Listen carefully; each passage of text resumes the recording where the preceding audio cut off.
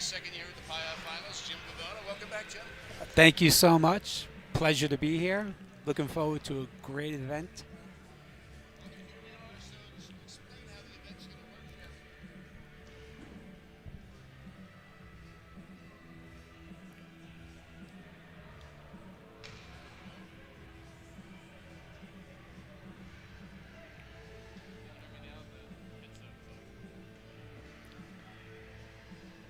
All right, here we are. That's the roller sports event.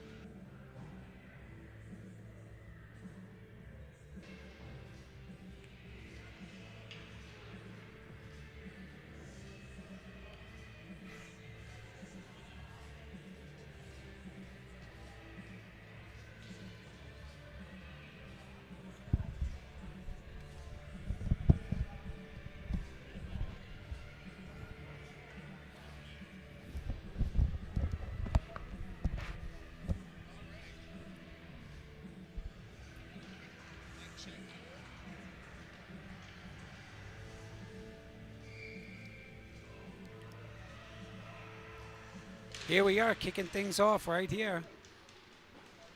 This is setting up to be a heck of a game right off the bat. Two incredible teams with the New Jersey Assault and the Empire Snipers.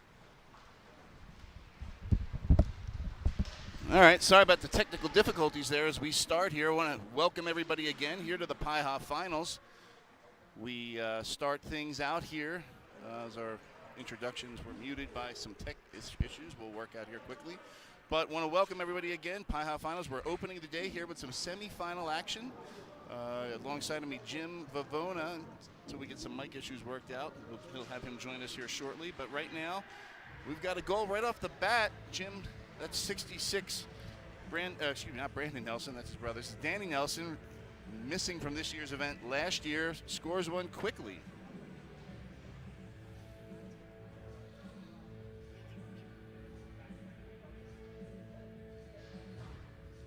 All right, so again, welcoming everybody here. We've got a day's worth of round robin action here in both the semi-pro and in the minor. First, we're gonna have two sets of round robin games for the semi-pro, as they will each play two games to kick off the morning and early afternoon. This is the New Jersey Assault here in the powder blue going against the Empire Snipers in yellow. Snipers up with early 1-0 lead. This is Falkowski now behind the net. He gets rubbed off, and this Chris Connor retrieves for the Assault. He sets up, shot, looks for a breakout, and will make it. That's over to Matt Criscola with the puck. He sends Connor back to Scott Huber, who retreats as he finds Connor again. Spins off the check of Falkowski, but Falkowski will steal. Criscola makes a good play, but turned over again. This is a shot that goes wide. That was Eric Rieger. So, Jim, these two teams played each other. I know you're not going to be able to hear Jim until we get this mic situation worked out, but I'm going to talk to you whether you're there either way. These two teams played the very first game of the season in the East Coast in what was an absolute barn burner. And people have been expecting to see this one out here all season long. Both teams got out of the division in tight matchups, and here they are. So the Snipers in the yellow, they represent the Metropolitan Division. We're going to do a quick mic checking in here with Jim. So here we are again, action back here. We're still working out those mic issues with Jim.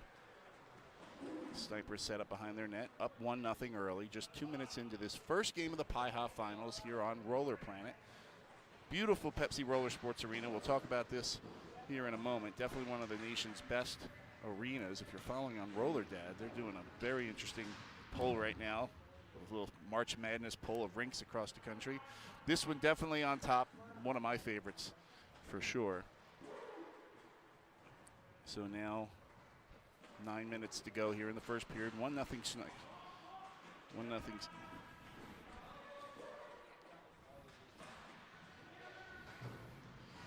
So here comes a quick 2-on-1 for the Snipers. That pass behind Rieger. Now the Assault look to come back the other way. This is number 27. That's Frank Sear, him and his brother Trevor on this team. Now a lot of people know the majority of this team last year was the Propel team who was here. They restructured and came back in this year under the Assault name with a number of additions. The Snipers, this team's been together forever. Same cast of guys, always a threat. Bill Layler with the puck. Gets another shot. Good save by Rafferty. Snipers seem to have the early edge right now. No call on that call because I believe the Assault player had his puck on the stick. Shot attempt there, muffled. Good defense early by the Snipers. They seem to be suffocating right now. Here comes Trevor Sear with the puck. He looks to make the toe drag move. Defended well. That was Alex Nelson on the defense. Another blocked shot in front by Falkowski. First decent puck zone time for the Assault right now. As the puck comes all the way back, the Assault will make some changes. Trevor Sear sets up.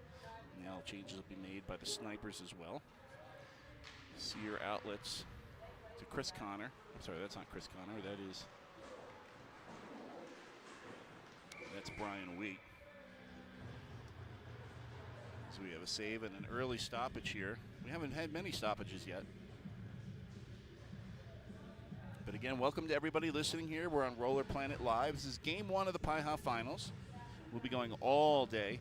We've got at least 6 of the semi-pro in a row, followed by 8 minor in a row before tonight's festivities with game 1 and game 2 of our pro final, along with our award ceremony, our new Fast Friday event that's going to take place right before game 1 of the pro. And then back tonight, these 6 semi-pro teams will play their 3rd and final games late tonight before getting seeded for tomorrow's playoff rounds. Here comes a good opportunity. This is that is Chris Connor in goal here while we do a little housekeeping on things.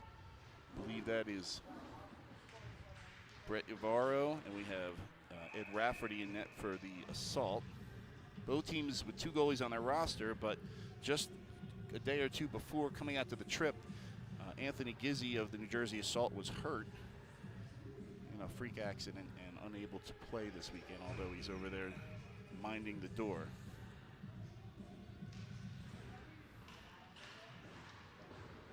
It's turning into a bit of a checking game here now. Not a ton of great scoring opportunities aside from that 1 goal by Nelson. Here comes Huber now. He gets an opportunity. Good shot there, but save by Ivaro. I believe that's Ivaro. Shot wide here. Now Connor comes up. 2-on-2 opportunity for the Assault. Now this is Matt Morelli with the puck. He passes across, but defended well again. Here comes Eric Rieger. Good shot. Blocker save by Rafferty. And we're about halfway through this first period. Shots are 4 for the Assault, 3 for the Snipers, with a 1-0 lead for the Snipers.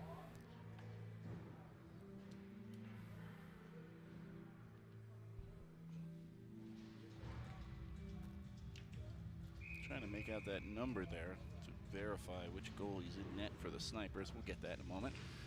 All right, we're back to action here. This is Matt Morelli. Boy, those jerseys look like the old Winnipeg Jet jerseys. So is the logo. All right, now this is the goal scorer, Danny Nelson, in a battle with Scott Huber. The Assault come away with it. Huber tries to hit. That's Jason Santarello in the back door. Again defended well. Good team defense right now from the Snipers.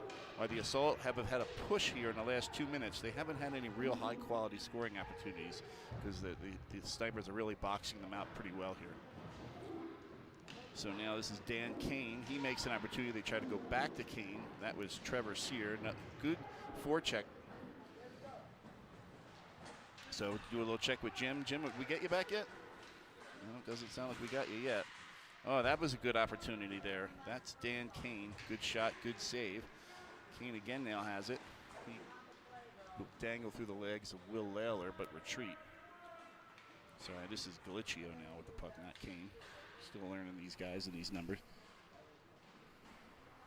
All right, it's Trevor Sear now, one-on-one. Falkowski does a good job of keeping to the outside. Will Layler now will bump the puck up. This is Danny Nelson. He's going to come down 1-on-3. Will make the move, but run out of real estate. Have to retreat and look to send it back. Good physical battle on the wall there. That's Jordan Black. But Nelson comes away with the puck. Will retreat as he sees nothing. Does have Layler down in the corner, but he'll send it back. Falkowski will let his teammates change. The Assault will do the same. Here comes Falkowski, who's dangerous in space. He's got a very long stride as we see it in action right here. He'll take a shot and he scores. Almost like I set that one up. Yeah, it was a very good move. 2-0 early lead for the for the Snipers.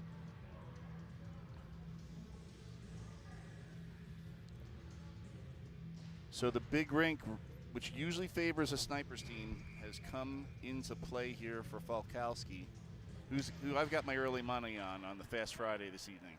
We'll see. Now this is Wolsifer with the puck.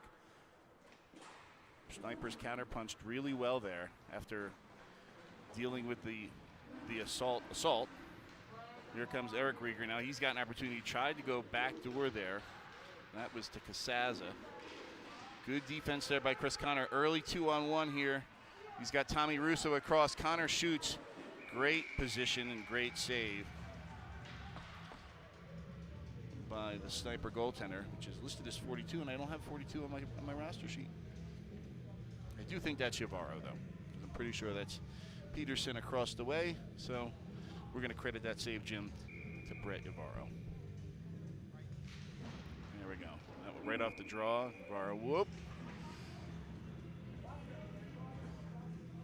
A couple of pleasantries being shared there between the two teams.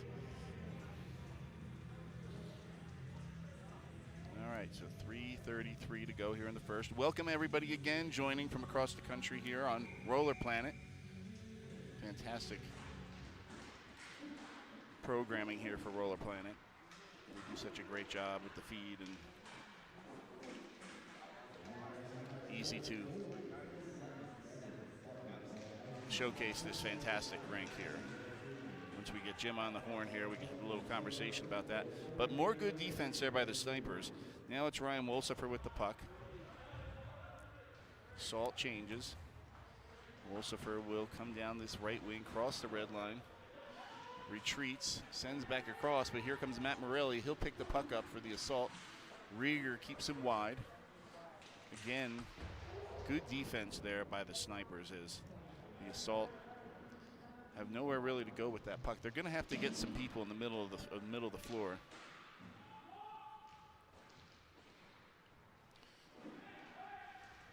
Okay, here comes Connor. He's got the puck. He'll go back across to Morelli again. Morelli will cross through the middle, try to make the move, and turns that over to Rieger, who's at the end of a shift and didn't have the gas to go down on what could have been an easy breakaway.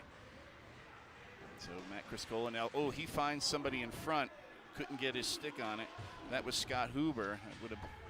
That would have registered as maybe their best opportunity of the game. But again, it's the Assault here who have had the puck most of the time, but haven't had it really in many dangerous zones. Now Matt Morelli still with it. He's been out there for quite a while and seemed to have the puck on his stick a lot of that time. Again, another opportunity trying to find Morelli in front, but Wolsifer has it now. Again, alone in front to Matt Morelli. But couldn't get the handle on the loose puck. And here come the snipers the other way. And this is Casaza with it. He'll retreat. Snipers will change. Get some fresh legs out here. Here comes both goal scorers onto the rink, Falkowski and Nelson. Just a minute 30 to go here in the first period.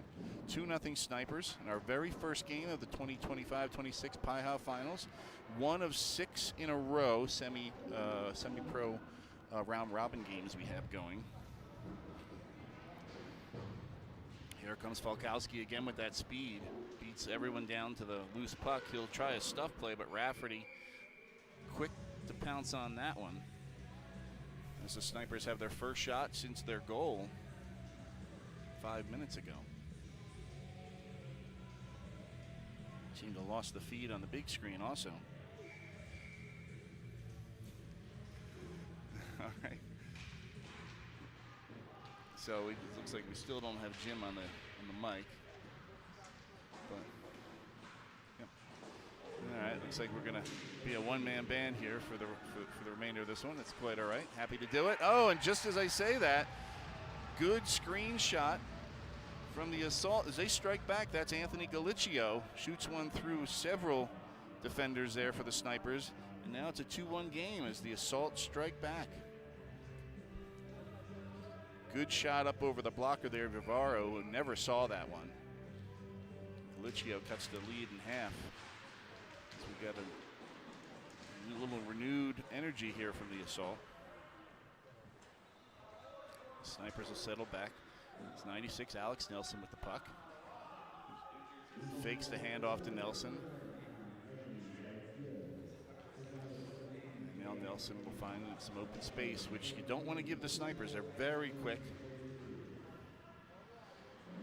Nelson gets into the corner. Two Assault players on him. They'll retreat, sends it back, but won't be whistled for the reverse clearing play that's new this year in the league because Falkowski gets it.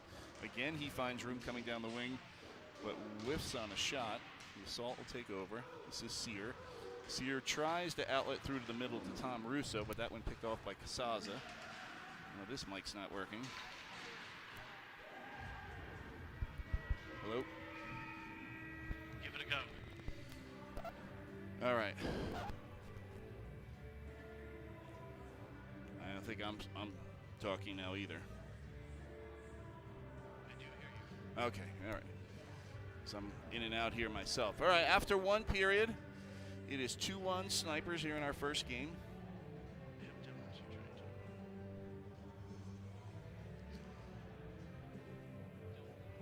Yeah, nothing here from Jim yet.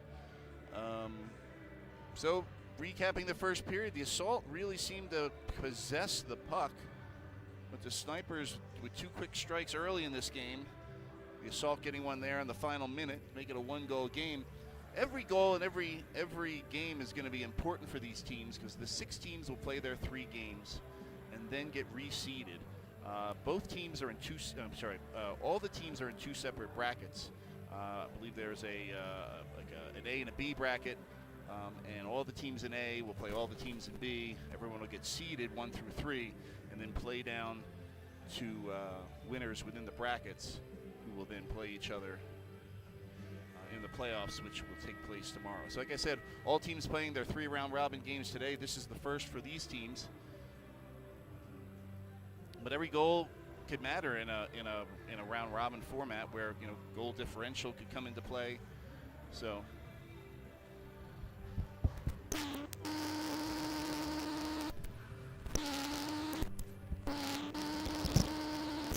all right. Got some housekeeping going on here at the same time.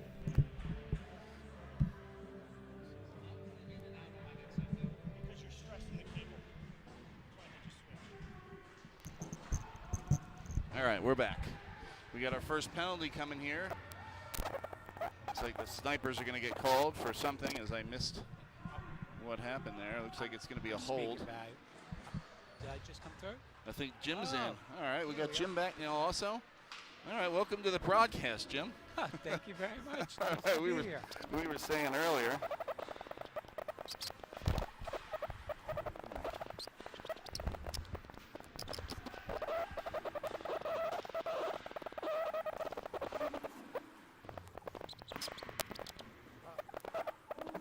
take over for the second year. We have the assault on the power play. Back to the point, worked over to Chris Connor. He gets a shot on goal, and that's initial point. We're going to face it.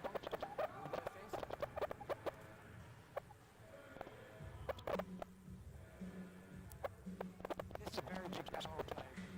We want to try to take advantage, get this game tied up. Power plays don't come often in this game. Both teams are really active.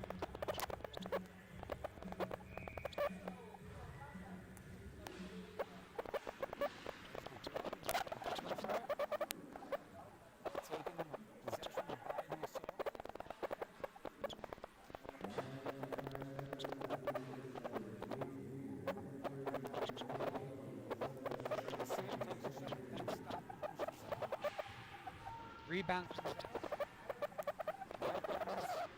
Mission. Ooh, nice one.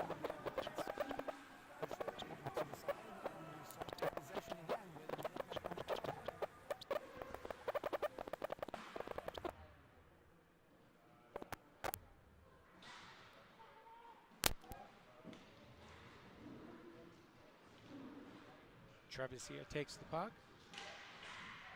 He takes a shot, but it's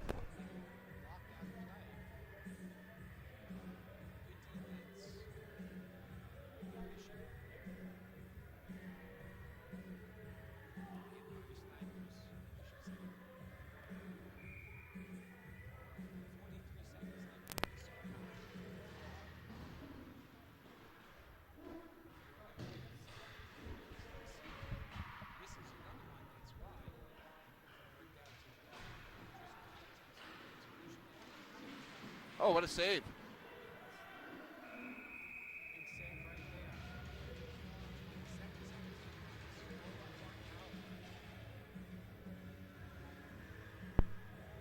I can't hear it.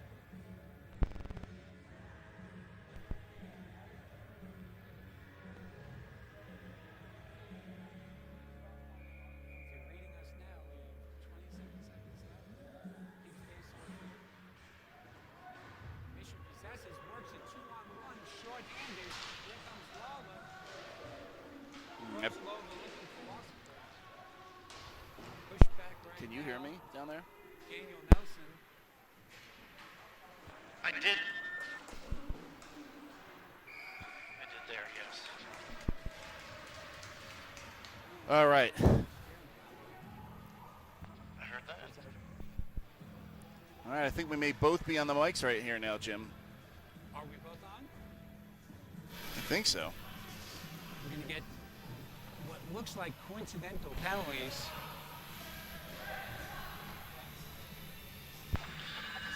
Veteran referee Chris Roche makes the call and sends them both off. But there's still some type of problem. All right, so now looks like we're going to have a power play going the other way for the assault. Is that right? I thought it was coincidental penalties, actually. I'm sorry, a power play coming up for the Snipers. 6 seconds to go here on the penalty to the Snipers, and then they'll go on the power play.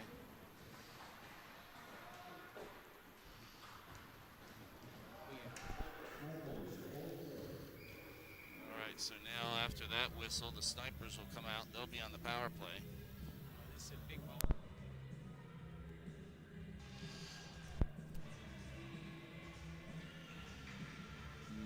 I'm sorry, 2.5 minutes in here to the second period, 2-1. The Assault had their opportunity in the power play, but now the Snipers will have an opportunity.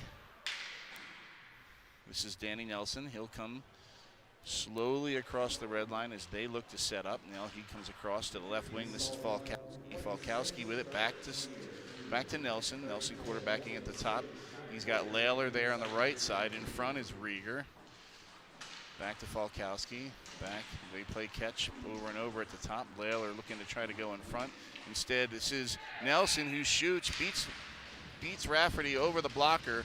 And just like that, Jim, we get a 3-1 lead and that 2-goal lead back for the Snipers on the power play. What a big power play goal that is, especially after killing off the Assault power play.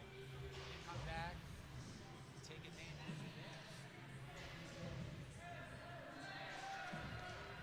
right, so now 3 minutes in even, 9 to go on the clock. Snipers with a power play goal, take a 3-1 lead. Oh, opportunity there. 2-on-1 if they hurry. They got Russo in front. Russo, great play there by Casaza to break up that play. Now the Snipers have it. Getting a little physical out there.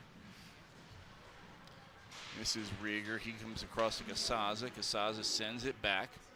This is Alex Nelson now. He'll retreat. Clock still says 2-1, but it is 3-1. Good break up there by Trevor Sear. He'll cut across. This is Jordan Black now.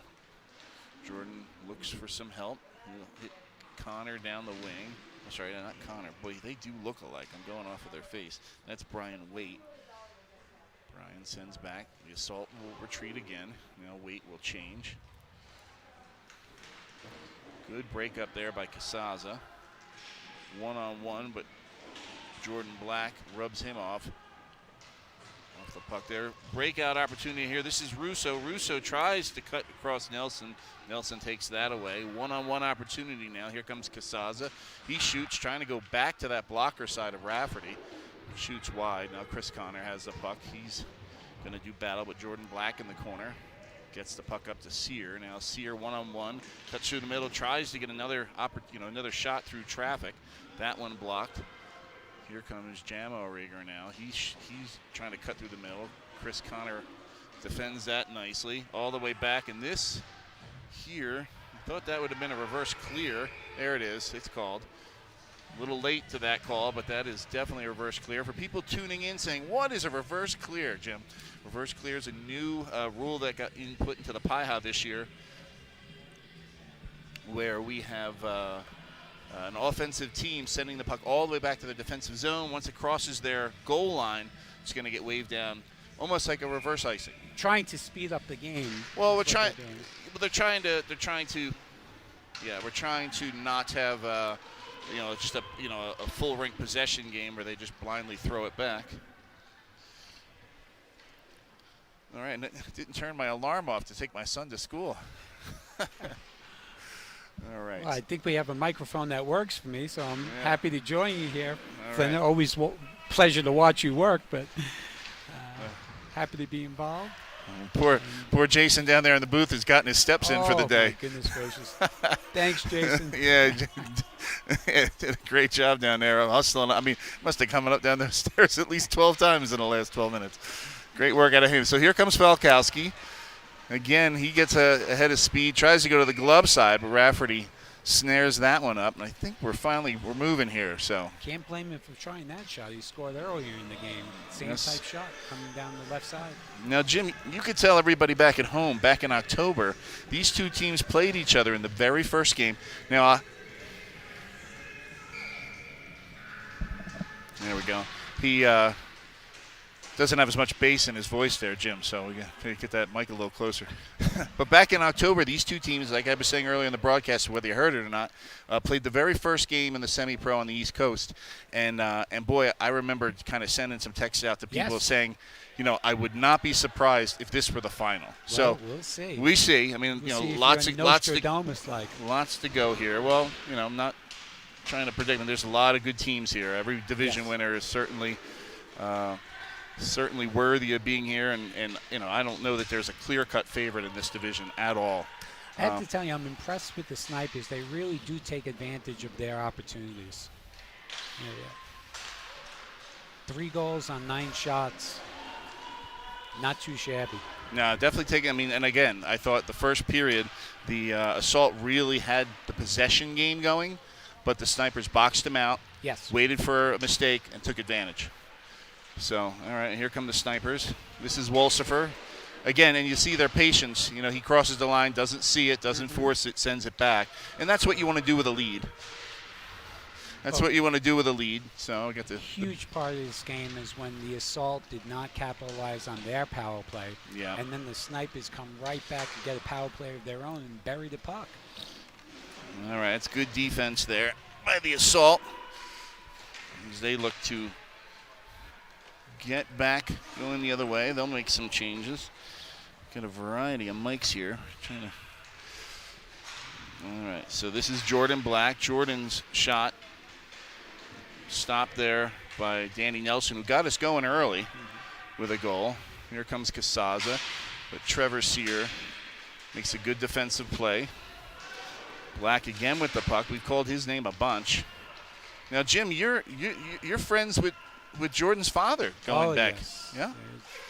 His father, Timmy Black, very dear friend of mine, former professional boxer in his youth, very tough guy. You wouldn't want to mess with him. And I'll tell you, his son Jordan, I know him since he's a little kid. Pound for pound, you're not going to find much stronger people than him. Yeah, for sure. So, great people, the Black family. Especially they've had some tragedy, and our hearts go out to them. I used to coach his brother, Trevor, back in the day. And Trevor, for people knowing, and I always tell this story to everybody, is everyone knows Mike Machinsky, right? So Mike Machinsky, who will be here playing in the pro division tonight for the Inferno. In fact, he's going to join us here in studio tomorrow, and he's going to call a semi-pro game with us here tomorrow. That should be good. But it was Trevor Black that found him in an ice hockey rink. If it weren't for Trevor, and the Black family, Mike Machinsky wouldn't be. I mean, maybe he would, but the story would certainly be different. So yeah, I have ties to a lot of these kids. I have Tommy Russo, number 22 here on the Assault from Staten Island, where I grew up. And Tommy, much younger than me, but as a little kid, we always used to see him around the rink. Great to see him playing out here. Got 3:25 left in the second period here. And time is becoming an issue for the New Jersey Assault.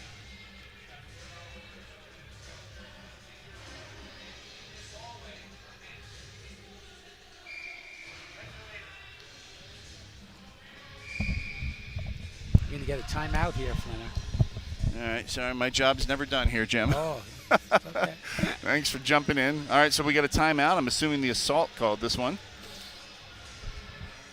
The Assault looked to be the stronger physically team. They're the much bigger team.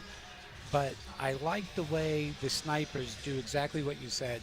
They try to spread out the rink, and if they don't like what they see offensively, they don't become engaged. They reset and try to take advantage of quick passes. And certainly easy to do that with the lead. Well, there's less panic. Yeah, sure.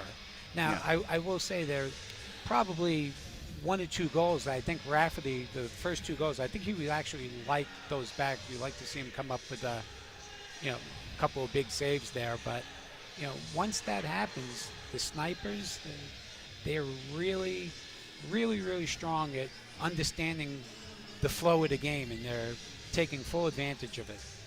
Yep. All right, so following this one, we're going to have the Marple Gladiators. They won the Mid-Atlantic Division. They're going to play – I'm sorry, not the Mid-Atlantic Division. They won the Keystone Division. Mid-Atlantic Division champion were the Assault. They are going to take on the Southeast Division champions, the Mops. Mops back here for the second season. They're an impressive group also. Runs out of room. Russo, just like you said, uses the body in the corner there. Here comes Casaza, and just like you said, they saw nothing and just kind of retreated. Quick opportunity here if he can find his brother in front, but doesn't. Now Trevor, I'm sorry, this is Matt Criscola. He sends the puck back to Chris Connor. Chris Connor, the big piece of this Assault offense and defense. He's nominated for a league award or two. Speaking of it, everybody should tune in tonight. 6:15 local time. That's 8:15 on the East Coast. Our annual award ceremony will take place. Here comes opportunity. This is Layler. Good play there by Rafferty. But another opportunity. This is Bolsifer, tries to go upstairs. Here comes the Assault. They've got an opportunity 2-on-2. Good defense by Layler on the back check. He tries to hit Connor. Connor shoots and scores. Goal. Great play there. That's a big one. 2:05 to go. Great job by Trevor Sear there. To to great pull turn up to buy time and find the late guy. Yeah. And Chris Connor's definitely the guy you want with the puck in that opportunity in the slot, and he beats Yavaro on the blocker side low. Things become very interesting now. 2 minutes, and we have a little bit of time here. Keep an eye on Rafferty. See if he goes to the bench in favor of an extra. Well, I'm sure they had that conversation during the timeout. Now Wolsifer spins. Good forecheck there by Dan Kane. This is Jordan Black now with the puck. He's got Morelli here on one side, Sear on the other. Sear with the puck. Looks like they're waiting to take their time now. Here comes Rafferty to the bench. That shot missed high and wide. Now Morelli with the puck.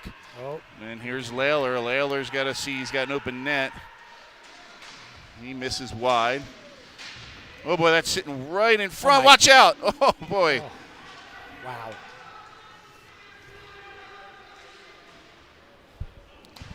All right. Oh, good opportunity. Morelli. Oh, he was going to try to go through the legs. Morelli back here to Connor. Connor over to Sear. And now Morelli. 1 minute as you hear the rink announcer call that. Navarro covers up. 57 seconds to go here. Definitely some battling in front. Two teams. Snipers have to be careful here. You don't want to take a penalty. Yeah, for sure. And you know, you also want to keep your best players on the floor. Yep. Your best defenders. If you're the assault here, less than a minute left, man advantage, want to try to work the puck down low. See if you can get a 2-on-1 down low, maybe a shot from the bumper. And just like we talked about, so now both teams are going to lose players here, as Falkowski's going to go, and it looks like Brian Wyatt. Yeah, Brian Waite. Waite, yeah. And that's a good trade for the assault. No offense, Brian, but Falkowski's probably the biggest guy in the rink with the best range and certainly the quickest. All right, they have time, 55 seconds. All right, this is Connor now with the puck. Oh, he flubs a shot. Lucky there. Casaza battling with it, tries to hit the empty net and misses, but going to win the battles. Nelson, he's going to find wide open. What a great patient play. Wow. As we found two goalies in defensemen there, and finding Wolsifer in front was Nelson. Great patient play, and looks like the Snipers are going to come away with this one, Jim. I think Travis Sear got hurt on that play. What a great battle. Yeah, he's won by the smaller Snipers player. Yeah, Sear looks like he's clutching a wrist, and he's going to head off. Certainly not the way you want to start. No, he went down awkwardly. He's a big piece of their team.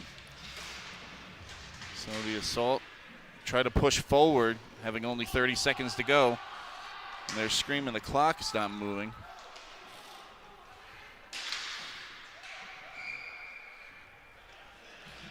They're going to run a little time off here.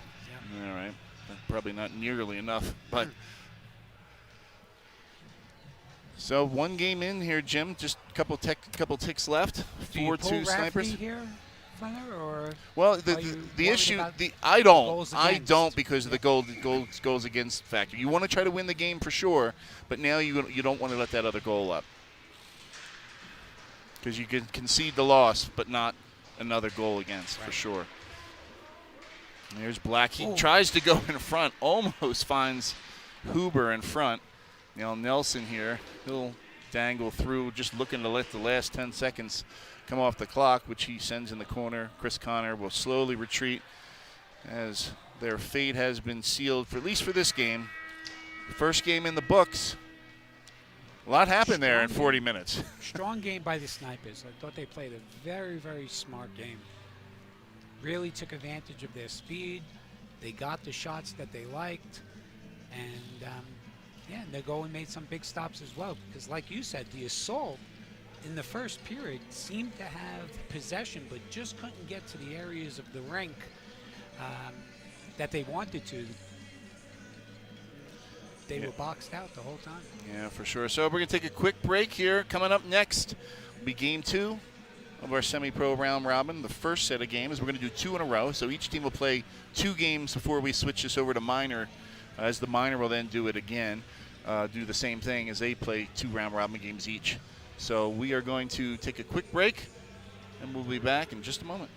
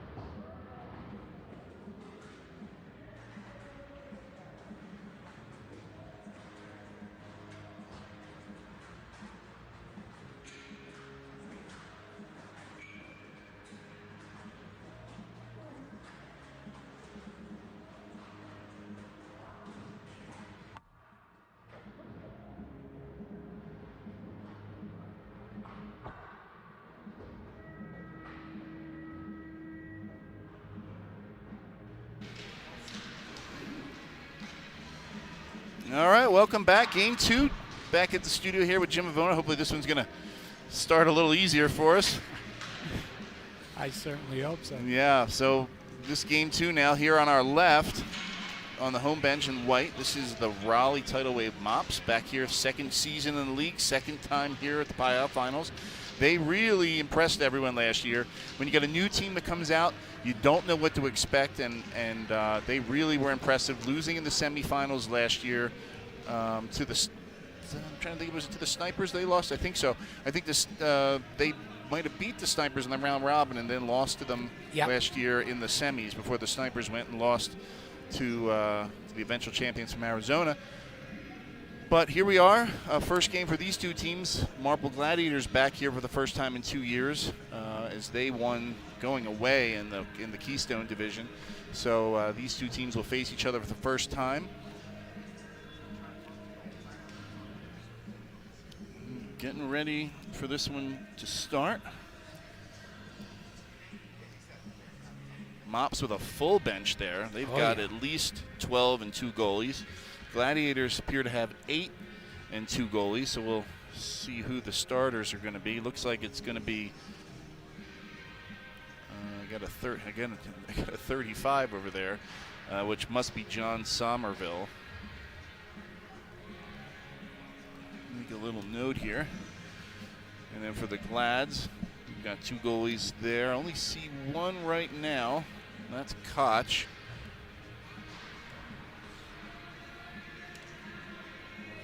As soon as they take to the floor, we'll announce who's starting. Definitely looks like it's going to be Somerville for the Mops. And it's going to be Koch with those signature orange pads of his. We've been out here a number of times.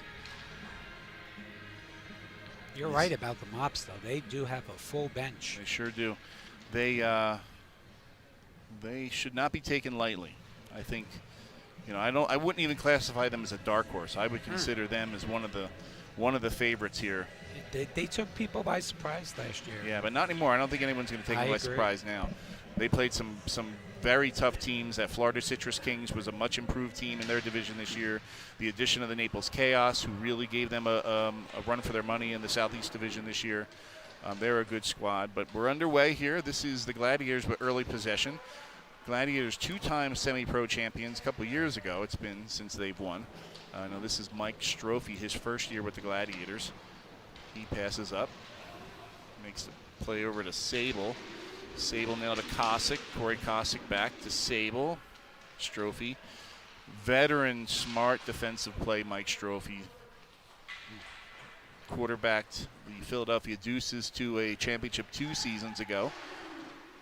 He'll set. Look for the stretch play. Hits Dan Dolan across. Dolan with the game's first shot. That one defended well. And now Cossack will battle. The Gladiators continue to keep possession. Strophy again. He'll hit Dolan, who comes back. Dolan sets up. No possession yet for the Mops. Dolan spins, but this is good forecheck. That's Patrick McDonald. Donald first year with the Mops this year after playing last year with Atlanta.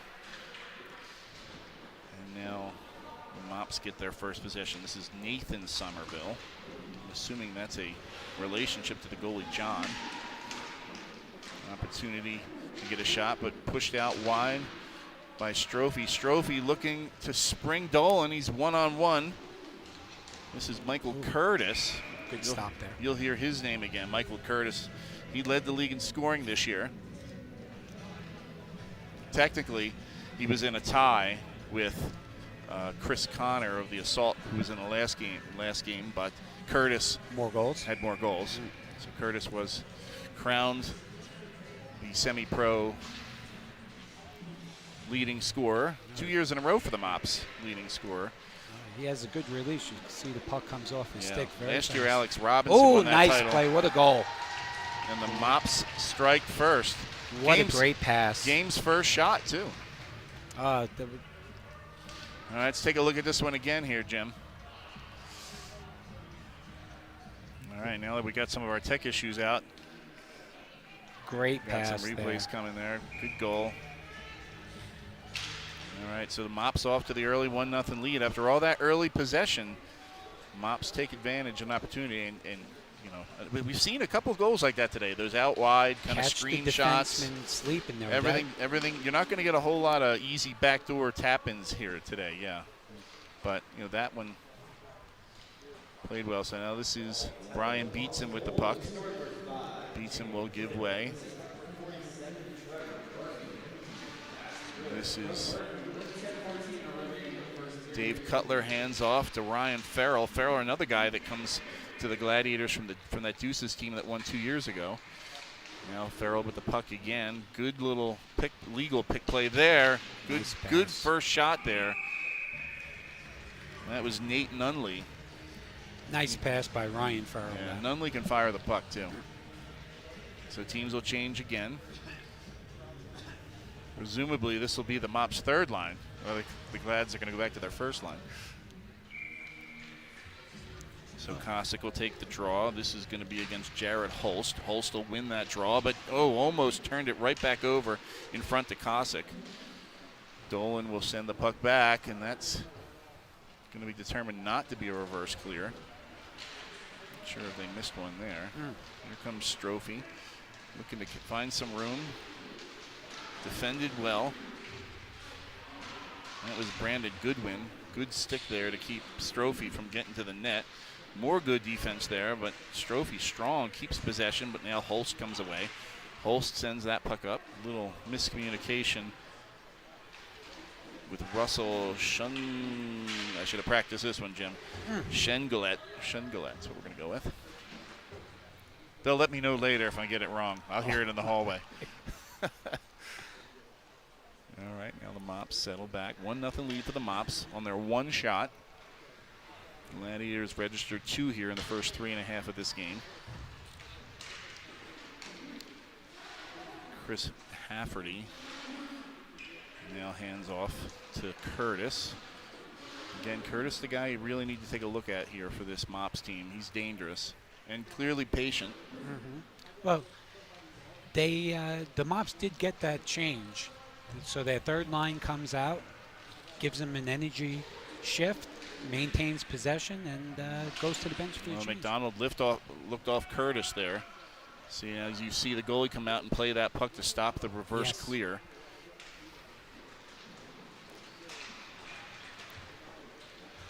Okay, this is Alex Sauer trying to get the puck in front. Shot by Curtis blocked. Now this is Patrick McDonald again. Now Somerville. Dolan tries to steal the puck from Sauer. They're in a battle. Sauer wins that battle with Kosick. Little sauce pass. Nice pass in space. Here comes Curtis. Tries to go backdoor in front to McDonald. But 2-on-1 if they hurry. This is Kosick. Kosick tries to go to the backhand. Good defense there by Somerville. Wasn't being fooled by that little play through the net. Here comes Somerville again. He's got McDonald. McDonald shot. That one fought off by Koch as he makes his first save of the game.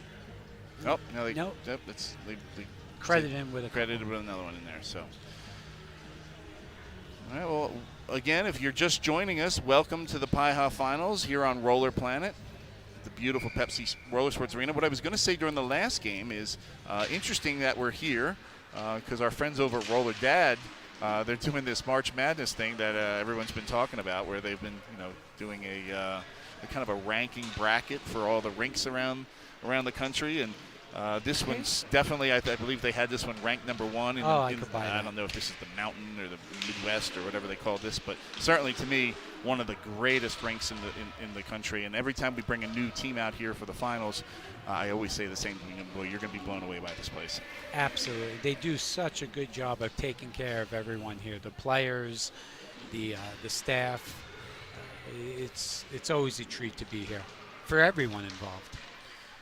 So I could see why this rink would rate number 1 on the list.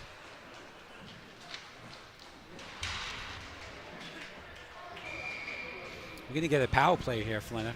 Yes, sir. Chris Roche has found a guilty participant. We'll see what the call is. Looks like it's going to be Brian Beatson, the Gladiators. The Mops will get their first look in the power play. They're going to call that a rough. All right, first look at the power play in this game. Again, this is the Raleigh Tidal Wave Mops in white. Here in the first period, they'll be heading from our right to our left on the home bench. Marple Gladiators in black. Good opportunity for Somerville. He had an opportunity to fire the puck there, chose not to.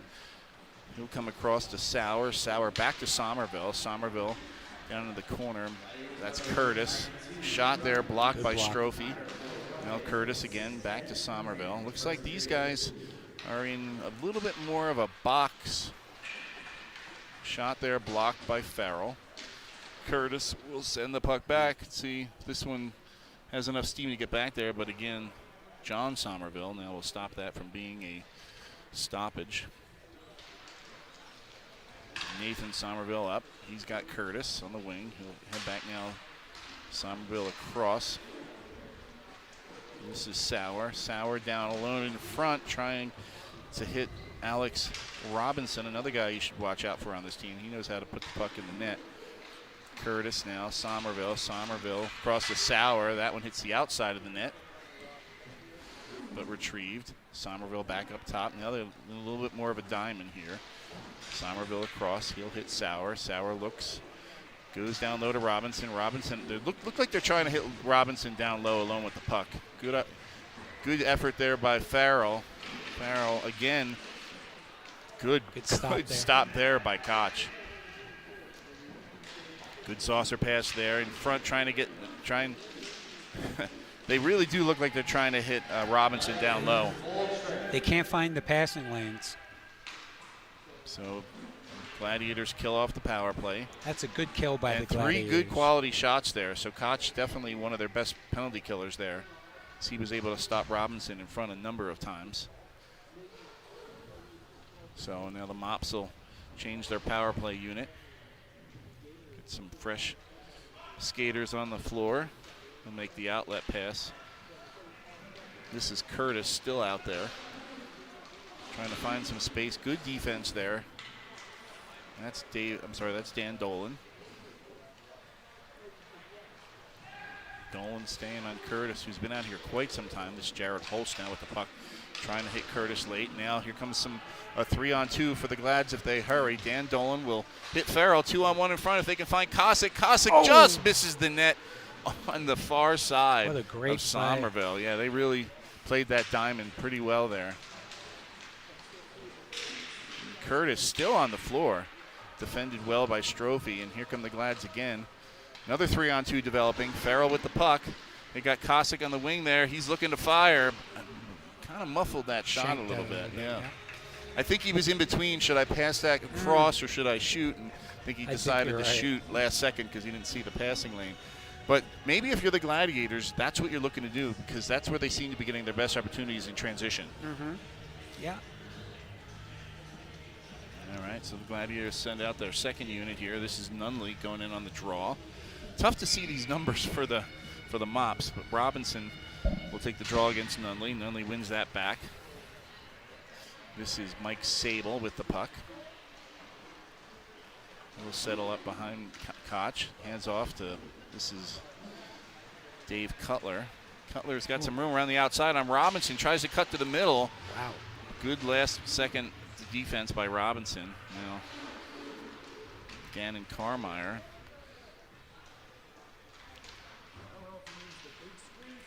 He sends across. He'll hit. This is Trevor Murphy.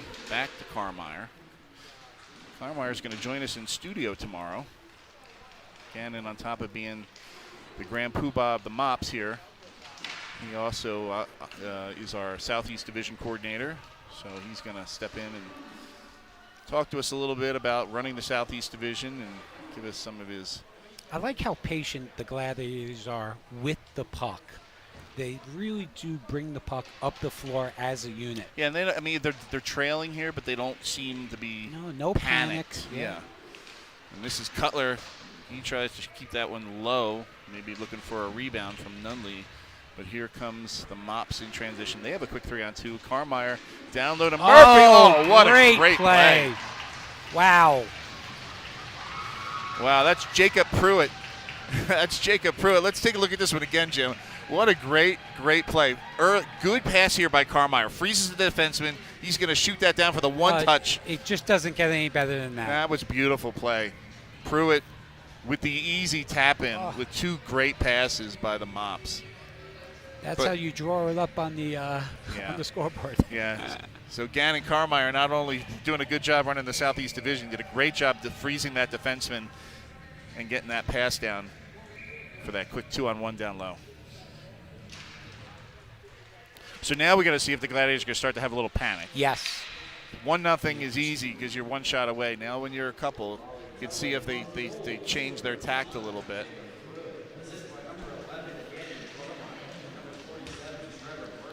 Yeah, Trevor Murphy really made a heck of a one-touch pass there in front. So the Mops now registered 9 shots on goal, 2 goals as we approach just over a minute to go here in the first period. This is Corey Kosick with the puck, defended well by Somerville. Somerville will send back around.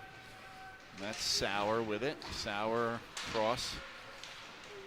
This is Holst, back to Somerville. Somerville back up to Sauer.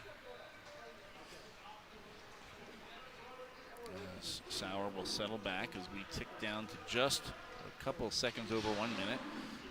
Somerville 2-on-2 in front. He'll take a big shot. That one blockered into the corner by Koch. Comes right back to Somerville. He'll look. He's going to hit Holst. Up instead. We've seen a lot of that this season, but the goalie's definitely knowing the rules, trying to stop that. But you know, again, this is the play that that it was. Yeah, we'll take a look at this on replay. You'll see that the goalie realizing, oh no, we're going to have a defensive zone draw, and he just misses maybe by a puck length. And now you see if the Gladiators are able to take advantage of the fact that they have an offensive zone draw with under a minute left in the period. Love to get a good shot here if you can. And they do. Look at this. A great opportunity. There it is. And that's why they brought that rule into the league. That's right. If you're going to go back with the puck on something like that, you risk paying for it. And we have a prime example right there. That's a huge goal for the Gladiators. That's a big moment in the game. It sure is. Wow. That's a big moment in the game there. Great shot by Michael Strophy there. So we took a look at that there. Oh boy, our boy Jason's killing it down there today, huh? Oh, yeah. Somerville defended well there by Kosick. And here comes the Glads. 3-on-2 again. Farrell now has the beats, and that one, good save by Somerville. He fought that one off. Thought he waited a second long on that pass. Now here's Curtis. Curtis has it. 2-1 now. Another opportunity, another clear. The Mops really need to be careful here. Fortunately, Somerville back there in net is aware of the situation, was able to get hold of that one. And this is Alex Sauer with it. He finds Curtis back to Sauer. Oh, no. That one. Oh. Boy, Koch is going to want that one back. Absolutely. He thought he had it. He thought he had it. He didn't. I mean, he took away what he thought was everywhere. And McDonald found a hole there. I think it was McDonald, right? Take a look. That really hurts the momentum of the Gladiators going into the second period. Wow. Yeah. With just 4 seconds to go in the period, too. All right, so after 1, Tidal Wave Mops up 3-1. But you know, it's a good play right there because time is running very low and you want to get a shot at the net. Anything could happen. Yeah, gets a lucky break. Koch misplays that, and it's a 3-1 lead for the Mops. Well, Jim, let's talk a little bit. So Rowadad's doing this rink conversation. Over the years, what are some of your favorite rinks you played in? Well, I think that in the early 2000s, you know, the funny thing is, many years ago when I started playing roller hockey, there were no rinks. Everything was outdoors and schoolyards. That was our rink for league play. I think these kids are very lucky, but in the pro league, certainly any rink that was run by my dear friend Anthony Flynn was always a candidate to be my favorite rink. But no sucking up, Jim. No, I will say I do love this rink from when we won here in 2006. 20 years ago. 20 year anniversary, yeah. We won the PIHA championship here, and I think it's just run so well. They accommodate everyone. It's very fan-friendly for the people that come to watch. And Charlie Yoder and the shame of it to me is some job. of my favorites over the years are no longer here anymore. Like the Z rink up in Glastonbury, Connecticut was a great rink. Obviously everybody on the East Coast was always a fan of Feasterville just because of the size and the number of rinks. There were some great rinks. Feasterville was one of my favorites. Yeah, it was a great rink. Around the country, the Plex out in San Jose is a great one. Whoa, Jesus! What an interesting start there. That was Jacob Pruitt, the game's first goal scorer, almost putting one in on his own goalie as they switch sticks here too. Interesting start there for Somerville in goal. Trevor Murphy with it, another goal scorer. No, actually, he's the one that made that pass on that great tic-tac-toe play. Here's Pruitt again with the puck. Sees nothing, will send over to Robinson. Robinson now has it as the Mops make a change. Robinson holds off Cutler, spins off the check. He continues to hold the puck. Back they go. Really tough to pick up who that is on the Mops because they have no number on the shoulder or on the, you can only see them from the back. Actually, they are on the shoulder, way up, tough to see. So this is Chris Mahaffey. I'm going to remember not to put a T on that. It's Mahaffey. Mahaffey, maybe. All right, Brian Beatson now. He's got the puck. Another 3-on-2 opportunity. That pass a little behind. A little late on that pass. A little late, but a little behind also, for sure. So now this is Farrell. He'll go back to Beatson. Beatson sends back to Cutler. Still looking patient here, the Glads are. And again, you got to remember this is a marathon. This is not a sprint. So you can lose a game here, but you want to find your footing, maybe find your lungs out here. Certainly a team that comes with 12 guys may have a little bit of an advantage. So Nunley can't handle that pass off the skates. Cutler sends it around to Farrell. Yeah, I was in talking to a couple of the teams before we kicked off today, and a lot of the East Coast teams have come with those compressed air, oxygen cans and stuff, so they're prepared. All right, so Farrell trades the puck on a give and go. Oh, gosh, he had him. Boy, good defense there. That's Russell, Shengalette. Strong kid. Yeah, for sure. All right, so we'll get a face-off to the right of Koch. Koch usually very solid out here in Colorado. It's like a little shaky here to start, but 3 goals on 10 shots. I would still have a lot of faith in him. I don't see their backup, Sharkus. I thought he was making the trip. All right, so this is Dolan. You have to have a short memory as a goaltender, right? Dolan will battle there. Oh, good tip play right there. Wow, great play by the Mops. And Patrick McDonald finds the rebound in front. Take a look at this. Good battle off the draw, but Somerville smartly just keeps that low, little tip there, getting his own rebound. I love the way the Mops are letting the puck do the work. Even on the second goal of the game they had, it's bang, pass, goal. No one skates faster than the puck, and I think the Mops understand that. All right, so here's Strophe now for the Gladiators. Now find themselves in a hole. Good chance there. Would have liked to see him keep that shot down a little bit better. Easier to deflect or easier to catch a rebound for. So Patrick McDonald making it a 4-1 game for the Mops. Somerville across looking to hit McDonald again. This time Koch will freeze the puck. Scoreboard says 3-1 still, but I assure you it's 4-1. About 3 minutes in here to the second period. This is our second game. Semi-Pro will play the first 6 games here. This is game 2. Each team playing 2 round robin games. Now Somerville intercepts that clear attempt. Down low, McDonald. Oh, that good little cheeky backhand play there. Good blocker save or shoulder save by Koch. Now Strophe has it. He will try a bank play all the way down, trying to catch Dan Dolan behind the defense, but good awareness by the Mops to pick that off. Now Curtis with the puck for the Mops. Curtis will send this back. That's Sauer with it. Sauer, again, not seeing anything, going to be patient. Comes back to Somerville.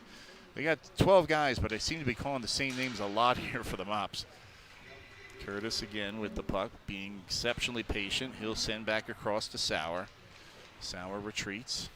No hurry here with the lead, just looking to tick those seconds off the clock. Time is definitely a factor. Curtis now. This is back to McDonald. Scored our last goal here. Now Trevor Murphy with it. Tries to go give and go. Good defense there by Sable. But here's Murphy again. He's trying to find Curtis in front. One-on-one, a pair of 11s here. This is Dolan on Carmeyer. Somerville will put his mid on top, get a stoppage. Teams will make some changes. I think if you're the Gladiators here, you have to start pressuring the puck a little bit more. You have to get close to the opposition and try to force turnovers, because you need a goal bad at this point. So this is the first year that we've had this many teams here at the PIHA Finals. We've got 16 teams in total, Jim. This is by far the most we've ever had at the finals. Here's an opportunity for Robinson, looking to go up over the glove, but squaring up nicely to that one is Koch. But yeah, so we've got 6 semi-pro teams here. Each of the 6 divisions in the semi-pro sent a winner, and we have 8 in the minor division this year, as the minor division really blew up in the offseason. And of course, our 2 pro teams will play the best of 7. We've got 2 brand new teams, two non-champion teams here this year. The Chaos returning after losing in 7 last year, but now the Pittsburgh Inferno making their first return to the PIHA Finals out here since 2017, when they won their one and only championship against the hometown Colorado Springs Thunder. So looking forward to that one tonight. Should be a good one. Now, Beatson has the puck for the Glads, sends back to Cutler. Cutler looking to put the speed on, and he'll get around Robinson, but takes a good shot, blockered away there by Somerville. This is Nunley. Nunley back. This is Farrell now. Farrell with it. There's chances here for the Gladiators. Here's another opportunity. Farrell with the puck. Defended nicely by the Mops, who again are not making the middle of the rink very accessible. Farrell behind the defense. Cutler couldn't find him. Saw it too late, and you can see the frustration on Farrell's face there. 2-on-1 coming. Here's Carmeyer. Carmeyer again sends that one behind Russell Shungalette. Good work not to touch the puck there until the change was complete by Dolan for the Glads, because last thing they needed was to go on a penalty kill here. Yeah. Here comes Cutler. Cutler has some speed, gains the zone. He's got Farrell instead, defended nicely. That was Shungalette, who comes down one-on-one with Beatson. Shungalette gets past Beatson. Shot that one right into Koch. If he could have elevated that, that would have been a highlight reel goal. What a nice move by Shungalette there. Yeah. Yeah, let's take a little look at this one again. You'll see this is a good one-on-one move. Boy, if he could have elevated there. He did everything right, but just couldn't get it high enough. And Koch did a great job getting over there and taking away what he could. So let's remember that one. This is Dolan. He loses this draw. That'll go all the way back. They would not whistle this down for clearing. The reverse. Yeah, the reverse clearing. Still getting used to calling that. All right, this is Jared Holst. He's got it. Gives over to Mahaffey. Now over to Brandon Goodwin. Goodwin has the puck to Shungalette. This is that third line, yep. Shungalette now. He'll check back to Mahaffey. Mahaffey back to Jared Holst. Holst in no hurry, smartly going to drag the Glads all the way back. Here comes Holst now. Holst one-on-one outside here with Dolan. Dolan squeezes him into the corner. Rip around the boards, but with 2 players back, they won't get hit with the clearing. See, that's a good shift by the third line of the Mop. They changed their forwards. Yeah, and they killed a minute of the clock for sure. Yeah. All right, this is McDonald. That's why they bring 12 guys with them. Yeah, Everybody knows their job. McDonald now across here to Curtis. Curtis has got Shungalette in front. Beat up nicely there by Strophy. Strophy, big power move there, Ooh. but oh man, he looks hurt there. The door came open on him. Boy, if that doesn't happen, and he's hurt. He's in definite discomfort over there. I hope he's okay. Boy, he was in the process of making. Yeah, let's take a look. He was in the process of making a great play. Hits the boards and the door comes open. Watch this. Good power move there. Oh, that gosh, has boys, get that door locked over there. Boy, when when the door opened, the open part of the door must have hit him right in the lower back. When he was about to be sprung. He made a great play there. Still, right now, he seems like he's getting up a little bit. Both officials taking a peek at him. Oh, that's tough. All right, seems okay over there. But, boy, that had to hurt. All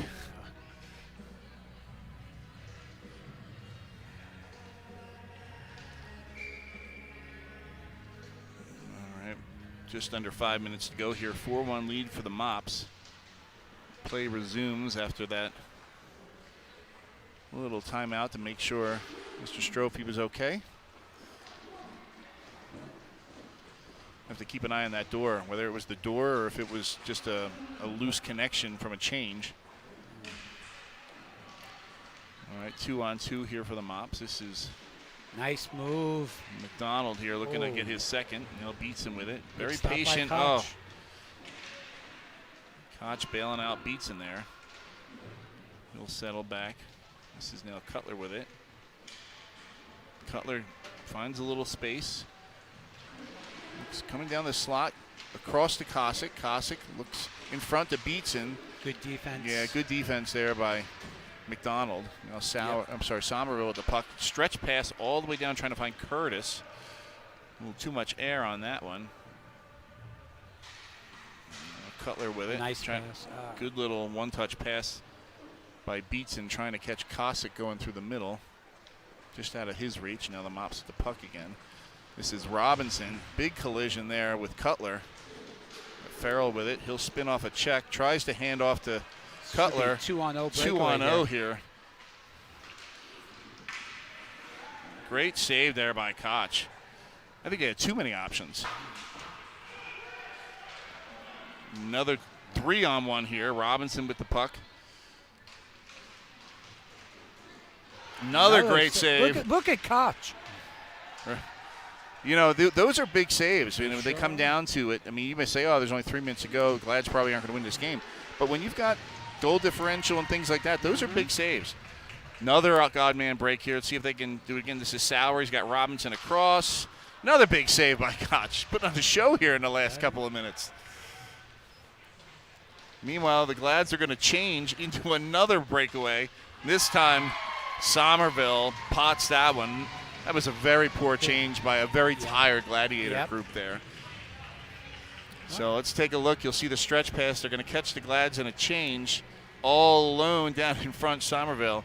And he pops one right upstairs over the blocker.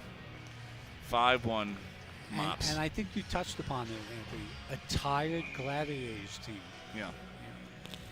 And the Mop, everyone is fresh.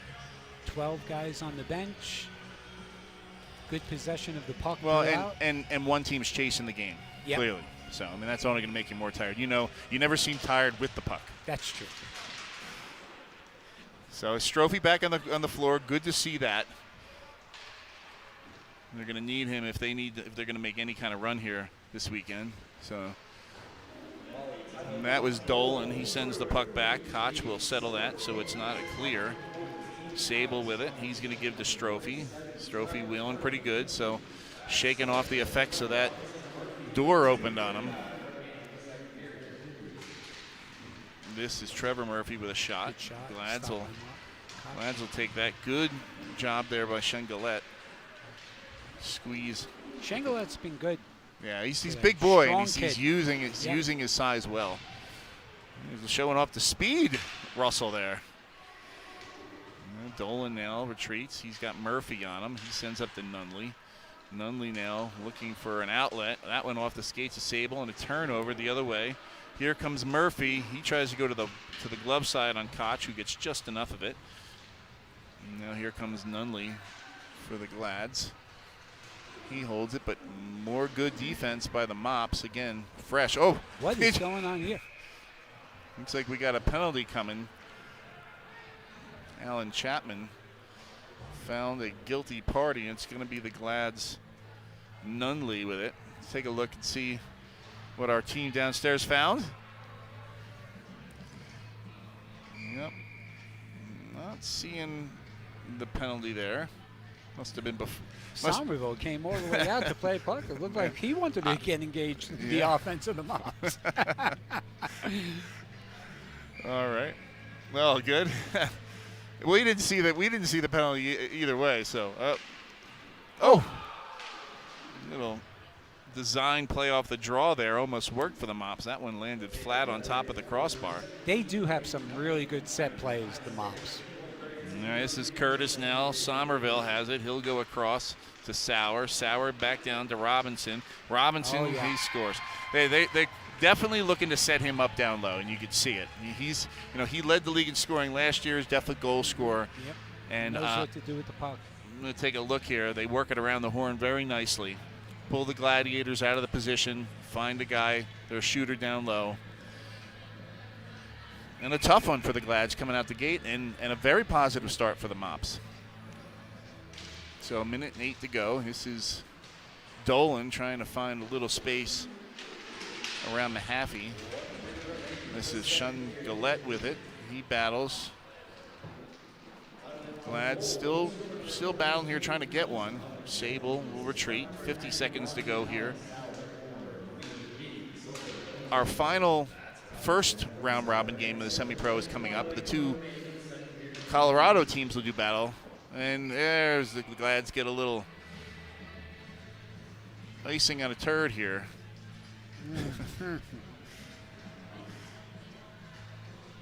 They'll take what they can get. Yeah, Corey Kosick. Momentum going into their next game. Getting one here. This is nice good. Pass. Good pass by Cutler. As Short Kosick hits up over the glove. Yep, Somerville just didn't get the glove on. Somerville, one of those goofy left-handed goalies. There's an opportunity. Last second for Chris Mahaffey. And the Glads coming again. This is Cutler again. This one he shoots and he scores. Good last minute for Cutler. Yeah. Cutler found some space, and I think they thought he was going to pass that one. And this time he decided to pull the trigger himself. So Glads, good couple of seconds. Like you were saying, this will be an opportunity. Yeah, I think you saw Shun Gillette there kind of back off thinking he was going to go to the backdoor pass. Mops got a little lazy, and now the goal differential is... We'll call it comfortable. There's Kosick again. He finds Beatson. Beatson trying to get past for one more. But 6-3 looks like it's going to be our final. Good game for the Mops. Yeah, the Mops. And their fans are happy. Yeah, they were impressive. They really used their bench well. And I can tell you from talking to Gannon Carmeyer over the course of the year, they had a very rigorous travel schedule. They went to Fort Myers at one point. They had to go to Atlanta. They had an event at their place that got snowed out. Oh, wow. So they had no real home event this year. They really utilized all of their pieces, and they didn't really pull their entire team together until the playoffs. They were very impressive, and obviously you can see how impressive they are when they're all together, 12 strong. They looked impressive today. Yeah, they played the game without their number one Schomburg in net.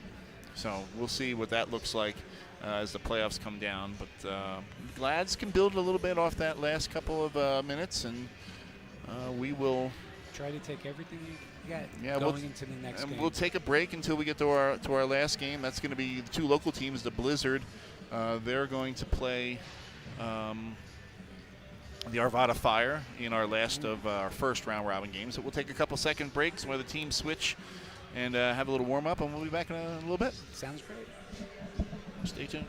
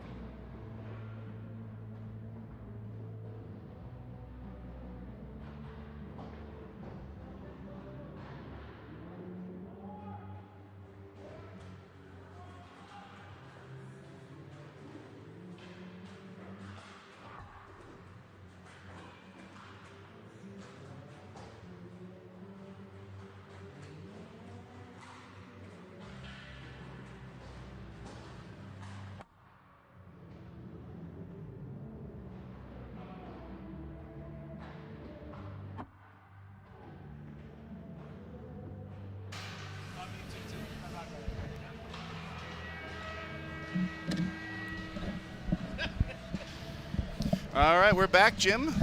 It's our final game 1 of the round robin in the semi-pro. This one will be between the Mile High Blizzard here on our left in white on the home bench and the Arvada Fire in the orange here on the away bench. 2 local teams, right? I'm sure they know each other well. Yes. Now there's 2 divisions out here, so Yep. you know, a Centennial and the Rocky Mountain, each with 4 teams in it, but they do have a little crossover, so I'm sure they've played each other during the course of the season. But both teams looking to get off to an early jump, join the 1-0 ranks so far. The Snipers and Mops off to the 1-0 start so far. It should be an interesting game. For sure.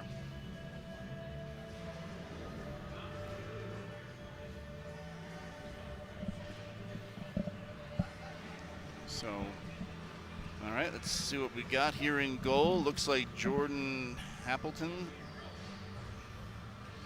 For the Blizzards. Yep, and looks like, I guess that's, boy, every game we've had a goalie with a different number. Yeah,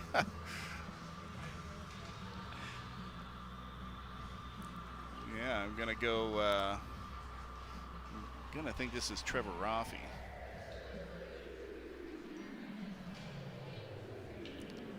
Jordan Appleton here for the Blizzard, nominated for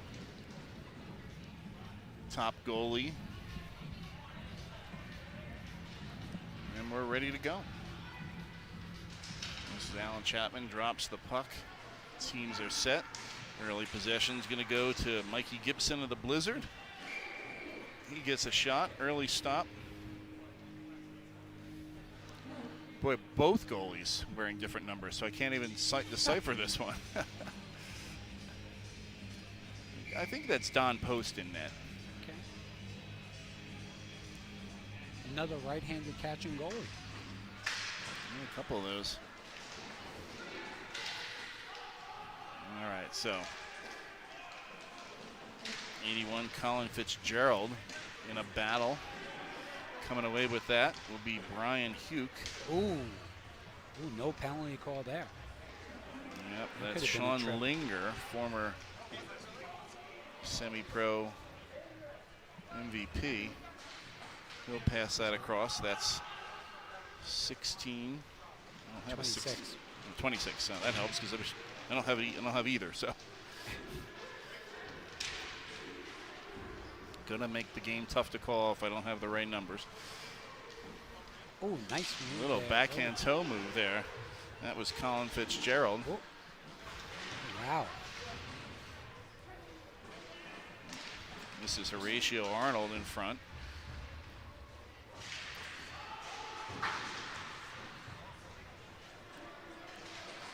Well, all the numbers here on the Fire aren't matching up, so.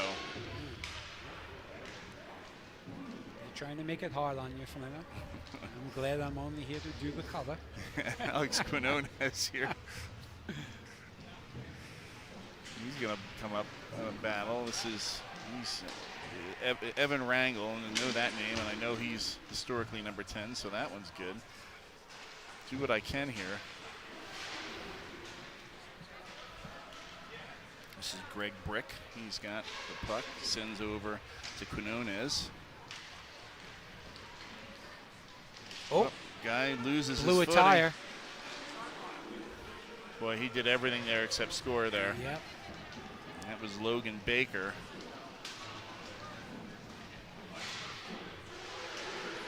Quinones, good defensive play, will send across. Way behind though. Brick will recover.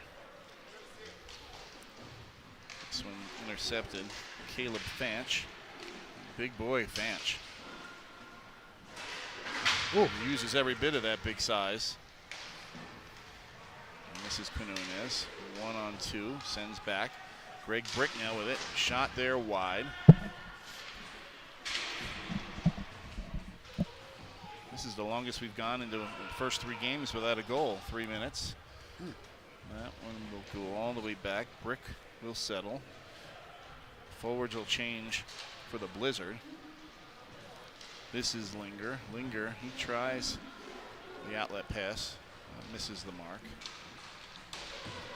This is Fanch.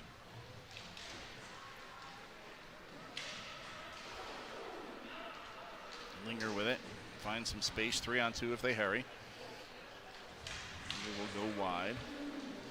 Looking into the slot, nobody home. Good defense there by the Fire.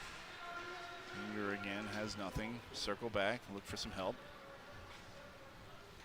Good spacing defense there by number 16. So we're going to have to call them. We're going to have to call them by their numbers.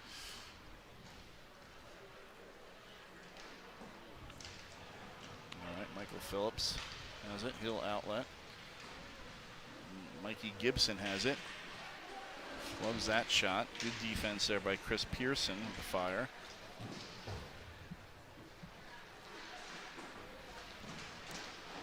Through the middle, Ryan Peters. He finds some space wide. Can get back, cuts that one off the crossbar. There. Goalie might have got a piece of it. Well, that's a couple times now I've seen the Blizzard find some space wide and be able to cut it back late to the middle.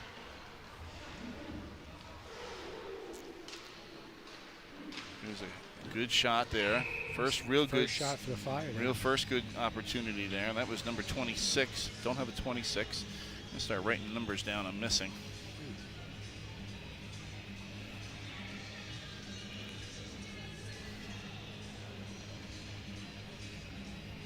All right. Those of you just joining us here, we are in day one of the PIHA Finals.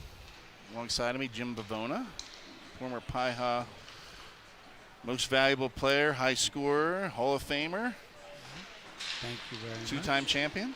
Yep, with your Philadelphia Growl. Three-time finalist. Yes, correct. Amazing how fast time flies. Yeah, 20 years since 2006. Yeah, 20 years. So, all right. So the Fire organization, if you remember, was the team that our Growl team played back then. That's right. Yes. Oh my gosh. That's right.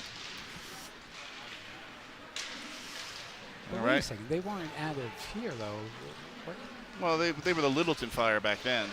Yeah. Okay. I think they play out of Foothills Fieldhouse. All right, so good early battle here between these two local teams. This is Logan Baker sending back. Brick now with it. He'll retreat back to Baker. Outlets up. This is Corey Bemis? Good save in front, pick back up. Ooh, may have him here.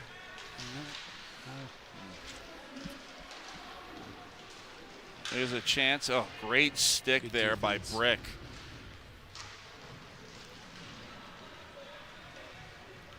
Coming down with some speed, Corey Bemis. Shoots high and wide. Come back the other way, the Fire. Number 6. All alone in front there was Evan Rangel. Missed the net. Oh. And number 6, he sends the puck back. Look at this whole line, is the line that I don't have names for. 23, 6, 16. Nice pass right there. Tries to get that back to the slot to his forehand. Good battle there. Quinones loses an edge. This is 26 for the Fire. Oh, there's the hook. Saw that coming. Oh, no matter. Good goal right there. Yeah, that was going to be Mikey Gibson on the hook. Well, you got number 26 that kept going and roofed the backhand up top. What a shot. Watch this effort. There's the penalty. Fights through. Watch the shot. Back. Oof. Wow. Cross the body over the glove. What a great play there by We'll Fire see, number if the 26. rink announcer knows who this person is. I'll start writing it down. That's a good idea. All right, now 1-0 lead for the Arvada Fire.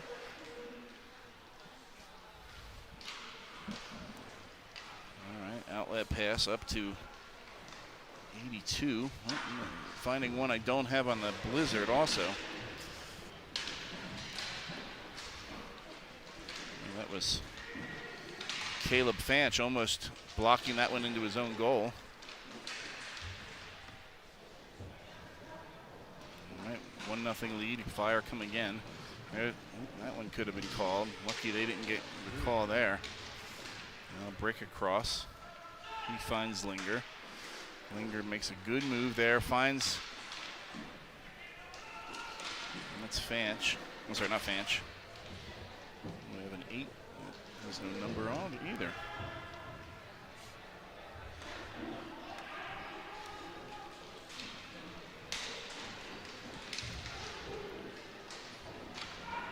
This is Colin Fitzgerald, makes a play.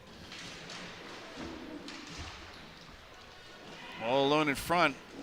Boy. That was 81 Colin Fitzgerald. He had a guy all alone in front, decided to take it himself. Had some room there too, though. Yeah, Don Post, good to that one with that. What a with good that save. with That glove save. with that other side glove hand. Yeah, there were some good right-handed catching goalies in NHL history. Grant Fior being one of them. The late Tony Esposito, another one. Kind of dating myself there. I'll leave it to you to bring up an Oilers guy. All right. Fire, early 1-0 lead here. Ill-advised play that worked out there. Head of steam coming down. This is Rangel. He sends the puck back. Number 23, one of my no-names. And I think the announcer doesn't know the numbers either because he's not announcing the goal. Number 26 will come down. Oh, had a look there on Hampleton. This one will be the reverse clearing play. So we'll get a draw down in the Blizzard end. Blizzard have looked a little sloppy here. Both teams are credited with 3 shots. Sorry, down here on the Fire end, my bad. But Blizzard have looked a little sloppy. See if they clean it up a little bit. Start finding some quality scoring opportunities. Good face-off win here. Oh, nice move. And that's Mickey Gibson. Good stop there. All right, now a little structure here. Gibson found Colin Fitzgerald, who took a slap shot, missed the far post. Now Logan Baker has it.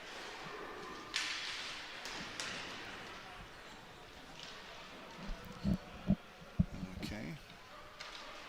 Blizzard now have 3 guys back. Look to advance the puck out of their defensive zone.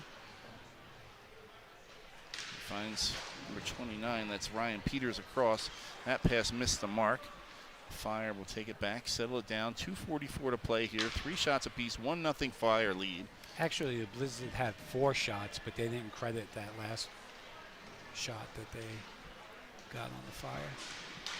Well, that was a good look into the middle. Pass just a little behind. That's number 10, Evan Rangel. Would have been a good opportunity to shoot there in the slot. This is number 23. I think I'm going to think that's Sky Martinez, 23.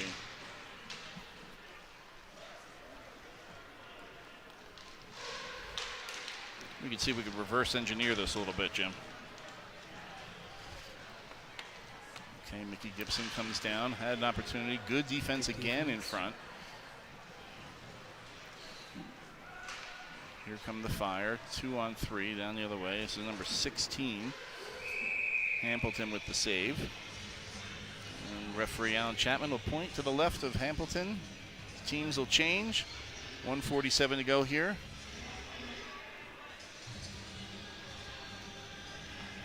As we get a draw. Blizzard defensive zone. We'll be streaming here all day, Jim. Oh, yeah. That's how I reverse engineered it. nothing high IQ there. All right. Good shot block there by the Fire. But I gotta think that the level here is a little lower than the first 2 games for sure. Yeah, I would say so. I think. Oh, wow! That one almost put in his own net by Caleb Fanch. Don Post makes the save. Let's take a little look here. And almost, oops. See that one back here. Oh, wow, right off the wheels. Don Post doing a good job there, keeping that one in front of him. All right, here comes an opportunity for the Blizzard. Quick shot, that one high. That shot came from Greg Brick. Another opportunity, good save on that one by Post. It's a nice pass. That wasn't Sean Linger. Linger trying to get that one through the front. Another good shot there. That one missed on the short side. Good little flurry there by the Blizzard off that face-off win. Now Fanch, good outlet pass there. This is the number 21. Defended well by Linger. But I really like to see them get Linger going here. I mean, though he makes a good defensive play on that that Brian Hugh shot attempt. Both teams being very stubborn defensively, not giving a lot of their odd man breaks, and therefore you're not seeing many quality shots. Another face-off win here. This is Corey Bemis again. Again, more of that good defense. Now Linger makes a good play on Rangel. Post another save. Opportunity there for, I think the net's off the bearing a little bit. Michael Phillips there.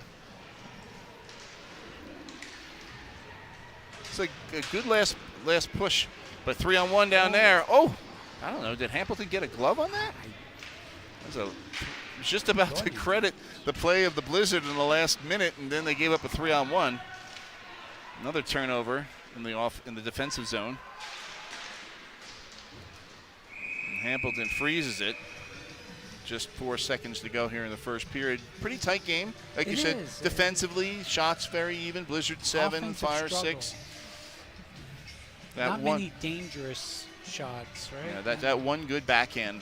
Yeah. Really. Oh, that, and they had to earn that because he really fought his way through to get that shot off. Yes, sir. So as the horn blows, teams will go back to their benches, reorganize themselves for the second half. So we've seen the 6 teams now, Jim. To you, who's been the most impressive? What have you liked? What have you disliked? That first game, I think, may have been the highest quality. I think those teams, the Assault and the Snipers, I think those teams may see each other again. Well, we'll see. After but don't discount the Mops, because the Mops move the puck really, really well. That's one thing I was very impressed with the Mops, is how they let the puck do the work.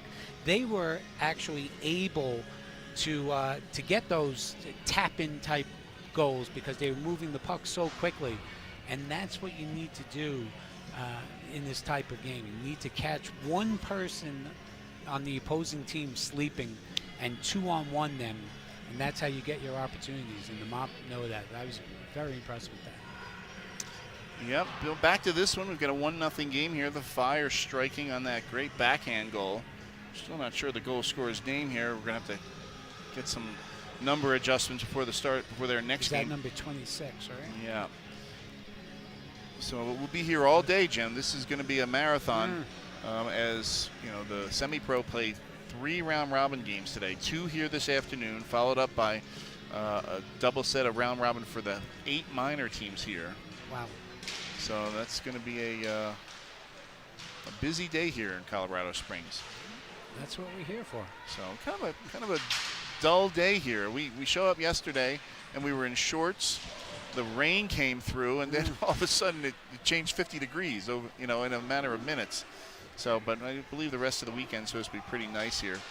But we're back to action. Here comes great the shot. Blizzard, and they tie it up on a good shot by Colin Fitzgerald. Uses the defenseman's legs as a screen. Nice little tuck move, yes. Yeah, and goes under the blocker there, a post. Look at this play. Gets a better smart angle. play Oh, and uses the defenseman. We think that's Sky Martinez as the screen. Do you see how he shifted his body to the left but kept the puck to the right of him, then pulled it in? What a great play, great shot. Like the way he changed his angle to get a better look. Well, at the net. And Fitzgerald, after scoring the goal, now goes to the box as the Fire will look to take the lead back with the game's first power play. Power plays are big here. You have to take advantage of the Yeah, especially on a big floor like this. Yeah. So this is a bigger floor than you're going to see in most places, at least on the East Coast. Maybe Yellow Breaches, which I was glad got added last minute to the 16 team or 16 rink bracket. Good move there by our buddies at at Roller for correcting a mistake. Jay Mazer wouldn't have that. Oh no. All right, so here comes the Fire's goal scorer, number 26. They look to get the power play set up. Jay Mazer still skates circles around people at age 75. Well, that was a great play by Hampleton there. One-on-one now. Opportunity here. Post with a good save there. And that was I'm sorry, not Corey Bemis. That was Horatio Arnold with a shorthanded opportunity. See, I don't like that shot there on the power play. I mean, no reason to take that type of shot. You had the defenders that were really kind of out of position. You had the high person there. If you just lay it out there, that high guy's going to be able to walk in and get a great scoring opportunity. All right, so ineffective power play so far. Now Blizzard again will look to rag the puck. This is Horatio Arnold again. Defended into the corner, but they'll take this here as the clock winds down. Nice job to send it back, kill the rest of this. Just 20 seconds to go on the power play. The Fire, maybe one last opportunity. Last push. Just 10 seconds to go on the power play. 1-1 our score here. If games are if people are wondering, this is going to be the goalie will stop that. But if anybody's asking, so what happens in the round robin in case of a tie? Well, normally in a regular season we have our 3-on-3, our 2-on-2, 1-on-1. But because of our time constraints here, we're going to go right to a one-man shootout in the round robin here. So there will be a winner in every game, but all ties going to go to a sudden death, I should say, shootout. And the teams will only share those 3 points in the standings. Oh. As it should be in the NHL as far as I'm concerned. Yep. All right, good battle in the corner. The Blizzard will come away with it. They're going to send the puck around, picking it up. This is number 18, Mikey Gibson. He continues to hold the puck. Looks to get organized here. Linger will come back. As will Quinones. He hands off to Linger. Linger tries to go wide. Defended pretty good there. That's number 6. Still not sure who that is. I looks like he's going off in some discomfort. I think he caught his stick there. Yeah, maybe like the stick up in the breadbasket. Gosh, I remember that used to happen playing. I mean, you grew up in Brooklyn, so you probably didn't play a lot of street hockey outside, but we did. You'd catch a curve or something, and that stick would go up into the breadbasket. It seemed like it happened every time I went outside. All right, 8:46 to go, the second period. One of these teams looking to get off to a hot start. Been pretty tight here. Great game. 9 shots apiece, 1-1. Defensive battle. These two teams know each other. Definitely a defensive battle, yes. And coming away with the puck here. Mikey Gibson again. We've called his name a bunch in this game. Oh, he's looking for the tip play in front. That one was to Colin Fitzgerald. Blizzard seemed to be possessing the puck this period a little bit more than they did last period. Shot, that one goes over Don Post's lefty glove there. 2-on-1 opportunity if they made a good play, which they didn't. So now again the Blizzard had. Again, Jim, the Blizzard seemed to be in a little bit more control this period. If they can start executing, like that's a non-execution. It's the type of game if where they can start one executing, mistake could be the difference. That's a good shot. Found some space in the middle was Fitzgerald. Muffled shot there. I don't think Sky Martinez liked that stick work in front, but the Fire either way come away with the puck. Actually, I could be wrong. I could be calling this. That could be Rachel Bowser. Oh, I would say that's probably a good bet. Again, we'll have to do some I think investigation in between these games. All right, here comes an opportunity for the Fire. Boy, the middle of the rink in the offensive zone just not available to either team. Logan Baker now has it. He'll send across. That pass not going anywhere. The Fire take over. This is what I mean about the execution. The first team who wants to start executing on these breakout passes might find themselves a little. Yep. There's an opportunity down number 6. Hampleton square to that one. Nowhere to really shoot that one. He takes that one in the middle of his chest protector. We'll get a stoppage. 6:42 to go here in game 1. Let's take a look here. Yeah, good piece of goaltending right there by Hampleton. Would like to have seen him Good take camera that work, puck too. to the net a little bit Good more. camera work over Oh there. yeah, Donovan's doing a great job. I was talking about the stationary one behind the net. My goodness, Donovan just busted. All right, here we go. Blizzard trying to break out. One-on-one opportunity here. This is Horatio Arnold. On the back check here, trying, but good job by number 26 on the Fire. Here's a good look. Hampleton again square. Big body there, and he uses it well. Oh, breakaway up Here there. it is. Oh, Oh. too late. Yep. Yeah, I see it. Boy, that was Ryan Peters, just missed the mark. And now we're going to get a call where you go from a breakaway opportunity to that rough, and now the Fire back on the power play. Fire need to, you know, well, let's take a look at this before I finish that thought. But just unnecessary. Like what? Yeah, it's a 1-1 game. Fire need to find a much better looking power play than the last one. Yeah. Because this is their opportunity. All right, of course, they send out all the guys who I don't know. This is number 16 with the puck. And they seem to be overloading that one side unless they're trying to work into a box. You got to tighten it up here a little bit. Shot there, blocked. Here comes Horatio Arnold again, one-on-one. Maybe has a step. Wow. Good speed. Yeah, good job Good there. Don Post didn't give him much. Coming back the other way. This is number 26 for the Fire. Finds his way to the middle. Passes to 16. Good block there. That one looked like that hurt Mikey Gibson a bit. All right, halfway through the power play. Not much going for the Fire. Here's a good look. This is number 16 on that pass. Boy, he had a corner to shoot at and missed it. This is the best the Fire power play has looked in the period. Still everything from the outside. Everything. From Until they there find it. it. Yep. That was Brian Huke.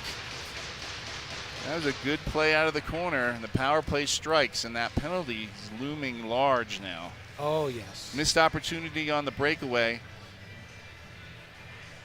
There we go. More great camera work from that behind the net camera. Great play by 21 to penetrate the box there, the defensive box. And once you do that, that's your. And now the Fire back on top. The Blizzard have looked pretty good this period, except for some penalty trouble.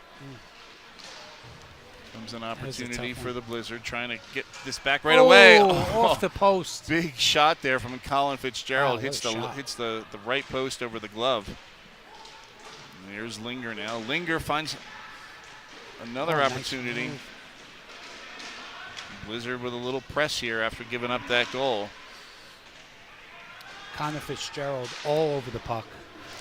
Yeah, Fitzgerald looking good. Linger's going to win this battle in the corner. He's got Fitzgerald all alone in front. Wow, what a game-saving play that might have been there. That was number 9, Chris Pearson of the Fire. Just gets a toe on that one. Right, the Fire will settle it down. Another bad pass going to get picked off by Fitzgerald. Caleb Fanch with it. Big body goes into the corner with Greg Brick, but Brick's going to come away with the puck here. He's got some space if he wants to take it. He's going to hand this off to Linger. Linger one-on-one. Oh, he had some room over there.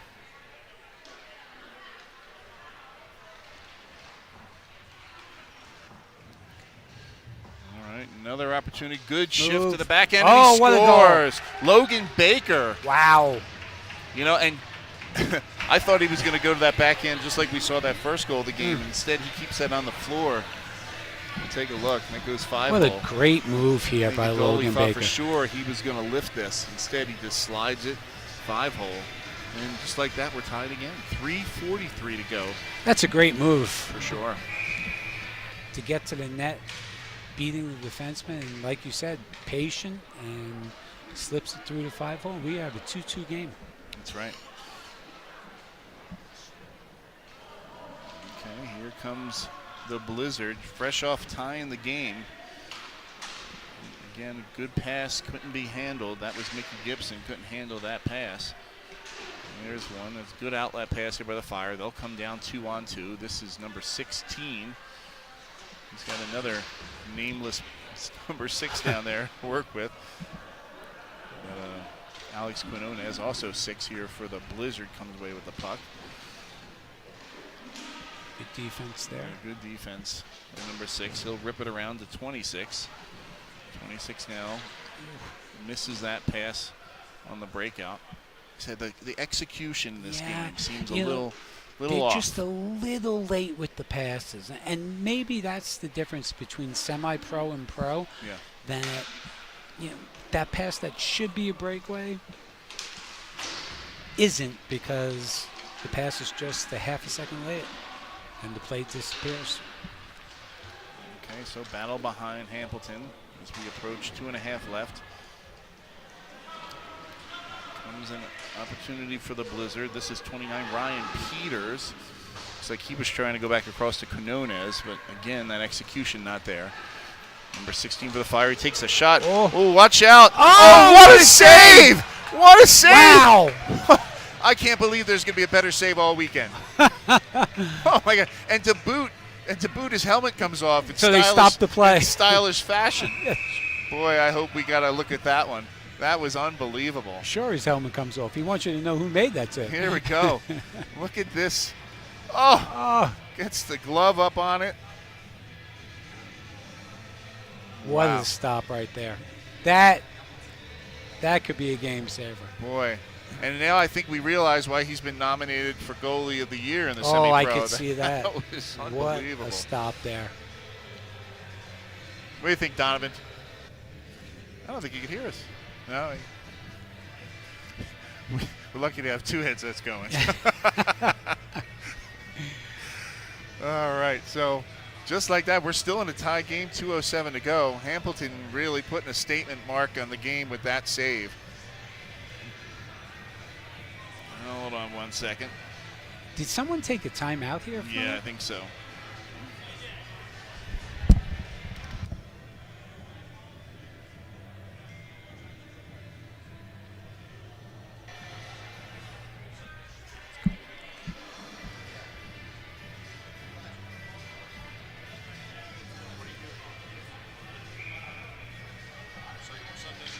We're coming down to the wire here.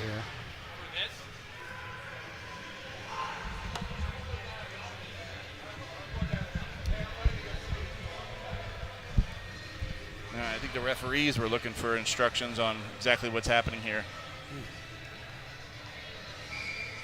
I want to see what kind of shift we get from Colin Fitzgerald of the Blizzards here, because the last few shifts he's been all over the puck.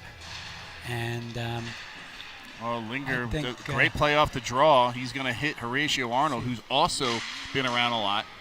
He's had a couple of really good one-on-one looks. The Fire look to come out with it. Linger. Oh, great play there by Linger on the forecheck. Get 3-on-2 right here. That's right. Oh, good save there by Post. Blizzard looked to come out of that timeout. Had Fitzgerald coming down the middle there. And Linger again with the puck. He looks like he's really trying to set that one-timer up there on the left boards. Got to move. Blizzard really controlling the puck here in the closing minutes. Nice move. Logan Baker already with a big goal. Shoots that one a little high. That's Arnold in a battle in the corner. He still comes away with the puck with 2 fire guys on him there. Trying to go over to Linger instead of setting that back up. That's a bit. But here come the fire. Let's see if that he's got somebody coming late. High slot. Oh no! Wow, he had number 6 coming late. He missed that early Had pass. the horse blinders on there. Didn't see him. And here comes. This is 81 Fitzgerald. Yeah. Good defense there. 44 seconds to go.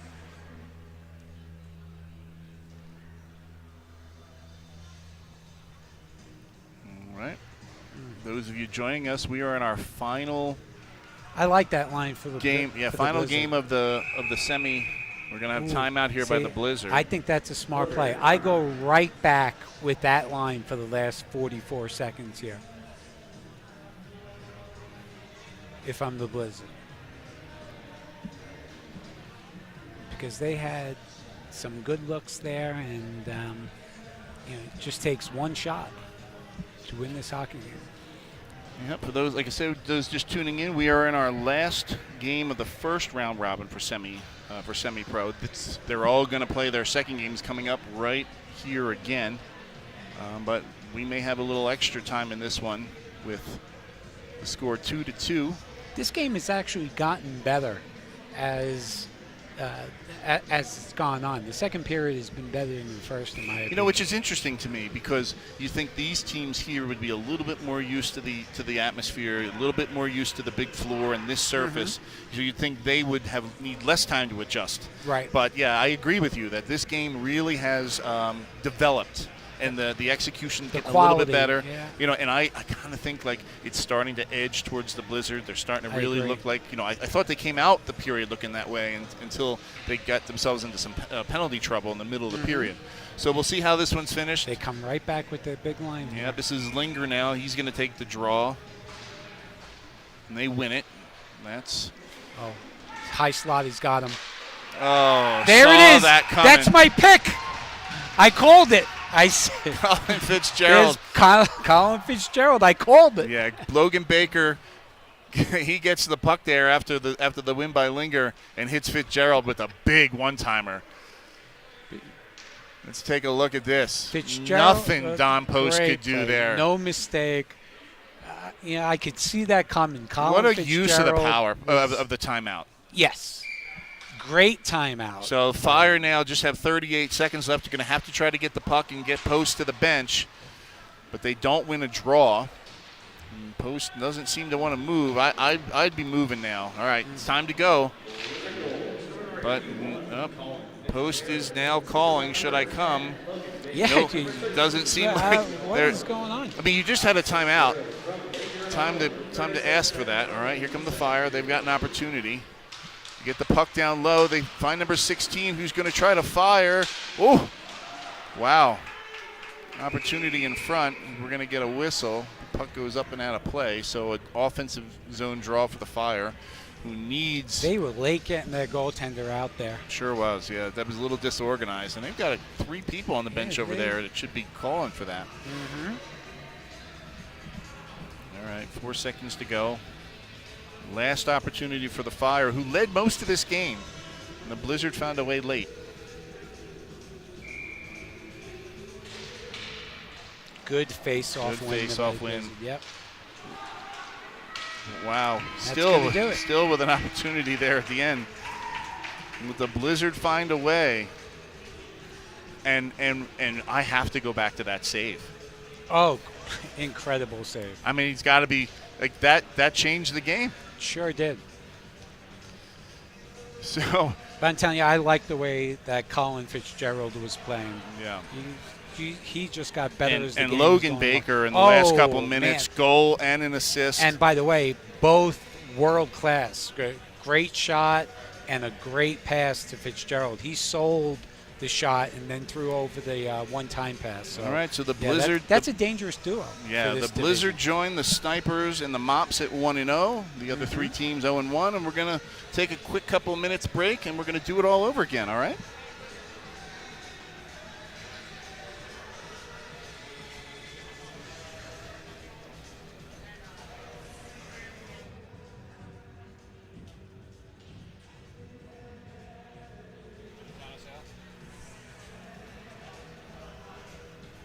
Okay. Thank you. Thanks. Oh, no, all good, all good.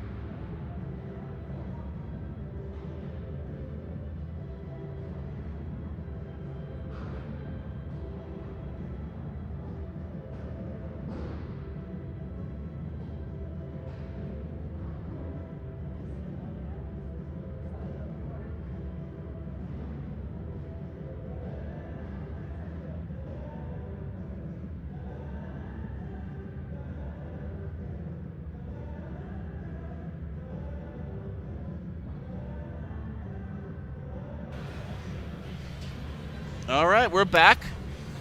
Joining me here in the studio, so we can give Jim Bavona a little break, host of the No Offsides podcast, Dan Dean of the Asheville Aces. Dan, welcome in. Yeah, thanks for having me. I look forward to this. The assault team actually know a lot of these guys talked before the game, so it's actually going to be a fun time to come to.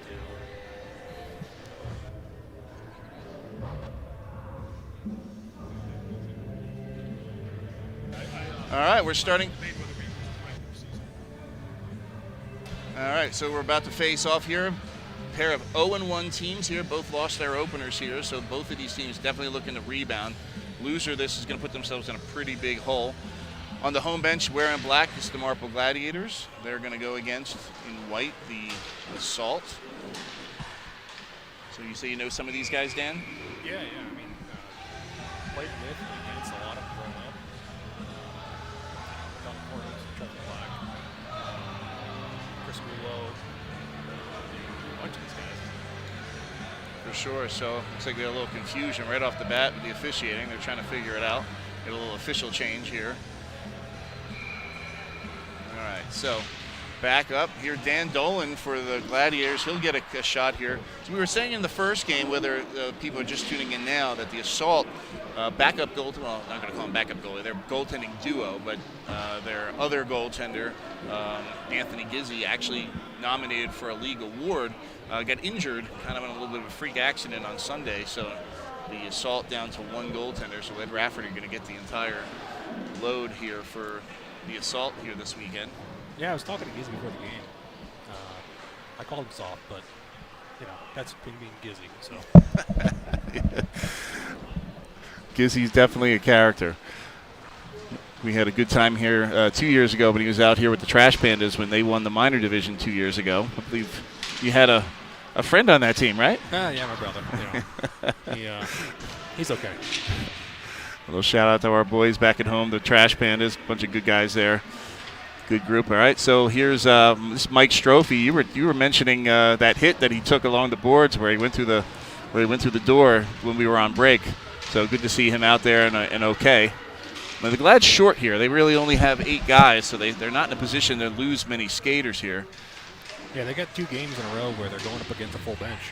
Yeah, for sure. And so let me ask you, I mean, we're talking about being short-benched. You guys got to skate here yesterday. Did anybody talk about you feeling a little bit different with the oxygen level out here? A little bit, but, I feel like if you go out and do things and be active, it helps out a lot. But, you skate hard and you do a little board battle during your practice, and you feel it a little bit. So, the big benches really help. So it feels like it's been a couple weeks since we did that No Offsides podcast. We're going to have to go back and revisit that when we're done to see how our predictions kind of came out. But yeah. But that was a lot of fun. If you haven't heard, you see it, I definitely everybody tune in. No Offsides podcast. He does a great job. Really brings in a whole bunch of different people in the sport. So Jim and I were talking about this. You follow the Roller Dad March Madness that they're doing right now. What are your thoughts on that? How about you? I ask you the same question I asked Jim. Like your favorite rinks. So you're a Southeast guy. What's your favorite rink down there? I mean, Fort Myers is a nice rink. I can pick and poke at a bunch of the rinks. Snellville, it's at SGAA is the only dual sheet down that way, so I think it has the upper hand over the majority of the rinks. But here, I've heard a lot of good things about the Pavilion rink, though. Everybody seems to like that Pavilion rink in South Carolina. Yeah, I completely forgot about that. And that's my home rink. It actually plays smooth just like here. It's a brand new tile. It's probably the nicest rink that doesn't get used for hockey very often, which blows my mind, but, it is what it is. And here comes Chris Connor. Good save there by Koch. Koch had a tough first game for the Gladiators, and he's such a good goaltender, and we've seen him here before. Let's take a quick look at this one. You'll see this is Chris Connor up for league MVP. He's a nominee. But Koch with the good glove there, off to a better start than he did in his first game. Koch had a bunch of series of saves in that last game. Oh, in that last couple of minutes. And then it propelled his team to score 2 goals late, get a little momentum. So here's Farrell. He's looking for an outlet. Runs, just finds nobody, and the Assault take the puck. I mean, that's one thing about the assault team is that they are not afraid to play the body. No, for sure. And I've seen we didn't see it as much in the last game. I mean, there was tight defense, but they didn't use the body as much. I think maybe the East Coast guys are a little bit more physical. Yeah. I mean, just growing up and playing at Great American Hockey, doesn't matter what division you play in, if you're friends or not, you're going to get bodied. Well, I don't know any rink on the in the country that's changed names more than that place, though. Yeah, I know. I mean, I know it originally as Good Sports, and then everybody gets used to finally calling it something, and then they rename it. Good Sports, Tab Ramos. Yeah. I mean, what else was it? Actually, there was another one in there after Tab Ramos. Highline. It was Highline for a while. Yeah. Yeah, that was after my time. So, all right, just a little bit of a defensive battle here as we approach 5 minutes worth of hockey being played here. Good outlet pass there that's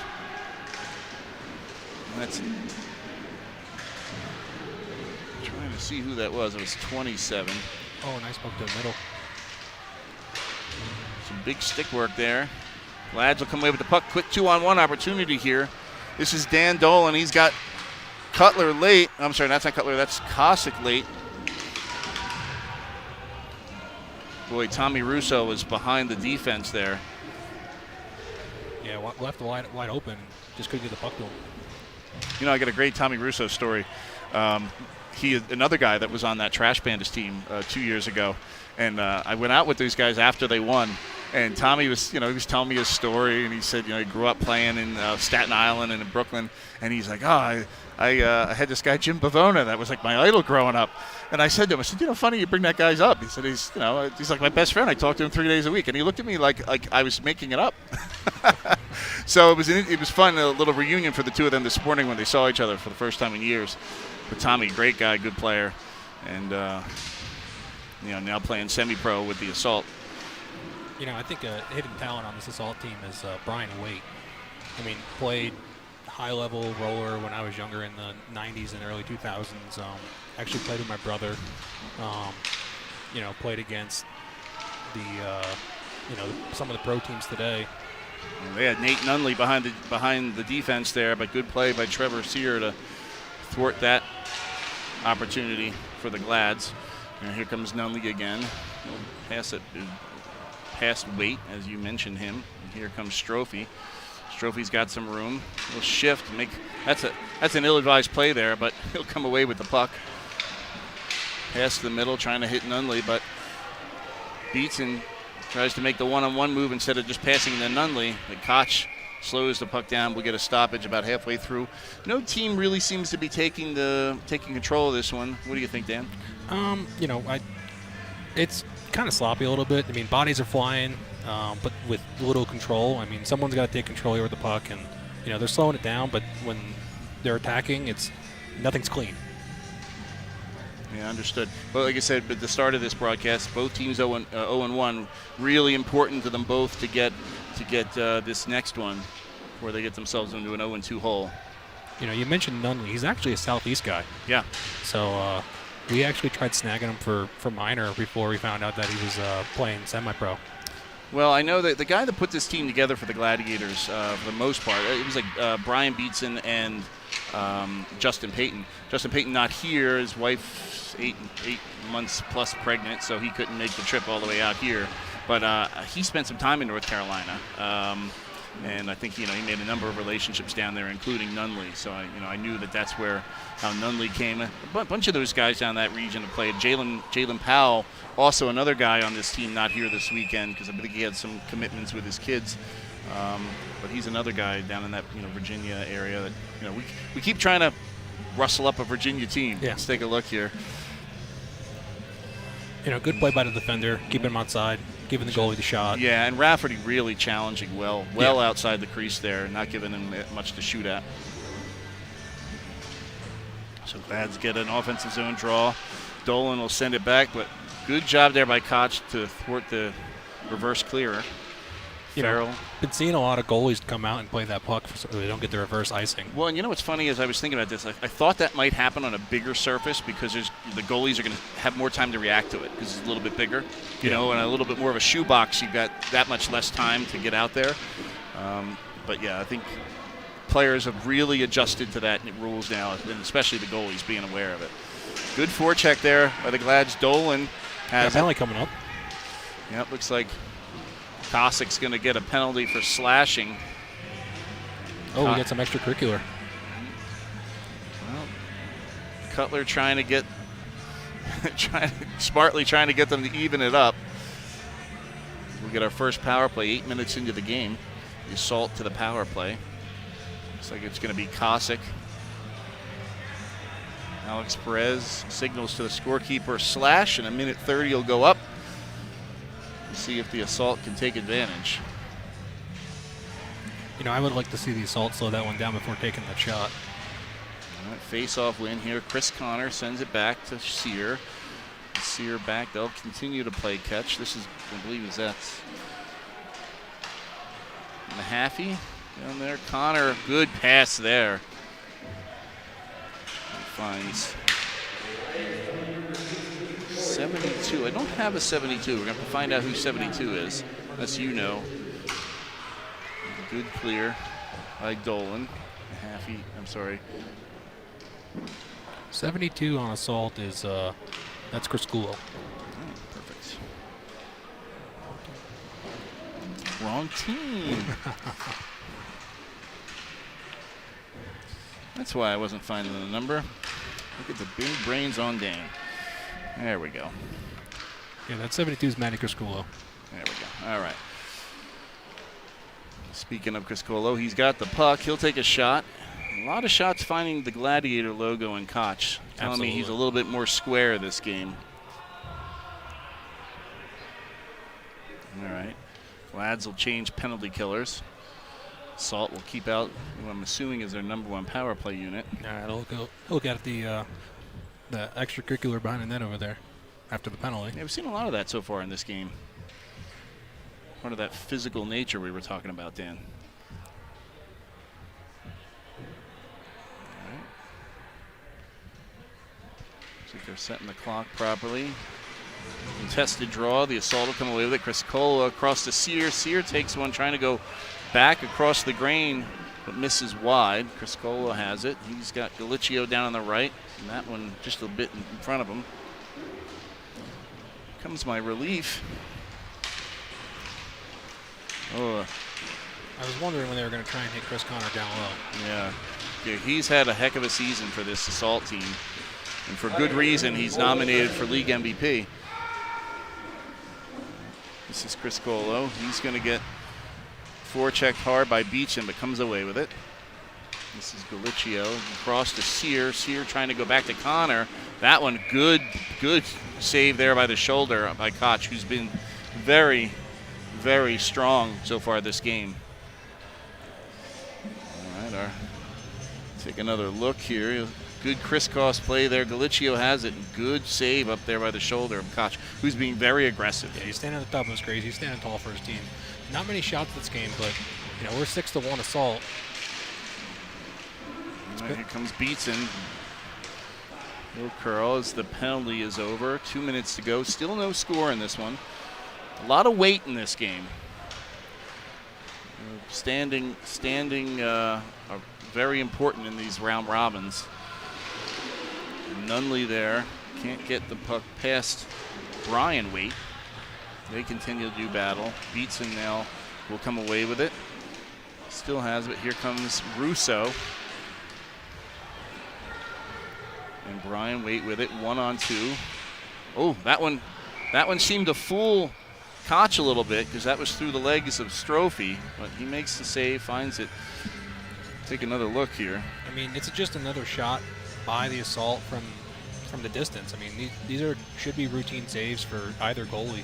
We see a lot of this. I've seen a lot of this already so far. You know, the guys, they're not finding a whole lot of opportunities, so they're just making a little cut, trying to get a shot, you know, through legs. You know, take the eyes of the goalie away, and it looks like we're gonna have a power play coming for the Glads. A little hook here. They will retreat. All right, they get back over the line just in time. Once the goalie comes over, you're not allowed to bring it back over the red lines. They made that move just in time. So now the Glads look to organize as they got 5 men here. Let me tell you another thing.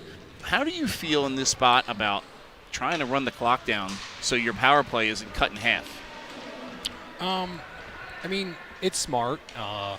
You're killing the time. I mean, even if they can hold it to the end of the period, which is a long time, but you also start the period up a man, so it's not a terrible strategy.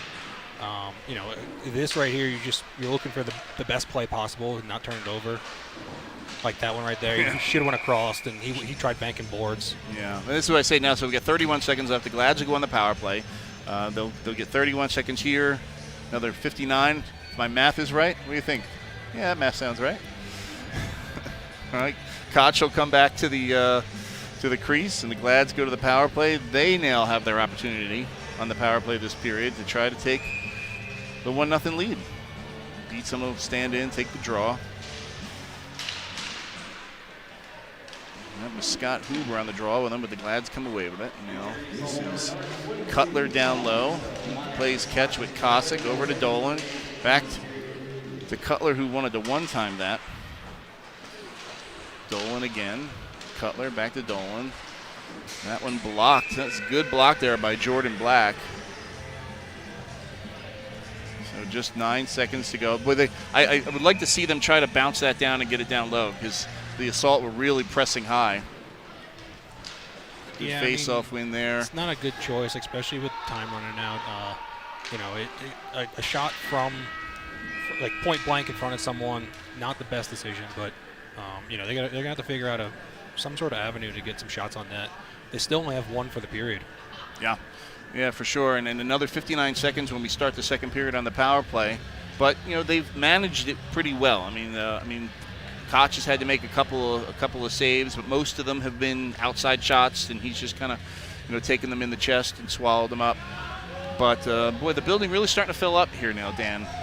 From the 8:30 game, people were just kind of rolling in with their coffee in their hand. Building now starting to fill up as starting to see some minor teams roll in. But your first time here? This is my first time here. It's definitely different with the time change. I've been waking up at like 5:30 in the morning, me too. 6 o'clock. I mean, I wake up and I'm like, well, I guess I'm going to lay in bed for a little bit. Well, don't worry. You'll get used to it just in time to go back and know. have to get used to it again. But so tell us a little bit about the podcast.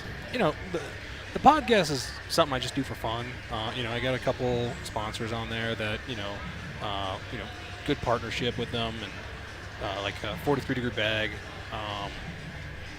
Then we have, jerseys from Chupacabra Sports, and then Lightning Rod Energy. Great people, just trying to kind of lift each other up. But, being on the podcast and trying to get people to come on and kind of, it's more personal than it is about hockey. Well, besides yours truly, who's been some of your favorite guests? I mean, I loved our interview with each other. It was great. I just had 2 guys that played on the Namibian national team, and those 2 guys are fantastic. They're funny. They're a great time. I would say, go back, watch the Flinter episode, and watch the Namibian episode, because those guys are a riot. Where can everybody find your podcast? So you can find it on YouTube. You can also listen to it on Spotify, and you can actually listen to it and watch it on Spotify. So it's no offsides. Leave me comments. I mean, even send me DMs, because I'm all for feedback and stuff like that. What do you want to see? What do you want to hear? All right, let's take a look here. We're back to action. Gladiators had their first really good look here on the power play. Cutler goes across to Dolan. Dolan gets a good shot there, and Ed Rafferty has to kick the leg out for his first real test of the game. It was a good shot. I would like to see, someone cutting across in front, take the goalie's eyes off the puck. And there's Nunley. I'm sorry, not Nunley. I'm sorry, that's Cossack there. He does a good job to get Dolan the puck there. They really More seem, physicality too. Yeah, they really seem to be looking to hit Dolan there for the shot. Okay, so here comes the Glad's last second opportunity as they allow the Assault to change. Just a couple seconds until the power play is over, and it is. And that's a whiffed one-timer shot. Oh, he couldn't settle it. Wow, that would have been one heck of a play if he did. 3-on-2 quick here by the Glads. Dolan tries to hit streaking player through the middle. 2-on-1 now back the other way for the Assault. Oh, great save by Koch, who again has been strong this game. A little pond hockey now, back and forth. Well, Dolan will shoot again, and that one seemed to eat up Rafferty a little bit, but he makes the save. And let's take a little look at this. 2-on-1. Licio decides to pull the trigger here. It actually hit the post. No, it didn't hit the post. And I would like it. You know, it's a smart play with him, but also he backed himself so far in that he probably should have shot it faster or sooner or passed it. Wide open for a shot there. That was Dan Kane. Licio doing some good work in the corner to find a guy in the bumper. But Koch has been strong. Oh, he's played well. I mean, he's made all the saves he's needed to. His position is great. So Nick Koch plays at my rink, and I'm going to let you take a look at his name. How many different ways do you think people pronounce that? A lot. I've heard a lot. I'm sure it's like when my wife tries enunciating the Kachuk brothers' names. So speaking of, his brother plays on our minor Gladiator team, Cameron. So he's making his first trip out here too. So you got Chris Connor with the puck. I mean, haven't really seen much out of him this game. Well, here's Sear. Sear will intercept. Another strong battle along the boards. With a one-on-one Strophe here now. He's going to get wide. He's got some space. Oh, what a save. Wow. You know, there was just enough stick work on him to not be able to lift that. Yeah, for sure. Allowing Rafferty to make an unbelievable save. Let's watch this here. Goes for the poke, and yeah, the back checker got enough on the stick that he wasn't able to lift it, and then he was able to reach back and grab it. For sure, the highest quality scoring chance the Glads have seen, maybe of the entire game. I mean, since the power play, the Gladiators kind of have the assault on their heels, out shooting them 4-0 so far in this period. All right, Santarello, he sends over to Brian Waite and takes a shot easily snared by the glove of Koch. Like Koch, you think K-O-C-H, you know? Yeah. Not T-K-A-C-Z, but it is what it is. All right, Brian Beeson going to battle there with Tommy Russo. Getting some room in front there. Rafferty having to make another save, but now Cutler with the with the follow-up shot on the rebound breaks the donut scores up there. And who knows, this might just open up scoring for both teams. Yeah. Let's take a look. You'll see Cutler makes the original pass out the zone, and then Dolan with the shot, the follow-up to the backhand for Cutler. And the Glads have their first lead of the weekend. Yeah, got caught on the odd man rush, and then the shot rebound, and they put it away. Yeah, these two teams saw each other a bunch during the regular season.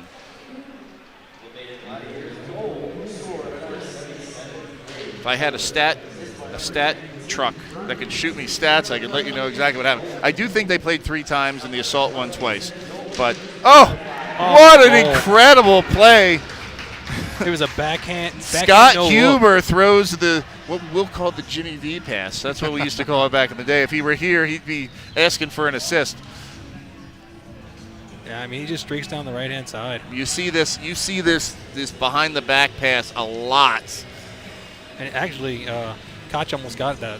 Hit him Yeah. with the glove. Trevor Sear, the recipient of that one, and the game tied right back up. And just like you said, Dan, I think it opened the scoring up. I think things are going to open up. Everyone's playing a little passive. Oh, shots turnover right here. Huber now with it. Down and low in front. Koch another big save. Yeah, the game's definitely opening up now. And here comes Kosick. He's got a step. He's going to try to keep it wide. He's going to have a step here also. Oh, another nice save. Oh, another nice save. Dolan wide. I mean, I almost wish he would have pulled that back a little bit. 3-on-2 back the other way. And there it is. And a high stick on the play, too. Yeah. Trevor Black doesn't like that at all. No, I think Dolan was just trying to get in and make a defensive play. Yeah, let's go to the replay. That's Trevor Sears. Lost in all of that. The Assault take the lead. You see this great play. Oh, he tried to stick lift. Yeah, he missed the He stick knew lift. he was in trouble. He missed the stick lift. So the assault now right back up. I mean, what a flurry of activity in the last 2 minutes. Yeah, let's take a look at the save that led to this, going the other way. You see the save on Cossack, and then the rebound by Dolan. Yeah, Dolan just tried jamming that one in there. Well, I hope they gave Rafferty an assist there. He deserves it. I mean, he just give him one for the saves. What do you think, Donovan? Yeah, I think he agrees. I'm not sure if he agrees. Yeah. Yeah, pull it back a little bit and be able to roof it. But 1-1 game, tight, just trying to bang it home. So now the Glad's in a hole here. It's the assault, fire back 2 quickly. Strophe has it. He'll send across. Misses Sable on it. Nunley making the poke on Connor. Connor across. Criscola to Connor. Criscola. I mean, like I said, I think we're going to get more in a little run and gun situation here unless the assault slow it down. Whoa.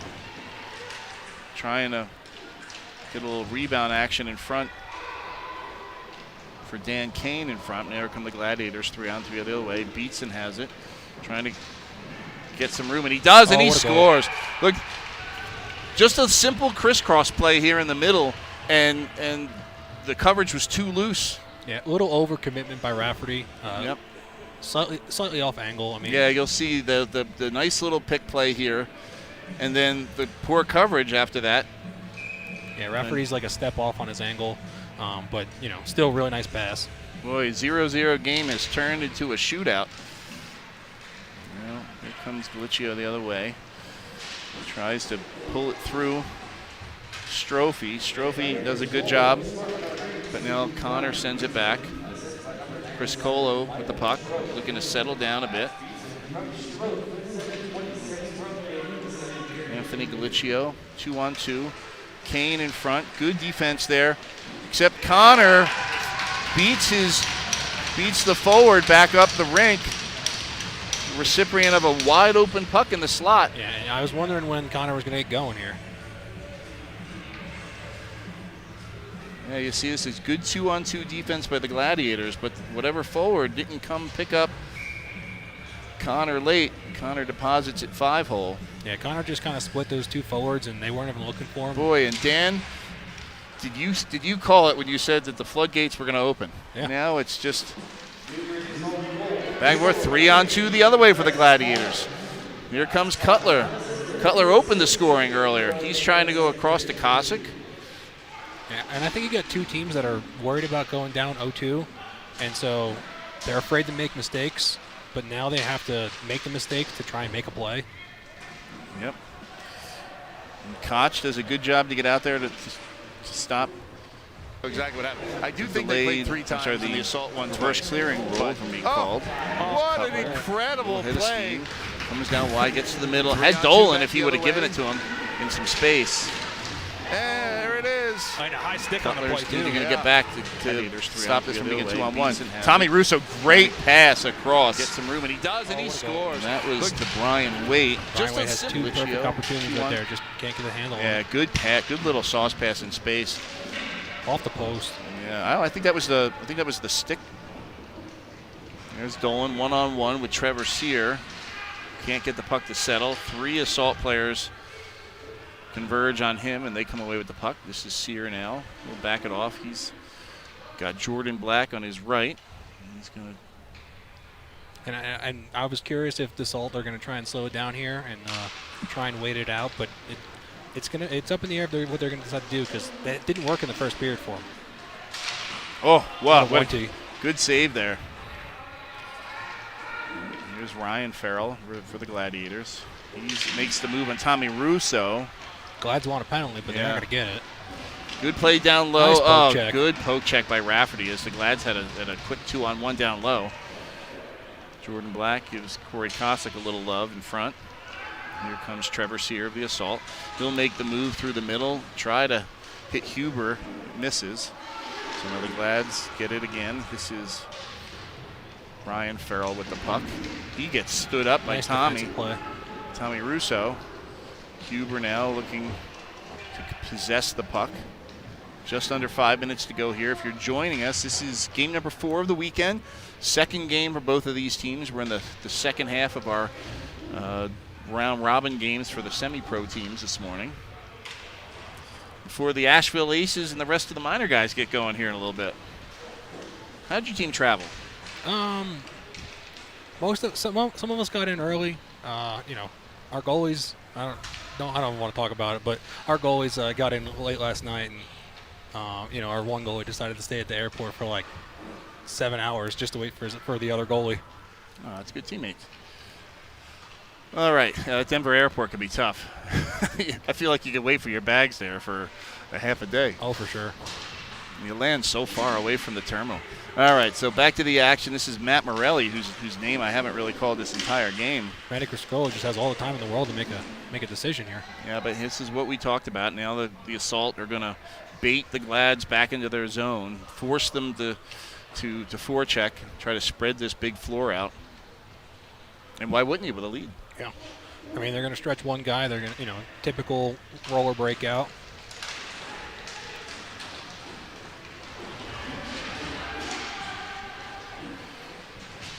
So this is Ryan Farrell now, one-on-one with Chris Connor. I mean, the Assault they're just not back-checking, though. So it's like the Gladiators can easily have an odd-man rush here if they just make some good passes. All right, Mike Sable doing a battle with Matt Morelli in front. Good job there in front by Nunley. And that was Dan Kane. Yeah, Dan Kane was going to be all alone now. Speaking of all alone in the slot. Oh, my God. Wow. It's a scramble in front. Wow. Koch made a really good save in the middle of that. Oh, heads up.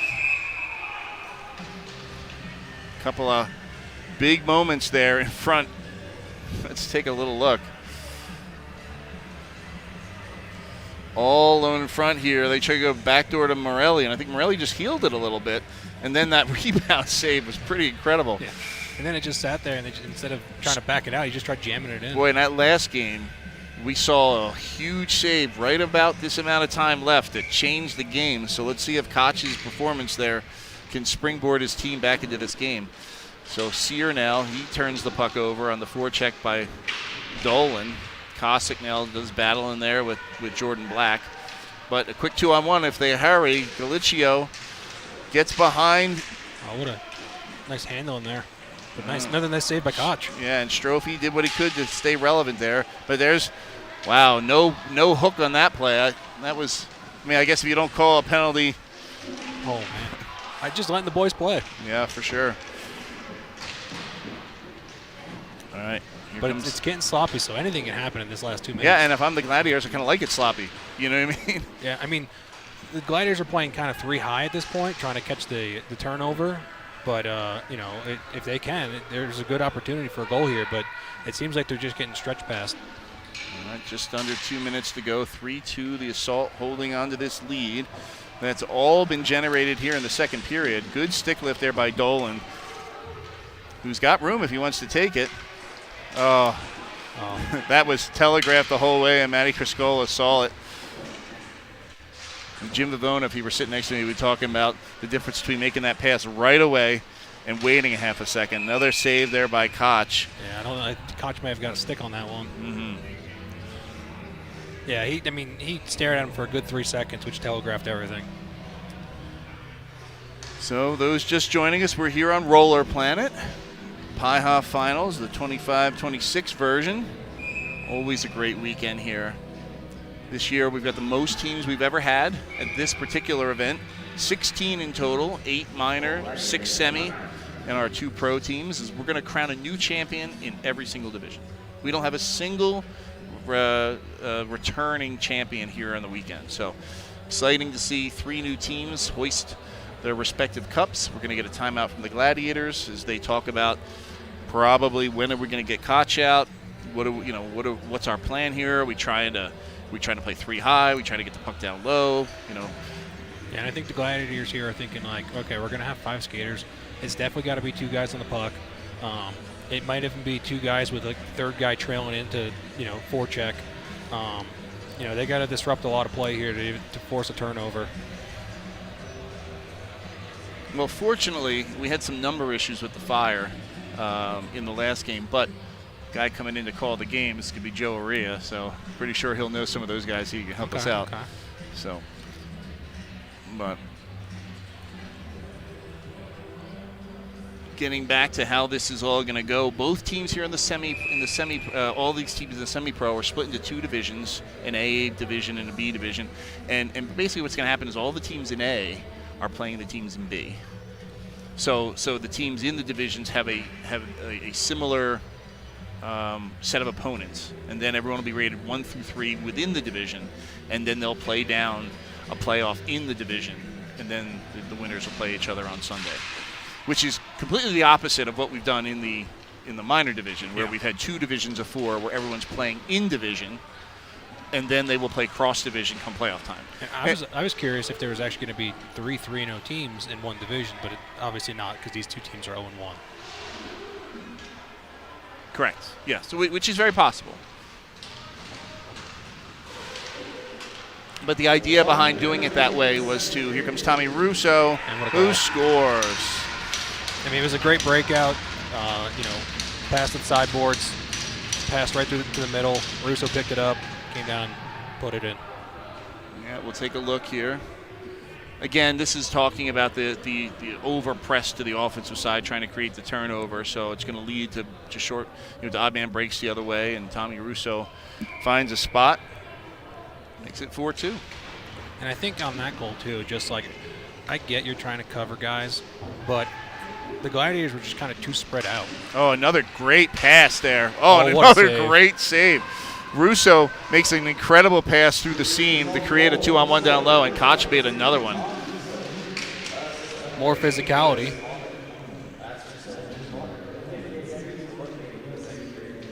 All right, so just a couple moments left in this one. I mean, 37 seconds is, it's a short amount of time, but with stop time, it's enough time to. Well, and you have an offensive draw. The Gladiators have pulled the goalie. I guess they've decided that goals against, if you're down 0-2, isn't really going to mean much. So they're going to try to find a way to get 2.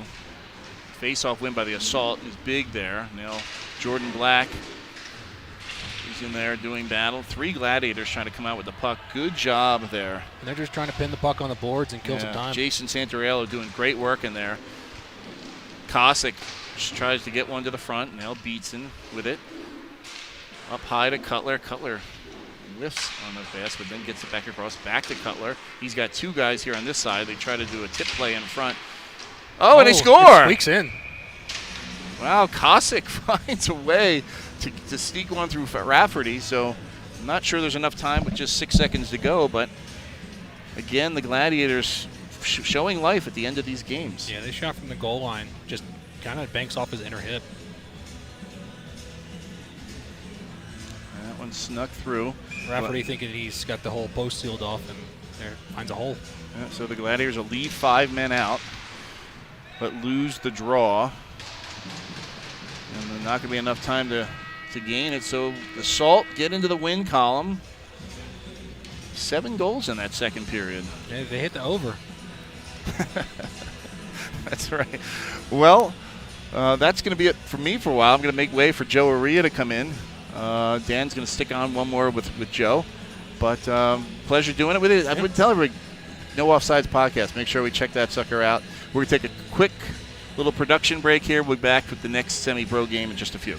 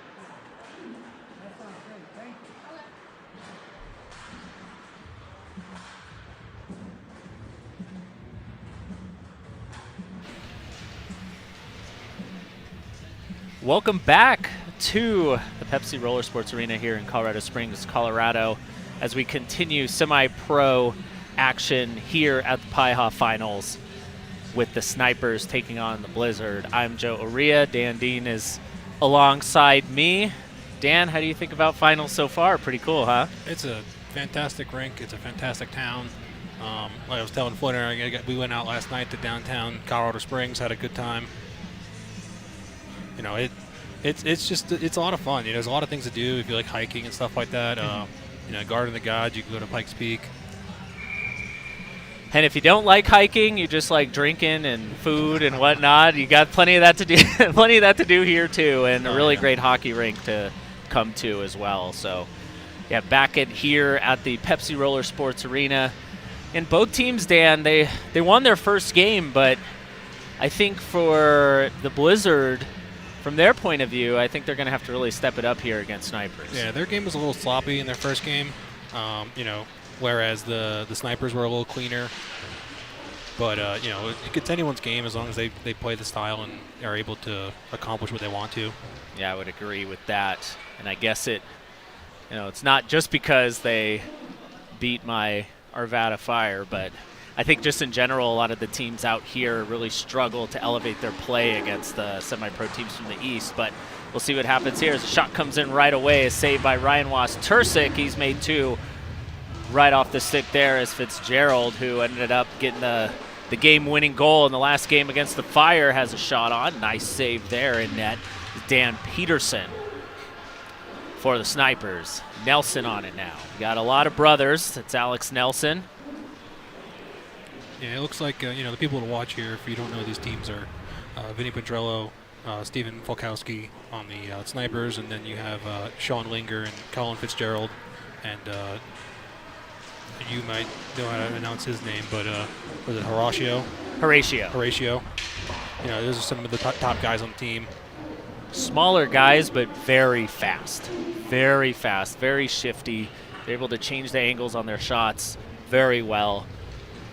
I had to see them 8 times this regular season. That's a whole other story, but I got to see them plenty, and I know exactly how good this Blizzard team can be, and they got really good goaltending. Hampleton was great last game. Was-Tursick, who is actually normally a skater, ends up playing goalie for this team, and he's pretty darn good in there too, as one of the Rieger brothers comes in. Shot right away, saved by Was-Tursick. He's had to make a couple early on here, and he covers up for the whistle. And I still think we have a few more minutes of teams feeling each other out, kind of figuring out what they want to do against a team, try and find some weaknesses. I think the biggest thing here is going to be just that grit, you know, really who wants it more. In the round-robin games, it's really going to be all about seeding, because Blizzard still have an opportunity here to be the #1 seed. Since both these teams have won, they'll have a chance to be top seeds as Canones skates in. Nice save there. Canones tried to put the shot back in, and he just couldn't do so. Picked up by Falkowski. He's just going to stand behind the net, actually give it off there. Wolsiefer is just going to survey the scene. Now looking up as Lalore with it. You know, the Snipers have a little bit different of a breakup than most teams, where most teams want to throw a guy down low and kind of stretch out. The Snipers really just regroup as a team in their own zone and break it out together. They do that. One guy sit behind the net, and you have the 2 guys curl. But they're very patient. It's one of the things that you see from a lot of the teams in this division. A lot of skill, a lot of patience. Here it comes. Horatio cutting in. Nice move, nice and he ball. makes it 1-0. You talked about the speed, and there it is on display. Horatio Arnold shows his speed off.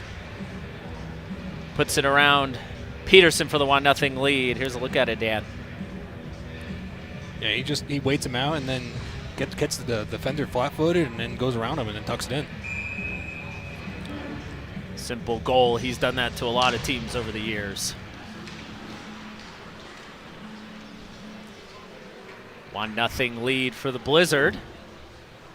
Here comes Nelson to Nelson, Alex to Daniel. Might just have to call them first names here. Daniel skates across, trying to find something there. Drops it back to Rieger. Good defense again by the Blizzard, trying to take away the middle here. Nelson shot blocked by Logan Baker. Here comes Horatio Arnold back again. He's just going to go for the speed and interference. Bad penalty there. We all saw it right away. Logan Baker with the, I don't know why he engaged there, but he did. Once again, Horatio has he's got the clear, he's around the defender again. Let's look at it here. So you can see Horatio, you could tell he's already going to beat them, and that was just completely unnecessary, I would say. He gets bumped into and he immediately turns around with a fist, and it's just essentially just clotheslines him. One of the things that's important for both teams is that really staying out of the penalty box. I think the Fire were able to kind of remain in that game because the Blizzard got into some penalty trouble, and now they're on the penalty kill. But here's Gibson trying to do something here. Nice play there by one of the Nelsons to strip him of the puck. Now we got 3-on-2 here.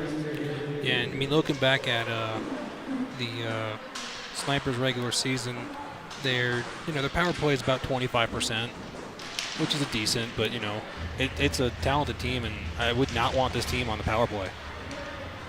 Wouldn't either, but Blizzard are very good at killing off penalties. And I feel like with their speed, they might be a very good counter team as well. Yeah, they are. They don't have the speed, except for Linger. Linger's pretty fast. Shot just missed the net. Alex Nelson back after it. Sean Linger was after him. Sorry, that was Daniel Nelson. We'll get the 66 and 96 correct as Daniel shoots it. Saved there by Ryan Wastursik with no rebound.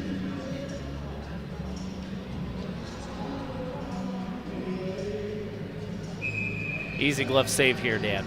Yeah, it's just a routine shot from the outside. And I get there on the kill. I would like to see the goaltender come out a little bit.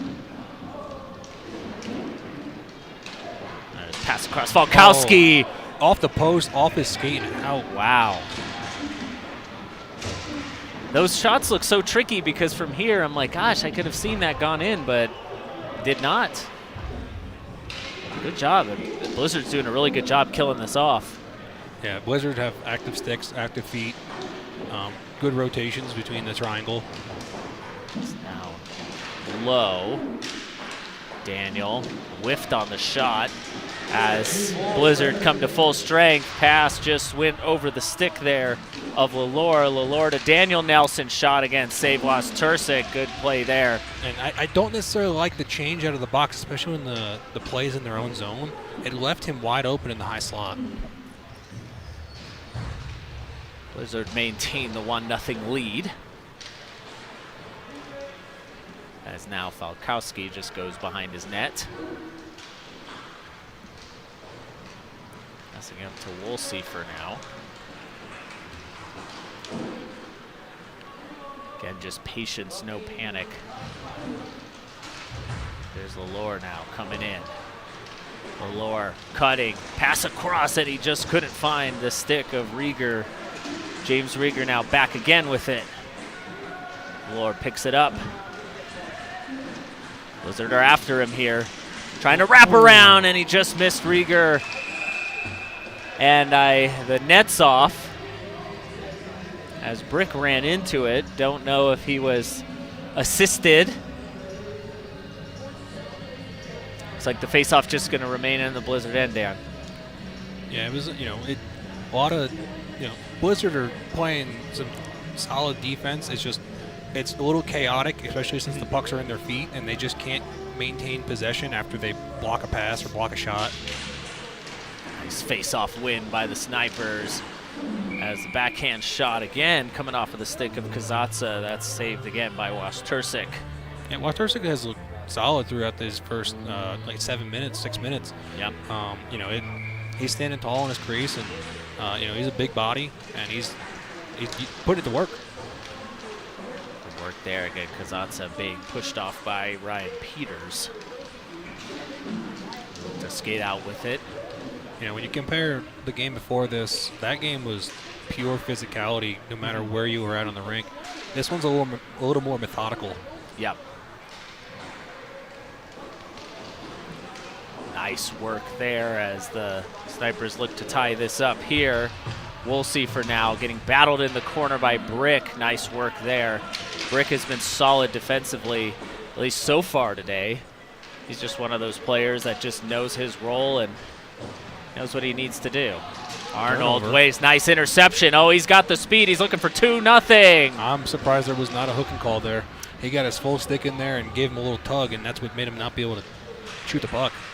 Seems like about 4 people in this building were wanting that called. Pass across. Looks like the ref's just going to let these go, which is, I mean, it's finals. Yeah. You don't need ticky-tack, although I think we all were thinking that was going to be a call just because that Arnold was in front of him. Yeah, I mean, he was he had clear daylight. front. Yeah, he had defensive beat, and he honestly, he probably was going to pull the same move and just tuck it around the goalie again. This pass is wide open, shot, save, rebound, score! Kazatsa. You know, and it looks like the Snipers' plan right now is to pepper the goalie and trying to clean up the trash on the net. That's exactly what they did here on the replay.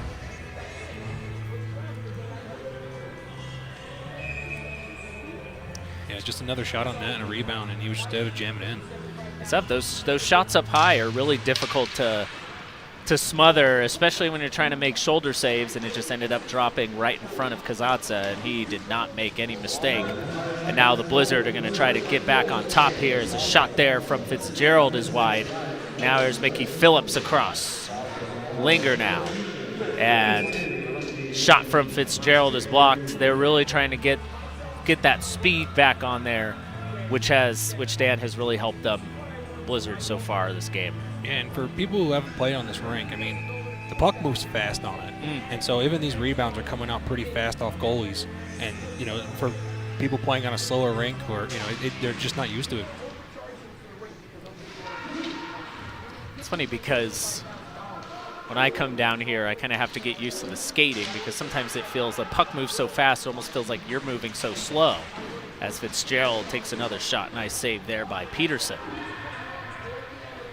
Alex Nelson with it. Ross Falkowski looking to get the Snipers up top. He turns on the Jets himself. Pass across, wide open. Oh, wow. He kept it out, I think. I think he did. That was Lalore on the back door there, and I can't believe he didn't finish that. I mean, Snipers change up their breakout here, and they throw a guy down low, and it works out because they completely forget about him. They throw 2 guys to the puck, and it hits the post and then backs up into him and gets stuck in his gear.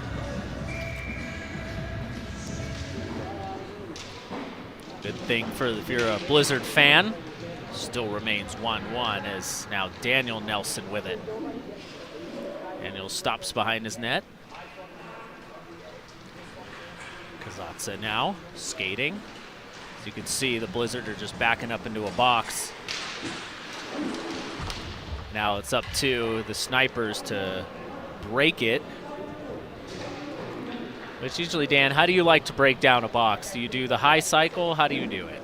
I mean, I think you have to throw guys through the box to cause chaos, get eyes and heads moving so that, you know, you throw a guy through and you motion a guy around the guy that's potentially going to move his head with the guy in front of him. Because, I mean, honestly, you know, the box, right? Let's, you know, keep them outside, keep the shots from far away, let the goalie make the saves if you have faith in your goalie. So you got to cause chaos. Yeah, there are always different ways to do it, but you're right. It's always just keep that box moving. Now Daniel's coming in here. Daniel Nelson looking in. Now here's Alex takes the puck. Nice interception there as he was looking for James Rieger. Now here's Mickey Phillips. Try to throw it back. Couldn't do so, and now Blizzard's going to come for a change. They might get caught here. Now here's Kazatsa skating. Trying to make a move. Good work by Brick. Again, he's just playing physical today. He's up to the task. Alex Nelson, pass through. And again, good work by the Blizzard to just keep them outside. Nelson up top. The box is working to an extent, but it seems like the Blizzard, especially on the defensive end, on the defensive side of the puck, their backhand guys are kind of getting caught puck watching a little bit, and that guy back door on the snipers is typically wide open. They just can't get on the puck. Yeah, they got a lot of guys that are just trying to feast on the point and really taking away his eyes. Once that, now here, look out, here comes 3-on-2. They hurry, and good work again. Got enough body on him to throw him off. Peter's just got a good amount of body. You're right there. Daniel Nelson now back behind with it. Now there's Falkowski with speed here. Falkowski going around. Shot! Oh, my God. Good work there by Wastursik, just fighting it off, Daniel Nelson now. It seems like the snipers have realized that the Blizzard are just going to box it up, and so they're just going to stretch it and try a different approach than coming up the rink all at once. Going to get their heads moving, and that's Baker on it now. Baker, way to win the puck and just shove him off, and now he's got Horatio Arnold. Horatio's looking to beat Daniel Nelson. Man, this guy can fly, and he's just been getting harassed as he makes the move around every defenseman. He has been, and I mean, you can argue at least 2 more penalty shouts. Blizzard have a good case. Now Greg Brick has the puck. Brick dishes it to Horatio Arnold, who shoots it. And as we're just under 5 seconds here, it looks like the snipers are just going to let this one go to the end of the first half. Arnold scores first. Kazatsa equalizes. And we're tied up at 1 here in Colorado Springs. Dan, what were some things that you noticed from that first half? I do appreciate the refs letting them play. I just hope that if this game stays close later in the game, that a soft penalty doesn't decide this one. Yeah, if they're not calling much right now, you're absolutely right. Like, just keep it, just put those whistles away. But let's take a look at some of the first half highlights here.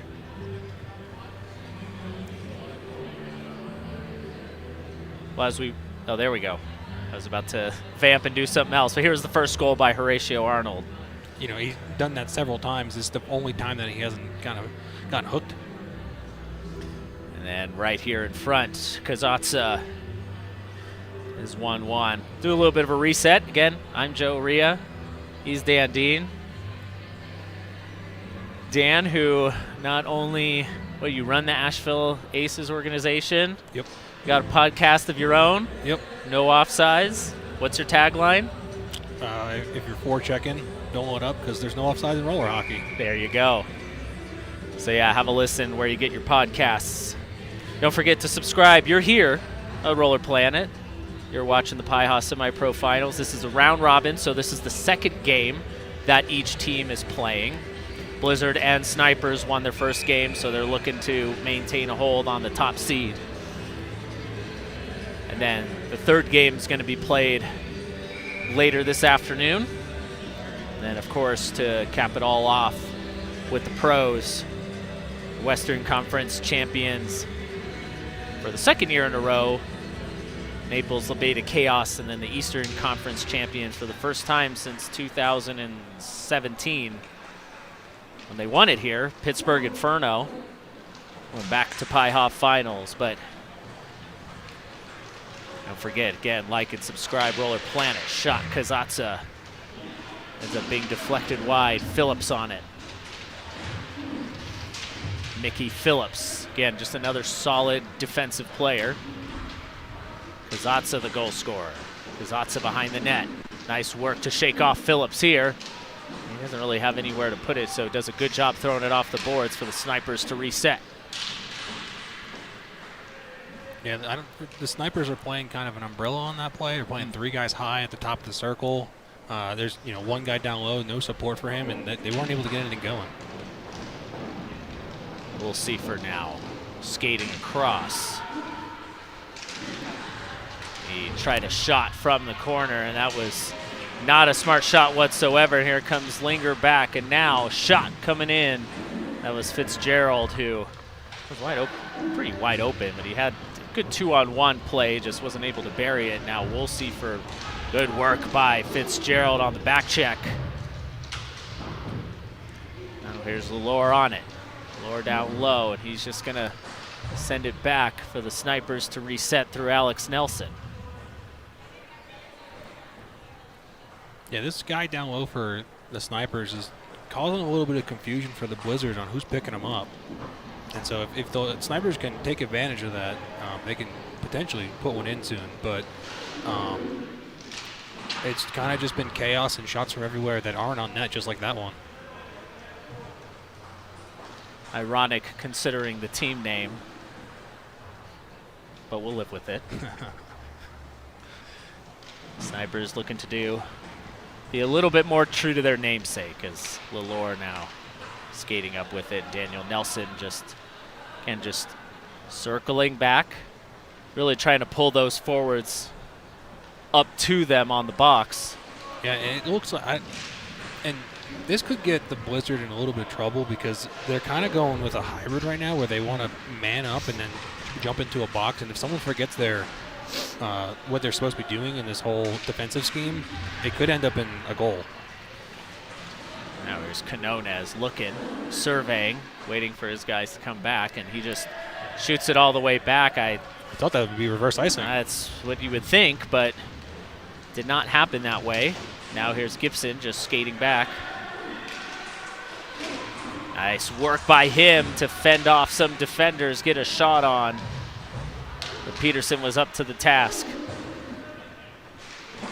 Alex Nelson, nice work there. 2-on-1 if they hurry. Pass across the Lure, and he just missed the net again. That's about the third backdoor pass that the snipers have not been able to capitalize on. Now there's Brick coming, skating in, shooting.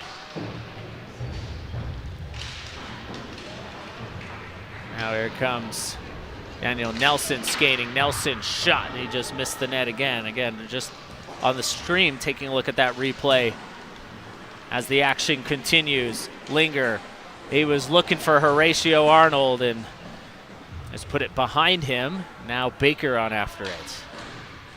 Yeah, the Blizzard need to use Arnold a little more, especially given him that he's got space on the outside. They just need to keep finding him. Nice work there on the intercept by Woolseyfer. He just pushed the puck off, and now we're going to get a penalty call. See, I don't like that call because they haven't called the first two on Arnold. Let's take a look at the replay. A couple of times, those, and I think Arnold is gesticulating that. Why is it that I have two breakaways and I don't get my penalty calls? And then something that was a little bit softer, in my opinion, ends up getting called. But with 8:06 remaining here in the second half, as the snipers look to end it, or look to... Another body behind the boards. Snipers look to take the lead here. Even though they've probably had a little bit more control of the game, shots are relatively even, 14-2, as Kazatsa, 14-12 rather, as Kazatsa tried to make that a second goal for him. Daniel Nelson, pass across, shot, score! Nice goal. That's Falkowski, and it's 2-1 Snipers.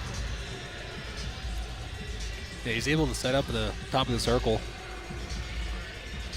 So as we jump into the replay, you're going to see him sit up at the top of the circle, gets the pass, and is able to just shoot it over top of the blocker. Well, I guess he's a little more at the face-off dot. Even then, he had a little bit of space to wind up and shoot, and at this level, especially this time of the year, you give guys that kind of space, and they're going to make you pay. Yeah, the Blizzard were a lot more active on the first penalty kill. There's not as much active feed on this one. Kowski was looking to add to his total. As Peters is now after it. Now here's Eric Rieger. Back to Woolseyfer.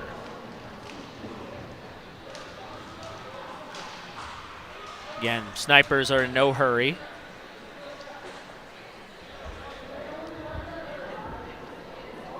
Curious when the 5-second rule is going to jump in on here. Now there's Lalore. Peters, kind of a light forecheck. And this is smart by the snipers. Just throw 4 in your own end as Falkowski looks to add a second goal of his own. Good stop there by Wastursik.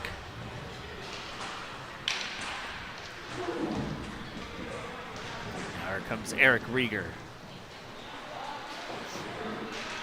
Rieger cutting through. I mean, you can hear, Dan, they're yelling back, back, back. Oh. I think they're saying that Woolsey forgot a touch on that, as minor as it was. Yeah. But you hear them, and you hear the bench yelling back, back, back, back. They don't need to try to stretch the floor here up 2-1. Yeah, they're going to play the patient game and slow it down, try and wait for the blizzard to stretch out a little too far and make that stretch pass. And coming to you live from the Pepsi Roller Sports Arena in Colorado Springs, Colorado. You're ready here on Roller Planet. Might as well like and subscribe.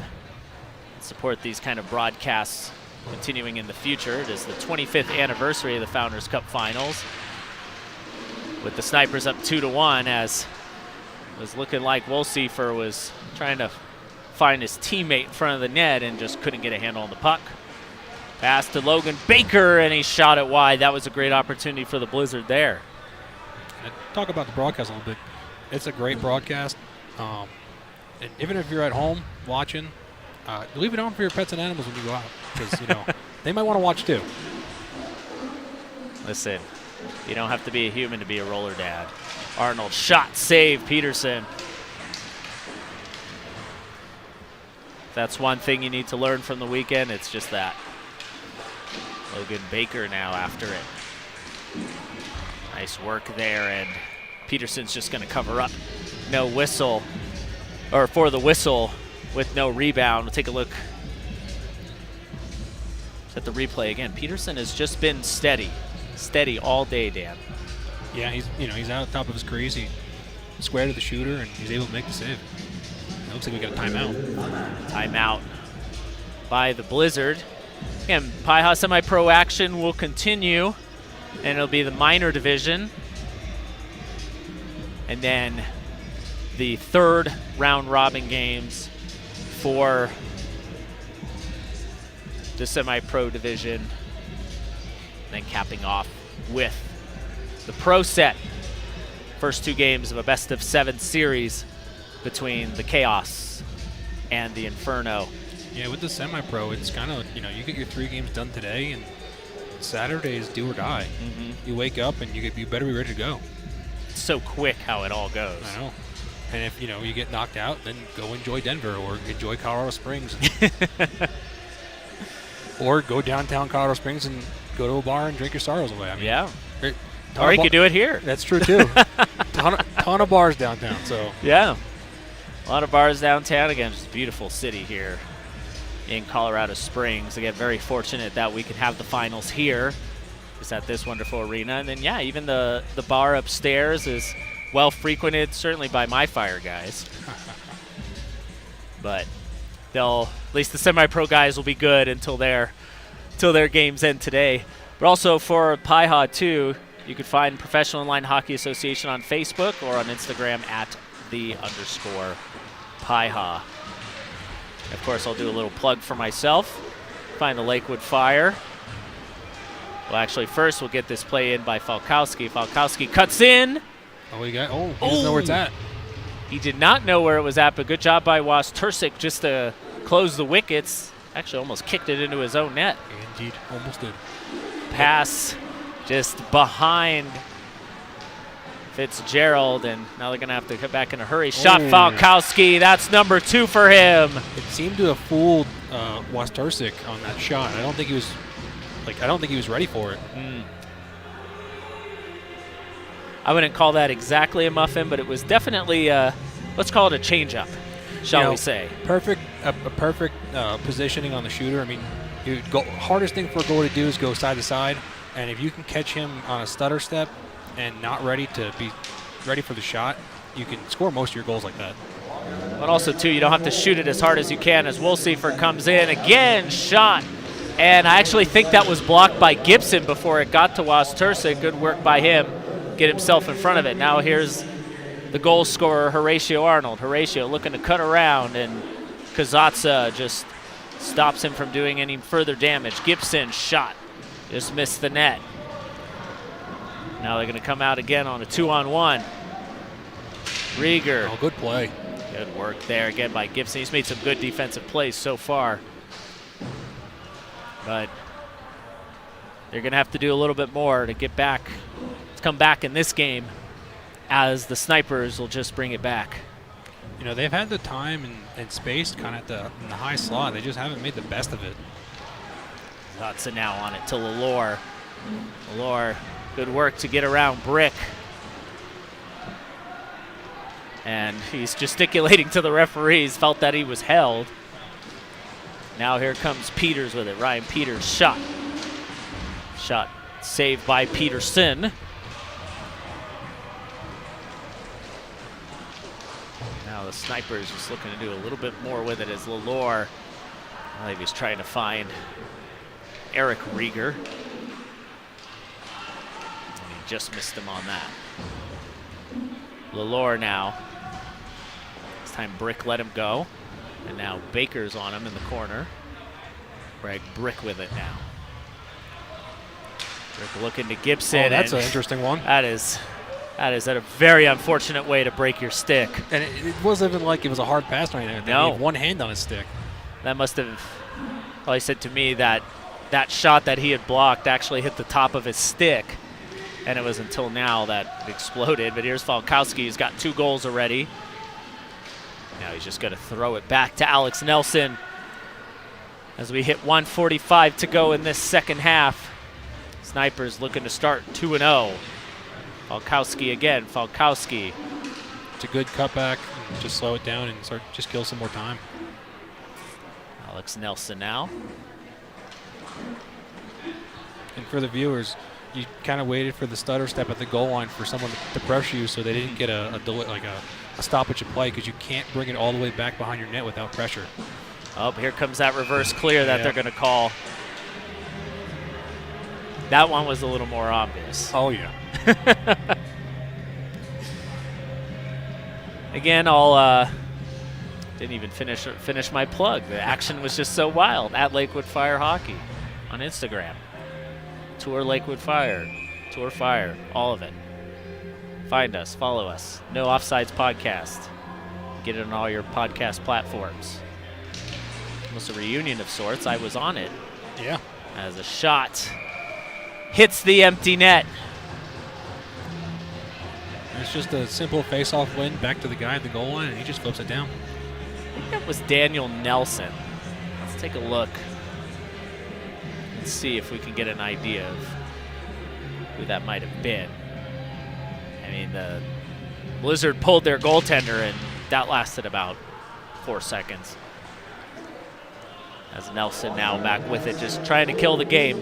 And at this point, I don't think we'll see Blizzard pulling their goalie, because at 1-1, their goal diffs, their goals against and everything is going to matter for playoff positioning. Yeah. I think at this point they'd be looking at, are they going to be the 2 or are they going to be the 3 seed? I think for them, they just want to make this interesting late. I mean, they can still pull off the 1 seed too at a 2-1 and win the tiebreaker. Nice work again, Oh, Daniel Nelson. Good poke. This time he's doing the skating around the defenseman. There's now Linger on it. Linger, who has been goalless so far. Nice Shot goal. comes in, deflected. And that's Gibson in front for a little consolation.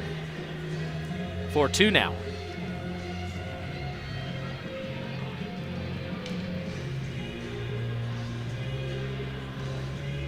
Let's go right to center. I mean, he just planted himself in front, and someone found him, and he was able to tap it in. There comes Linger back. 15 seconds to go. Brick after it. Shot all the way. Sticked up into the netting by Peterson.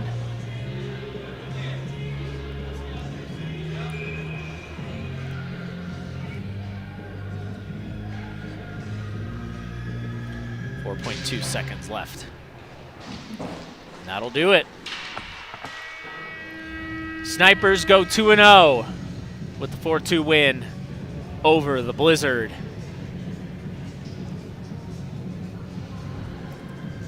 Good work again by the Snipers. They went down early, as you could see here, Dan. Nice work there by Horatio Arnold. Yeah, I mean, it was a beautiful goal. Use the speed, then beat the defender, and then goaltender missed the poke check. Here's the equalizer off of Kazatsa. Yeah, Wastursik made the first save, but the rebound came right out to the Snipers player. It was really then at that point then became the Falkowski show. Yeah, I mean, that's about the only goal that lives up to the Snipers name. Yeah. But then this one here, you know, it's interesting for those at home who are always so focused on taking their shot as hard as possible. Sometimes you just need to take 20% off, 30% off of your shot. It's just all about accuracy at that point, and sometimes that ends up getting you the goals instead of just shooting it as hard as you can. And throw a changeup every once in a while. Goalies are always looking for the hardest shot. All right, well, we will step aside here for a moment as the next group of teams, the Arvada Fire and the Tidal Wave Mops. I was like waiting. I was waiting for the logos to come back up, but we'll step aside. We'll be right back here. You are watching the Professional Inline Hockey Association on Roller.planet. Again, don't forget to like and subscribe and follow on all the social media. We will be right back after this.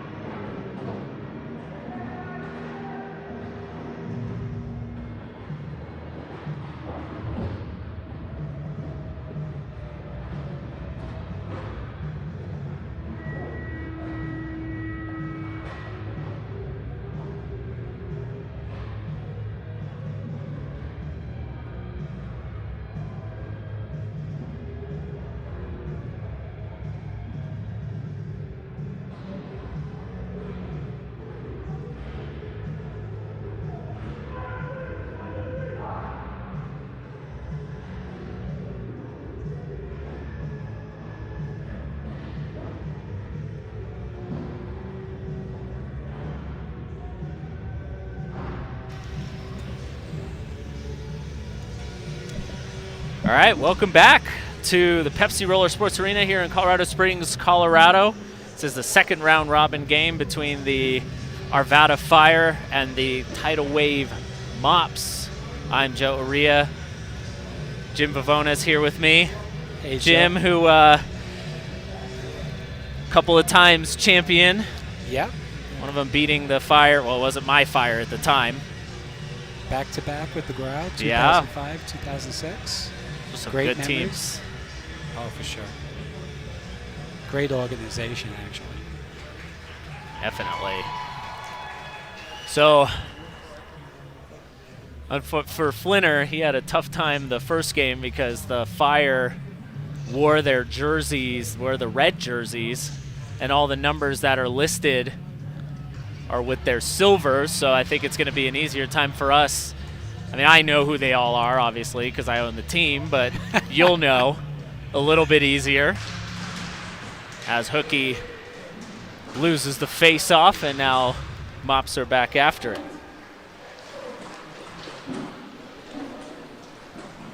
And they're in there. What would you call that, baby blue? And we'll call it baby blue. The Mops played such a control game in their first game here. They moved the puck so well. Somerville shot save. That's Trevor Roff in net for the Arvada Fire. Roff, who was nominated for Semi-Pro Goaltender of the Year. And he's just been solid, made good saves when he's had to. One tough goal last game, though, that I'm sure he would have liked back at a crucial point of the game, actually. But then in the second period, I mean, he was practically by himself making unbelievable saves throughout. And that's Rachel Beezer after it. Got through, I think it was Michael Curtis trying to sneak that one in. He does, and Evan Rangel tried to take that out, and he couldn't do so. And thankfully for him, Patrick McDonald couldn't fire that shot on net, but now here is Sauer with it. Sauer behind the net of Justin Schomburg. Now here comes Curtis skating back in. Michael Curtis, pass across, shot, and that just hit the side of the net of Roth. Now Mops still have the puck, and the pass across to Alex Robinson gives him the lead, 1-0 here early. Another example of how they really know where each other are and how well they move the puck. One pass, two pass, bang. That's all you need here in this game, especially because the Mops They are move just so very talented. well without the puck. Oh, That's what's so impressive about them. They're not even frantic about it either. They're just efficient. They get into the right passing lanes. It really does work for them. Very impressed with the Mops. Good work by Murphy just to make everybody lose sight of him, and Trevor Roth with the save. It's funny, you have two different goaltenders on the Fire with two different catching styles. Don Post with the right-handed catch, and now Trevor with the left. Yep. Murphy now on it. Murphy drops it back. I believe that's Carmeyer is how you say that, if I use standard pronunciation guidelines. As now that puck just gets thrown back to Trevor Murphy, and they're just going to go. But they're also, Jim, they're also just so solid on their skates, too. They're big boys, and right on cue. Yeah, they're going to battle. They will. They're solid on their skates, but if they go down, they don't give up, as a shot comes in there by Trevor Murphy, saved there by Trevor Ruff. And just taking a look at the replay here, Jim. Right there, square the shooter. Great positioning. Good stuff by the goaltender. You know, one thing, too, that Trevor's a little bit of a smaller goaltender, but one thing that I've learned from coaching a lot of smaller goaltenders is they're so good positionally because they have to be. You have to, absolutely right. They can't make up with it. They can't just be the big body. Yep. Now there's Sauer cutting in. Nice drop there, and the shot saved by Roth. Now here comes Hookie trying to. Fire still looking for their first shot on goal here. Hookie down to Bemis, and that's not going to come at this moment in time. Nice play there, pass. Hookie, shot, he just missed the net. And good work by the Fire here on the forecheck. But now the Mops are just going to settle things down. Anthony and I were talking about it last game too. The Mops have a full bench for the most part, and it even seems their third line. Energy shifts, gobbling up time, nothing too fancy, just trying to maintain possession. It's such a really great team-oriented organization. All the players seem to buy into it. Everybody has a job to do. Holst with it now, and you're absolutely right. Sometimes with 12 deep rosters, you get a lot of, oh, here. Look at that. Great play. As I was just about to talk about depth and how they have great teamwork and really buy in, that's Shangalette making it 2-0 for Tidal Wave. Yep. Shangalette goes to the net. Right place, perfect timing to get there. Big body, corrals the puck, puts the backhand up and in. Shangalette was good last game too. Sky Martinez on it, but all that to say, you know, you really need three lines that understand their role and understand what they need to do. That third line is honestly just going to be that energy shift to give the first two groups rest. Sure. And if they buy into that, then you got a really tough team to play against. That's exactly right. Nice pass through the middle, and the shot just went right, but he ends up getting his rebound. Wow. Somerville had 2 grade A chances. You know, you wonder here if the Fire, let's take a look at this replay first. Ooh. Nick Carl was on it, and the puck just jumped over his stick.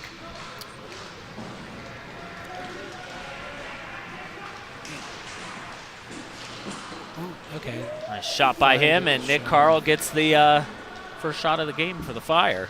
And they need to start getting back into it here because the Mops are really dominating play with possession of the puck and getting good scoring chance. There's another good scoring chance there. Okay. Nick Carl again, and then he ends up picking the puck back up. It's a good shift for them. Yeah. Fanch now back with it. Oh, Carl turns it over, and now it's just a 2-on-0 Sauer, and he scored. That's a bad turnover. Wow. It's Michael Curtis, actually, who had that. I thought Trevor Ruff had it, and it just squeezed past the wickets. But look at him. Just look at this composure here, Jimmy. Can't quite. Now, if I'm the coach of the Fire, I actually would have taken a timeout here because this game is starting to get away from them. And, you know, this could be 5-6-0 in a flash. Might not be a bad time for a timeout. Yeah. If not now, then definitely if Mops score again here. Now here comes Rangel, who was one of the goal scorers last game. Pass across to Hookie, and he scored! Wow. That's a big, big goal. Wow. So maybe we were corrected a little bit here as the Fire get back into the game. That's just a phenomenal play, too. Great cut. Look at that winger cutting to the net. What a pass. What a pass. The Fire really needed that. Rangel with a great pass, and Hookie, who finishes those plays so well. He is just such a gritty player, even being undersized. Pass across and just missing the net there. And retrieving the puck again was Robinson now. Alex Robinson. He's going to drop it back to Carmeyer. But just after we were talking about a timeout, Fire get back into the game, but we'll see if that continues here as the Mops come back across. Pass across, and they score again. Yeah, I don't think the Fire can win a pond hockey game No. against the Mops. They just can't. I think Rachel Beezer was a bit isolated here. With just that 2-on-1. I mean, Yeah. it's the easy backdoor plays. And that's what the Mops do so well. They try the 2-on-1 people all over the rink. And that's winning hockey in roller hockey. You want to try the 2-on-1 people. Mops goal. Score by number 5. It's all about creating that. Mops do such a great job of it. They They go do. into the correct passing lanes. They seem to know each other very, very well. I was impressed with them last year, and I'm going to tell you, they look even better Yeah. this year. I think last year they probably They surprised only some people, I think. they too. probably only brought 7-8 guys last year. They didn't bring a full bench. Right. And now I think they've, based on a little bit of their success last year, but also this is really addictive coming out here. When Oh, you come out here once and play finals, you want to do it again and again and again and again. You're always trying to get out here, and I think the Mops have done a great job.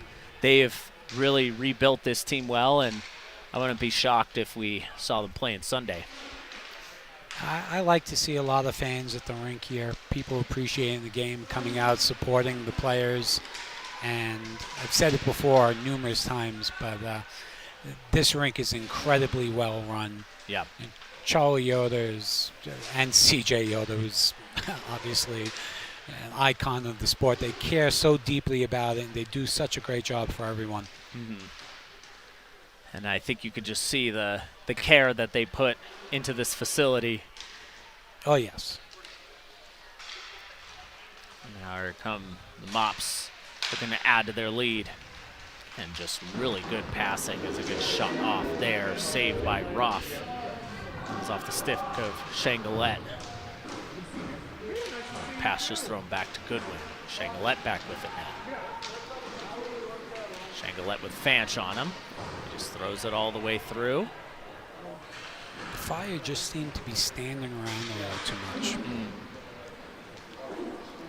Getting caught in no man's land. The spacing of the Mops is what creates their 2-on-1, their odd man opportunities. All over the rink. Yeah, it's just, they're just solid in doing it too. It's nothing flashy as a shot on, saved by Ruff off of the stick of Jared Holst. Yeah, it's not flashy, it's just good, efficient team hockey. That's really all it is. Yeah, but I'll tell you, like the first couple of lines for the Mops, like some of their skill guys, you can see. I mean, the puck is off their stick so quickly to their teammate, and so they do have some skill guys that are very impressive. Yeah. But as a team, they have great team chemistry. Tough team to play against, like you said too, with 12 guys that buy in to the system. Very, very difficult team to play against in this division. Bees are on it now, throwing it to the Rangel. And you see how they're playing defensively? Their guys are moving. The Mops guys are moving, tracking the pucks, keeping in front of the of offensive players of the opposition. Everything is just being done fundamentally right, fundamentally sound. And the Fire just standing around. And they give Somerville probably at least a second in the low slot to wind up. Good work by Trevor Roth to make the save, and now here comes Bemis after it. Corey Bemis back to Hookie, the goal scorer.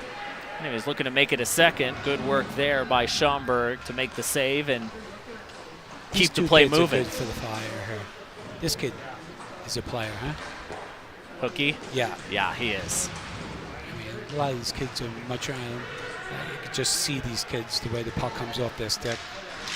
They're players. Shot deflected. Yeah, he's been, call him an OG with the Fire. He was at the first tryout I had when I brought the team back. And he's been with the organization ever since, and I think he's been to 4 PIHA finals with the squad. So just good quality, solid player, undersized but works incredibly hard. And never mind that shot coming across and just missed the net. Sauer back to him, and again right on top of the puck. Now there's Robinson with it. Robinson looking, surveying. Nice pass, and that just goes off the crossbar. Carmeyer feeling a little snake bit right now. So we hit a minute 30 to go in the first half. Tidal Wave have a comfortable lead so far. Nice pass there. Again, it's Robinson with it and making some really good moves there as the Mops look to add to their lead, and they do. Boy, wow. That's Alex Robinson. This is domination. The coaching staff of the Fire need to light a fire underneath their players, because right now, let's see this replay first, but look at the standing around. Yeah. Just letting them come out into that expensive real estate, you just can't let that happen. The coaching staff of the Fire, they really have to ask their players how much they want it. You come out here, with this type of talent, you better be ready to play. Yep. Right now, they just do not look like they should be on the rink with the Mops. And if you're the coaching staff, you have to impose yourself into the game. I start sitting people who aren't giving the effort. I'll play with 4 guys that are going to give me 100% every shift if need be. Around 30 seconds to go. Again, it's looking comfortable for the Mops so far. Rangel cutting, shooting.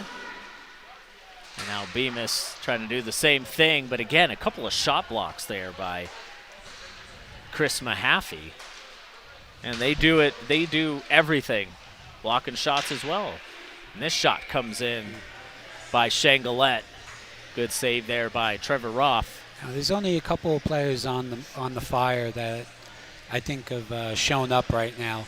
And look, this is roller hockey. I've been involved in games where my team has been down by 3 or 4, and you can come back in those games very, very quickly. So it's not over yet if you're a Fire fan, but if you're the coaching staff of the Fire fan, you want to take the intermission right now to get your team motivated.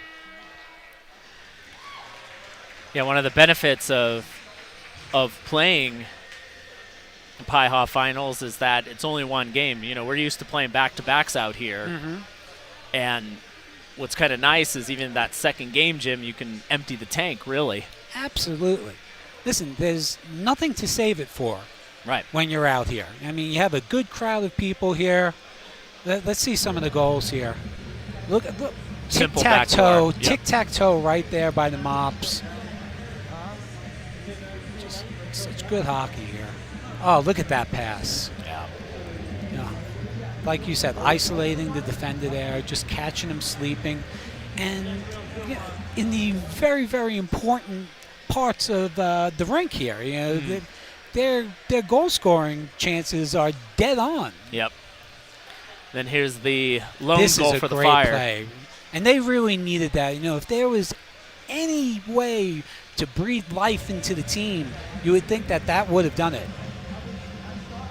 But the Mops, Look again, just isolating. I mean, you can't blame the goaltender. No. He's got to be wondering what the heck is going on. Guys, a little help here. It looks like if I know the head coach, Jesus Hermosillo's gesticulations, he's not happy with their effort either. It looks like this player right here, number 29, who is that there? Nick Carl. Nick Carl. It looks like he had something to say on the bench there. Yep. So let's see if things get a little more intense here. See if they could try to find their way back into the game. Mops have the 5-1 lead as Beezer on behind the net.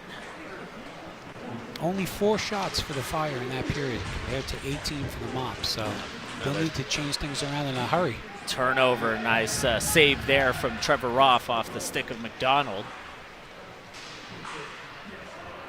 There come the Mops resetting. Down low, again, nice move around Beezer, and Roth stuck with it.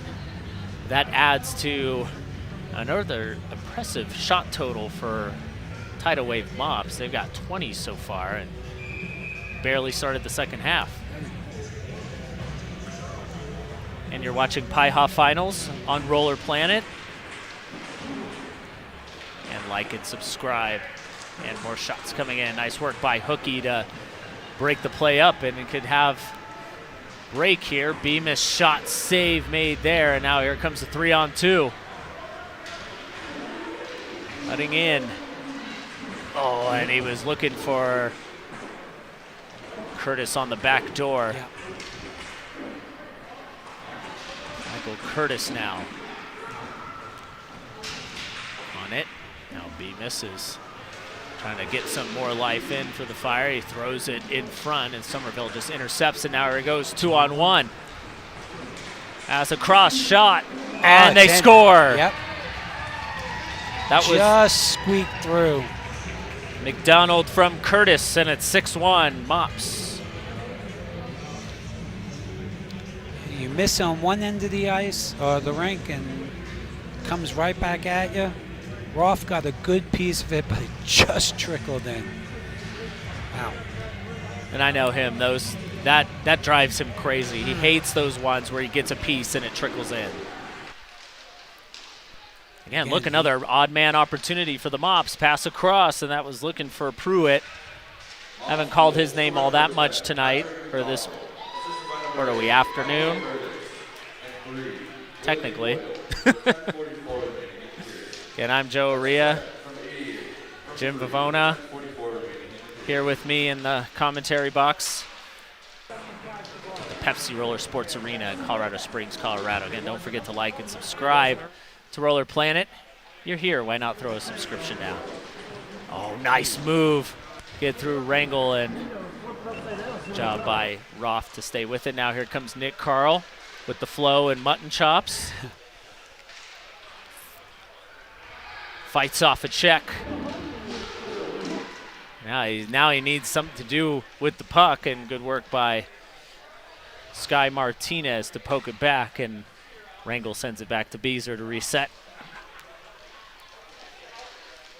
He's an errant pass there by Martinez, who ends up just kind of kicking it back. And it was Robinson. We'll just throw it back now for the Mops. Pass intercepted. Fire looking to break 3-on-2 if they hurry. Good back Wrangle. check. What a good back check by number 5, Jacob Pruitt on the Mops. Carl. Up 6-1, and he's still back checking hard. Carl fired it wide. Be interesting to see if this game gets a little chippy. And I'll tell you, the only thing that the Mops want to make sure that they don't do is some type of major penalty that can literally bring another team, even 5 goals down, back into a game. Everything is going perfect for the Mops. Just want to play and get through it here. Shangalette shot save made by Roth. Now it's just going to be breaks at this point for the Fire to try to capitalize here. Bemis across the hooky, and he just went right off his left foot. Now it's just a little bit of an up-down game right now. Well, it almost has to be for the Fire at this point, right? Does. Shangalette skating through, gets through 2 guys, and he just couldn't connect with Goodwin there. But Shangalette has the puck again. Haffey resetting. Shangalette's going to go off. That's a good shift by him. You got Bemis and Hookie on the Fire, and those 2 kids are, giving a pretty good account for themselves, I should say, both of them. Definitely are, and here's Bemis with the puck. Chris Pearson, they're going 2-on-2. Shot Bemis, rebound, Pearson on it, and he tried a sharp angle shot, and easy for the goaltender, and now the Mops can just come out with it. Curtis. What a pass. Nice pass there. Good free. save there by Roth. And you see some of the chippiness happening there. Nick Carl will always get in the middle of things. You know what? I don't mind that if you're the Fire. You're getting beat up here. You don't want to see 7-8-1 if you could help it. No. Let them know that if they come near the goalie, extra pokes, you're going to get chopped. That's what Nick Carl did there in front of the net. Pass to the high slot. Shot Maffey. Save, rebound. Great saves. And Curtis couldn't fire that. Good work again by Roth just to fight that off. And the Mops have been losing their sticks in the air quite a bit. That one got flipped out by a, oh, there's a goal. A Fire player swatted that stick out of the air. Michael Curtis scores again. Yep. 7-1 Mops.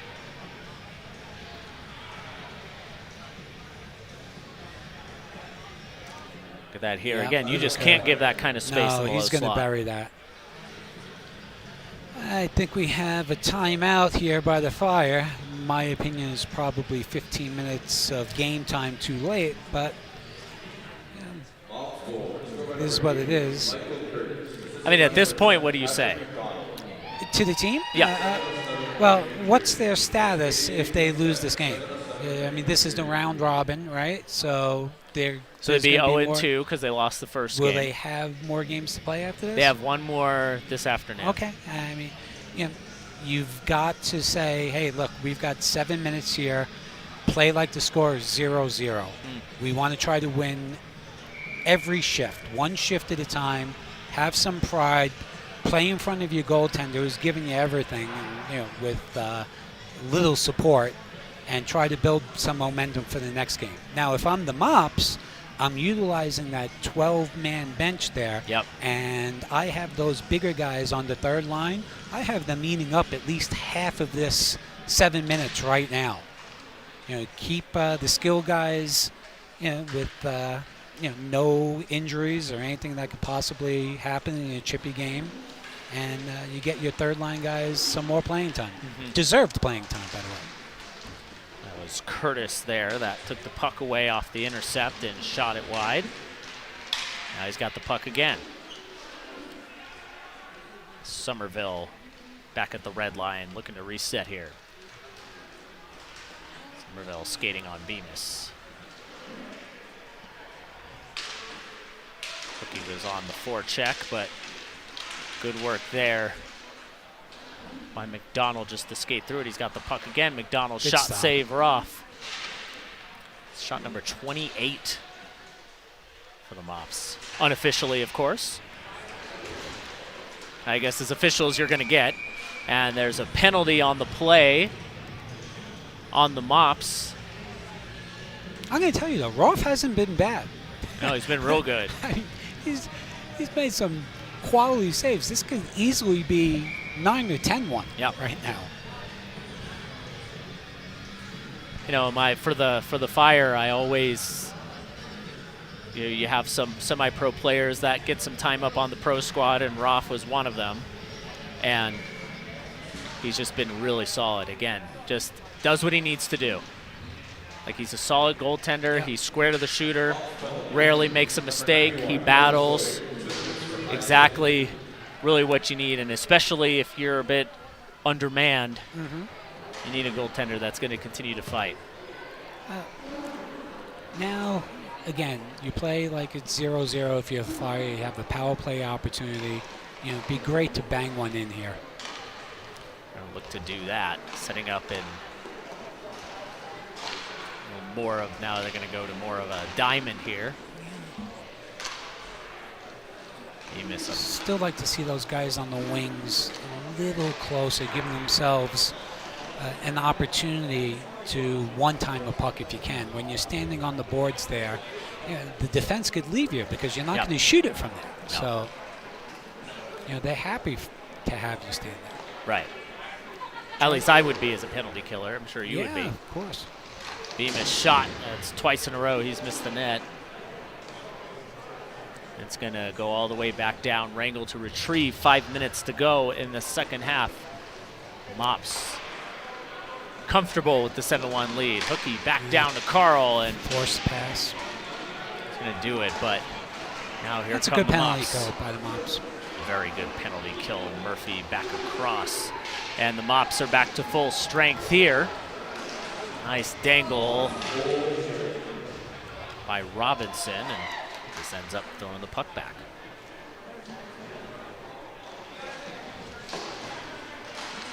Armeyer down low.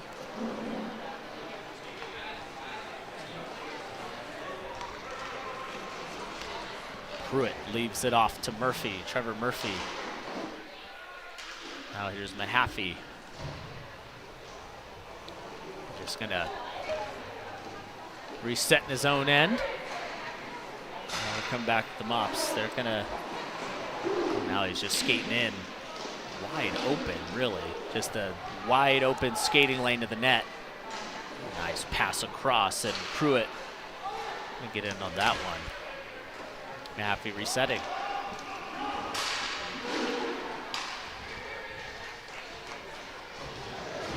Oh, good work there. Oh, and he still was able to get the pass across to Pruitt, who buries it. 8-1 Mops, and that was really just a big display of physicality there by Alex just Robinson. Ran them over there physically, right? Oh, yep. Goodness gracious. And even then, he still got the pass across. Oh, goodness gracious. I mean, running him over was one thing, but he was still upright and was able to, it was like a one-handed pass across. It was adding unbelievable. some salt to the open wound. Wow. You're right, though. That was a physical physicality problem for the Fire. Yep. That is on full display, and the pass looking for Fanch is intercepted by Shangalet. Nice has had a pass. great game. Shangalet's been strong. He does it quietly in the right places, goes to the right areas, and you can make some plays. Martinez was one who took that shot for the Fire. And now here's Caleb Fanch on it. Fanch with under 3 minutes to go. Their Fire just trying to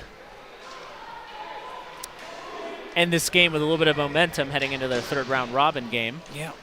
Passed by Pearson on the stick of Fanch. Fanch looking to cut shot. He hit the post. It was a short side shot. Now he's after it again, trying to get that puck back. Good work by the Mops. They have a 3-on-2. They hurry here. Shangalet.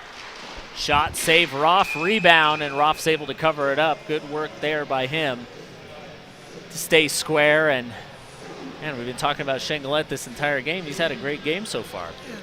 He's a smart hockey player. I don't think he's gifted with blazing speed, but he's got excellent balance on his skates. And like I said, he knows where to go. Before, I believe he scored a really nice goal, I think in the last game, going to the net at the right time, receiving the pass and putting a backhand up high.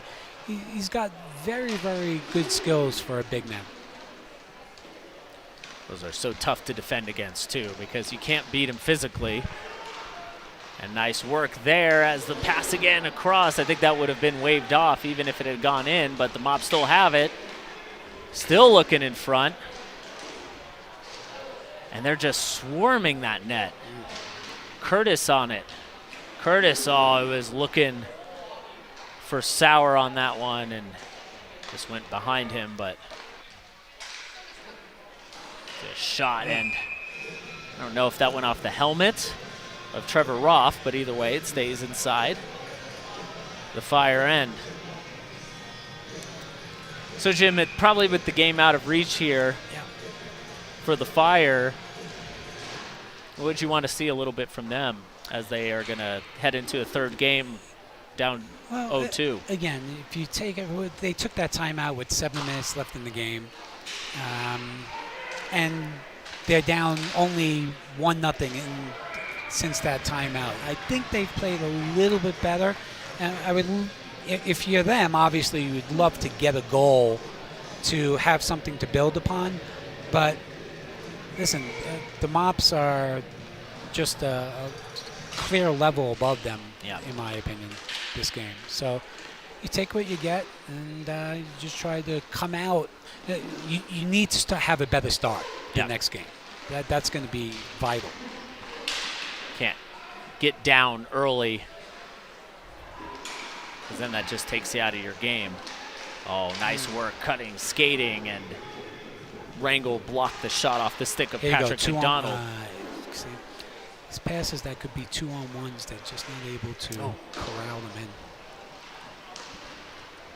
Rangel skating out with it. Bemis is tracking behind him, but just ran out of room.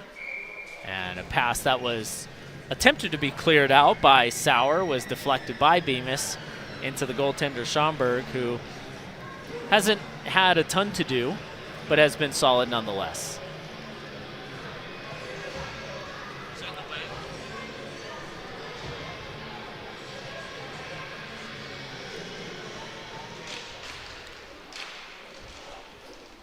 All right, so this is going to be the last semi-pro game of the round robin set of the second set, and now we Smart play by the Mops here to have their bigger guys out there with 30 seconds left in the game. Should keep things rather calm. keep those guys engaged too. Yeah, it's like, just make sure nothing stupid happens on the rink.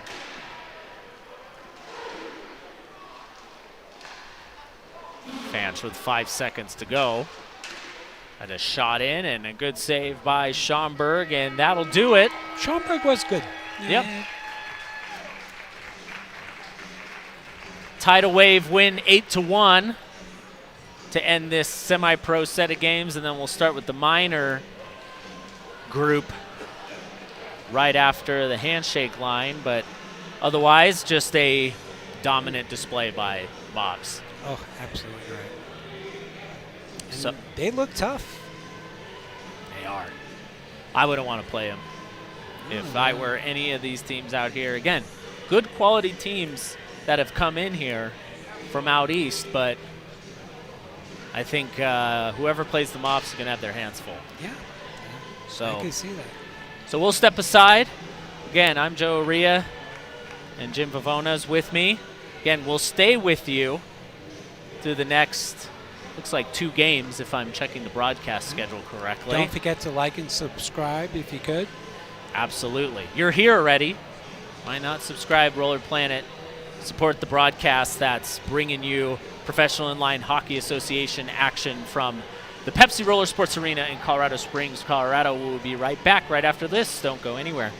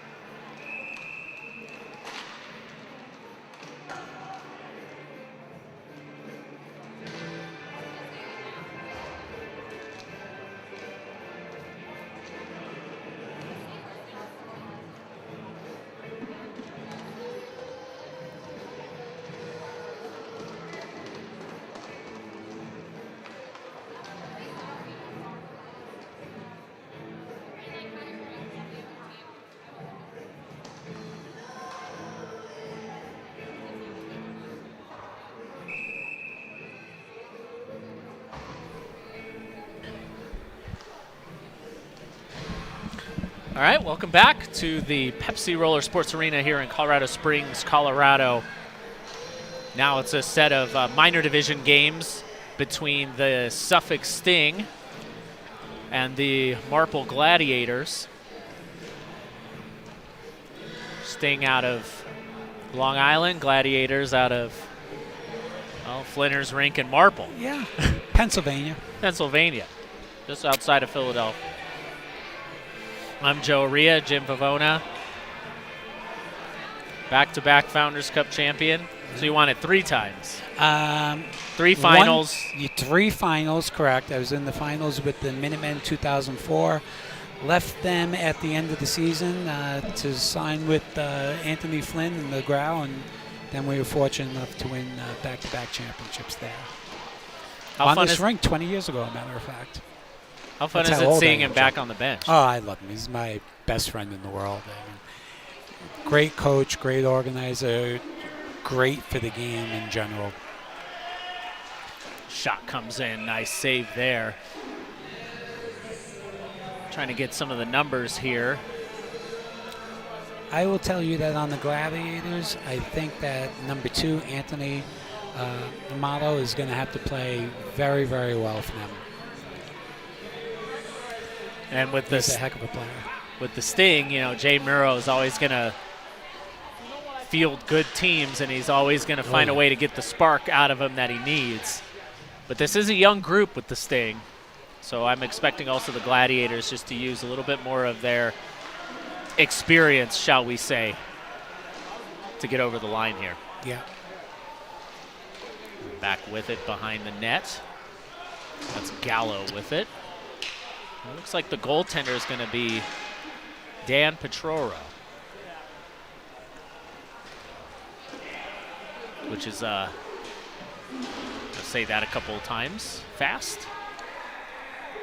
Gladiators have one of the best goal scorers, Don Cecino. Unfortunately, he's out with an injury. I believe his torn ligaments. So he's here supporting the team, but they could really use him on the rink. Really could. Nice work there by the Gladiators to get that puck back. A couple of shots there, and gosh, good work by the Sting, and I believe that was David Gallo to stretch out for that. Good high energy play here early on. Shot, and ended up breaking his stick while still getting the shot on net. That was Ryan Standard.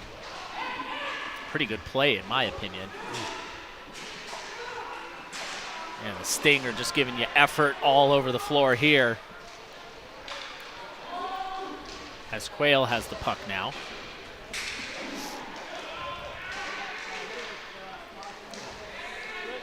Now the Glads are just going to reset behind their net. Marconi now. He's getting the puck back. He's throwing it up the floor now. Colucci with it, and he's going to draw a penalty. That's going to be a hooking penalty. Gallo a little bit undisciplined there. He actually had the body on him, Yeah, but there's no reason to take that penalty. You're right there. He was no threat on that part of the rink there. Now Colucci's just going to take it behind.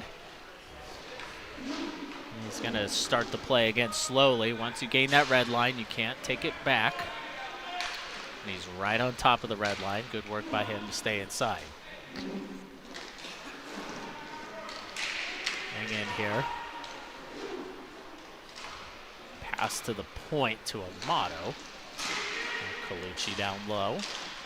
They're going to look for Amato, you would think, on that left side. And here he is with the puck. Pass down low. Again, there's a lot of fighting behind the net. And wow. That looked that looked a little scary there. Sure, the Gladiators are glad that puck wasn't another 18 inches to the left. Just a textbook penalty there. Hooked him right on the hands, and you're absolutely right. That was not really all that necessary. Well, opportunity here for the Gladiators. Power plays are big in roller hockey. You really want to bang in those opportunities at a high clip. Definitely do. And now Gladiators are going on the power play here. Motto to Phelan now. Motto. Cross you. The Sting have so much energy, you really want to get that puck moving up and down as quickly as you can.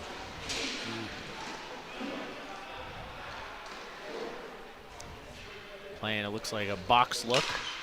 It's my favorite power play, to be honest. Shot, nice save there. And the puck is shot all the way back down. And that's Worslow, who is a net for the Gladiators. Motto now to Marconi. Phelan now. Up top, Amato. Oh, Nice and he pass. looked for, I think that was Colucci in the middle there, and Colucci just couldn't redirect that on net. 25 seconds to go on the power play. Pass across, and they were looking good for defense Colucci right there. again. Absolutely right. Good stick by the Sting defenseman.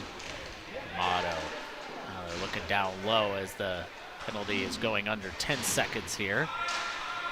Phelan has it. Phelan looking to try to get a shot off before that fourth skater comes onto the floor for the Sting. It hits the boards, and Sting end up That's gonna do it. not being punished for the penalty. Now the Gladiators are just going to reset behind their net through Colucci. Rocco Colucci.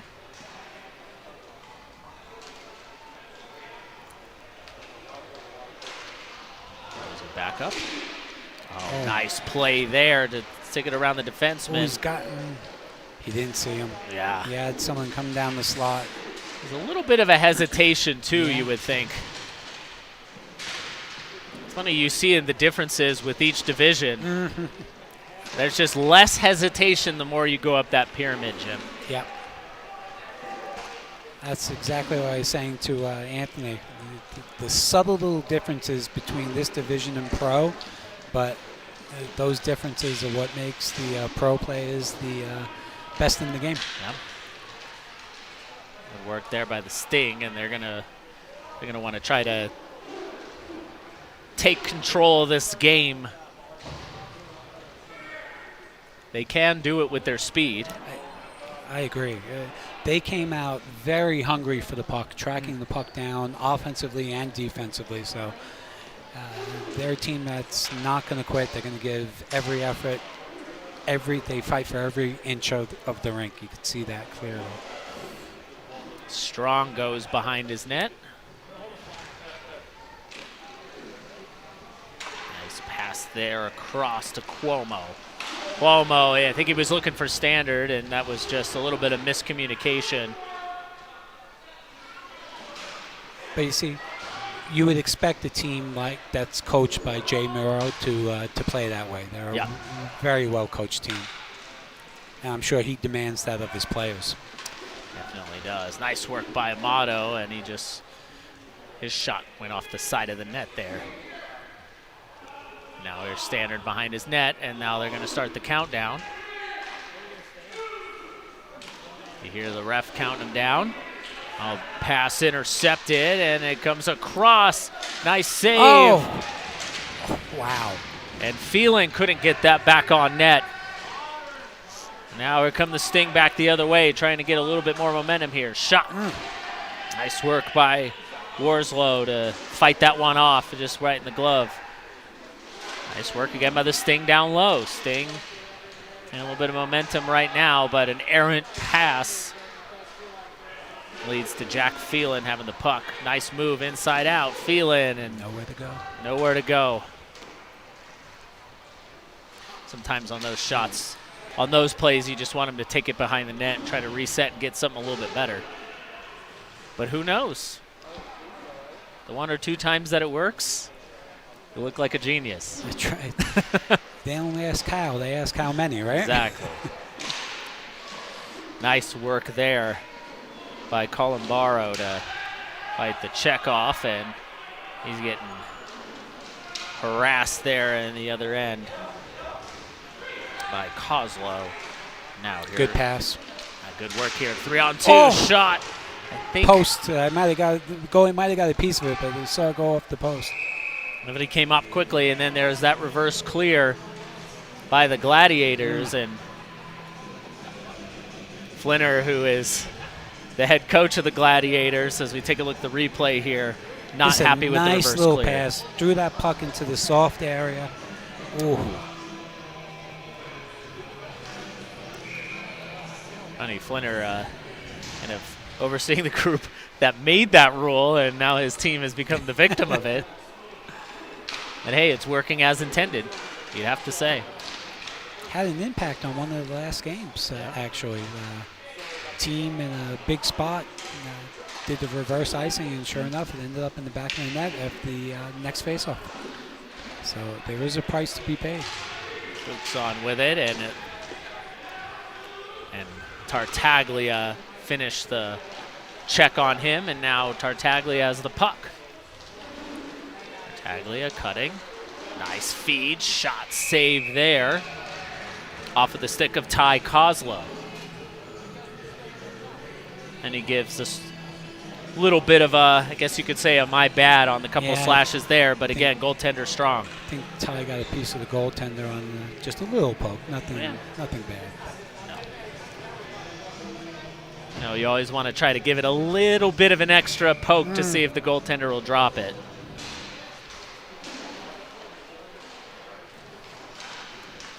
The leagues I played in as a kid in Brooklyn, New York, you get your hand chopped off. Oh, my goodness. Even in, probably 20 years ago here, that and the, anyone tried in Michigan, my stick was in the air. My blade was about where the ceiling is, chopping right down on their stick. If you tried in Michigan 20 years ago, you're going to have to buy a new stick, my friend. You tried in Michigan 35 years ago at the Fort Hamilton rink in Brooklyn, you could end up in the funeral parlor. Guys didn't fool around. Oh, no, they didn't. Shot deflected in. Good work by Kozlow. Again, sharing the same last name as many Founder Cup champion Anthony Kozlow. Who, strangely enough, the Sting are not here for the pros. They got knocked out by the very interesting Eastern Conference champions Suffolk, or the Pittsburgh Inferno, as a hand pass is called on the Sting. That's a good call right there, because that wasn't easy to see. No. I believe that's referee Chapman out there that spotted that.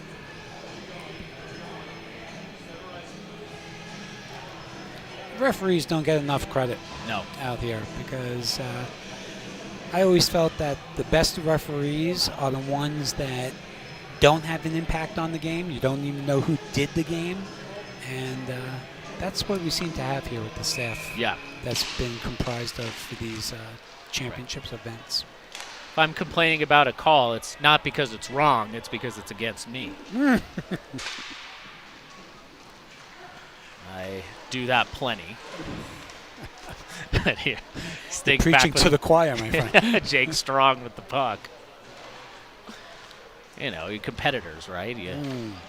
Every call is bad when it's against you. But now Strong is just going to look to make a move on the outside, and he ends up breaking a 2-on-1 shot. Score! There's that speed you spoke about with this Sting team. I'd like to see that again. Let's take a look at it right here. Again, he just used the outside to his advantage and put it through the wickets. Yep. Caught the goaltender moving just a little bit there, but blazing speed down the right side to go past the Gladiators defenseman. And an underrated play by Colin, I think Height is how you say his last name. But he just ended up being the option in the middle in case Strong decided to use him. But I think he pulled the defenseman just enough, and again, a great job putting the puck by the wickets, and it's 1-0 Sting.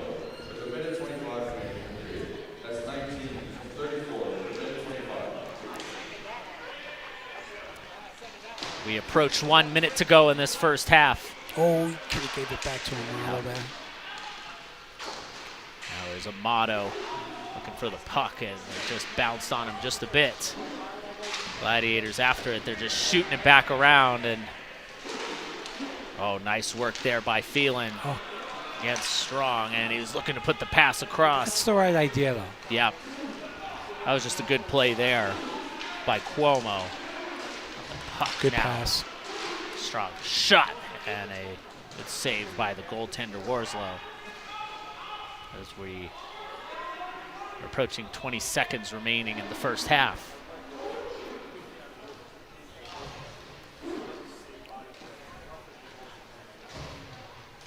Well, it's like you said, Joe. The Sting team is a team that is young, but they have speed. They work. Oh, look out. Last second opportunity. Ooh, and a big good save right there. Big save Yeah. by Petroro off the stick of Michael Marconi. He was just able to force an opportunity just a bit. Again, good shot by him. Even better save by the goaltender. As we see him just look at just steady on the Oh, yeah, replay. gets the glove out there. Yep. Good stop right there. Secures the 1-0 lead going into 2. So you are watching the Founders Cup Finals here on Roller Planet. Again, you're here, you've tuned in. Why not like and subscribe? I'm Joe Uria. Jim Vivona is here with me. 2-time Founders Cup winner in his day, but you know what? When you see the speed, and I mean, I remember playing in that time. Again, I was a little bit younger, but in that kind of mid to late 2000s, one of the things that, I mean, the skill of today's player and the equipment, especially in roller hockey, is just so much better than it used to be 20 years ago. One of the things that I find fascinating is just that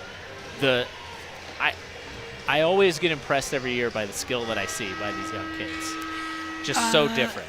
Yeah, I mean, if you're talking about like in the pro level, Yeah. like you watch guys like Tyler Kraft and PJ DiMartino and John Schiavo, the skill level is absolutely incredible.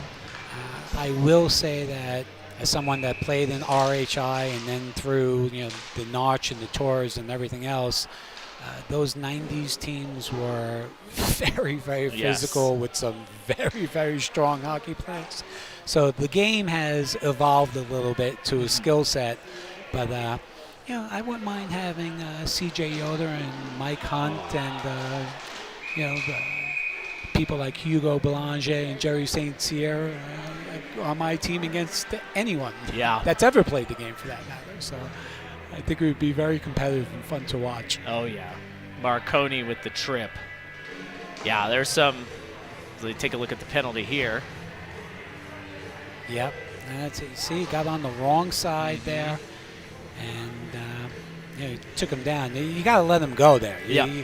He's got 180 feet more he's got to go. You don't take a penalty there. Yeah.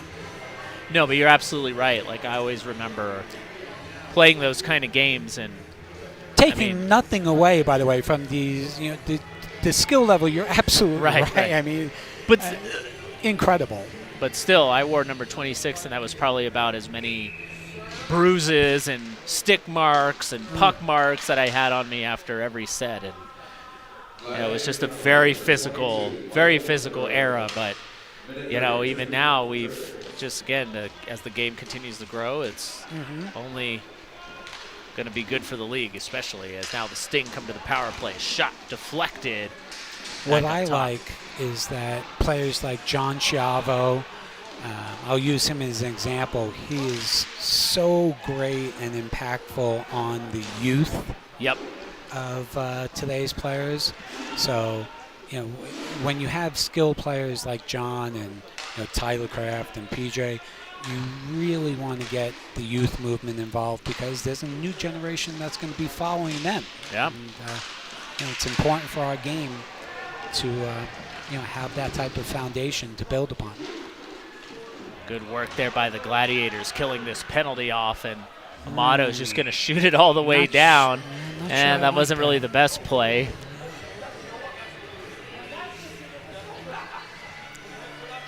Yeah, especially, I mean, I'm at that point where, this year I could play the 35s now.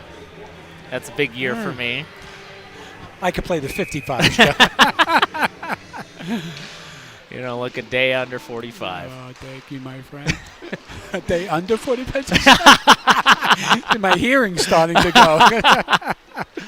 Nah, you look good, Jimmy. You really do. All those years of hockey. They always help, you know? Keep you young. Strong shot. It's number 2 for him. See?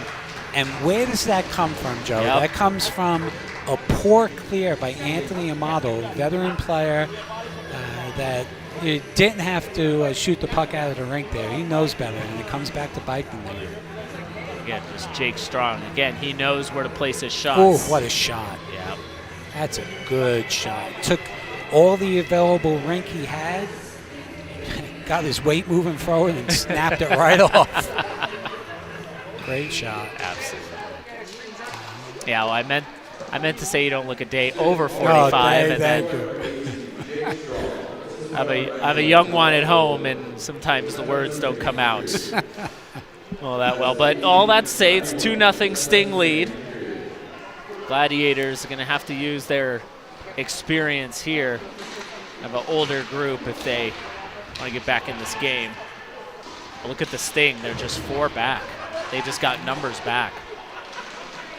Pass off the boards. Now here's Kozlow. Kozlow, he was just looking for the drop there, but the Gladiators can't get back on it. Nice work there by Gogol. I think it's how you say that name. And Kozlow's back with it. Kozlow just reset it back to Tartaglia. Yeah, the Sting taking their time, know that they have a 2-goal lead, 9 minutes left. No rush here. No. Especially you have the lead. Yeah. Sometimes it's hard to tell ice hockey guys that convert to roller hockey that you don't have to. You're up 2-0. You just sit there and make them come after you. If I'm the Gladiators, I'm going to try to impose a little more physicality into this game. Yeah. That's how I think they would. That's if they were up 2-0, that would be why. Would be because of their physicality. A little bit of an errant pass there, and nice work there. A good move across the middle, but unfortunately Phelan couldn't get much on it. Now here's Tartaglia with it. Oh, nice play, and Gogo couldn't get on the end of that one. Gladiators have to make sure that they win all the battles for loose pucks. Coming out of the corners, they need to be the ones that retrieve those pucks because this thing is just beating them down the floor. Yeah. Now they have the puck again.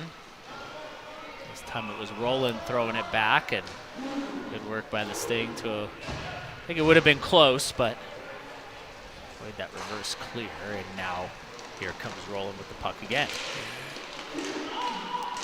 Nice play there. Again, the Sting just after it. Good poke check. Strong. Faked the shot, and it just ended up deflecting back. Our Glads are after it.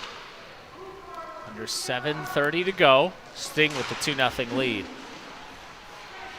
Now here comes Marconi. Nice move, and he just couldn't finish the play. Great effort by Marconi, but still remains 2-0. Let's Sting back. See, you gotta press a little bit here. Especially when he's on his. See, that's fine right there. Now but if that pass comes right up, it's a 2-on-1.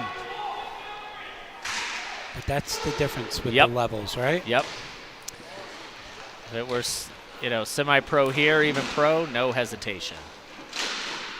Oh, nice shot there. I think the goaltender lost it. It's still available. The puck's still available. And ref loses sight of it, blows the whistle, and actually ended up under the goaltender of Warslaw.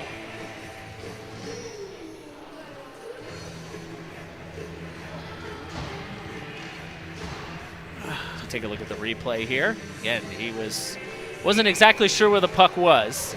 Yeah. That's a big stop, though. Yeah. Nice Back to Tartaglia, who does a good job making the move. You know, if you're wearing 55 and you're a Sting player, you better be good. That's the old hallowed PJ DiMartino number. Special player. Special player. Fun to watch him last year, actually. With them perennially being the Eastern Conference champions, it was for the last probably decade. So we're under 6 minutes to go, and Joe Oria. I will say this, John Shalvo not being at the event last year, I think hurt the Chaos. I mean, how could it not? How could it not, yeah. Kraft getting hurt. He was playing, but... Another special player, by the way. And what a great kid off the ring, too. What a great kid. I always say if I built a pro team, I had unlimited funds, I would start with Tyler Kraft. Yeah, you get no argument from me. I don't call that a hot take by any means, but... No, because there are some great players. PJ DiMartino, he really, really stepped up when his team needed him last year to win that championship. And certainly has to be one of the best inline hockey players in the world. Absolutely. Vlad's trying to get back into the game here. So just as a programming reminder, tonight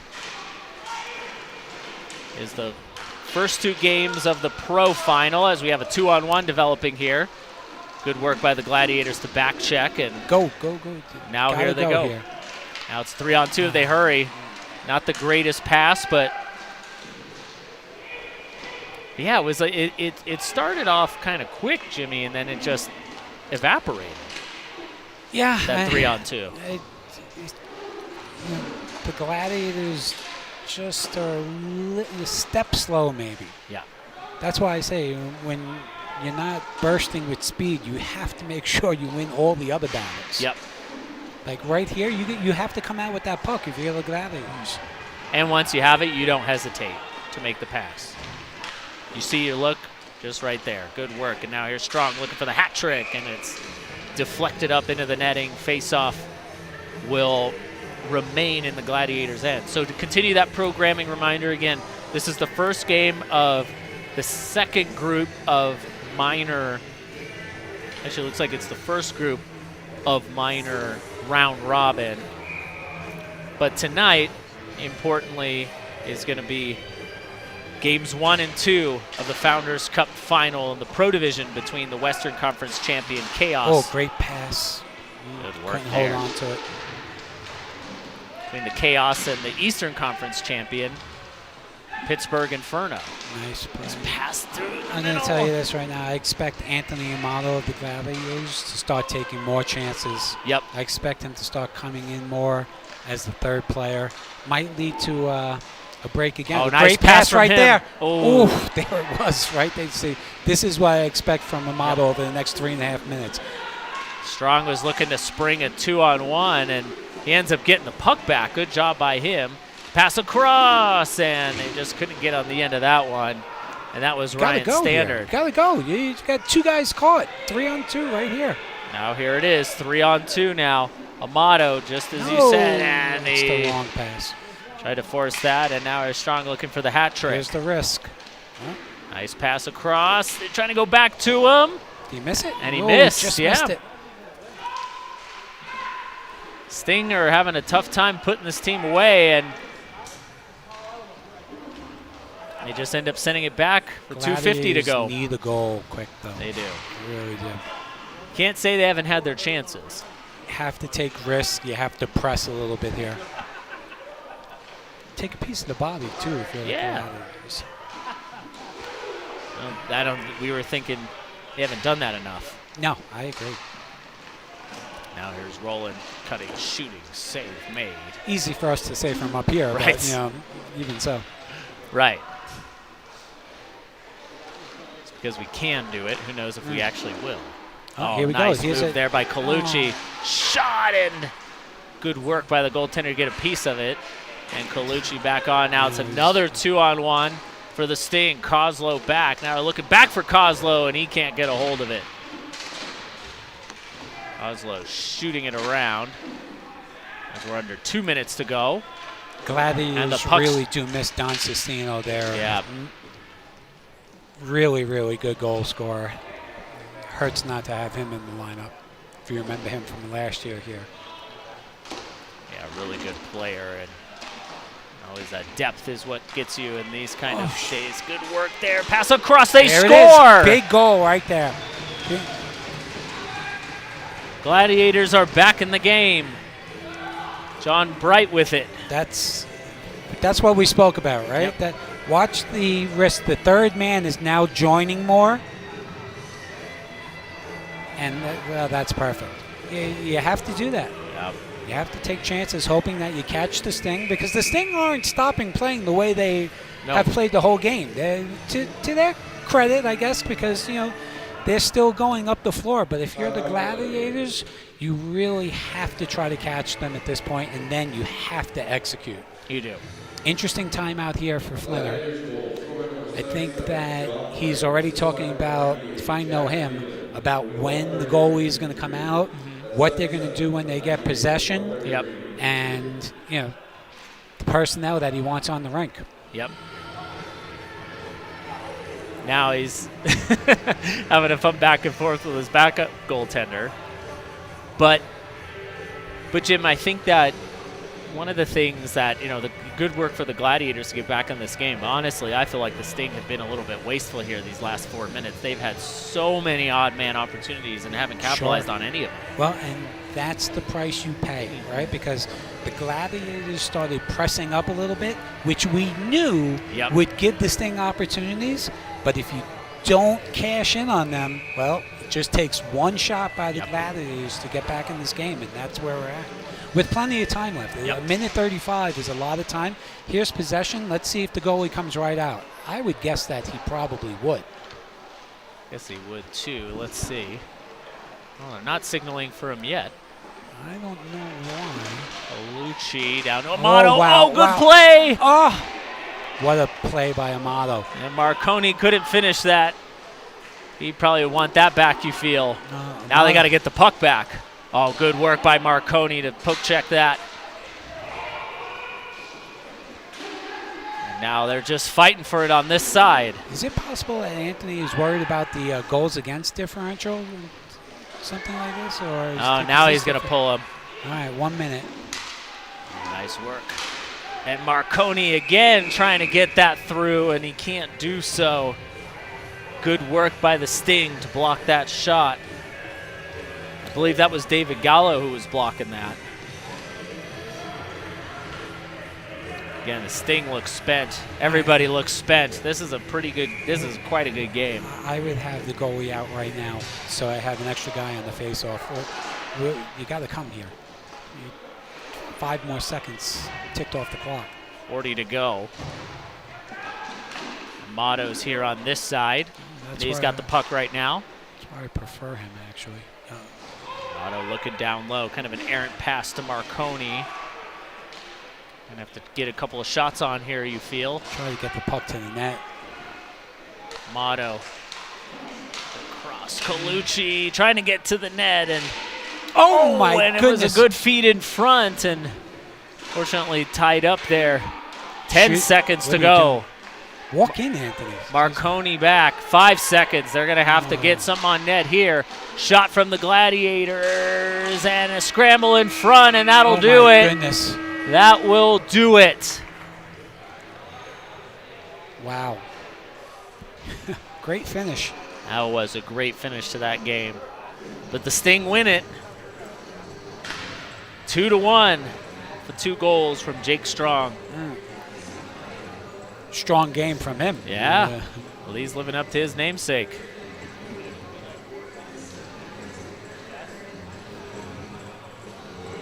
Troro, you can see he is definitely. Let's take a look at some of the highlights here.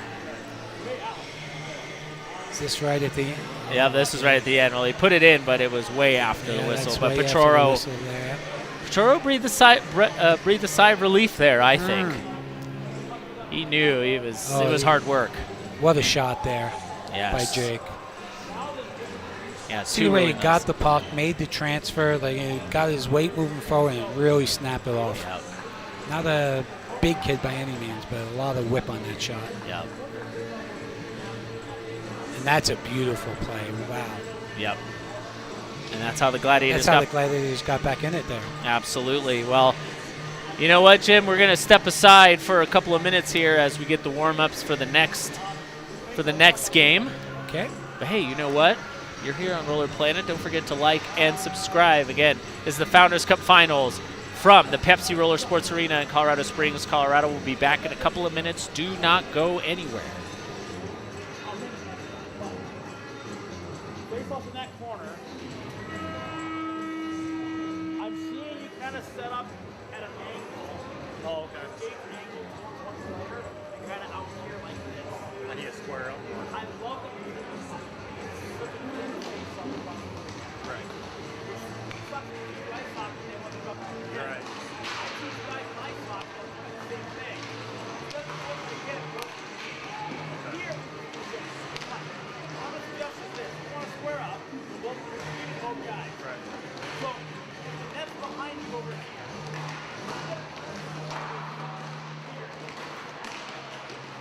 Square. The body's square.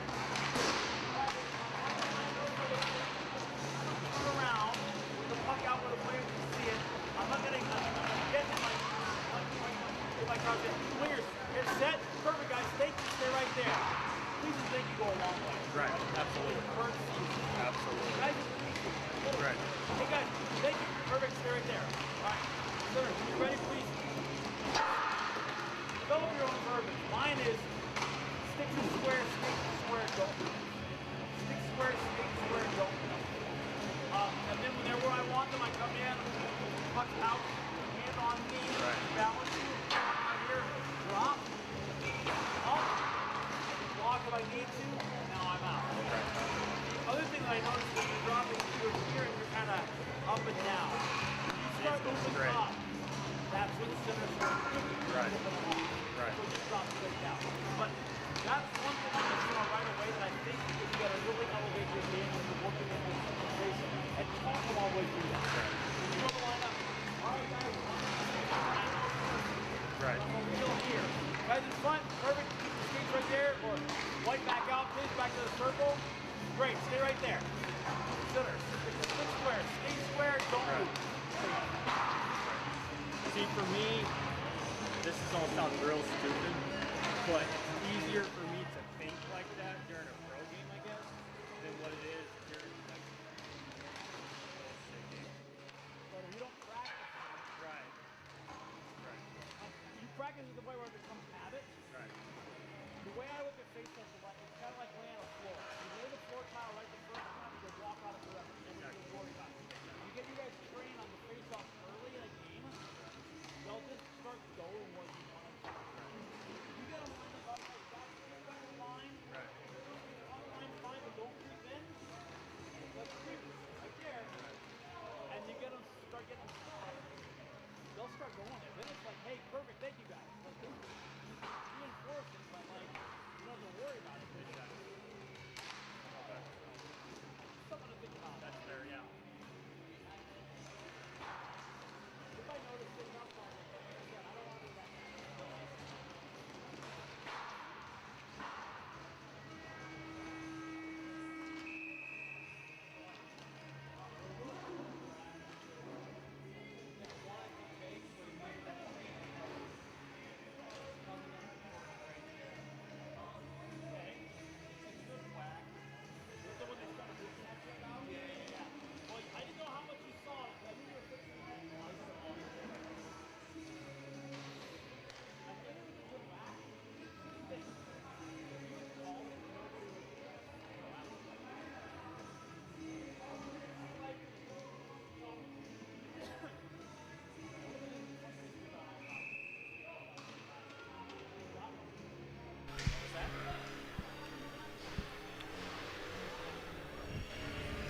All right, welcome back to the Pepsi Roller Sports Arena here in Colorado Springs, Colorado.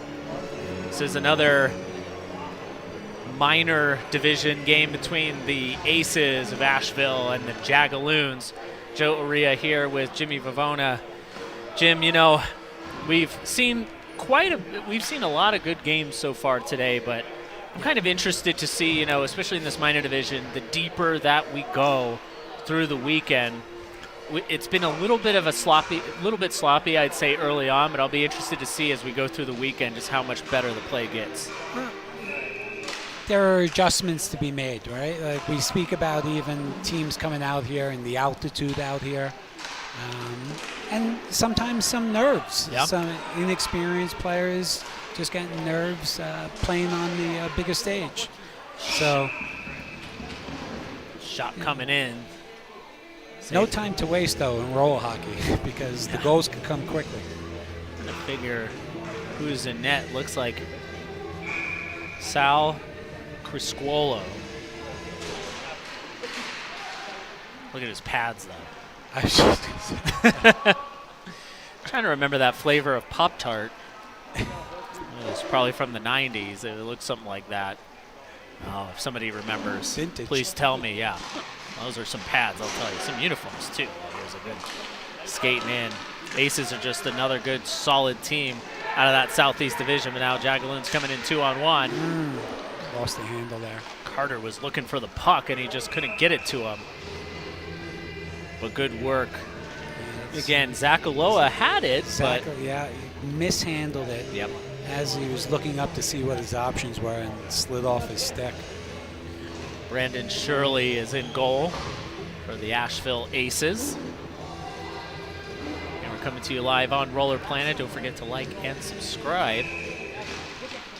And also you can find the PIHA on social media on Facebook and then on Instagram at @the_PIHA. Oh, nice pass through oh, and a wow. score. That's Dan Dean, who was on commentary with me earlier today. Wow. 1-0. He could do it all. Yes. What a pass and shot. Look at that pass. Ah. Oh, that was perfect. And then Dan just goes upstairs. Well, it wasn't even really upstairs, just right over the pad. He didn't need to go That was upstairs. Matt Hugh on the pass. Matt Hogue, is that? I believe so, yeah. 10 was Nick Short. And 7 made the pass, right? Yes, Matt Hogue. Let's see. Yep, it was Matt on that one. Yeah. Always good to have the PA announcer as a support for us to try to What a remember who shot, did too. what. Yeah. What a great shot. Great pass, great shot. It was just clean. No panic. Picked his spot. Really good job there as now Matt Hogue, who had that pass, is after it. Uses the outside as his speed. Hogue cutting in, shot, and he almost had a goal of his own too. Hogue having a hard time getting the puck off of him as now Dean's with it. He looks ready to play. Yeah, these Aces are ready to play for sure. Yeah, he was looking for Dean, and that pass was intercepted by Tuminia. Now he has the puck. Nice pass. Nice pass across, and Studo just wasn't really a fan. He just didn't get exactly what he wanted. Shot it straight up in the air. Just didn't get that puck the way he wanted on that shot. Might have been a little out in front of him. No, it's right there. Oh, it was right there. He just missed it. It went blade first. Now here comes Disbro with it. Disbro trying to get through the wickets and is able to get the puck through to the goaltender, who makes the save. Chris Scuolo with it. Gosh, if only I remembered what flavor that was. Oh, that's going to kill me. For those who are 90s kids, I'm sorry. Where you made your living off of Pop-Tarts and Sunny Delight. Sunny Delight. Sunny D. I think I knew a stripper with that name in the early 90s. You know, it all comes around someday, right? There he comes, coming through here. Nice. Oh, puck went off the post there. Again, that was Studo with it. Now here comes the Aces back. Aces just big, big guys. Yeah, they look it. Yeah, I was going to say that. Good work there.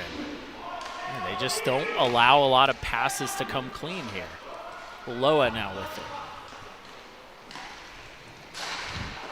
Loa to Hopler. Hopler cutting, trying to cut around, and as you can see, just doesn't like disciplined what he sees, defense. comes back out. So And that's smart, too, by Hoppler. not Disciplined forcing it. defense. Don't force it at all. Carter's shot save. Oh, look out. There's a rebound, and Hoppler still got it, and he what a great scored play. from behind He the goal line. purposely banked it off the goaltender. What a savvy play Awesome. by number 63, Christian Hopler. Hope I'm saying his name right, but what a great shot. And he did this on purpose. You'll see it here. Look at this. So this was Carter coming in. And that was a good shot. Just getting it to the And net. Hoppler right here. He was there already, and then look, bam. Yep. Perfect. Right off the goaltender's back and in the net. Exactly. Now Very Studo. creative. Creative, too, and he took advantage of it. Took advantage of his opportunity. He saw the goaltender was very high up on his crease and did a really good job just banking it off his back. So the goaltender, not only does that hurt a little bit if it hits you in the right spot, but now it's a tie game. As Dan Dean was looking for his opportunity there for the Aces.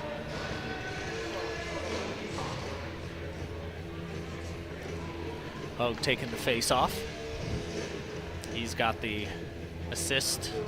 A nice assist to Dan Dean on that one. Jagaloons win the face-off. Oh, good read right there. Now again, Dean again. They're just Wow. finding him, just sneaking behind. What a great play by Tyler Gilbert. Steps up, reads the play, and then makes a great pass. They just couldn't cash in.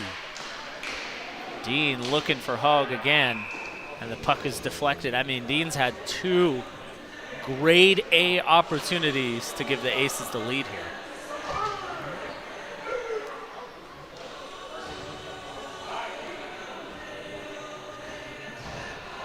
I like Tyler Gilbert, though. He did that very, very smartly. Yeah. Just read the play at the right moment, stepped right in to pick off the pass. Jagaloons looking to Good get stick. the lead here. Good stick Studo, again by Gilbert. again, it's just these sticks for the Aces are just, they're using their big sizes and really getting in the way. And they're not really giving up a lot in the middle there. The Jagaloons really have to be creative to try to get something going here. Now it comes back the other way. Looking for the move is Logan Garst, he just centered it, and goaltender for the Jagaloons just not wasting, not taking a chance, and he covers up.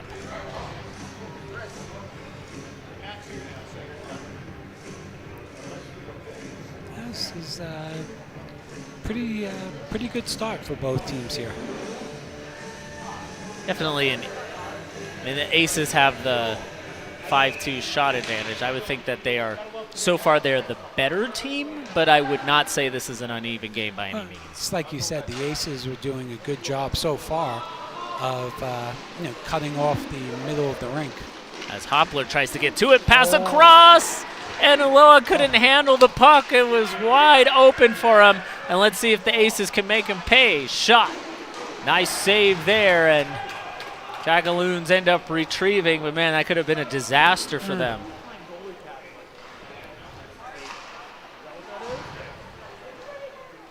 Sometimes you just want them to fire that shot, especially when the goaltender is, I mean, that was a wide open cage, but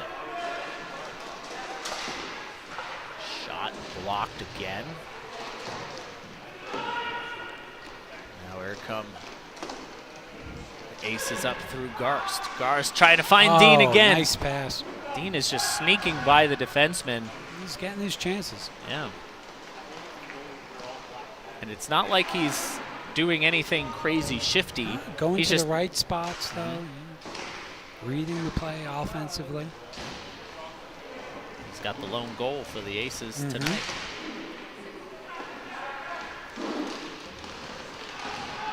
Now here he is. He takes that puck off of them. Cutting in, shooting, and he hit the post. Wow. Try to get the puck back, and it ended up just being batted out of the air. Ulloa now on it. Ulloa a little bit pushed off, but he ends up getting the puck back. Shot again blocked by the Aces. Now bodies are just flying everywhere. That's some of the fun with the minor division. Sometimes you get those moments where the bodies just fly all over the place. But here comes Hoppler back trying to get something going with the Jagaloons. Hoppler, and good poke check by Shirley to make sure that he couldn't get across there. Now Jagaloons starting to get a little bit more momentum as it was alley-oop pass there. looking for him, and now they have the puck back behind the net. Lebo with it. Now he's going to get that puck back and do something with it. Shot there, Studo. Probably, it looked more like a pass to me, but ended up with him. And he turns the puck over. Hog with it. He's behind the net. The puck's just taken off of him. Oh, good intercept again. Pass through. Nice work through the legs. And a good save there. Nice off of the stick of Disbro. Jagaloons good coming back. Right there. And just number big, 14. big bodies. Austin Gomez. Big bodies. They're not making mistakes. Garst. That's what you want your defenseman to do, right? Push these guys off to the side if you can. Hoppler now. Hoppler trying to find some room here. Hoppler cutting, shooting, scoring! Great shot by Hoppler. Very, very patient. He knew he had a 3-on-2 halfway the rink down, and he took every second he could deciding what he wanted to do with the puck. And on this one, he decided that he was the best person to take the shot. And that's exactly what he does. Very, very shifty, good play by Hoppler. Is that the kid that shot the puck in off the goalie? Yes. Yeah, he's, 2 goals for him. He's making a good account for himself right here. But you're right. It's the shiftiness, and I think the difference between a good roller player and okay roller player is somebody that can turn the speed on and off at the drop of a hat. And it's poise. Yep. Like I played against CJ Yoder for decades, and I think what made CJ the best in the world at one point was his poise. Oh, here we go. With the Shot. puck, right? No panic, and always knowing what's around him, how much time and space. He was great with his spacing, and that's what this kid did right there. He just took the available time and space and used it to perfection, and ends up being a goal for his team. And that's what separates levels of players, in my opinion. Oh, nice work. It's Hoppler for the hat trick. Big save. Good work by the goaltender. Now here's Dan Dean on a partial breakaway. Dean looking for the 5-hole. Good work by Chris Squolo to make the save, and now the game's starting to open up a little bit. I was just going to say, absolutely. Hoppler now. Hoppler cutting, looking for number 3. Look at this guy. And he is trying to take the game, trying to take the bull by the horns, and same with 2-on-1 the other way. Looking for the pass. And the pass just jumped off the stick of Gomez. Gomez after it, tried a little spinorama, and Hogue now with it.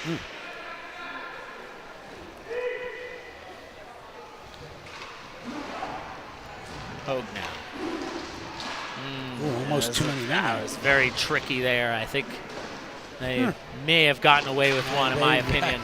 They very well may have, because that guy that came off the bench is the one that played the puck, right? Yep. I think I would have called that. Certainly, we thought it was going to happen. Puck off the stick. Now it's just a little bit of a battle here in the high slot. Shot by Studo with it. Now here come the Aces. They're not bending, they're not breaking, but they're certainly bending quite a bit. Now they have the puck again. They was looking for Dean, and a bit of a forced pass intercepted. See if the Jagaloons can get numbers here. I think the game's kind of turned a little bit sloppy here, Jim. Just a lot of it seems interceptions. like there was that energy boost where the teams were going back and forth up and down the rink. And then these last few shifts, the legs just aren't as sturdy as they were, causing the decision-making to be a little astray. Yes. It's almost like, I wouldn't even say, it was probably a little bit of a panic as well in a lot of the decision-making. Not panic as in they got somebody on them, but they're like, I need to get rid of this puck. And it's just, turnover. They want a little bit cleaner game here in the second half. It was very entertaining for about a 4-minute span. They were going up and down. It was like, wow. That was a good deflection there by Loa, but good work by the goaltender, Shirley, to stick with it. But yeah, absolutely, it has been entertaining. The different levels, minor, semi-pro, pro, provide different levels of entertainment, I think. I agree, yeah. Disbro now with it. Disbro shot, and he scored! Wow. Chris Scolo want to have that back. You took the words right out of my mouth, Joe. I absolutely agree with you. But not a bad play to get a shot at the net. No. When you really don't have much else. Let's take a look at it from this angle. I mean, here he is. It's pretty much a 2-on-3. Oh. He says, you know what? I'm just going to fire one at the net and hope to get lucky. And he sure did. He did. He tied the game. Now we're up at a minute 30 to go in the first half.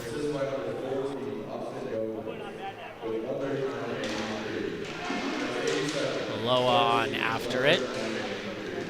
Now here comes Hoppler again. Hoppler's just been all over the rink for the Jagaloons. Throw it to the net again. And just clean with the passing as Dean brings it back, looking to settle things down.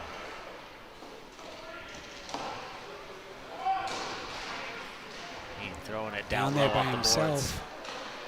What? Buys time, gets it back. 45 to go in this first half. Things have definitely slowed down a little bit here. They have. Well, it's funny with these first games, people want to try to impose their will, and it can get a little breakneck, but now you're seeing the late tournament stages. Shot save there. Chris Squalo had one he wanted to have back, but he made a good save there. As the puck gets deflected back, and now Gilbert on it. Pass looking deflected, and Hoppler with 10 seconds to go. Hoppler draws a penalty. And it looks like they're gonna start the second half. Ooh. I'm not sure I would have whistled that down right away, but Yeah. That's it. The Jagaloons are gonna start on the second half. Start on the power play most for the part, second yeah. half. All but 0.4 seconds. Yeah. I'd pull the goalie here just to see. Yeah, why not? 0.4 seconds, maybe enough to get a shot at the net. But again, it's Christian Hoppler just in the middle of it. Yeah. He's the one that drew the penalty there. If you're the Aces, you have to try to slow that kid down, the Hoppler kid down in the second half. Because he looks like he's got plenty of energy to go. You might want to take a little piece of him. Yeah. And I think they did, but just illegally. Yeah. That time. You stick a little bit lower, and you should be, get that body out in front of him. But it is tough as a defenseman. You're backing up here. Big rink, right? Big rink. But there's here's a look at the great highlights. pass Wow. there from Matt Hogue to Dan Dean. Squalo with a save there. Yeah. And Ooh, here's Dan hitting off the post. post. That was a good shot, too. He could shoot it. Now here's again, it's basically just That was Hoppler a taking great over. play. Great play. And then here's the goal that Chris Squalo That's want to when have you back. want yeah. And this is the reason why the Jagaloons are going to go on the power play to start the second half. They're tied at 2. Again, you are tuned in to the PIHA Finals here on Roller Planet. Don't forget to like and subscribe. This is the minor division. I'm Joe Aria. Jim Vavona's here with me.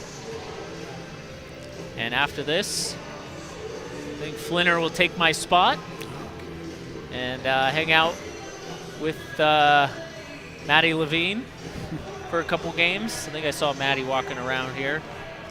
Looking good, looking svelte. Now, if you're the coach of the Aces, you have to find a way to slow these guys down a little bit, especially the Hooplet kid, right? 63. Yeah. They don't have a coach. Oh, you're right. I thought he was, and then I realized it's just a kid on the helmet, right. on the bench with a helmet. The Ace is going to start with a power play here. And it's a 2-2 game. Yeah. Wait, I'm sorry. Is it the Jagaloons. No, the Jagaloons. They Yeah. have the okay, yeah. They have it right up on the board there. Hoppler looking for the hat trick. Now Dean. This is a big point of the game right here. Absolutely. We were talking about if you, kind of the issue with teams that don't have coaches, and Jagaloons don't have a coach either, is, you know, unless you have that one voice as a player that's out there, it's really difficult to be a player coach and really kind of focus on doing either role well. Yeah, Jagaloons don't have a coach, but they do have a photographer. They do. I wonder if he's doing double duty of photographing and talking, getting on the guys. Nice interception there. Good work on the stick there by Whitman to make sure that puck doesn't go through. As we're at 25 seconds remaining on the power play for the Jagaloons. Shot, save, rebound, and a good work there to fight that off. Shirley's been good in net. He's been a stable presence for them. Oh, good intercept by Dean. He's got a breakaway here, shorthanded. Dan Dean scores! Wow. Wow. Great play by Dan Dean there. Hoppler makes a big mistake. Yep. Giving it away as the last man back, and Dan Dean with that big shot. Yep. That wrist shot, I'll tell you. He snaps it wherever he wants. And, yeah, great goal. When you were talking about it, too, it's such a crucial part of the game. Ah. We were talking about it in the context of, oh, maybe the Jagaloons, if they get a power play goal, it's going to be difficult for the Aces. But Dan Dean, great deflection there. And he's had opportunities all day, right? All day. He has, this is his second goal of the day, too. So he's been in the right spots and reading the play as well, and he picked the pocket there, and he made the Jagaloons pay. Oh. Now Jagaloons are going to go on the power play again. As the shot's deflected, and it's a rough. And unfortunately, I mean, it's just you don't need to do that. I mean, it wasn't necessarily super dirty or anything, but you're there on the corner. You have the battle. Take a look at the replay here. Oh no, that was just the shot that came up. But you have the battle. Just you don't have to extend your arms. The play right before that didn't get called. Yeah. And that penalty was on the carryover. So you have to be disciplined. You know, I mean, they say it time and time and again, right? If they don't it's call always the the first guy that one, gets caught. exactly. Yeah. It's always the retaliation. So the Jagaloons will have another opportunity here on the power play. Try to get this game tied up. Dan Dean's not out there, so he he doesn't have the opportunity for his hat trick quite yet. But the Aces are just controlling this play shorthanded. Hogue had a great assist. Shoots it off the side of the net.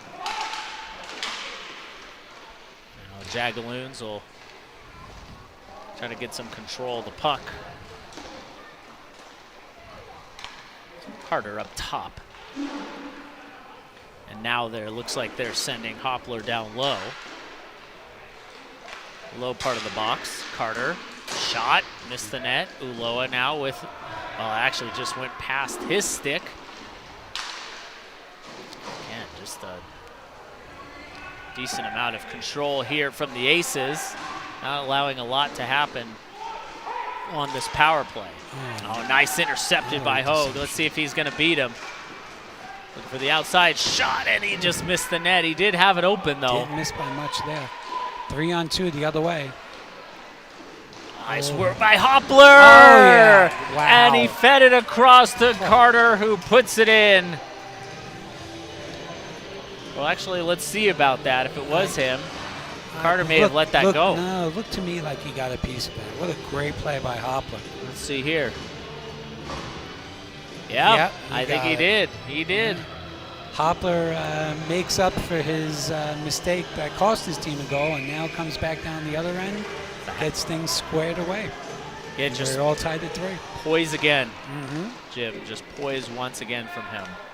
Great play. Now the Jagaloons are going to look to get some going here, and it's a tie game. Carter now just shoots it down. All square on the 2 power plays. Shorthanded goal for the Aces, power play goal for the Jagaloons. Now the Aces are looking to try to get something going here. As a shot that was thrown on by Disborough. Good save by Chris Squallow. Good breakout pass. Nice play here. Oh, great move! And Studo just couldn't get that final touch. Let's give him the lead here. Nice move around. Oh, good close off there. Now there's Dean again. Dean across. Nice play. They score! Oh, wow. Is that the hat trick? No, it's Austin Gomez. Austin Gomez scored? Okay. So it was funny. Dean, they take a look at the I looked replay down to here. look at the stat sheet for a second, and puck was in the net by the time I looked up. So this was the play where he tried to get around him. That was a good close off by Ty Carter on that defensive play, but then they retrieved the puck, did the Aces, and banged it in for a 4-3 lead. Well, and Dean had the puck in the low slot, and instead of shooting it, he just made the easy pass across. And good work by Gomez to finish, and now the Aces have the lead here. Now here's Gomez, the goal scorer. Gets the puck back. Now they're just going to take it back. As Loa runs into the net. Let's see the replay on this last goal that I missed. No, it's just, so he still goes. That was a good close off by the defenseman. That's what happened right and before. They retrieved the puck. Yep. And he makes the pass across to Gomez. Look at this. Oh, wow. Right where Mama hides the cookies. Yep. No mistake there. What a great shot. Great angle from our camera guy. I think that was Johnny Isle on the camera. Oh yeah, he's shaking his head. He knows it's him. But either way, that play was, again, poise. There's a lot of poise here from these two teams. Even though in the middle of it, there's a lot of interception, chaos. We don't know where we're going. But in front of the net, they've been surprisingly composed. Poised and composed. It becomes composed. Dean now with it. We're just going to play catch here. Gomez now. And here's Whitman.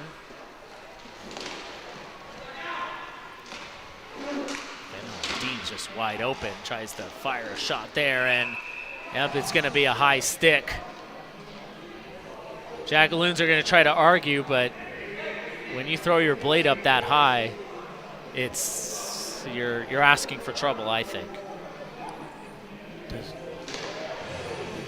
see what happens here. So here's the shot. Oh, right there. Yes, yep. That's a absolute high stick. Why is he even arguing? What's he say? Is he on the foul throw on the way down? I don't know. Nothing to argue about there. Good thing the Aces player had a cage on, yeah. Otherwise he'd be visiting the dentist in about an hour. A big bill insurance-wise. Oh, here we go. Look out. Hoppler now, shorthanded. Hoppler! Oh, just ran out of real estate. He did, but now it looks like an odd man rush if they hurry. Dean. That's through. Nice move there. And it's Garst. Now they're looking to set up the power play. Yeah, I think it's just one of those things that you argue it because it's against you. This is a very big point of the game, by the way. Yes. either way, if they could get a kill here, Yep. Jagaloons is going to be in pretty good position. But if the Aces could bury one here, it would hurt.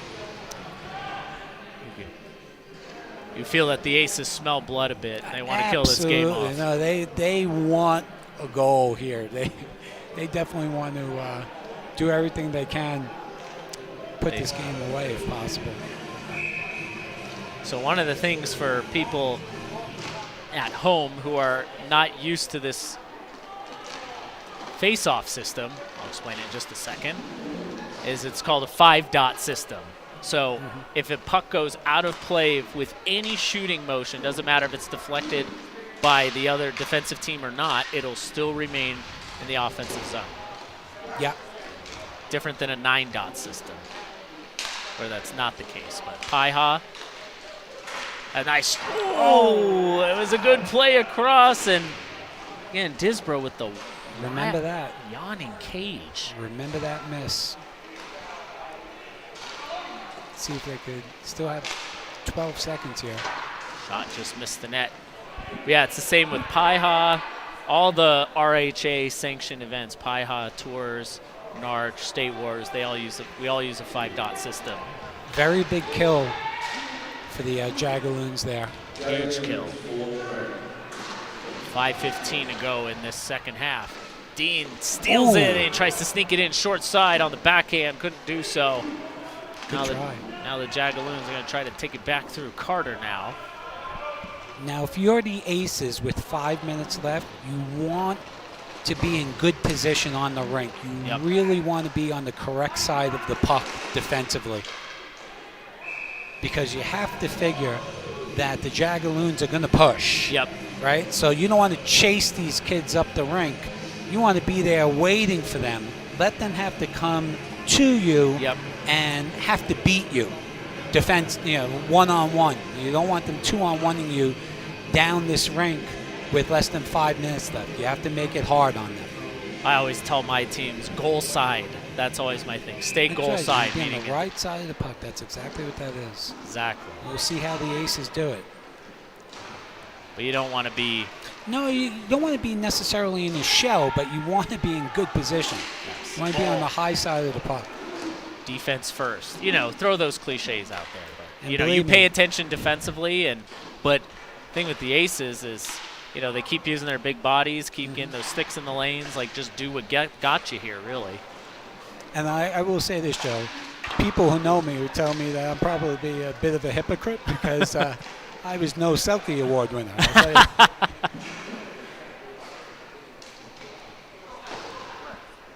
Well, you made the plays you had to defensively. You've become a multiple Founders Cup champion by leaving your guy. Nice pass through, and Gomez Good goal right there. gives the Aces a 2-goal lead. That's a big goal right there. Huge See? goal. But that, again, the Aces were where they needed to be defensively. They come back, catch the Jagaloons just out of position, and they take advantage, put the puck in the net. That's a really, really big goal in the game. 5-3 Aces. With under 4 to go. Time now becomes an issue for the Jagaloons. Who, by the way, coming into this period, if you would have asked me who I thought was going to be the favorite, I might have said the Jagaloons because they looked like they had the better legs. When they had the power play coming into the half. Exactly right. That's right. Aces have really structured a good game here. I agree with that. 3.5 minutes more, though. Roller hockey, nothing is safe with a 2-goal lead. They always say the 2-goal lead is the worst game in hockey, but I would think with roller it should be at least a 3-goal lead. You're probably right. But the clock is definitely not the friend of the Jagaloons right now. And especially shots like that keep coming in. Good save there by Chris Squolo. I also wonder, too, when they would start pulling, again, this is one of those moments where having a coach would be incredibly helpful for them because then they can decide when they pull the goalie, when not to. As here's a look at that shot. That's a big save. But yes, you're right. At what point do you look to pull the goalie? Some coaches are a lot more aggressive. But you're right. Then you're talking about goal differential and how that plays into the standings. There's Hoppler with it now. Hoppler surveying. He's got 2 goals and an assist, but he's trying to make it a hat trick as that shot comes through, but no second opportunity there for the Jagaloons. As we hit 2:30 to go in the game.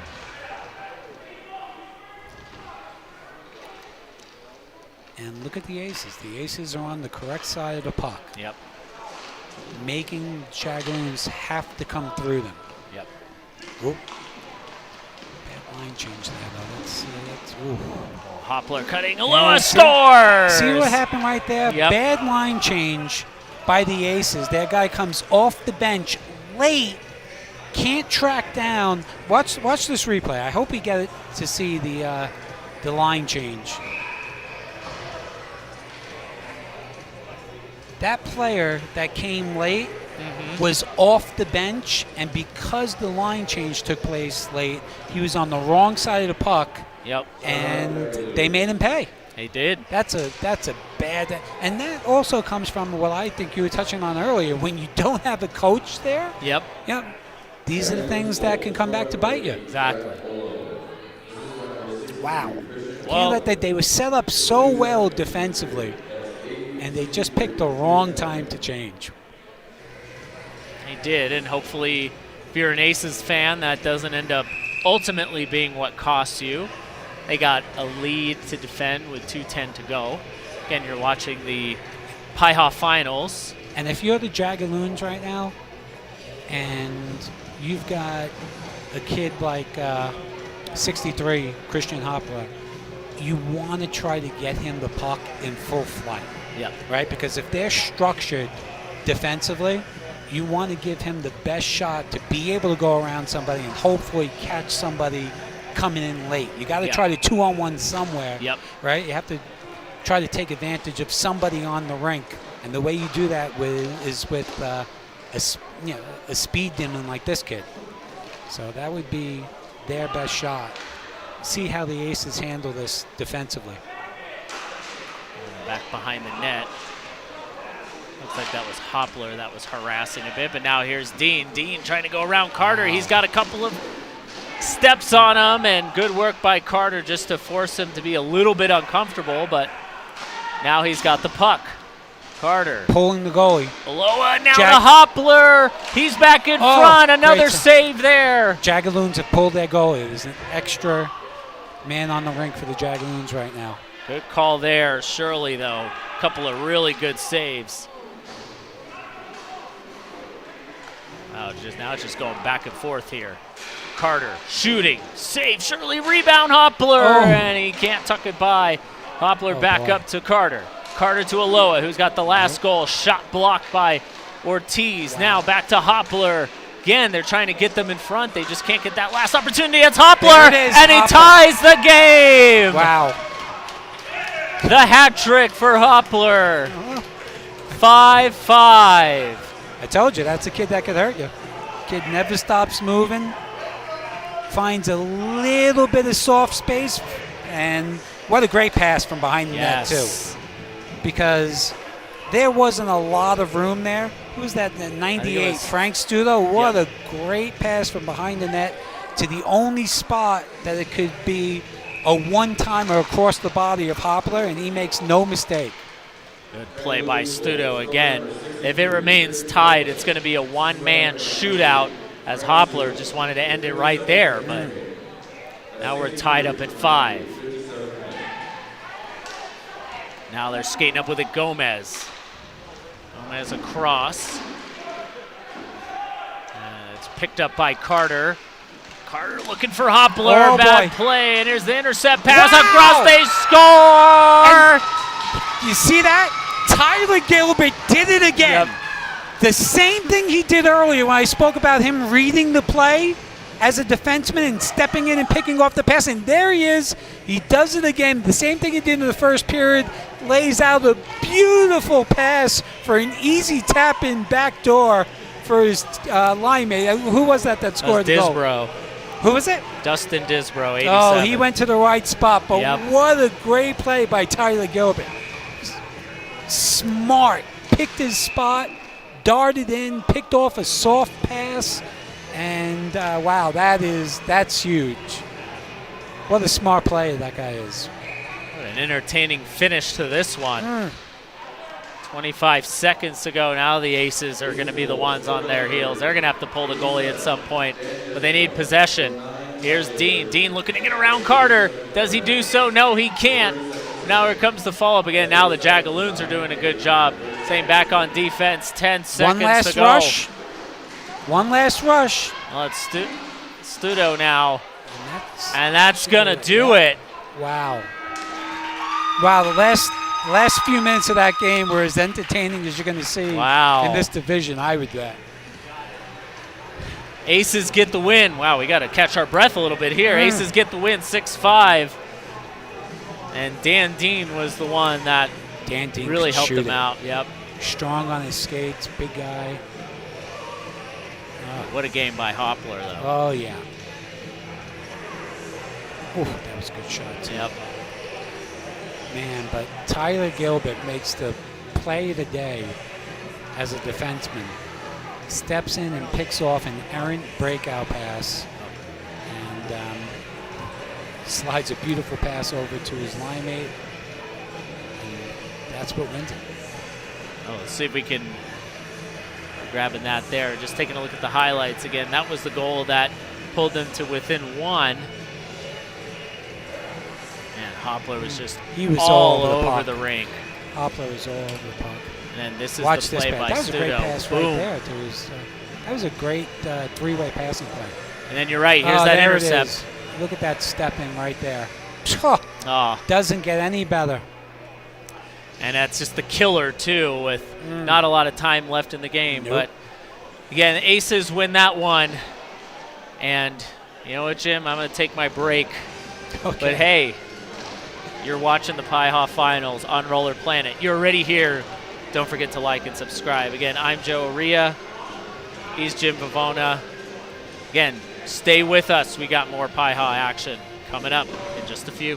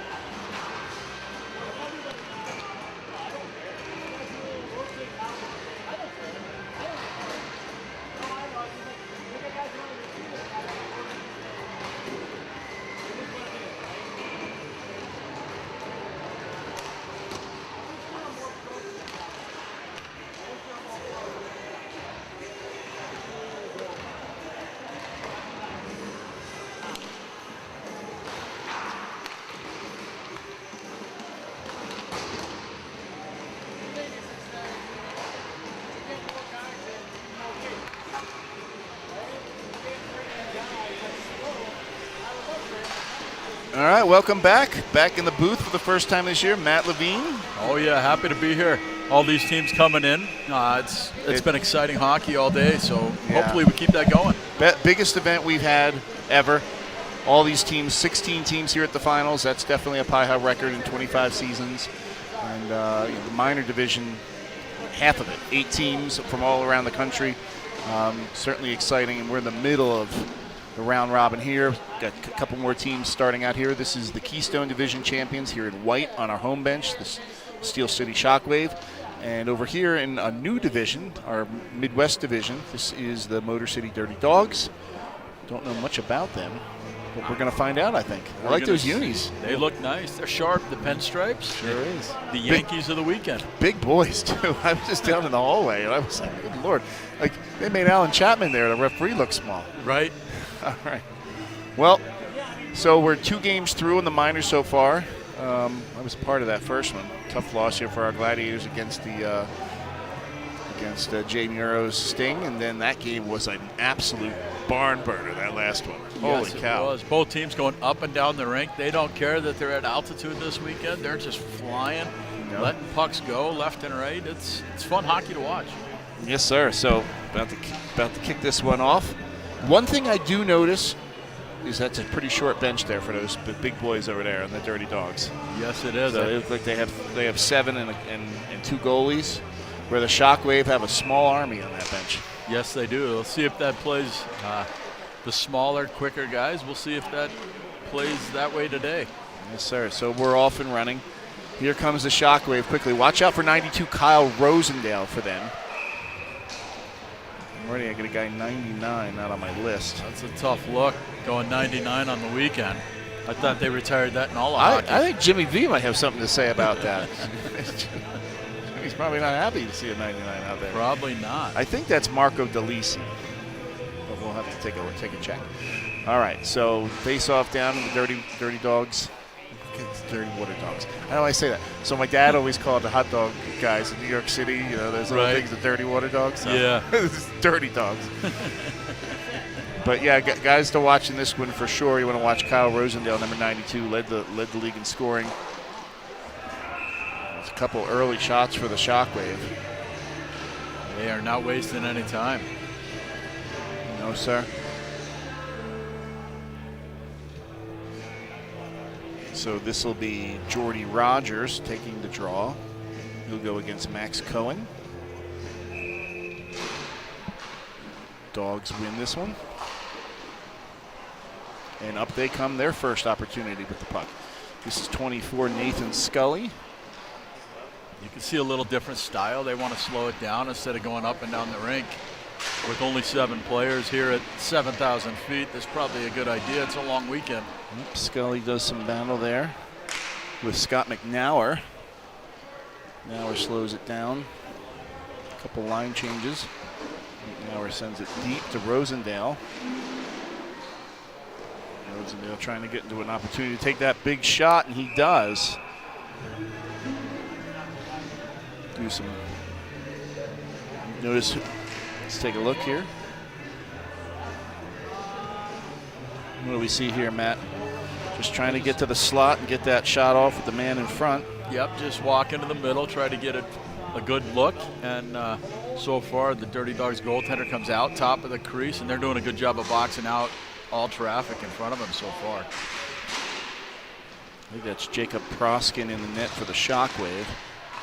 Trying to figure out who we have over there. Looks like Jason Slicker, the goalie for Motor City. Opportunity there for Nathan Planey. I'm sorry, it's not Nathan Planey. Yes, it was Nathan Planey. Okay. So Chris Belts here with the puck. He hands it off.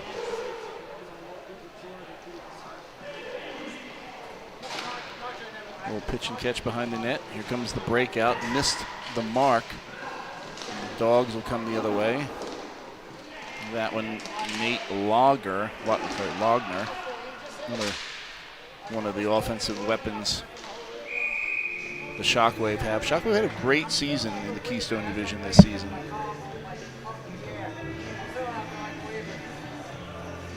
It's a tough division to just be running through too. There was so, and I'll tell you, having coached in that division, there was, I mean, not in the whole Northeast, there was so many really good teams that are just sitting home watching this weekend.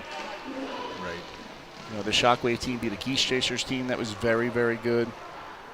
You know, very impressed with the talent in the Northeast in the minor division this year. There goes Lautner. He hits Shirley. Shirley can't get that shot through. Coming back the other way, Nathan Scully. A couple of Nathans out here. Scully trying to get the puck to the middle. That misses the mark. Now Max Cohen again. He tries to get the puck to the middle. Can't get it to settle. You guys even have the matching maroon helmets. Yeah, they do. They look sharp. They sure do. And Cohen's still with it. He's just trying to dance his way to the middle and still ends up with the puck. It's 1-on-4 as they change. Because a big guy right here. This is Dylan Kelly. He runs the squad. Yeah, Shirley Nathan has Plain, it. he found out the hard way. You don't want to step in front of that monster. He had a lot of vitamin D milk. Save there by Slicker. So the early edging shots with the Shockwave. We'll go back here, rewind a little bit, take a look at this save from behind the net here. Slicker on the tip.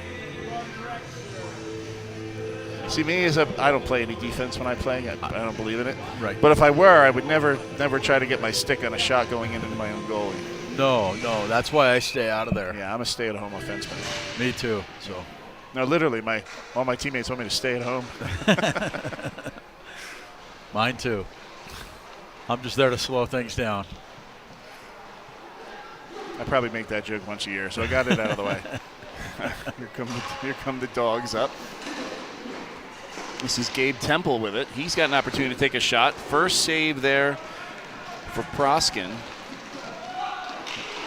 And the Shockwave, who seem to be a little lighter on their feet here. They do, and it kind of depends on which line they have out.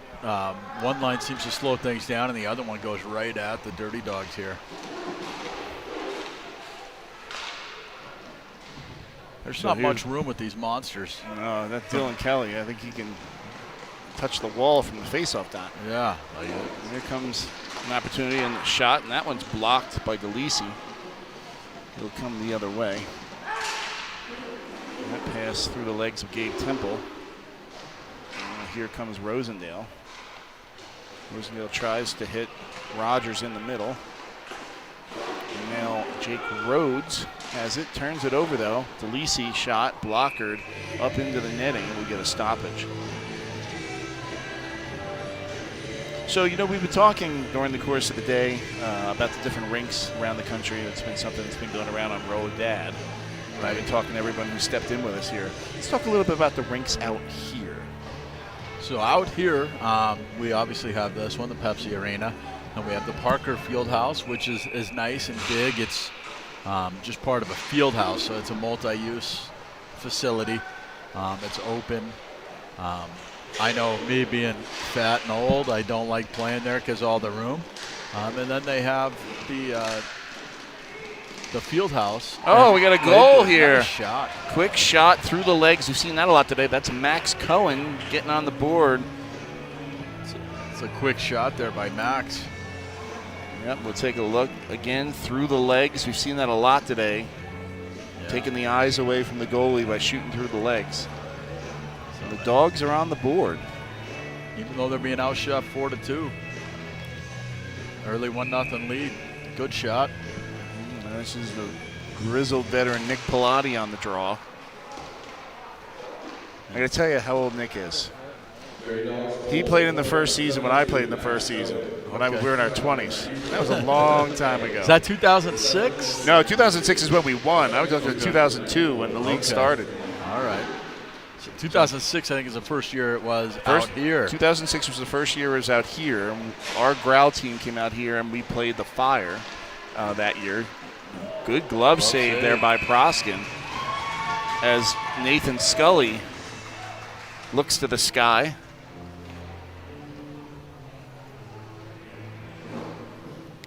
Yep, gets in, gets around, and look what I found. Oh, yeah, for sure. So now we'll have a draw in the defensive zone of the Shockwave. The goaltending of all these teams is This is Jacob pretty Roman. good here. Jacob Roman wins the drawback. So this is where the mistake is. This is 99 right there. Have to ask Jimmy if he got permission to wear that jersey. Hanging in the rafters. So this is a theme we've seen all day, as the goalie's really coming out and preventing the whistle on that. The reverse The ice. reverse clearing, yeah. All right, here come the Dirty Dogs again, getting wide. We've seen that a couple times now, which is interesting to me, being that they're the bigger guys. Right. But I guess once they get those big legs going, it's tough to keep them going. Yeah, it So is. the Dogs seem to be kind of finding their way here. They're more of a puck possession team than the Ro- Shockwave. Rogers tries to find Rosendale, which is probably a good idea. Rosendale again couldn't handle that hot potato from Jack Shirley. Now the Dogs come the other way. Halfway through the first period, 1-0 Dirty Dogs. Another big heavy shot, that one eaten up by Proskin. And the Dogs now have evened the shot total, 5 apiece. So we were talking, you were about to talk about the Foothills Fieldhouse. That's not an easy thing to say. No, it's not. It used to be RMR. Which Rocky Mountain Roller. Rocky Mountain Roller, yep. Now it's the Foothills Fieldhouse. It's a nice facility on its own. One side is indoor soccer. The other side is an inline rink full-time. It's been around. We're pretty fortunate here to have 3 pretty nice facilities for all of our teams to play in. That's great. All right, a little back and forth action here. Here comes, see, that's Max Cohen again. He holds possession in the offensive zone, tries to backhand toe drag to the middle, but that's shut down by Nate Planey. The Shockwave are having a tough time getting the puck out of their zone right now. The forecheck of the Dogs seems to be giving them some fits, and it could be maybe the size and the long reach. They're getting a stick on everything, it seems. See, here it is. They seem to be stepping up on them, trying to force them to make a good pass, create turnovers. There's big Dylan Kelly. He settles it back. He's going to send it across to Dom Moore. Moore moves it in the slot. Good recovery. Shirley trying to give Nate Scully a hard time there. And Kelly with it. And a physical battle I doubt he's going to lose over there. Doesn't, so he'll work the puck back around the net to Dom Moore. Moore gets squeezed off, but hits the home run pass all the way down to, is that Will Lemick? I think so, and Lemick does a good job pinning the puck. Yes, sir. So here come the Shockwave. First time they've had some space in a while. This is Nate Lawner. He shoots this one high and wide and will come all the way back around where Planey picks it up. He's going to give away to Belts. Belts, instead of passing, looks him off, will gain the zone. Rosendale off the bench, getting to the slot looking for the puck. Belts can't find him. Sent back. This is DeLisi with it. DeLisi now. Big shot from Rogers. That one blocked by Kelly. We're on 2 the other way. Backdoor pass. Eaten up and go the other way. Could be 3-on-2. Here's DeLisi. He'll shoot low. That one blocked by Kelly. Kelly probably eats a lot of pucks back there, that big defenseman. Yes, he does. He's in the way a lot. And that's a nifty little pass on the backhand over to Jake Rhodes, who continues to hold it. Oh, in front. Oh, big save. Couple of good looks there. Just couldn't get it to go. Rhodes, shifty here. Another good move. Going to look to try to shoot that one up, and he gets his own rebound. What an incredible shift by Rhodes. Oh, yeah. He was dipping and dangling. Let's take another look. He turned it on. It looks like he got wide, and then as he picked that puck up, he explodes to the middle to create the scoring angle. He gets his the own rebound. defenseman goes down trying to block a shot, takes him out of the play for a rebound. And then he had the open net, makes it 2-0. Yep. So the Dogs now have had the last 8 shots on goal in this game and have the 2-0 lead. They'll send it across. Good saucer pass picked up as the Dogs now have kind of hemmed them in. This is a very good Shockwave team, too. They had their way with a lot of teams on the East Coast this year. Coming back the other way, this is Nate Logner. And I'm interested to see how these final 2 minutes go and then into the second half. Once both teams kind of know what the other team's plan is, then they can make adjustments and see if the Shockwave are going to turn up the speed here a little bit. Yeah, for sure, because there's been an adjustment just in this period. I mean, you saw the Shockwave come out, fast and furious with a lot of what seemed like a lot of swagger, and now that's kind of started to fade and dip a little bit here as the Dogs have found their way. Oh. I think goes through the goalie. Yeah. I'm sorry, that is Nate Scully had an opportunity, just missed that one. Just missed that one high and wide. You can look at it again here. See, again, I've seen this a lot. They love to come down these wings, especially these righties, and just try to get a half a step and get those shots. Right. And I guess that's the play when you're the bigger team, right? Right. You're not going to go through. You're going to kind of go around, dip that shoulder, lean in. You got to use what you're given there, and if you're bigger and stronger, as soon as you get them on the hip, you're in. That time it looked like Pilati kind of bumped him into the goaltender there a little bit, but still there. So the refs will bring it to center, which is kind of like a neutral. They're not sure who did it. Right. They're definitely not shy about going to the net, though. That's right. So here's Shirley now. He picks the puck up as we approach 2 minutes to go in the first period. 2-0 Dirty Dogs. Here comes Logner. He gets stepped up on, but still comes away with the puck. Still has it. Not much help there. As Jacob Roman settles back. Reorganize their attack, the Shockwave, who are probably going to talk about trying to find some open rink and find some speed, I would think. Here's a good opportunity for Logger. Good save there by Slicker. Guy in front, ready for a rebound. No rebound there. That's the first shot the Shockwave have had in at least 6 or 7 minutes. Right. And Slicker does a good job staying square to the puck. Again, I think if you're the Shockwave, you need to get more than one guy going. You need to get that cross-rink pass, try to change zones and make him move a little bit more. Good forecheck here by that's Sam Degree. He loses his twig.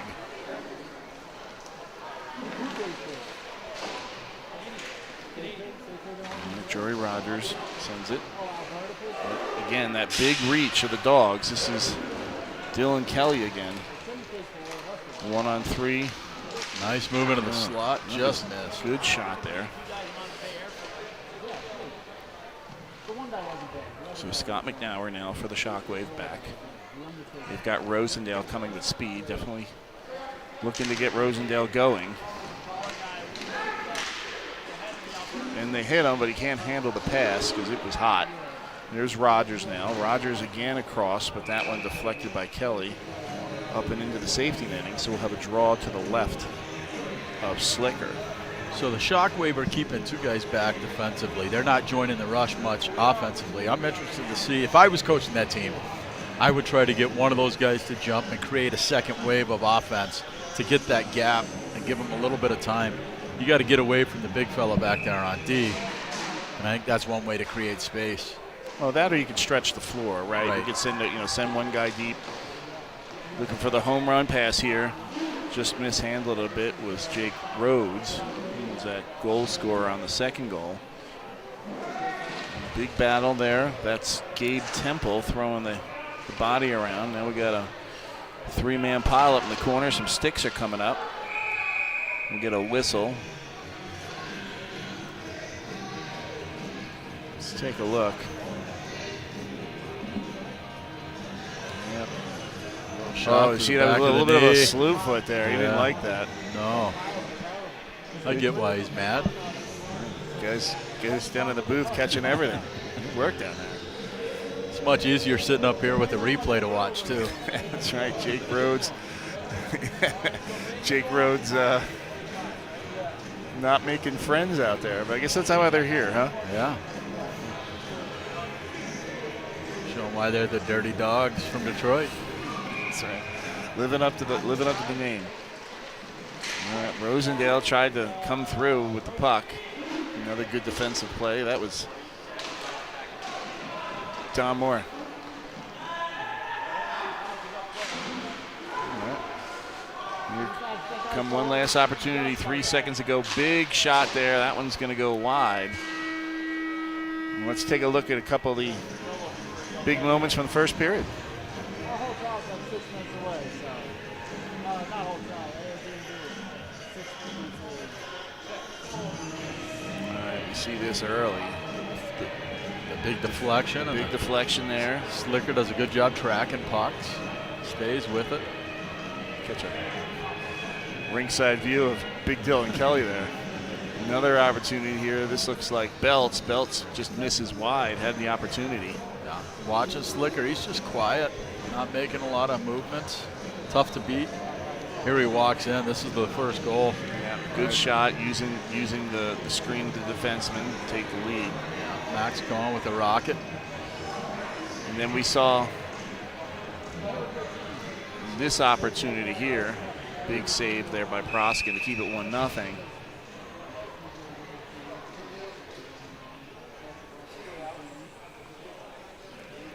right, here we go, back to live action here.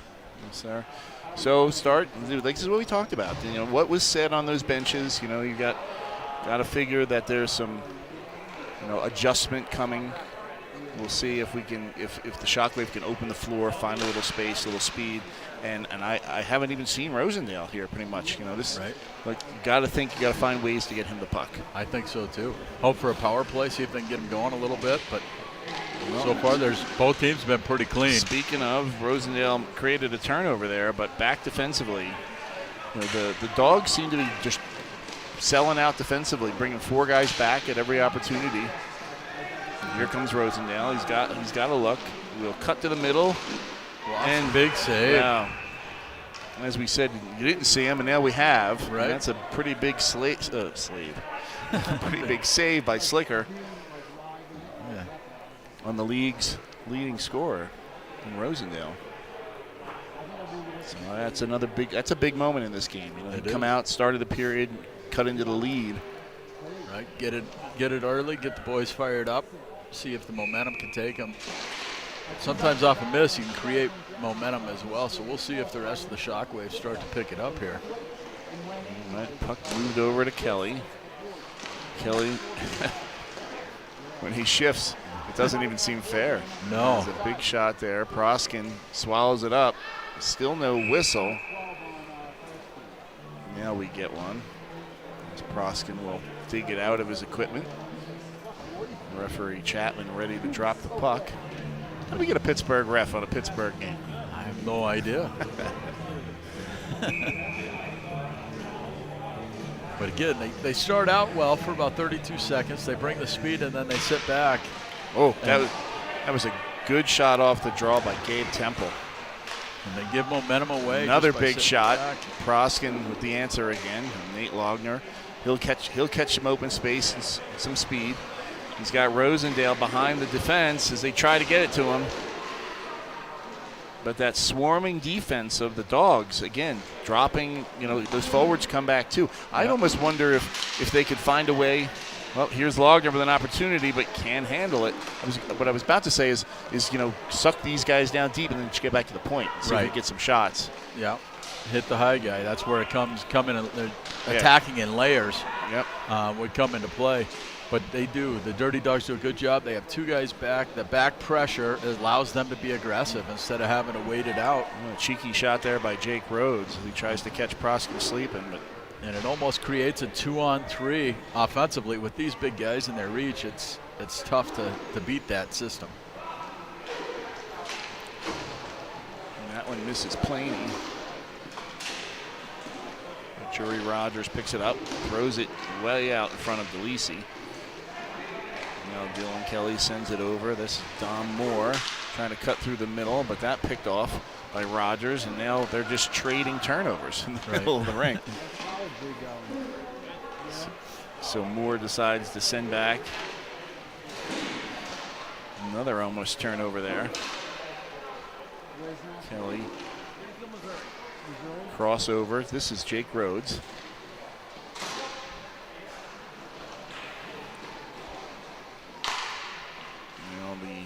Dogs seem to be intent just to play catch with it. Maybe they're just trying to find an error here in the coverage. Right, and then they get it. Creates a 2-on-1. Here comes the Shockwave, 2-on-2. There's an opportunity here. Oh, that was the best look they've had in a while, and he shot it high over the blocker. Planey knows it as he settles back. Here comes the Shockwave breakout. They get a man on either side. Planey brings it out himself. They have a man caught behind. He's got some speed. Now here's Shirley. Shirley shoots, but that's blocked by Kelly. You got to go to the other side, I think. He may have more stops. He may have more stops than Slicker. I think you're right. Okay, this is Cohen. He turns the puck over. He'll retreat. Send it back. I thought he was going to go across to Kelly. Instead, there's a turnover. Planey shoots. It's a good quick shot. Yeah, made for an awkward save there. Oh, that's both benches there asking for a penalty, but there probably could have been penalties both ways there on a hook and a hold. So the referee's just letting them play. I think this time of year that's the right choice. Yeah. Nothing crazy's happened. You don't have to settle the game down yet.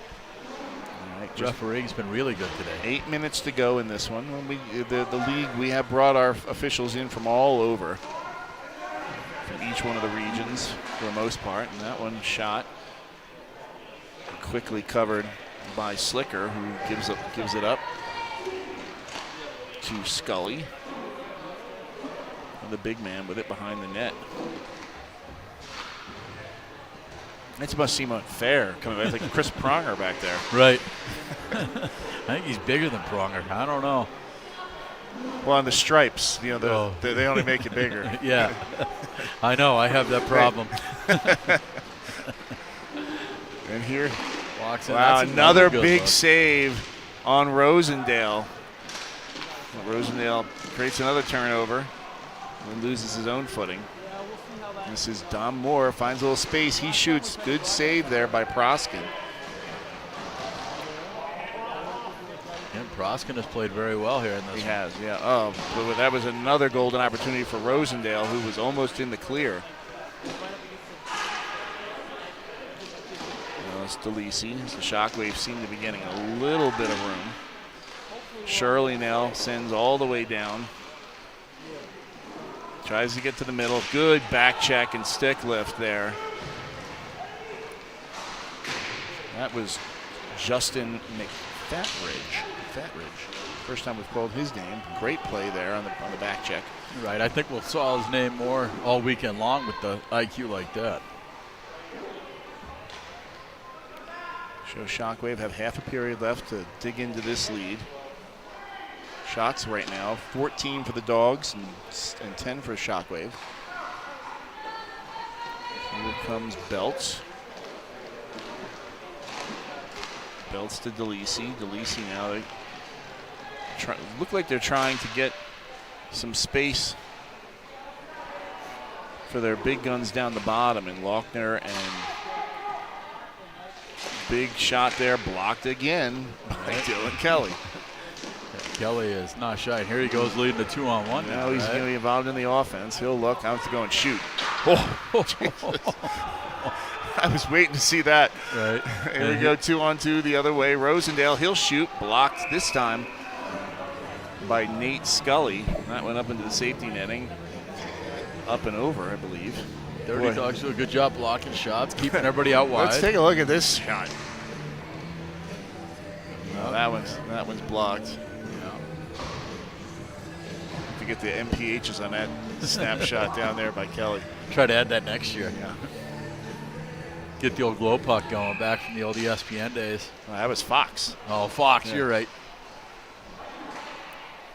All right, so the Shockwave now have Planey back with the puck. Nope, sorry, it's not Planey. Planey's cutting across the other wing. This is Jacob Roman. More good defense by the Dogs. First to get there, Nate Scully. He turns it over to Rogers, but Rogers can't handle, so Dylan Kelly retreats. And no hurry. They'll just play catch back here in the defensive zone, and they'll do it again. You see, you got 4 minutes left. They're not in a big hurry. They're up by 2. Max Cohen whiffs on it, but gets his own rebound.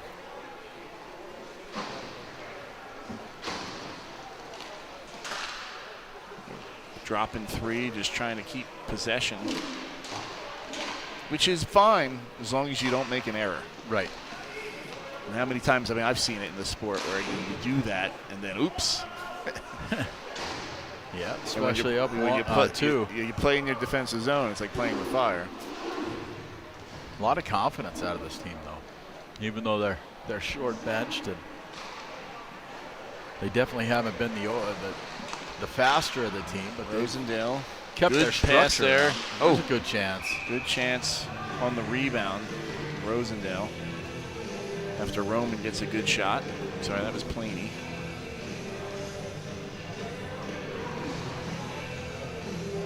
Slicker with a big save, and he was still being quiet. He's in a good position for that rebound attempt by the leading goal scorer of the league, and he was able to deflect that into the netting. So here's Lochner as the Shockwaves send their 2 big guns on the offense out there. Dogs retreat again. They'll set up behind the net. Here.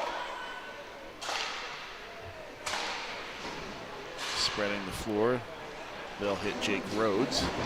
He's bumped off. That's a good play. Yep, Shirley there. Big shot. Another great save.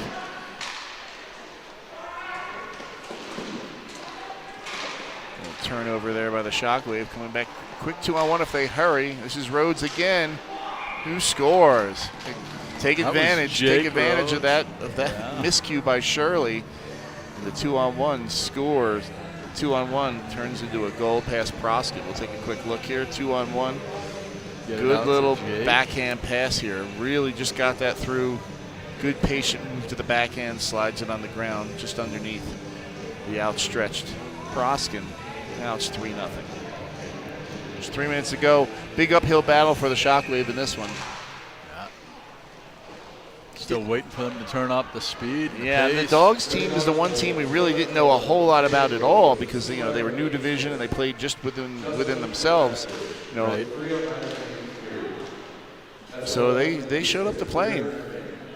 They keep their structure really well, and their defensive process and systems. They don't really stray from that.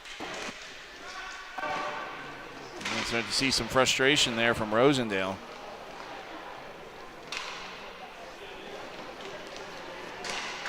And this is Lochner. Finds some space. Tries to pop one up and over the glove hand. Again, when you got Slicker back there being as good as he has been in this one. Very calm. Yeah, he just seems to be square, ready. And it's a great thing to have when you've got such a solid defense in front of you, because the way to beat that, right, is to get him moving. But when you're taking away the middle and you're really defensively sound, it's great to have, just a steady goaltender back there. And they seem calm as a unit, but all 7 of them. There's not a lot of panic with the puck. There's not a lot of wasted movements by these guys. Good little backhand move by Lochner. He gets across. Looks like he really wanted to force that one to wanted to force that one over to Rosendale and decided to take the shot last second. It's a good stick coming back by Max Cohen. Oh, if they shut teams down like this, they're going to be tough to beat all weekend. So our final game coming up next is going to, as we get a timeout coming. Let's see, we're one shy here. I know the Crocodiles are up next. I think they're playing the Tugboats. Okay. In our last of the first round robin for the minor teams, and then we'll reset and do it all again. Then we'll make way to the game 1 and game 2 tonight, Matt. You and Joe on the horn for that one. Yeah, it's exciting. It's going to be a good series. I can't wait to see it. Last year was fantastic. We got a new team coming with the Inferno. Yeah, we talked about this earlier. It's exciting. This year we're gonna crown 3 new champions, no matter what. That's great. It's going to be great. It's really good for the league. Yeah, and speaking of, last year's championship, obviously the Sting pulling that one out in 7 last year against this Chaos team that'll be back here this year. Their longtime head coach, has won more in PIHA than probably anybody. Jay Muro is going to call game 2 with Joe Aria here. That'll be exciting to hear his take, because he's going to know a lot about both of these teams. Right. I mean, they have battled with the Inferno forever. And then obviously coming off of last year's win, knowing a lot of these guys on their team. I mean, John Chavo and Tyler Kraft have played for, and so has Mike Lachinsky, played for Muro for years. So it'll be interesting to get his take. And he's such a smart, great coach that it's going to be awesome to get his take on, from that standpoint. Just a ton of hockey knowledge. So just a minute 30 roundabouts in this one. Opportunity there for Nate Scully off the side of the net and out. So the Shockwave came in as certainly one of the favorites. Going to go to the locker room and have to figure it out. Yeah, they will.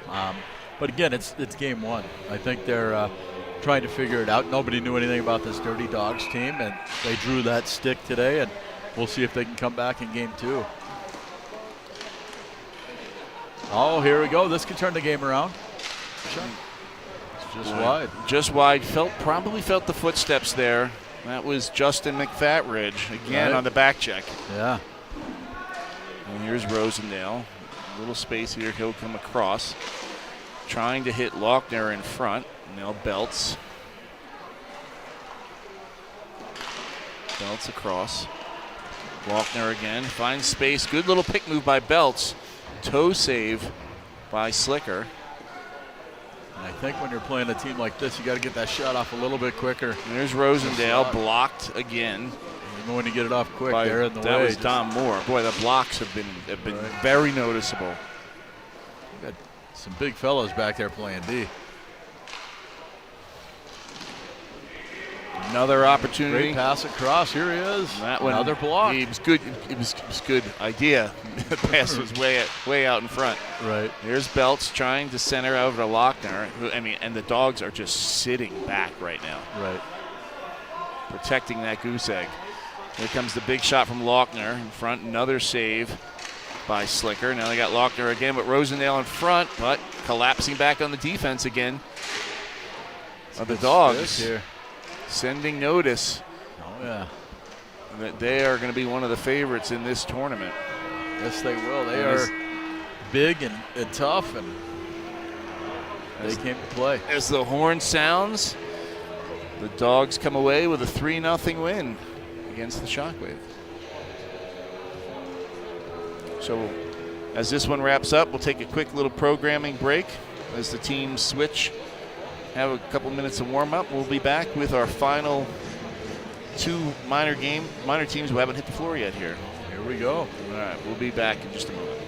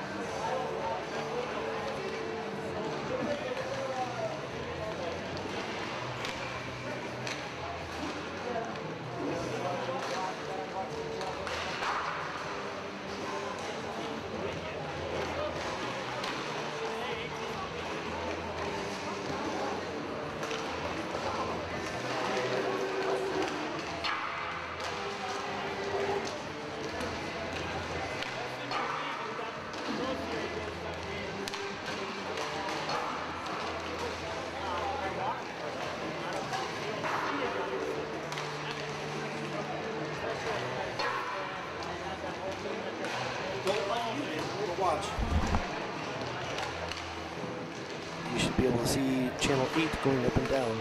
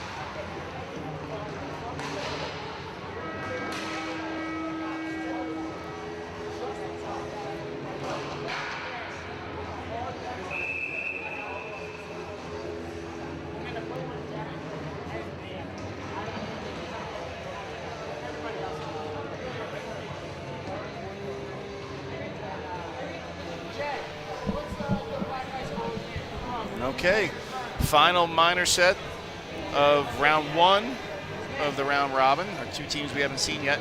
This is here in the home bench from our brand new Sunshine division, the Gainesville Crocodiles. You'll see their little takeoff of the Gators. They call themselves the Crocodiles over here in the white, the Florida blue and gold, blue and orange. And buzzing around in warm-ups. They look like they got some guys that can scoot a little bit. Yeah, they definitely fly. And that division was very impressive. I saw it in person in Naples this year, and those guys can play. And now here we have a team who has been here to the PIHA Finals a couple years in a row. This is the Tugboats in these nifty new black jerseys. Oh yeah, it's going to be a tough test. Yeah, we'll see. The Crocs, we'll see. They actually had some a challenging road this year, did the Tugboats, to get through to the minors finals here. Well, tell us a little bit more about that, Matt. Well, we had some teams. Des Moines, the Leaf Ray played very well, and then some of the Thunder teams had some young kids that are getting into playing this game. Once they turn 16 years old, they're gonna be tough for years to come. All right, so the Tugboats try to make their first exit of their defensive zone. Good pressure here by the Crocs, but Tugboats in a good battle here with.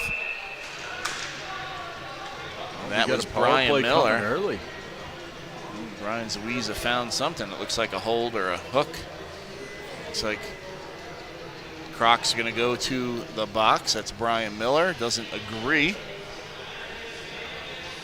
Saying when he reached around, that is a hold. He has no choice but to call it. All right, so first look at the power play early, just 40 seconds in. Tugboats. Now, I do notice that the Crocodiles only have 6 skaters. That's going to be a tough road. That's going to be tough. But they do fly. All right, so getting organized, getting themselves set up the way they want is the Tugboats. Big one-time shot there. Again, Hartman, David Stencil, I believe that is in net. Good save, a block. Selling out. Or is that Joey Rogowski? That's Rogowski, I'm sorry.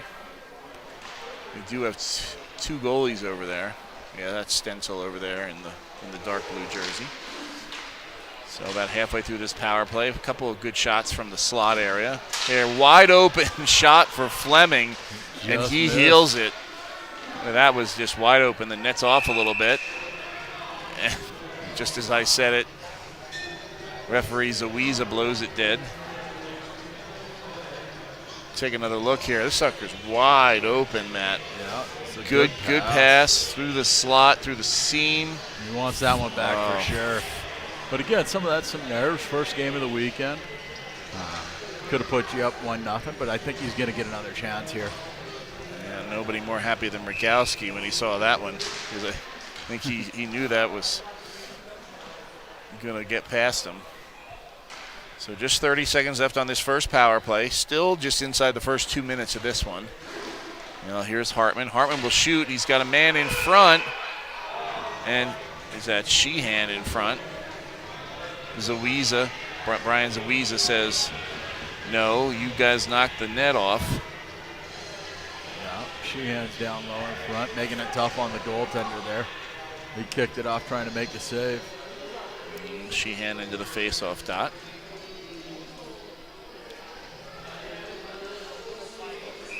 He'll take the draw against Ryan Leffert. And the tugboats come away with it. This is Clift. He'll take a shot. It's blocked in front. Yeah, that's a good block there by Felonius. There he goes with speed. Yeah, this is where the Crocs are going to try to exploit their opponents with their speed. And like the team before, the Dirty Dogs, they're keeping two guys back. And as a coach, I'm telling my guys, you got to step up a little more. You can't give them a third of a floor with speed and then try to reach. You're going to either take a penalty or he's going to blow right by you. Yeah, so the season started for this Crocs team in Atlanta when they went up and played against the Piedmont teams in a cross-division festival. And then they played the rest of the season in the in the state of Florida against their little souvenir for the fans right up and out. But they were in a pretty tough division. They had the Chaos and the Unified Hooligans, both very worthy and tough opponents, could easily both be here. But this Crocs team came out ahead, and see what they're about here as they play the rest of the teams in the league. But when that division went up against the Piedmont division, the Aces and a bunch of those teams up there, they really held their own. Should be a good weekend. Yeah, for sure. I think the minor division is just a complete wide open. Anybody could win. I think we're seeing a little separation in the semi-pro early. Right. But the minor. I mean, to me so far, I think the best looking team may have been that Dirty Dogs team. Right. Good shot there. And again, they're not going to blow anybody away with speed, but they are tough defensively. Yeah, Miller, a good forecheck. And they have a good goaltender, so that's going to help all weekend. Ooh, he shot with it. Here, Miller makes the outlet pass. This is shot, big shot there. That one scoots in. I think that's Joel Stevenson there on the doorstep. On the rebound. He just wanted it more than the tugboat. Great outlet pass here by Miller. And you'll see Louis shoot. Just gets it on net. And then Joel Stevenson, Johnny on the spot there.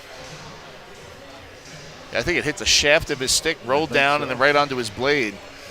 It's a real goal-scoring goal there. Yeah, not much you can do there. If you're, have we identified the goalie there? Probably Shears, right? I think you're correct. Score by number 16, Braden Foley. Assist by number 82, Louis Schlatt. Are they giving that goal to Braden Felonius? I think so. It sounds like it. Walk in, fire shot goes just wide. Shears on a good save on Miller there. Now here's Felonius. So I think Felonius, another good save there by Shears. Coming back the other way, the tugboats. They have a man caught down low. Felonius back, makes a good defensive play. And it looked like the Crocs picked up the pace and the intensity a little bit after that first goal. Tugboats had to weather a little bit. Yeah, you know, I really have noticed in the first couple minutes the play of Brian Miller. Seems very calm back there on defense. Makes, doesn't make panic plays. Seems to be.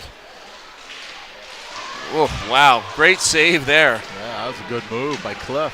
Yeah, Cliff showing his hands off there, but good save by Rogowski. So you have two goalies. Oh, yeah. Are you guessing where you're putting your goalies?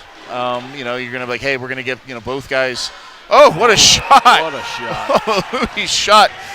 So I'm sure that there's some strategy. Again, a lot of these guys haven't played each other all season.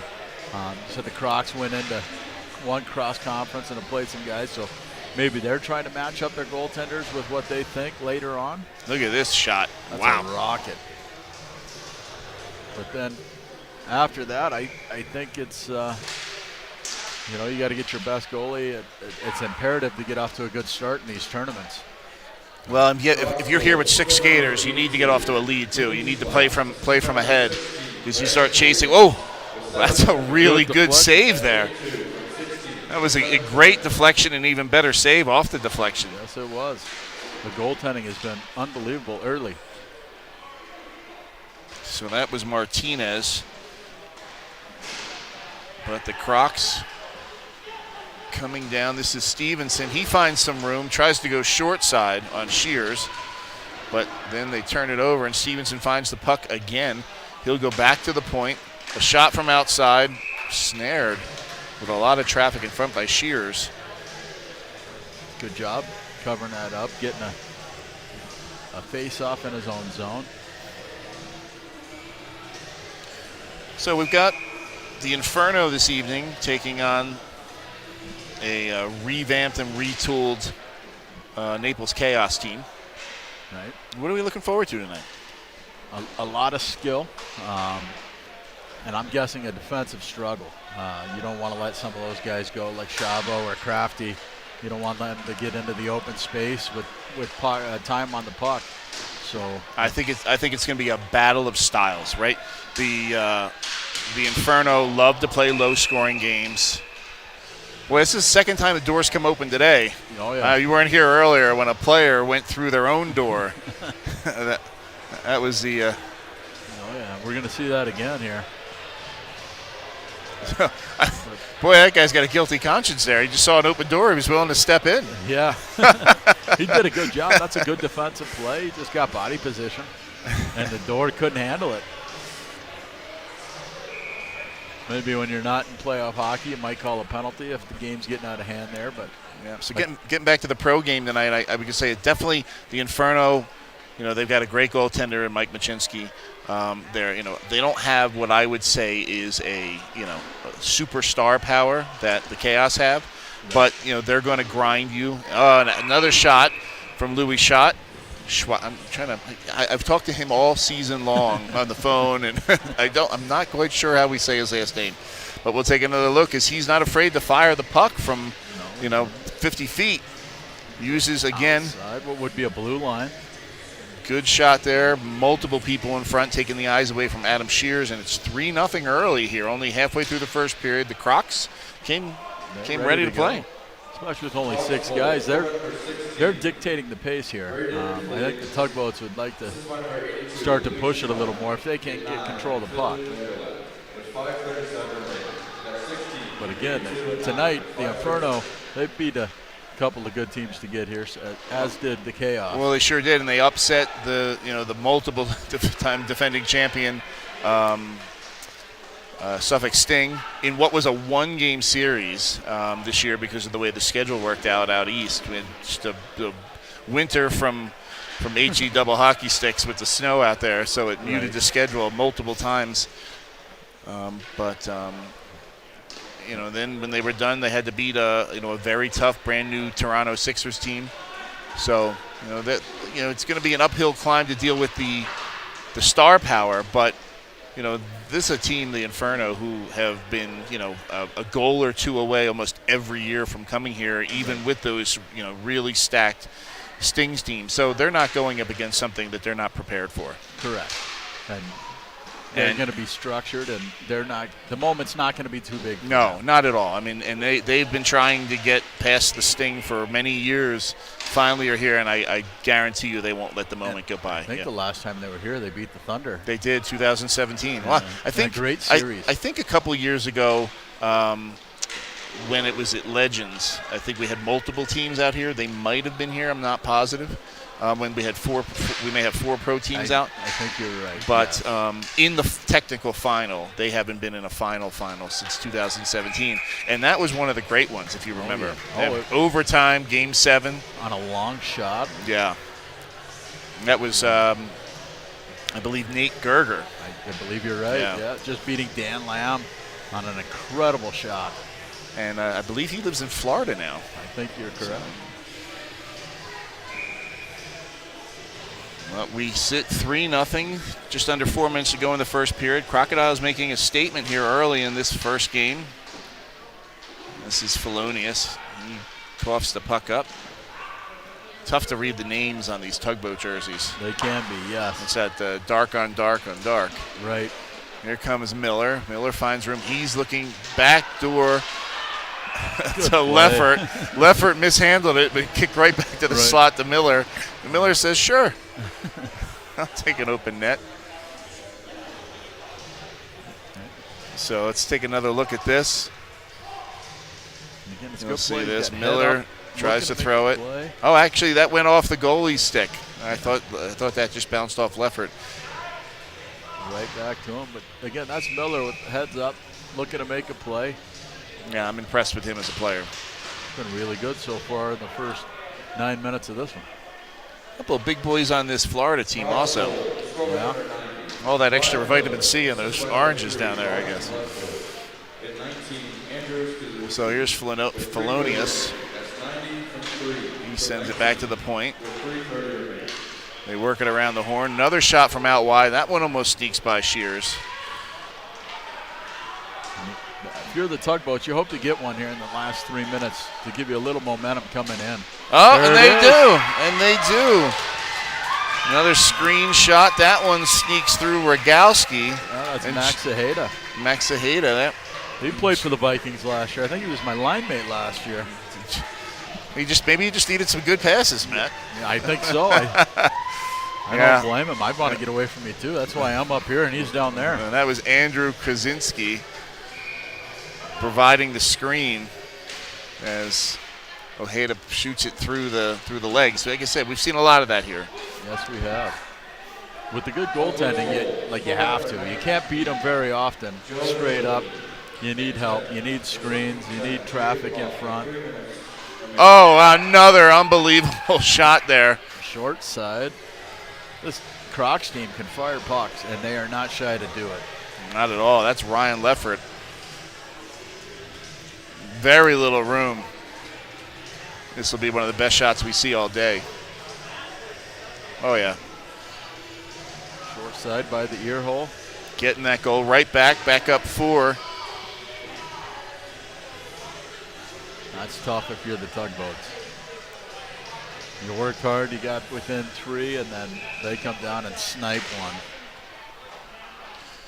It's one thing if you could say, we made a mistake, but that time he was just better, made the play, and an incredible shot. Yeah, a lot of players in the league, you give them that much time and room, they're gonna hit their spots. Right. So Tugboats in a big hole, down 5-1, just over 2 to play here in the first period.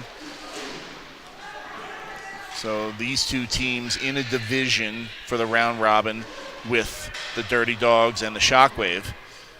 And the way it's going to work is everybody will play each other in their own division, ranked 1 through 4. Right. And then in the playoffs, one will play 4 from the other division and so on and so forth down. That way, at least in the playoff round, you're not playing a team you've already played again. Right. Just watching what I've seen today, all these teams seem pretty even. So here comes Miller, mishandles on the toe drag. Yeah, 1 or 4 could be tough. A little bit like March Madness. There's a lot of parity here this weekend in the minor division. All right, here comes Clift. Finds a little space on the outside. Miller does it just enough, but we're going to get a call here.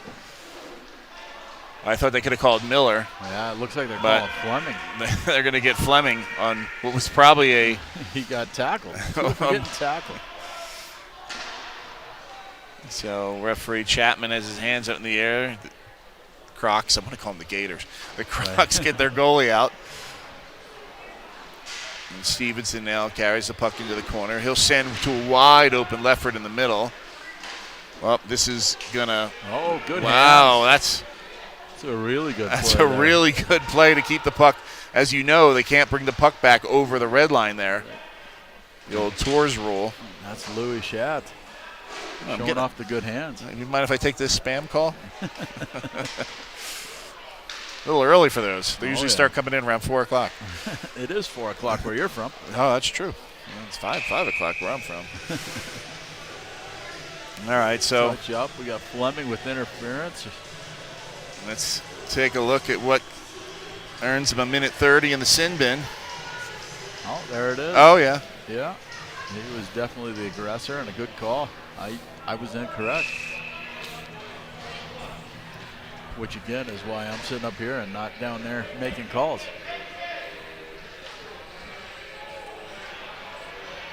All right, so first look at this Crocodiles power play. We saw one early in the game from the tugboats. Some good looks. Nothing came of it, but they had some good looks. Missed the open net.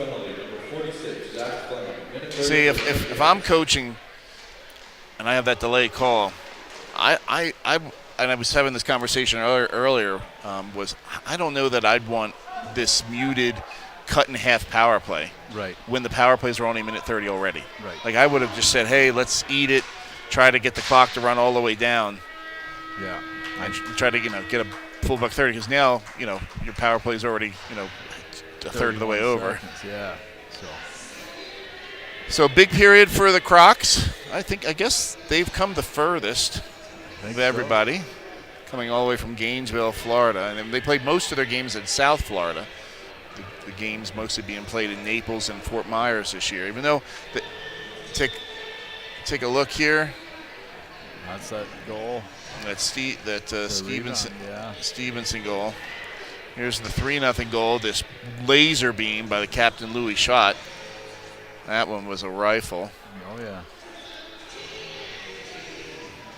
And here's Miller off the rebound, wide open net. Thank you very much.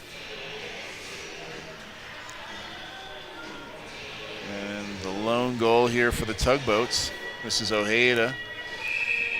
Good job shooting through the 5-hole of the defenseman. Oh, yeah. Change the angle, let it go. And then one more for good measure for the Crocs to regain their 4-goal lead. That's an elite shot upstairs. And that's where we stand, 5-1. Great job down there in the booth. Oh, yeah. Getting all the action for everybody watching us at home. And I'm sure we've got people everywhere watching with all the teams coming in from around. Sure there are. It's live here on YouTube here for Roller Planet. Yeah, and we suggest everybody, do us a favor, subscribe to Roller Planet while you're here so you see us again when we go live. At some point, we probably will cut the feed and restart it just for the sake of the length of the feed. When we do that, we'll let you know. And that shot, good defensive play there by Andrew Krasinski. We're going 1-on-2 or 1-on-3. It's tough at this level. Yeah, and that's why I think we're seeing a lot of people just trying to shoot through legs and the good goaltending. But again, they're shorthanded here for another 45 seconds. Get the face-off away from your goal. Make the Crocs work a little bit. Here's Max with the puck. Saheda, the goal scorer, eating it. Now he dumps it around. It's a good job by the tugboats on the kill. But this might be what you were talking about, where you don't want to give them time to set up halfway through or get reset. It's a good call right here. Louis Schott steps into the player, unnecessary there. Good call there by Alan Chapman. And we'll get a whistle You can't complain about that one. No, he just stepped into him. Yeah. He just interfered with him without the puck. Right behind the net, you'll see this play right here. Puck's gone, and then he just steps into him. Right. That's going to give the Tugboats their second power play here in 11 seconds. And they need it. You could really get some life out of an early goal here. Right. You know, cut into this, make it 5-2. So it looks like we'll have Jacob Huff into the faceoff dot, giving some instructions on where he thinks he's going to win this. And that's a goal scorer there behind him. And with right, the puck. looks like he put it right where he wanted it. Yeah. Right back to Cliff. So Cliff across to Huff. I think you'd like Cliff to try to get another shot there with 11 seconds left. You get one 3-on-3 and then a power play goal. Well, now Cliff, it's 5-3. Cliff tried to go upstairs there and missed by a country mile. Right. And that one sits weird on the back of the net. Fortunate for the Tugboats. Cliff now back across to Hartman. He trades back with Cliff again. He's got room, but another good stick by Brian Miller. Just holding on to the puck a little too long instead of moving it, making it easy on the penalty kill. Well, it looks like they keep trading up top, like they're trying to get some bodies in front and shots from up top. Right. But you're going to have to get them off a little quicker because the Gainesville teams really seems to be getting sticks on everything. And the goaltending's really good. If you can't get it off from up there, a quick shot is what you need. So this is Hartman back to Cliff. He's got the shot he wants. Still loose. But good save by Rogalski. Good goaltending tandem down there in Gainesville. David Stenzel, one of those goalies up for goaltender of the year in the minor division. You'll see that play out in the ceremony tonight, 6:15-ish. I say the awards are coming up tonight. Awards coming up tonight. We always do them on the first night because everyone's here. Right. If we start moving towards Saturday, some teams are eliminated, so we try to keep it when everybody's here. That's a good night too, right Yeah. before the pro games. Oh yeah. That's awesome for these guys to get recognized for all their hard work over the season. Yeah, and it's getting tougher and tougher the bigger the league gets. So we've expanded the nominees. You know, trying to pick one sometimes when there's no barometer, Right. you know, between the divisions and things can be tough. But good kill so far here by the Crocs. Couple good shots from out wide by the Tugboats, but nothing too scary.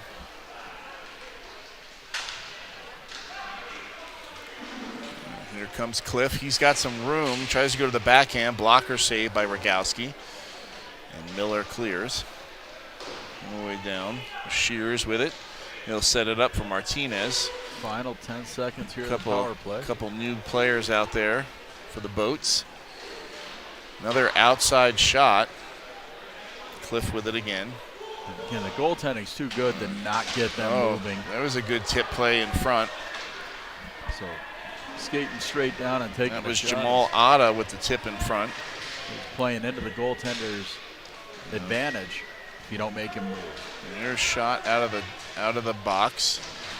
Having some friendly moments.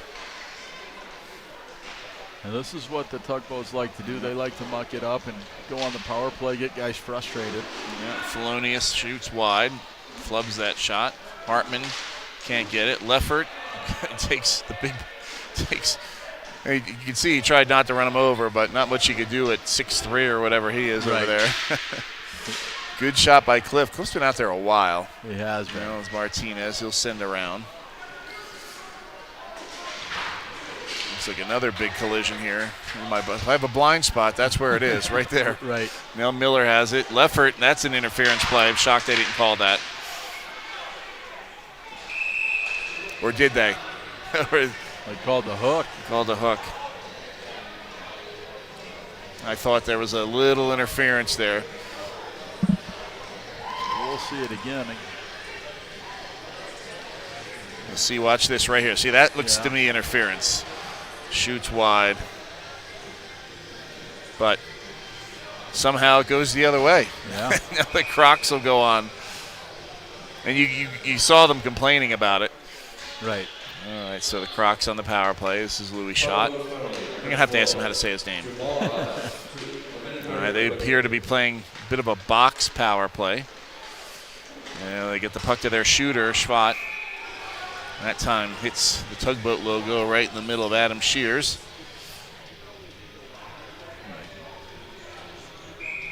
Without them inverting that triangle and coming to pressure the puck, I think you really want to look to the back door. With that triangle guy being slow to get over, it might be open on the back door there. All right, and they got the puck back to Schott again. Down low, trying a little stuff play. Oh, good defensive play to play the spot of goalie there in front. Can't see who that is. Schott again, tries to set the one-timer up. That was Jacob Huff playing some solid D. Yeah, they're trying to set Leffert up there on that left wing. Now Schott again, he'll come across. Nice job there by Felonius. Huff off his own goalie on the clear. Okay, here comes Fleming now. Trying to get a shot. With some pressure in front. Fleming makes a great move. And he got a high sticking penalty. Caught him in the chin. Well, I guess that's why it was a good move. Because he came out with the puck. And now we have a 4-on-2 for 20 seconds here. Let's take another look at this one here as he tries to make the good move, but as he does, he comes up with the stick right there. Yeah, caught him right in the visor there. Good call. Easy call. All right, so 4-on-2. If I can see past Jimmy V's shoes here. All right, so Felonius down low. What's your, 4-on-2, what's your strategy? Again, I try to get the goaltender moving across, so you look for that one-timer on the backside. Yeah. You got two guys open.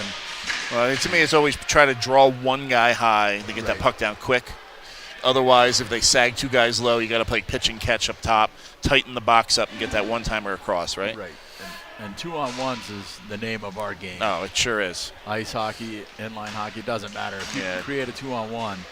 And here it is down low to Miller. Miller couldn't handle the pass to get it across to Stevenson.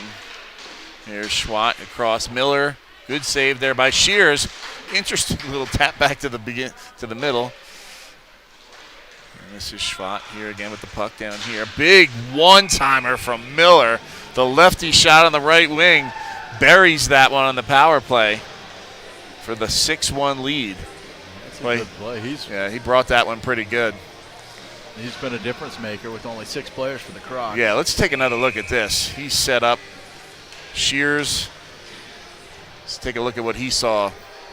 Not much he could do with that. Not much. He tried. He gave his best effort. Looks like we got a timeout here. Yeah, looks like the tugboat's going to call a timeout, get a breather, try to figure it out a little bit. Unless, yeah, it was a tugboat. So I could say unless it was the Crocs with 6 guys, you might be looking to burn them almost every game. Right.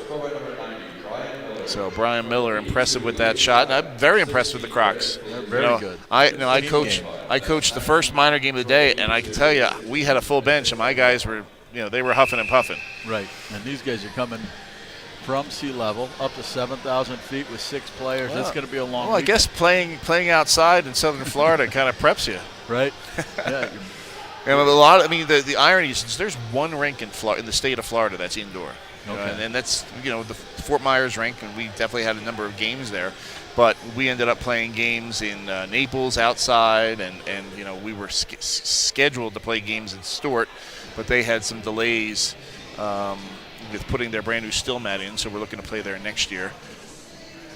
But for sure, you said it. I think you said they were buzzing around in warm-ups. So.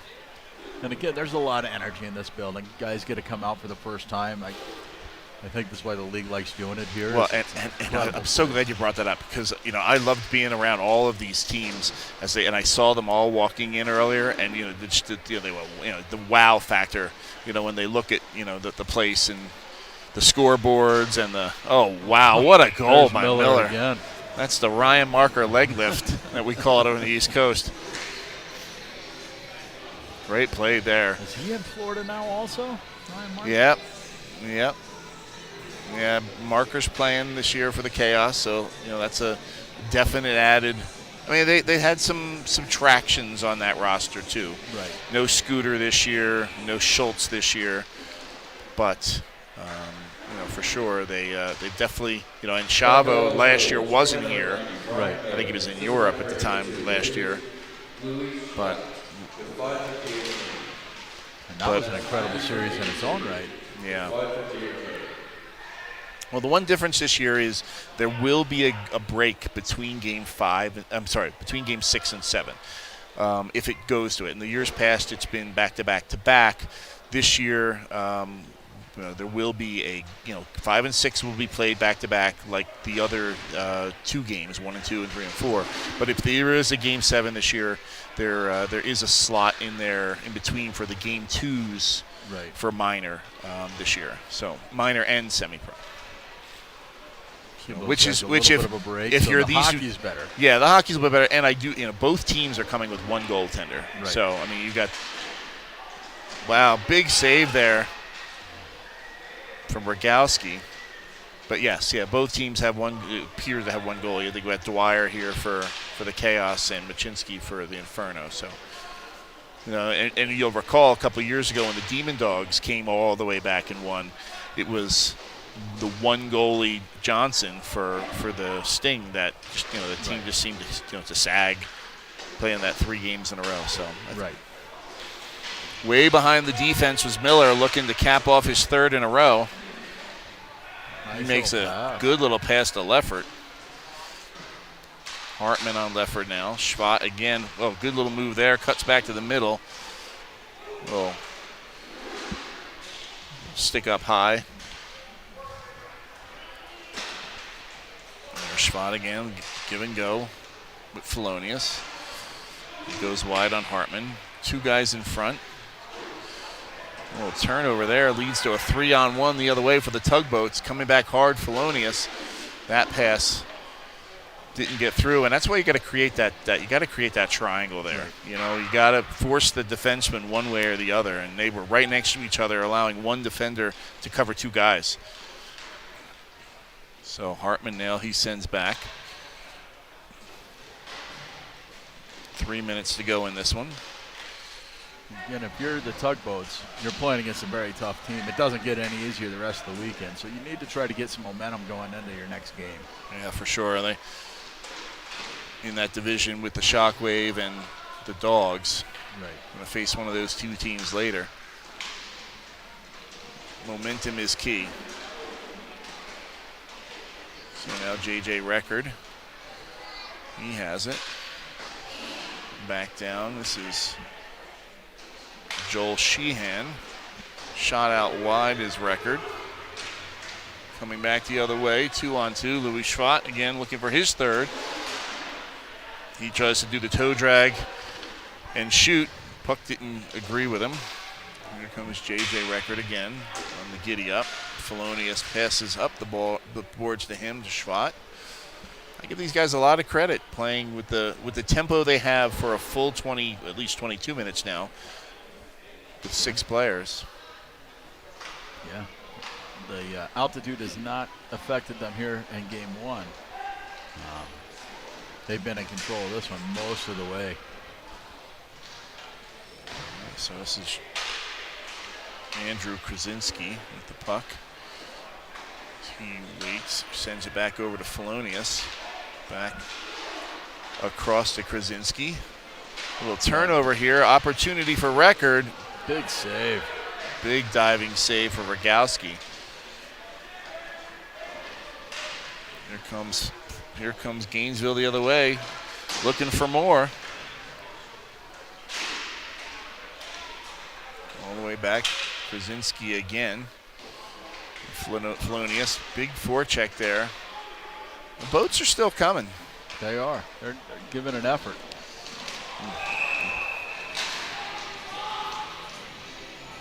And that's Jamal Otta, realizing he was beat with speed there. Just stepped in front of him. Yep. That's is that Joel Stevenson there? Went down hard. Cross check. And you can't afford to lose any guys if you're Gainesville. Right. So back to the power play. The last one, very impressive. They set up Miller on that one-timer. Right. So 1:33 left. Most of it going to be taken up by this power play unless Gainesville finds the back of the net again. That was an awkward bounce. Yes, somehow. Jamal had 2 minutes for roughing. We wanted to give him 2 minutes over there at the score box. So Schmott here, he's got the puck. Over to Miller. Miller's going to send back. Schmott here again. Second time he's whiffed. Shot blocked in front by Fleming, and Shears makes the save. So victories for the Sting. Victories in that crazy game for the Aces. Right. Back and forth. And then we saw the Dirty Dogs win against the Shockwave, and now the Crocs will get under the win column as each one of our 8 minor teams has played their first game. Schmott here will take a shot, and he'll score. I believe that was off a tugboat leg there and in. But again, they're just shooting through legs. Yeah, they've taken a lot of shots from the outside. Take this. Looks like that went off the defenseman leg there. And he knew it. Makes it 8-1. 8-1 Crocs.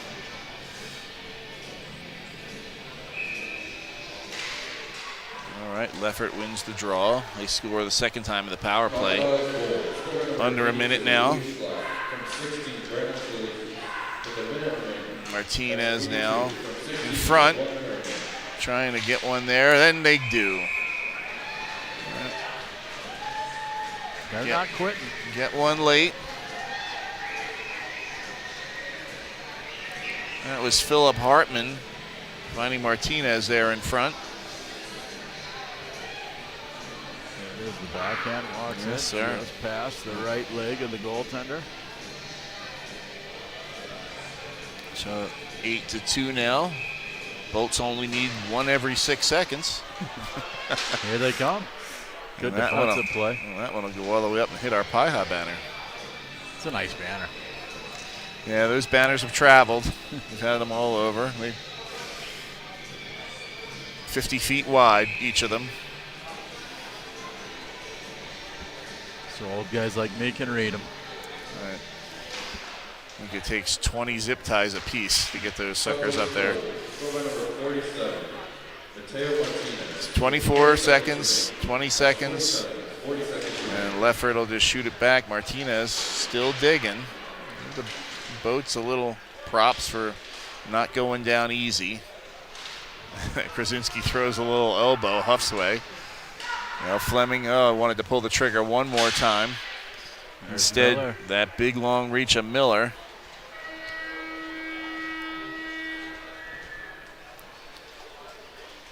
All right, so through one round, impressive outing here for the Crocs. And we'll take a couple-minute break, and team's going to come out here in a moment for their second games of the round robin. And as they do, we'll switch spots with Jimmy and Joe, let them come back in, and we'll see you guys at the other side of our break. Yep, have fun watching the action.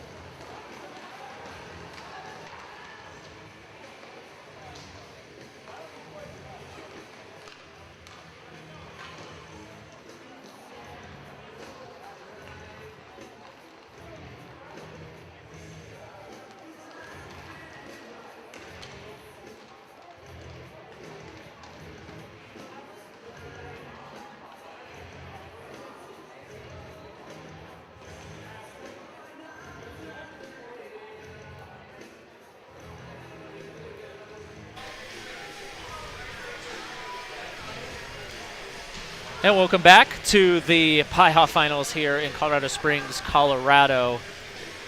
This is the second game of the round robin. So I guess the second group of the round robin set, because the Jagaloons we saw play earlier, Jim. Yep. And then also the Suffolk Sting. So I'm Joe Aria, he's Jim Pavona, back-to-back Founders Cup champion and MVP, top scorer. MVP, top scorer, yeah. I played on good teams. He did. Those Growl teams were really good. But to the business at hand, we'll have plenty of time to... This should be an interesting one. Two teams that like to skate. Yeah. And Jagaloons, they did a really good job of coming back from 2 goals down from their game earlier against the Aces, but the Aces just capitalized on some puck management issues, you'd say, from the Jagaloons late. And then the Sting, it was just a solid 2-1 victory against the Gladiators team that I thought was going to be a lot more physical and more experienced. Oh, I'm with you on that, Joe. Strong now with it. So he had the 2 goals for the Sting. Oh, yes, he played a great game for the Sting last game. Looking at his USA pants, I think they might... He's probably young enough to still be playing juniors for them. Shot comes in. It's going to be interesting to see if these teams feel each other out or if they just want to start going pond hockey right away. I don't know. What's funny is you would think with how young the Sting are, they're going to be the team that tries to do that first. But Jagaloons aren't really a bunch of old guys themselves. As right away, wow, it took advantage of their speed, and that's Josh Rowland putting the Sting up 1-0. There's that speed, but it's still one I think the goalie would like back. I think so too. But just look at the way, again, it's just simple. Pull it across your body and snap it the other way. It's a good shot. Yes. Yeah, these kids that are undersized, the technique of shooting right now where they get so much torque on their stick. Yes. Yeah, it's amazing because that's not a big kid. And that puck came off his stick like a rocket. It was simple looking. It wasn't anything wild, but it was also placed just well. Like we were talking about with the goaltenders, even with the undersized players, they have to be so much better with their technique. The goaltenders, you mean? Yes. Goaltenders and the skaters, too. Oh, look at this. Here we go. Potential Great opportunity pass. for the Sting, wow. And it's 2-0. Look at this Sting. Wow. Gogol with that one. You know, you wonder if this is a little bit leftover disappointment for the Jagaloons. Yep. Bringing it into this game after a tough loss last game. Nice pass there. Great pass, good lead, really good finish. The Jagaloons need to wake up here. Against Jay's teams, this is exactly what you don't want to happen. Being down 2-0 early is Tartaglia trying to skate up with it. Good job there to get him pushed off the puck, but now he's just wide up. And look, it's a 3-on-1. Tartaglia, he tried to dish it through, and good work by the goaltender. I believe that's Jesse Little to cover that puck up. Not the type of start that the Jagaloons wanted here. No. But Jim, as we take a look at the replay, and good look by the goaltender now, just throws his stick back, tries to get that covered up because he had a player from the Sting on the doorstep. And now here come the Jagaloons back the other way. Poplar was really the one last game, Jim, that he started the offense for the Jagaloons. He's going to have to do that right now. Absolutely right. Well, you had a really good play by the defenseman of the Sting, Ryan Standard, who made a Standard-like play in keeping him to the outside and poking it off the stick, causing the whistle here. Raising the standard. Yes, raising the standard would be right. Yeah, really good player. Kozlow also on it on the intercept. Puck kind of bounced up on him, and he couldn't get it, but Aloha could. Now here is Hopler again. And he gets that puck taken off him, and now behind the net is Rowland, who started the scoring for the Sting.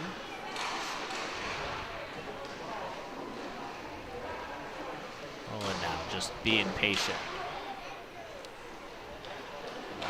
Cuomo with it. Nice play to get out of the zone, and now just springing a 3-on-2 again. Here it comes, pass across looking for Kozlow, and there was a follow-up there by Ryan Standard, and he couldn't put that in, but now here come the Jagaloons back the other way. Carter was back-checked by Kozlow. Great work there by Kozlow. Kozlow cutting, shooting, save. And Ulloa now back to restart things for the Jagaloons. He's on the boards now. Jagaloons need to settle things down here. Still looking for their first shot. Yeah, I was going to say, they don't have a recorded shot on goal yet. They still don't have one. Kozlow, the puck ends up off the glass and just could spring another 3-on-2. Standard, shifting, shooting. He just missed the net. Tartaglia after it. He's going to look to reset. Good work there. He just was able to pull up a bit. See what the Sting are doing here? It looks like the way they're coming out of their zone, they try to almost suck you in and slide one guy deep behind the defenseman. Yep. And if they catch you coming out of the zone, forechecking too hard and passing around you, they're getting 3-on-2s. Oh, that was a big hit. Oh, and that's not good. Hopefully he ends up okay as the referee ends up blowing the whistle. It was Studdo that hit. I think he might have gotten the wind taken out of him. Yeah, hit Jake Strong there. His teammates are checking on him. Let's just hope that's what it is. It's one player that you do not want out of the lineup. Nope. If you're the Sting.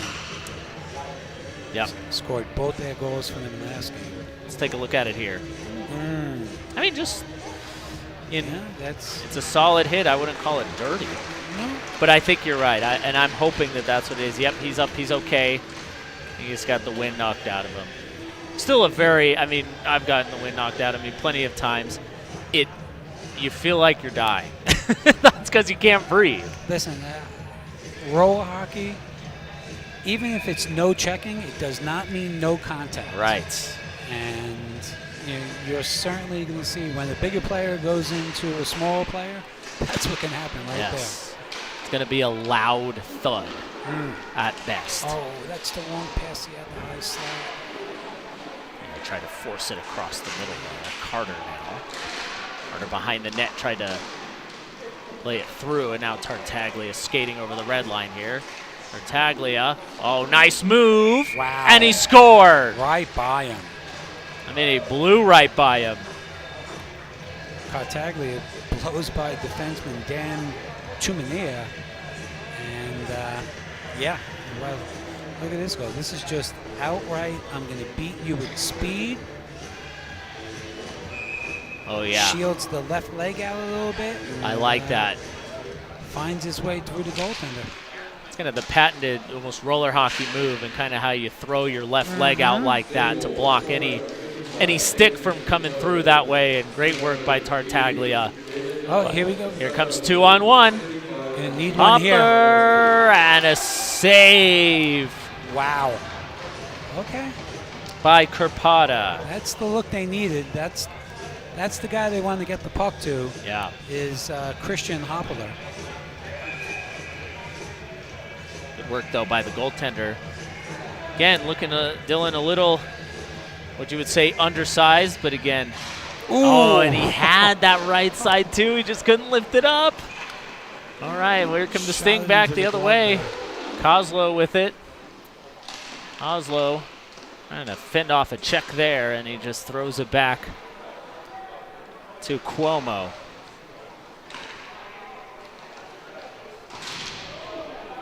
And Kozlow took a spill. Well, look at the Sting sliding a guy down deep in the offensive zone right now. Yep. And what they hope to do is catch one forechecker in too deep and pass around him. Oh, but there's a turnover. Yep.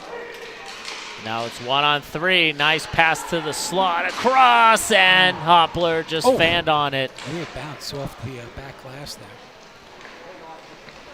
You're absolutely right there as Kozlow skating in over the red line, looking across, and he just couldn't connect with the stick of Colin Height, I believe is how you say his name. Jagaloons have to be aware of that. Absolutely do. But the thing is, and it's a tough breakout to get guys into doing, but having 3 men on a breakout is a nice move there by Loa. Having those 2 guys swing down with that defenseman behind the net just gives you so much more support breaking it out. And it's a very smart breakout, particularly on a large size rink like this, because it opens up the neutral ice. So if you do pass around those first 2 forecheckers, you really have a lot of speed going through the neutral ice. And, that one player sneaking down. Oh, there it goes off the again. bench, and he There scored.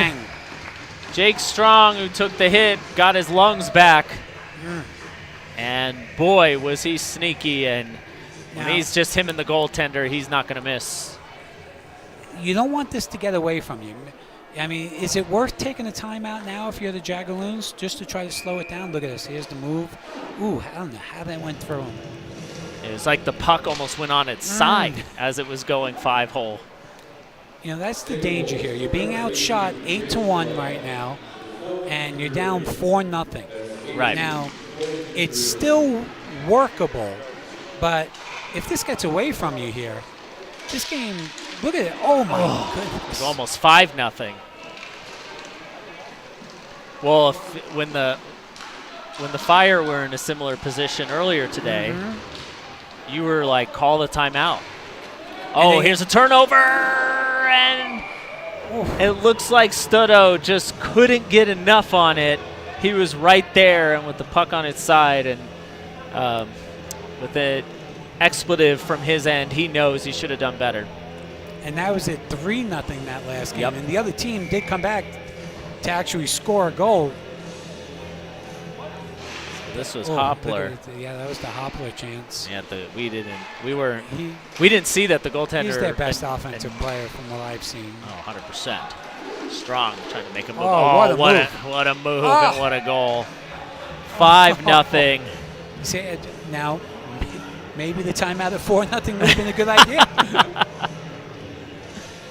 And it looks like the Jagaloons goaltender. What a move by, is it Jake Strong? Yeah.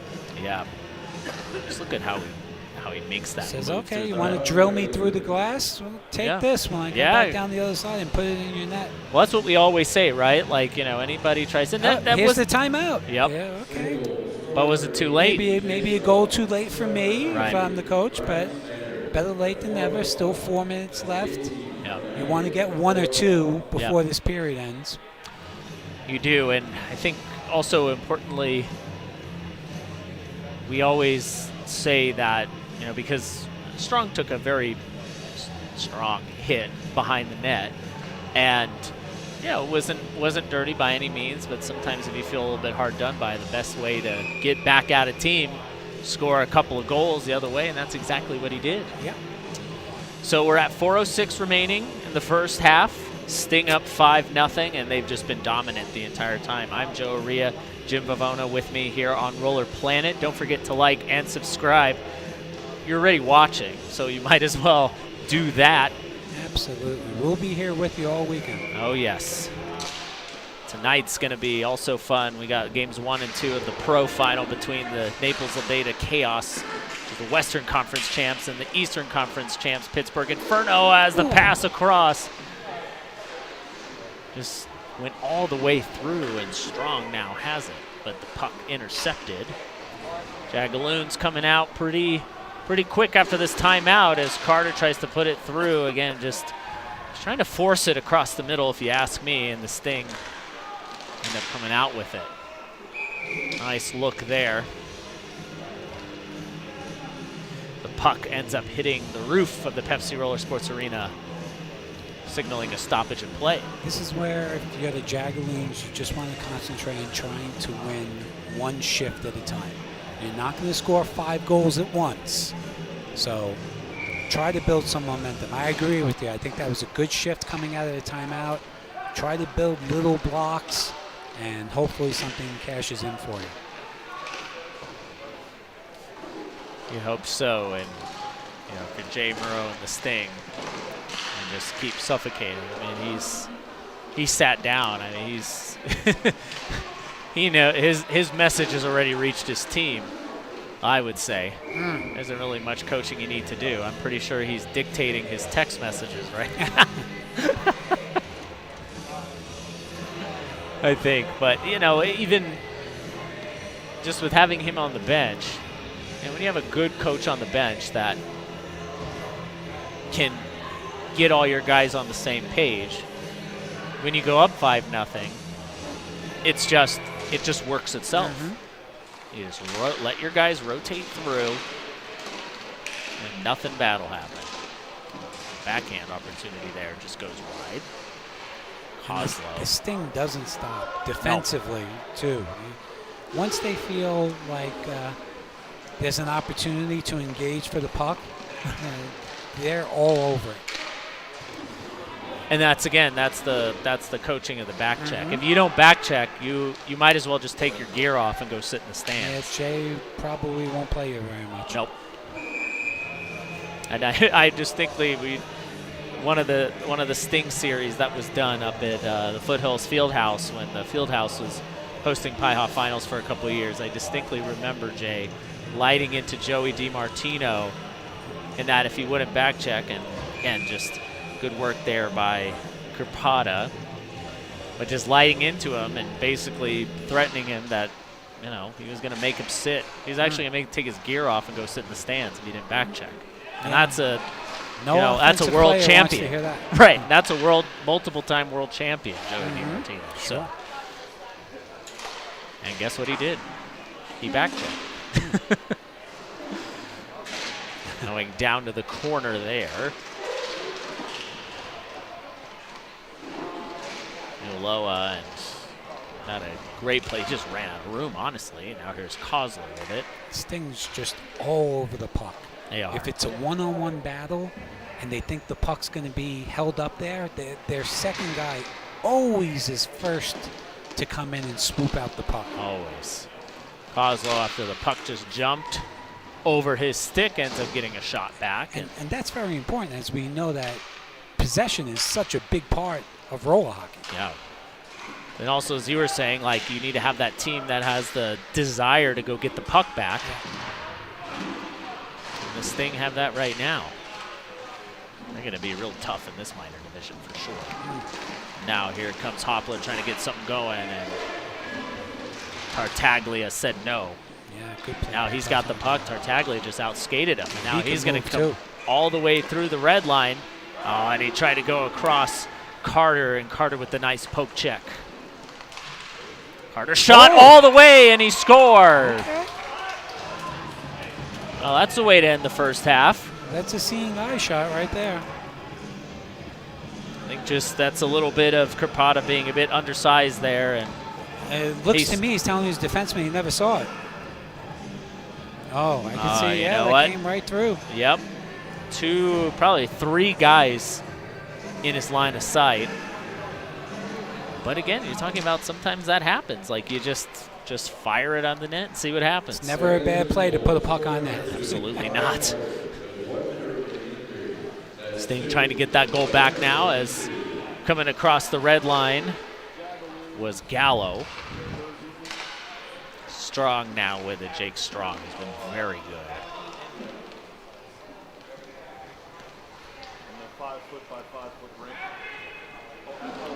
The Sting have such an embarrassment of talent that a player as good as him is playing on the minor team, but leading the minor team.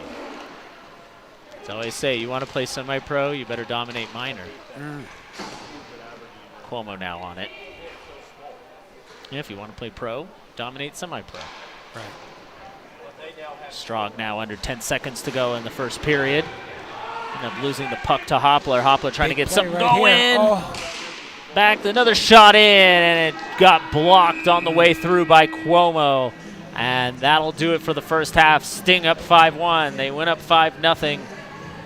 That could have been a big goal. Really could have been. Went up 5-0 pretty quickly, but just the seeing eye shot from the Jagaloons has them with a little bit of a shot in this game, or at least the ability to come back in it. Let's take a look at the highlights, Jim. Simple shot. Yeah, there's the good speed of Josh Rowland there. Nice pass, too. Great pass and finish by, who was Ryan Glenn? Yeah, and then here's the big hit. That was a nice move. It really was. And then Hoppler needs to get going, but again, right off the bench, Strong had it. And these are his 2 goals basically back to back. That goal. That was a nice move by Jake Strong. And here's just that random seeing eye shot. They'll take it. Ty Carter, absolutely. So they did play a little better after that timeout. I would say so. Yeah, I would say so. The would have been a big goal for them if they had gotten another one before they get to the period. I know. But they're playing better. But I think it's some of it is they're coming off the timeout with a little more energy, and the Sting are, they kind of feel that they have this one wrapped up, so they're slowing down, but not lazy. I'll tell you that. Stinger's still going after the puck. Absolutely right. So the intensity hasn't regained its edge quite yet. We're still here. And I'm Joe Ria, Jimmy Vivona with me, roller.planet. Don't forget to subscribe on YouTube and follow on the socials. You can also follow PIHA on Facebook and also on Instagram on _PIHA as an opportunity again for the Sting. And good work there by the goaltender, Jesse Little, just to check that up. Absolutely. Just make sure that nothing else happens from that. That would have been deposited into an empty net, if not for that strong poke check. Let's look at it again. Oh, yeah. Good timing. Poke check. Good poke check by Little. He's really had to face an onslaught, but has been as strong as he possibly can for the Jagaloons. Now here's Kozlow coming in. Nice pass. Again, just some great passes in behind. Sting are really good at, as we were talking about earlier, just being sneaky. And now they got a 3-on-1 low. Oh, great work there by, I believe that was Carter to tip that. Now Jagaloons coming back with some numbers here. But look at the back checking of the Sting. Not out of the play. Carter, shot blocked. Goaltender now trying to play out, and good work by Kozlow on Carter. Carter ends up winning the puck, but he ends up giving it back to the Sting, and good work there by Gallo just to throw that back. Gallo now. Look how they're trying to open up the neutral zone right now. Yep. Now here's Tartaglia, nice move. And the pass through, and good work there by Aloha just to slow that down a bit and not give Josh Rowland the opportunity to put in his 2nd goal of the game. Here's another look at it. It all just started with that inside-out move from Tartaglia. He is shifty. He is shifty. Looks strong on the skates, too. And the Jagaloons trying to get something going. And good defense by number 91, Josh Rowland there. Coming back on the play. Shot ends up getting thrown back on goal, and now the Sting are just retrieving back. They're in no hurry by any means.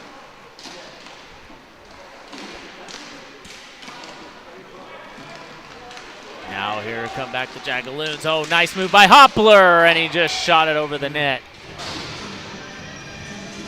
He's upset at himself, but that was a good effort either way. He's getting his chances. Yep. Oh, man, just missed that. Definitely did. Sting got the puck back. You see Jay's up on the bench again. I don't think he's liking what he's seeing right now, just as far as the discipline for the Sting. So I think he wants them to try to get a little bit more control of this game. Kind of feels that the Jagaloons are... Jay's been around a long time. He's seen comebacks of this plenty of times, I'm sure. So he wants to make sure he doesn't fall victim to it. His teams have done it plenty of times to others, and other teams have done it to him probably a little less, but some of them still stick in the mind.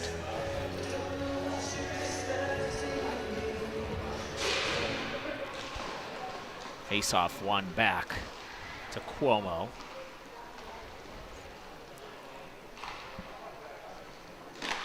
Cuomo behind his net, just dropping a roll in.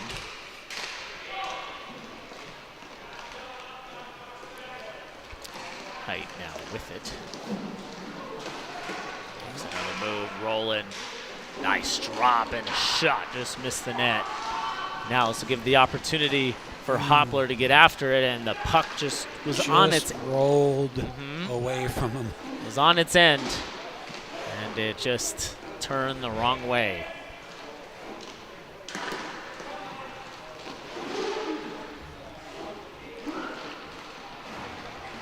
Now here comes Strong out from behind his net, gains the red line. I like he this just kid. goes all the way around, and good save there by Little. Yeah, I do too. Really good player. Yeah, it makes it look effortless too. Yeah. He's got the speed, he's got the shifty ability, but you're absolutely right. He's got good vision too. Yes, smart player. Yeah. Jagaloons caught on a line change, and there's an opportunity for the Sting. We're just going to throw it back. Gallo now with the puck. But yeah, it's cool to always see those players that just make difficult plays look effortless. Another shot on, save made there by Little, and Carter after it. Oh, nice, where's Studdo trying to get around the defense. And again, just a couple of Sting sticks, and he just couldn't get it to his forehand there. Goaltender with another good poke check there. Absolutely. Pass across. And it was a good initial save by Little, but the follow-up is there by Standard. 6-1 Sting. You just look at that again, that drag. He stretched out for everything he could. That poor goaltender made a great first save. But wow. So we're up at 7 minutes to go, and the Sting have kind of returned to domination, you feel. Yeah, the Jagaloons just not getting enough pucks to the net. Only 7 shots.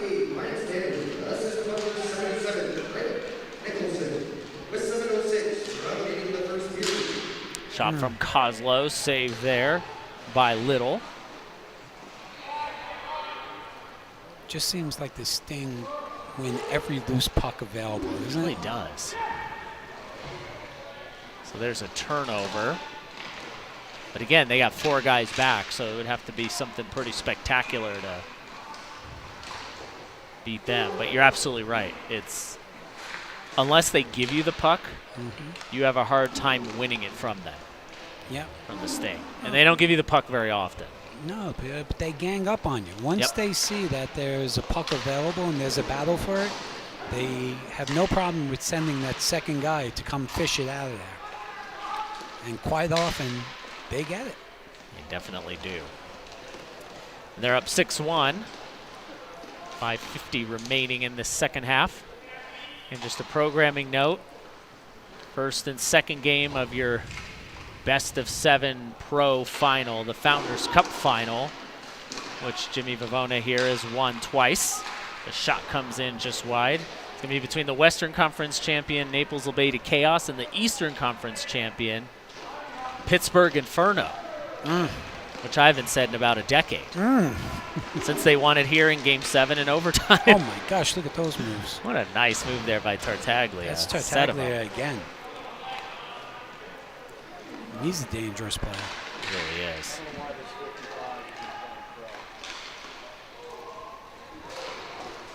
So definitely watch those games. The pro set will be from 7:30 tonight.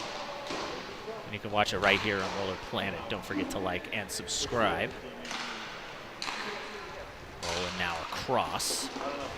Now here's standard cutting, shifting, shooting, and something hit the post. I don't know if it was the puck or the goaltender's paddle, but either way, he's got the puck back. Cutting back again, shooting, and he missed the net this time. Sting just in total control. Really are. Every part of the rink. Got 24 shots to the Jagaloons 7. That was the first time we got together and we ate Panera Bread together. Now here comes Strong with it. Just throw it back. I'm telling you that I think the Jagaloons were deflated from the last game. Yep. And if you're not both physically and mentally prepared to play at punk drop, you're going to have trouble when the level of talent is this high.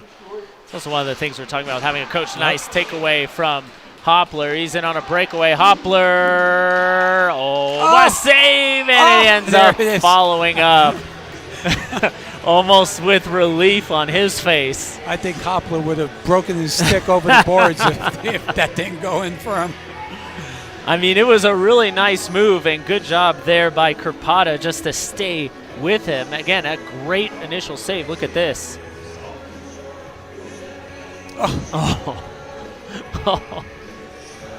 Oh my goodness. It's one time where the Sting weren't around. Right. Yeah, I mean, he had as clear a breakaway as you could have asked for. He could have had a cup of coffee there. Yeah, exactly. Nice pass across, and Roland just couldn't get it, but neither could Strong. And Jagaloons, again, they're trying to break out 2-on-1. Carter shot, score! Here we go. 6-3 now. All of a sudden, it's 6-3. Carter's second goal of the night.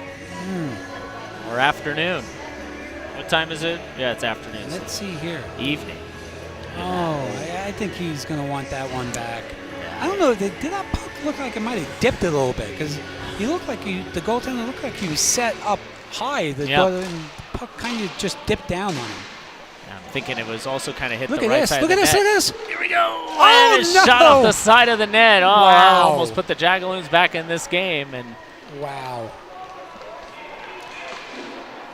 Tartaglia trying to get around Uloa. Low on the boards. Good job by Tartaglia.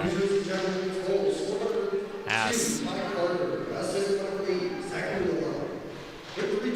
Now here come the Jagaloons. So Coach Jay Murrow now draped over the boards. Oh, yep. Seemingly much more interested in this game than he was just 6 to 7 minutes before. I love it. We've got the kind of the three parts, so to speak. There's the I've got this game. I need a text VO. The shot comes in. Then there's the I'm standing up, and then there's the I'm draped over the boards, Jay. Yeah. They're like 3 levels of engagement. About 30 minutes ago, I think he was ordering DoorDash and past the Kozlo, and it's another 4-goal lead for the Sting. That's a big goal right there. But good for him. I mean, like, you know, you've won at the level that he has, and you're still interested. Very accomplished coach, no doubt.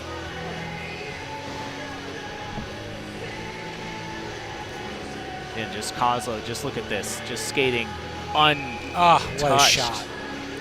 What a shot, though. It's not easy to one-time a puck across the body like that. Yep. And find the lower corner. Great shot. Did it with ease there. Like you said, an embarrassment of riches with this team. It's like, how do you pick these teams? They're all so good. Kozlo is looking for Strong there. Now he's got the puck back, and he's intercepted now by Hoppler. And trying to go 1-on-3. Hoppler! And the puck was just bouncing a little bit. He couldn't get the handle on it. Hoppler now in the corner, fends off a check. Pass across there. Sting are just going to wind this down. Big hit put on Strong, and now it's just a 2-on-1. Pass a little behind Kozlo, and here comes Aloha now. Aloha cutting, nice move. And he just couldn't get that backhand on it. Good job there by the Sting to force him to be a little bit uncomfortable, and Crocodile covers it up.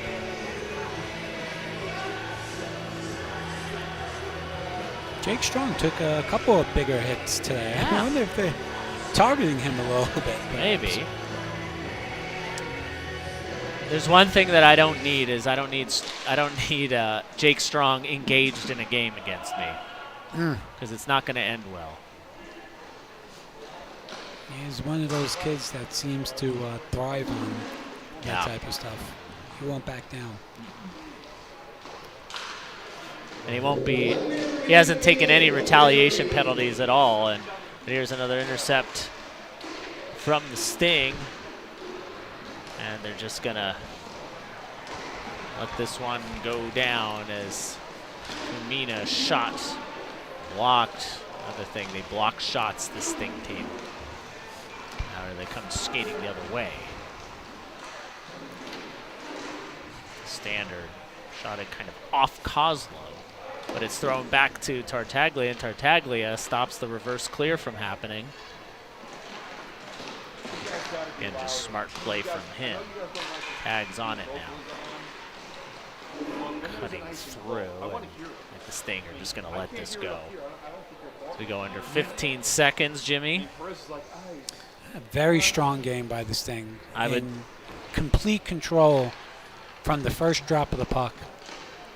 They came here and they were ready to play. Yep, absolutely, and that'll do it.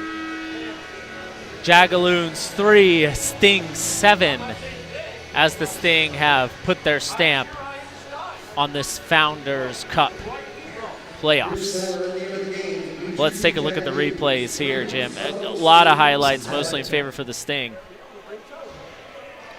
Right off the bat, we saw they came ready to play. Little was on it, and awesome, good. Again, the goaltender for the Sting undersized, and again, just those follow-up. But the Crocodile undersized, but look, he still sticks with it. Now, of course, they have Hoppler there untouched for a while, and then I think it was just a nice shot there from Carter, but the Sting just took back over. Yeah. That's what did it. Yeah, and absolutely.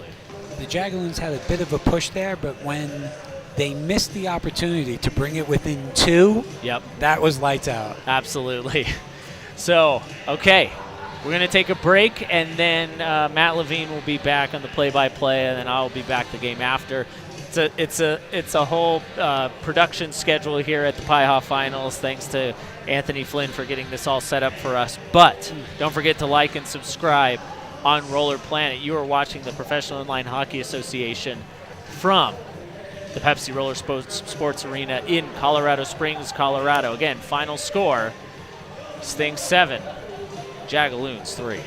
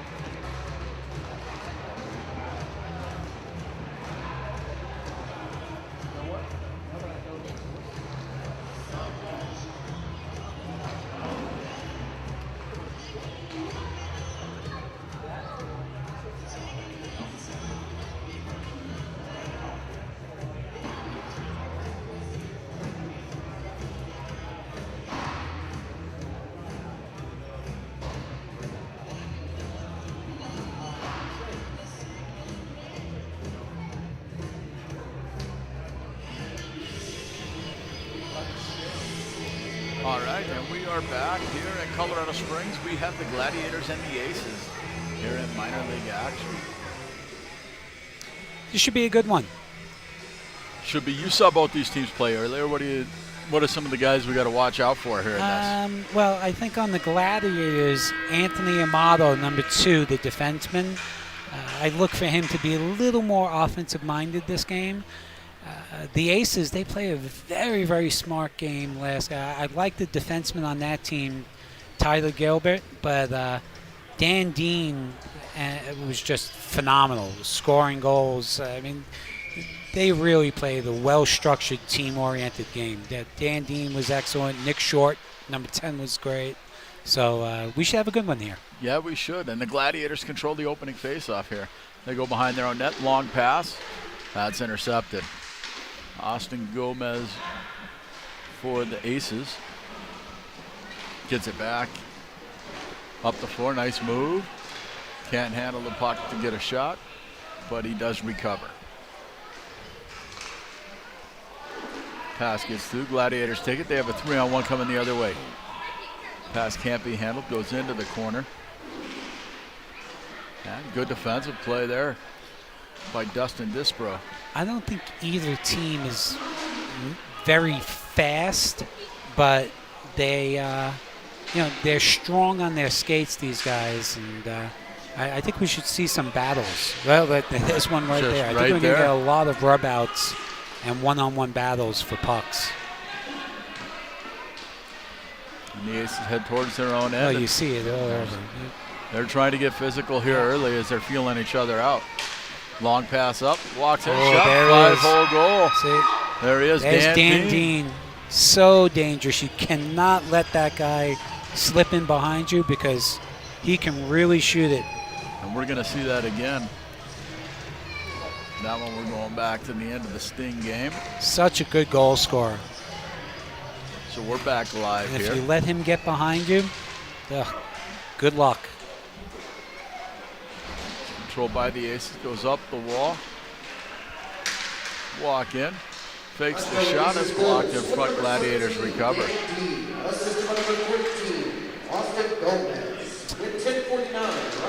Gladiators behind their own net, lose the puck. Puck comes in front, shot, blocker save. Matt Hogue with it. Spins in the corner, tries to make the pass. That's blocked by Mike Daniel. And again, they're picking up the physical play. We're going to see a bunch of it, I think. Ooh, you see? Here we go. Here we go. It's starting early here with 10:06 left. This is exactly what I thought would happen, man. These guys are a little bit on the bigger side, a little more physical. We're going to see if we see can some see of this. that play again. And here it is along the wall. Good defensive play. And they get tangled up, and he just finishes and brings him down. The Aces are going on the power play here.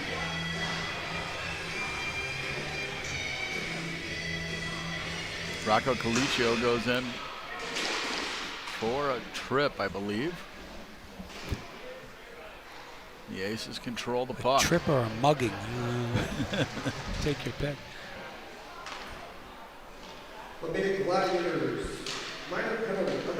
Pass comes across, open net, couldn't handle it. It's a good look. Dustin Dispro couldn't handle that puck. Pass comes across in front. Good diving stop there by Anthony Amato.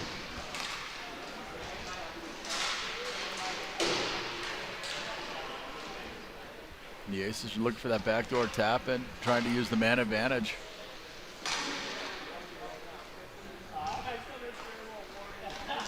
Garst. Pass comes down low. Big save.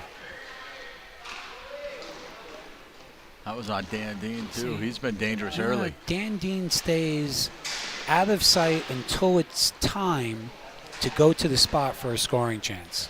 And that's where you find him.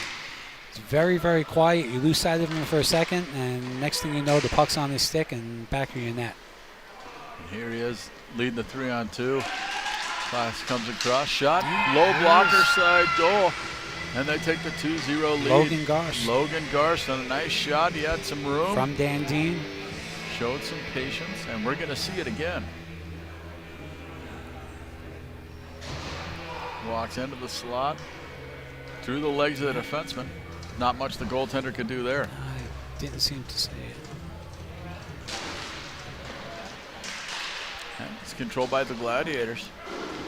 Walks in, fires a shot, goes just high. That's Eric Carpenter. Aces, power play goal, score number 89, Mike Gomez, assist by number 17, Dan Dean, and number 14, Austin Gomez. With 8 minutes and 49 seconds, we're up in the first period. That's a power play goal from 89, 17, and 14, with 8:49, we're up in the first. The Aces get the puck and they head up the rink. Now they slow things down. Matt Hogue with it, makes a nice move. Now he's in and just loses the puck before he can get a shot off. Here come the Gladiators the other way. Long shots blocked in front. Now there's a battle for a puck and bodies are coming together again.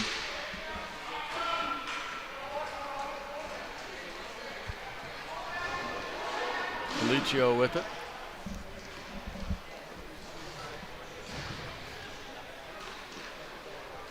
He shows some patience. Now he drops it back. Pass comes from the near side. Walks in. Shot. Save. Rebound. Couldn't be gathered in for a shot. Not a bad play to get the puck to the net, though. They get traffic there. They battle hard. You got the Aces that are really being stubborn about letting anybody penetrate the middle. So you're absolutely right. You get shots to the net and try to get rebounds. Now they're doing a better job of spreading out the Aces defense. They show some patience. Long shot, that's blocked, good block. Now here come the Aces the other way. Hogue with it. Swipe, loses the puck, picked up by the Gladiators. Long pass ahead. Three on one. Pass comes across, couldn't be handled. Gracious. Oh. Walks in. Backhand, forehand, and a goal. That's Austin Gomez with a nice move. Gladiators are upset that the referees missed a call. No, I think the Aces are upset, actually. It was the Gladiators player that got the stick up. I think Anthony Flynn thought a penalty was going to be called against him, and it wasn't. Okay. And a Even nice so, move by the Gomez. Aces take the puck down the rink and then score. Asheville Aces goal, score number 14, Austin Gomez, assisted by number 7. The Aces are in control here, up 3-0. With 6:40 remaining in the first period. That's Gomez from you with 6 minutes and 40 seconds. Intensity starting to pick up a little bit. Mm-hmm.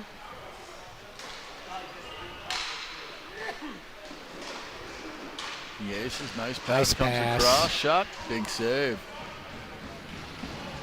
Logan Garst has one early, and now the goaltender just made a big save, keeping him from getting his second.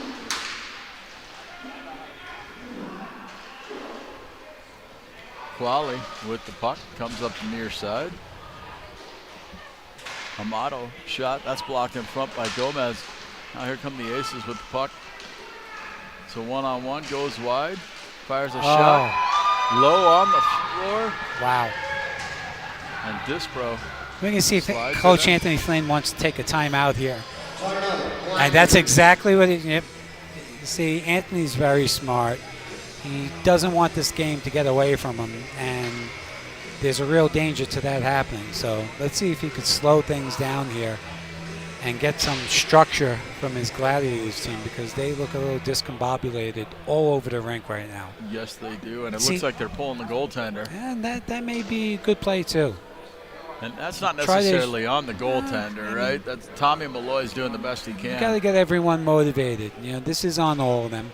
You know, there may be one or two that the goaltender would like back, but you know, this is a smart timeout by Anthony Flynn.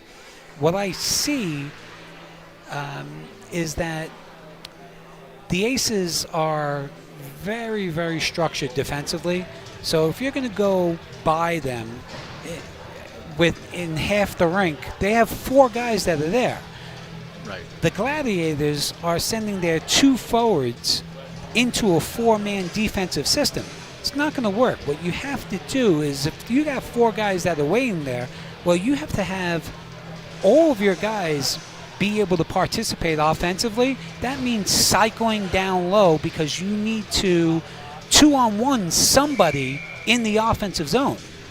Right? If you're not just going to take a shot and have two people go to the net, then you need to isolate somebody, and that means that everybody on your team has to be moving as you enter the offensive zone, so you could pick somebody to try to isolate, and then that's where you get your shot.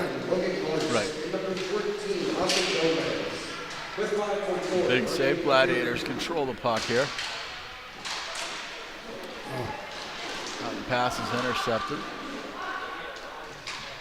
Haig with it. Now the Aces control the play. Gomez to Haig. To knocked off his stick. Now we got a battle for a puck, and Haig is the first one there. Gladiators pick it up. Now they have the breakout coming. They have a 3-on-2 if they hurry. You gotta go. A long shot that's blocked in front. Bodies come together. Gladiators pick up the puck, and it gets knocked into the Gladiator bench for a face-off down low in the Aces zone. That's just a good defensive play by the Aces defenseman Tyler Gilbert. You know, he, in essence, crushes a 3-on-2 against, which is exactly what you want from your defenseman. I think the Gladiators had the right idea. 3-on-2, guy going to the net, try to get the puck to the net and get a rebound. Right, trying to spread out that defense a little bit. Well, because you had him 3-on-2 at that point, so you definitely want to get a puck to the net.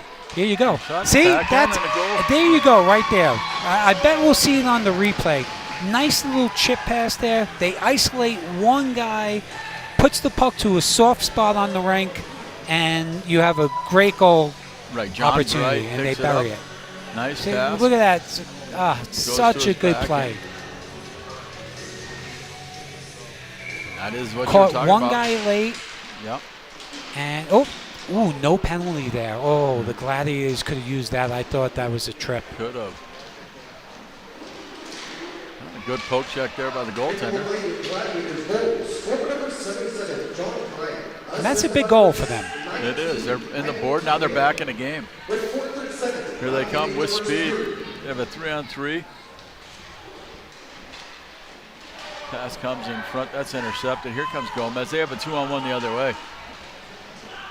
Gomez fires a shot that goes wide. Now if the Gladiators here, they could have a 3-on-2. I don't know how much Amato has left in the tank. Here we go. Get a shot. In the slot. Fires a shot. Oh. Shoulder saved by the goaltender.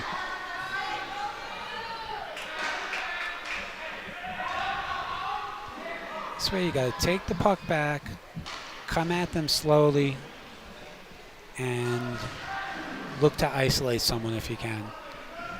Because they're back here waiting for you now.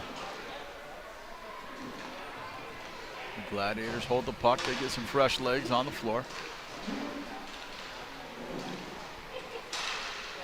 Okay. Kalichi with it.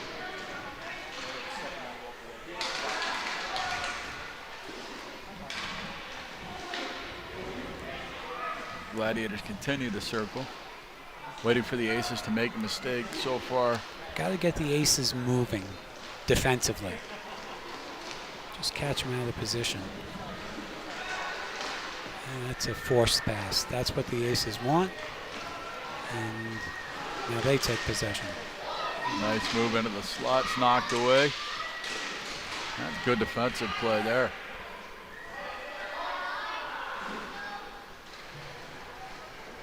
.240 remaining here in the opening period. 4-1 Aces lead.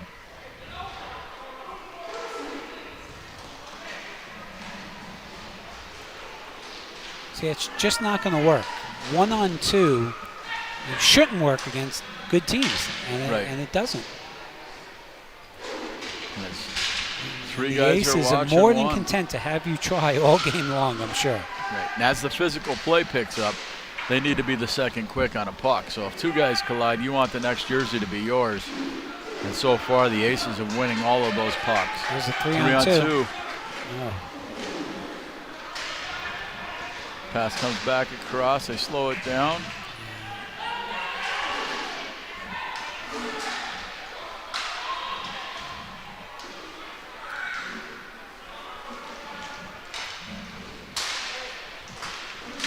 there you Puck go. back across, There and you they go. got the D moving and That's found the open exactly- guy.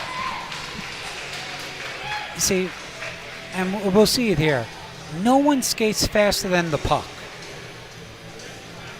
It's a So let's see, one pass, catch the high guy, number 7, out of position, and you could get shots from 15 feet out. You just have to execute. Yeah, and a good little give and go there by the Gladiators makes it 4-2.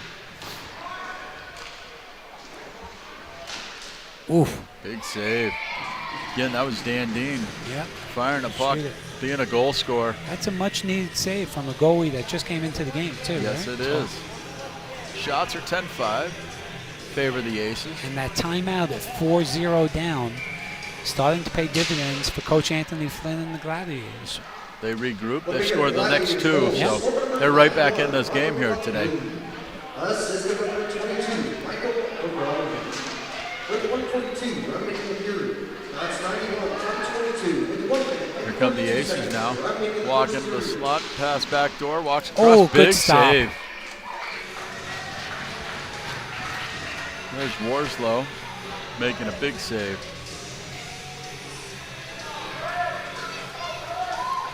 They get him moving back across, and he just sticks that right leg out and then covered it up. Good job that's a big tracking the save, puck. man. Aces win the face-off. Look at Then this. they lose it. Now, still have a 2-on-1. Pass comes ahead. Shot. Big save the other way by the Aces.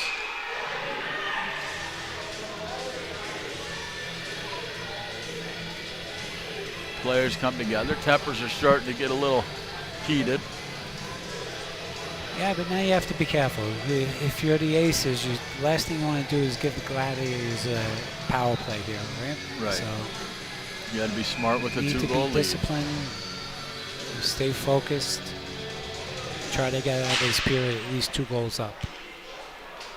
Gladiators have been controlling the play here lately. Oh Pass my goes in goodness. front. There's Look a at goal. this. Michael Qualley slides one in through the 5-hole. Makes it 4-3. Well, we're going to see that again, and it's just battling in front. There he is. Qualley tips it through the 5-hole of Josh Littlejohn, and it makes it 4-3. Yeah, this game is not over. No, it's not. Good job by Flinner, calling the timeout, rallying the troops, and now they're right back in the game trying to get this thing tied up by 4.5.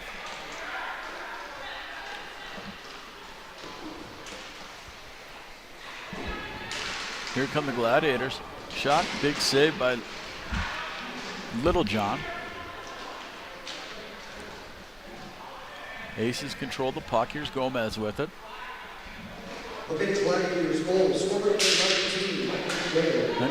Again, a good forecheck by the Gladiators. Pass in front, shot, big save by Littlejohn this time. The Gladiators put a little more pressure on, created the turnover. The one-timer shot by Eric Carpenter was saved there by Josh Littlefoot. Got to try to get quality shots on goalie Josh Littlejohn right now because he just looks a little unsure right now. We have a little break in the action. Referees are patching the floor up.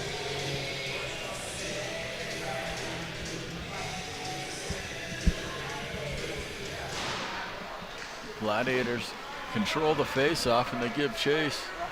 They got 20 seconds left in the half. They're going to see if they can get this thing tied up.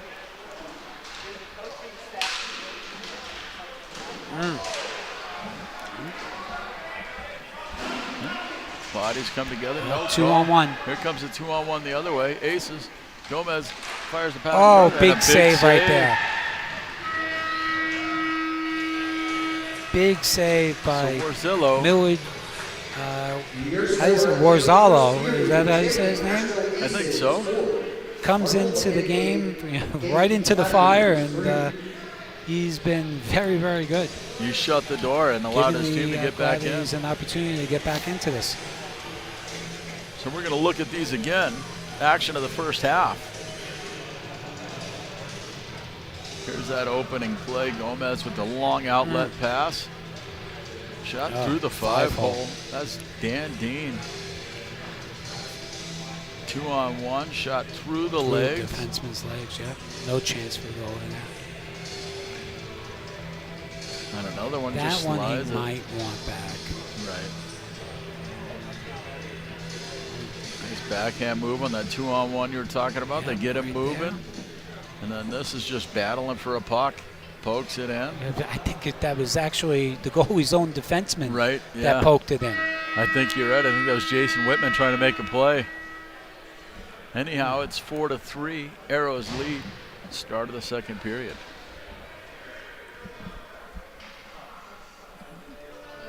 And again, that timeout came at 4-0, and then it's absolutely. been all Gladiators ever since. Anthony Flynn was thinking along my lines right there. Right. Might add that great minds think alike, so. Oh, yeah. Two legends of the game.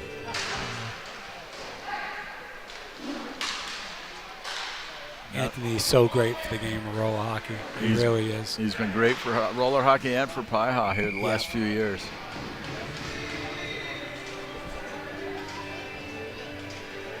And that's the first face-off win I remember with the Aces since that timeout's been called.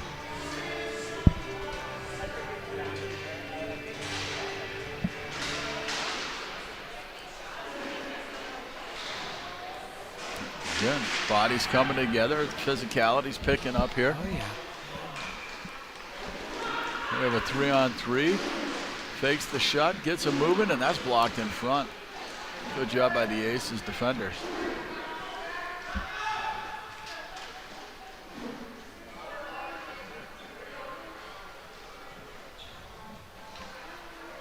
Tyler Gilbert, deliberate with the puck, looking for a mistake here in the Gladiators' defensive play. Yeah. Is that the one that they got? Now they're with speed. Long pass up, intercepted.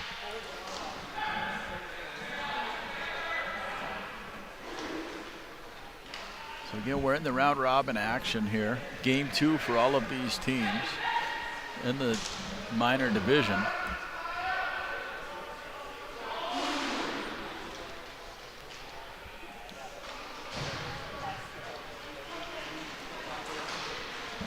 Here come the Gladiators with speed. They get in. Nice move to the front. Draws a penalty. The Gladiators are going on a power play. It's going to be a trip.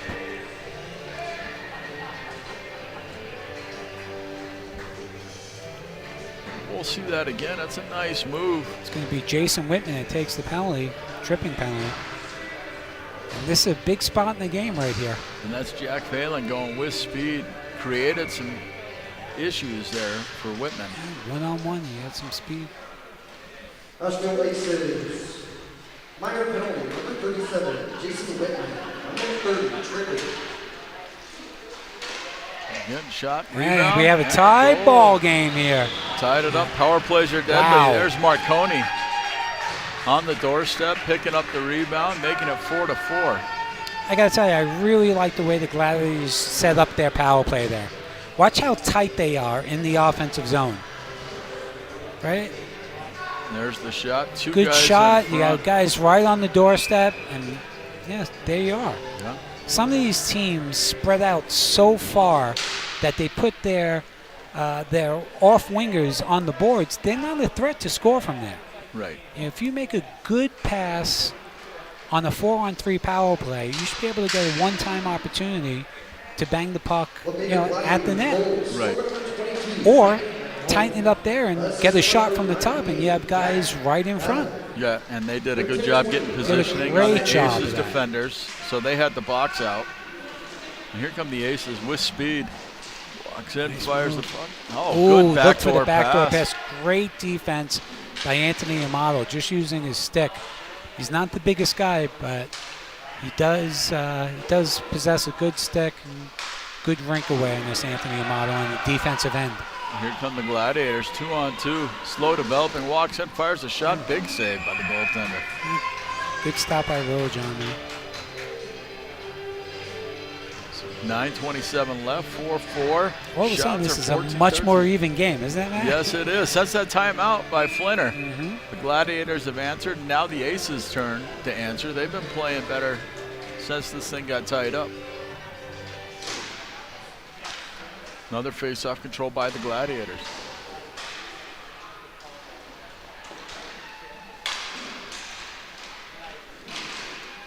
Rebound in front. Good job this time by the Aces boxing out. Now they have the puck the other way, 2-on-2. Here's Dustin Disbro. Loses the puck. As two Gladiators converge on him. Now the Gladiators control it, slow things down.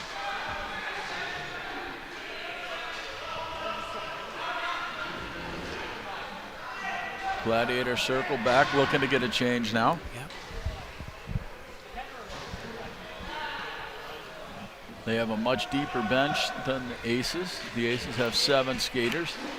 This is their second game. Starting to take a toll on them. Good job on the forecheck there by Dean. Creates a turnover. Now he's in.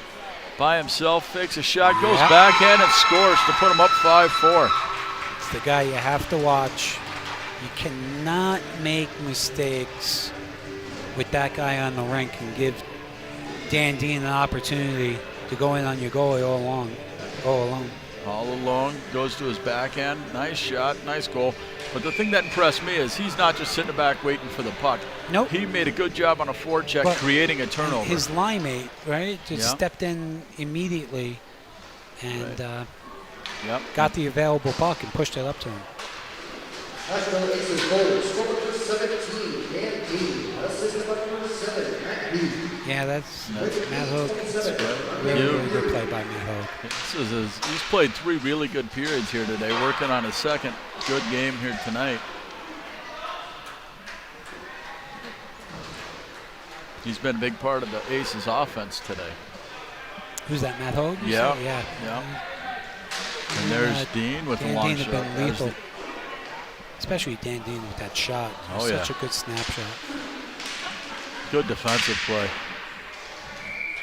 Quick shot by Dean, gets blocked. Out of play. Faceoff's going to be in the Gladiator zone, the left of the goaltender.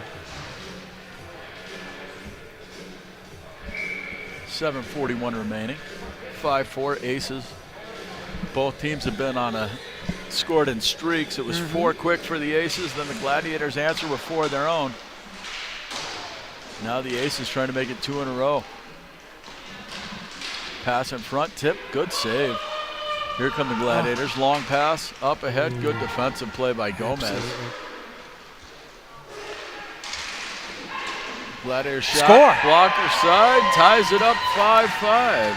Wow. Jack Phelan, the long snapshot, just to the lower blocker side. I don't know Caught the if Little goaltender. John saw that or picked it up late. I'd like to see that on the replay. It's a good quick shot, back against the grain. We're going to see it again. Let's see what happens here. So there he is, moving. And He just a just good gets shot. caught going the wrong way there, does Little John. And, yeah, that's that's a timely goal. Ties it up. Gladiators. And again, like the end of the first half, the Aces sit back a little bit. I like this. I like the way the Gladiators are coming at them now. Little quick tic-tac-toe passes trying to catch them standing still defensively. Right. They're getting more guys involved, attacking in layers. With 7:22, I'm waiting the second period. I'm sure that's what Coach Flynn noticed like we did when they were down 4-0. Right.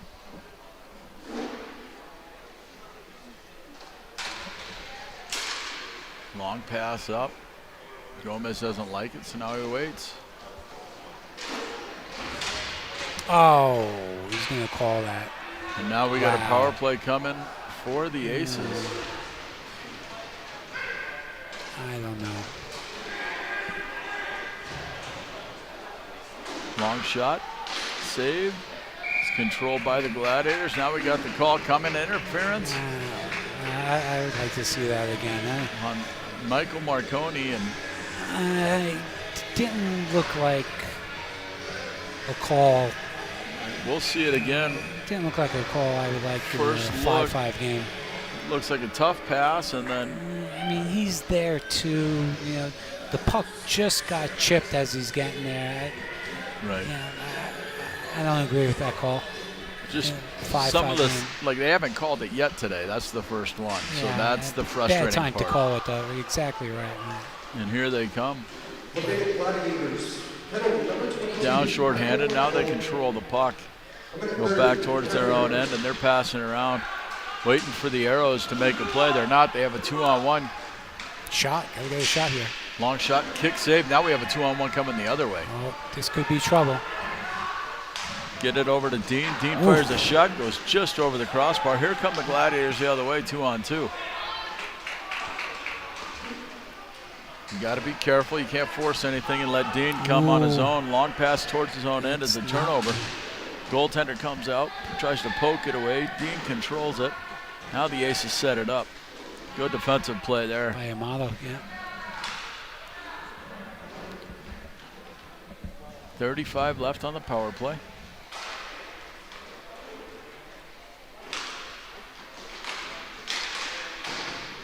There's Amato with the stick again, and now we have a good defensive play. We got a one-on-one coming the other way.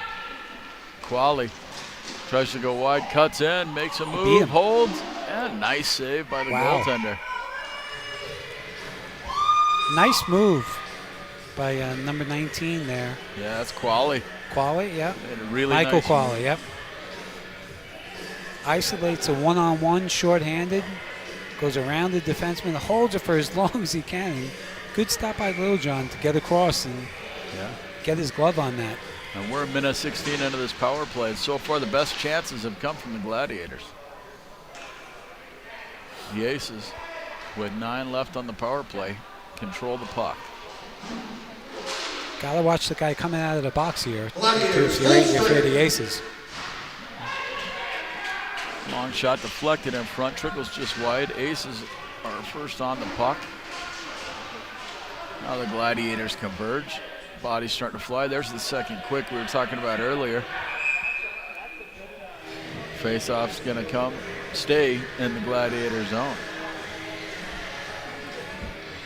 4:20 remaining here. Period number 2. 5-5 is the score between the Gladiators and the Aces.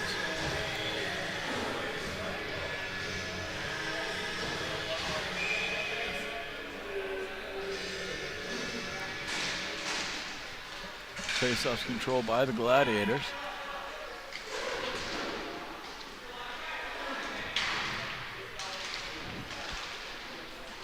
The physical play continues.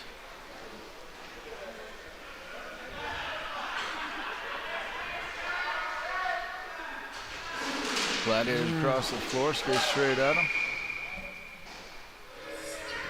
Gomez loses his helmet, plays the puck, so that's the stoppage. No penalty, you just can't play the puck without a helmet. You know, if you're the Gladiators, you have Anthony Amato, the defenseman, who is probably their most fleet-footed skater as well. So he has a decision to make.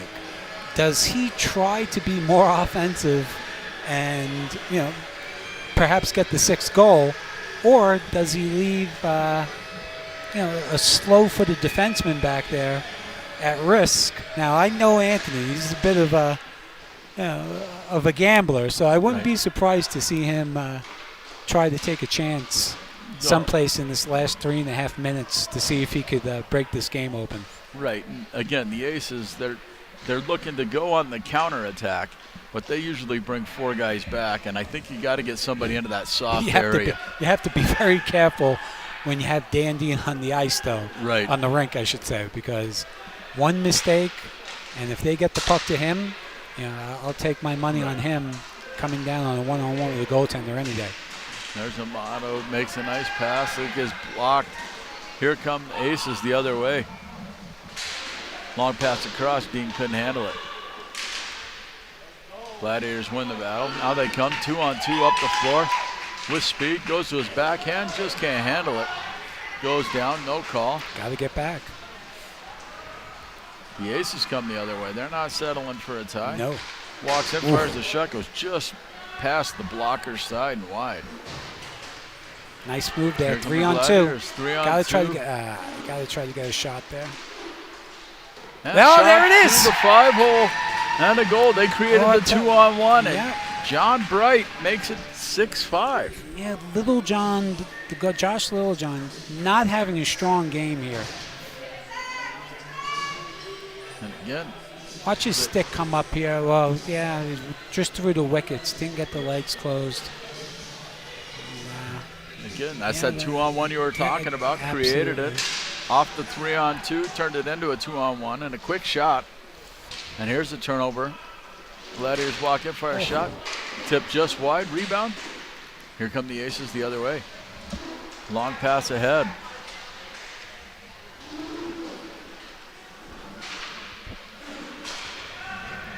The Aces control the puck. There's Whitman with it. Gives it over to Gomez. This game not over by a long shot. I would expect to see Dan Dean back on the ice with about 1:30 left. And at that point, if the score is the same, I would expect goaltender Josh Littlejohn to be hitting the bench for an extra attacker. So we still got a lot left to be decided here. Right, and the Aces scored 2 late goals in their first game. Great point. So absolutely right. They definitely are not out of this one. Nope. Look how the shots are 19 apiece now. Right. It's been all Gladiators since the timeout by Flynn. I have to tell you, great decision for the timeout and a great decision to change the goalie. Right.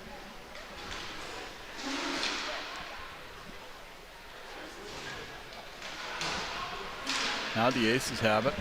1:20 left. Let's look to see if they get Littlejohn out. Here's Gomez with it. Good patience defensively by the Gladiators. Allowed the back pressure to come get the puck.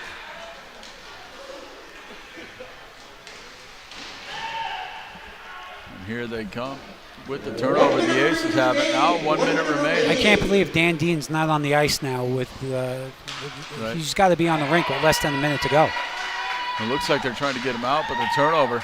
And there's the save. 49 seconds left. Looks like there's going to be a timeout by the Aces. I don't know. I don't think I would call it. I would just pull the goalie and get Dean out. Yep. I wouldn't have taken a timeout there. I might have taken a timeout before at the end of Dan Dean's last shift, because when you have a game breaker like him on your team, you want him to play the majority of the last 3 minutes. Right. So if you get scored on there and then you take your timeout, give him a rest. You could start with him and get 2 out of the 3 shifts with him on the rink. Instead, you have your best goal scorer sitting on the bench for 2 out of the last 3 minutes or 2.5 out of the last 3.5 minutes, and you can't have that. That's certainly your best guy for getting a shot. If you have one guy that can get a shot on goal, you want it to be him if you're the Aces. Right. And again, the Gladiators have been winning a majority of the faceoffs. It's down deep. They have to win it to get the goaltender out. But Dan this Dean is the out. difference of when you have a coach on the bench and when you don't, because it's probably hard for Dan Dean to call a timeout for himself and saying, okay, I'm going back out there, right?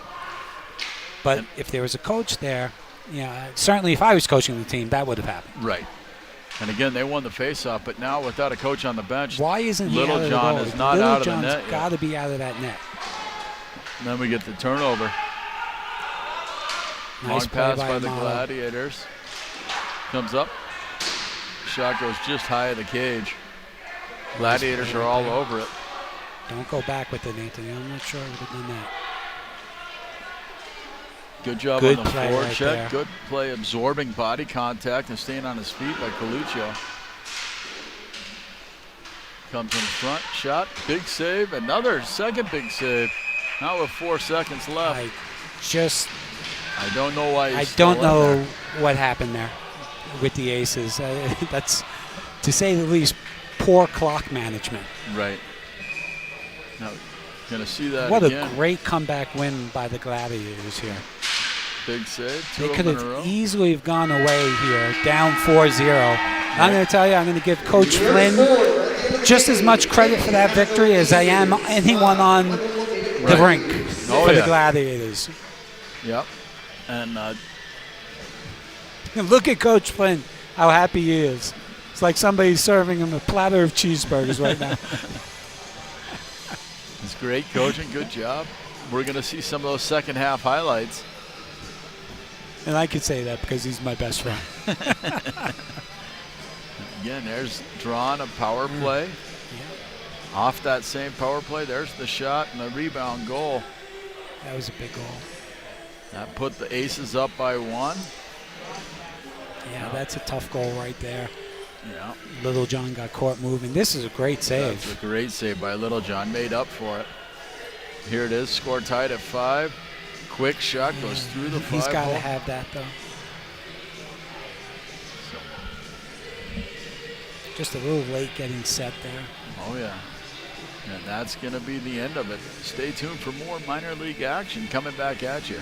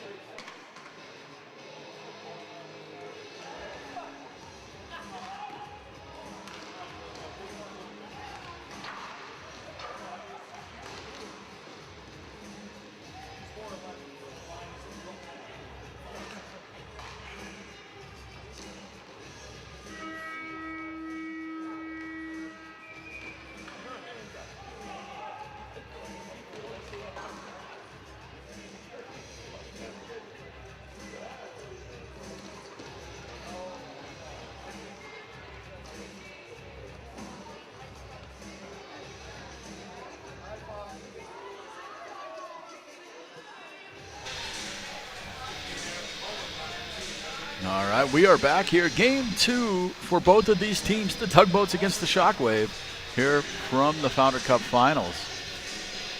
We have the Tugboats from Rocky Mountain Division and the Shockwave, who lost an opening game to, who did they play? The Dirty Dogs. Yeah. And they can fly. Both of these teams can fly. So we're in for a real treat. They can, and I think the Tugboats had a, for lack of a better term, a non-competitive game with the Crocs. So I just want to see them come out fast right away. It looks like they're putting their top guys out there, and they want to make sure that they can dictate the pace of this game, because they were unable to do so against a Crocs team that had really good skill, and they were just big dudes. So they're just tough to take the puck off of. So I'm going to expect the Tugboats to be, both teams to try to impose their will in the game here. Oh, yeah. And now here come the Shockwave with the puck. They control the opening draw. They set things up, slow it down. They're ready to go. Here come with pace. Here's the leading goal scorer in the league. Cuts in. Shot, backhand, and a big save. Keeping it from being 1-0, 18 seconds in. Again, that's the first time Kyle Rosendahl has really gotten going here.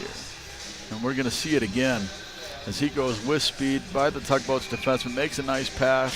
Oh, the goaltender makes a big save on one that almost snuck 5-hole. Yeah, Jeremiah didn't see that one all that well, but ultimately made the save.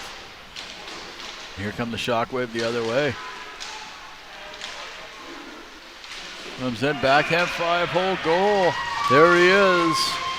Kyle Rosendale scoring. Make it 1-0 Shockwave. It was funny, right before that play, I wanted to say that the Tugboats don't want to get into a run-and-gun game with the Shockwave, because you got guys like Rosendale. Just taking a look here again, he just cuts right through, and defenseman really had no chance on that one, and it's the early 1-0 lead for Shockwave.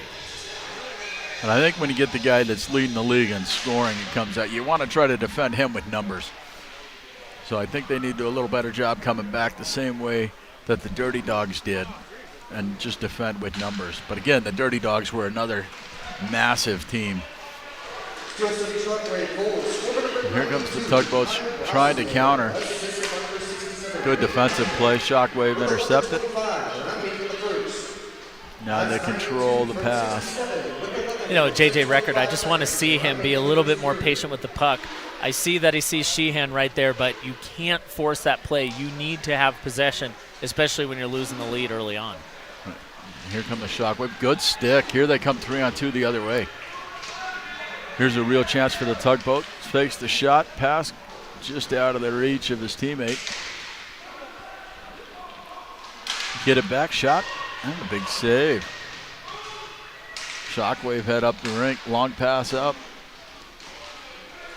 Good job. Pass comes in front. And another goal. They lost Rosendale. Good backhand play there by DeLisi. And makes it 2-0. Shockwave. Rosendale has imposed his will on the game for sure. Hard to miss with that white cage, but I guess if you're the Tugboats, you did miss him, because he just snuck in right behind you. 2 goals, 2 shots for Rosendale. And he's coming out frustrated after a game 1 without any real threatening play. And here come the Shockwave with space. Cuts across to his forehand, looking, cuts around the net, holds, and he gets the puck back after it comes off the stick. Now here they go, Cliff the other way. He's going to have to get going if the Tugboats are going to get back in this game.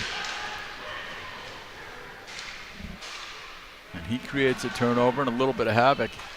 So now they slow things down. You're absolutely right. The Metro State Division II ice hockey product, Matt Clift, they're going to have to move the play through him if they want to get in this game. Again, he was a big part of the offense all year for these guys. Now here come the Shockwave with numbers, 3-on-2. Tries to go wide, intercepts the play. Now they come up the rink. Had a chance at a 3-on-2. They slow things down. Now we're swinging some sticks. Gets a lucky break. Pass comes in front. Good defensive play. Here come the Shockwave. 2-on-2.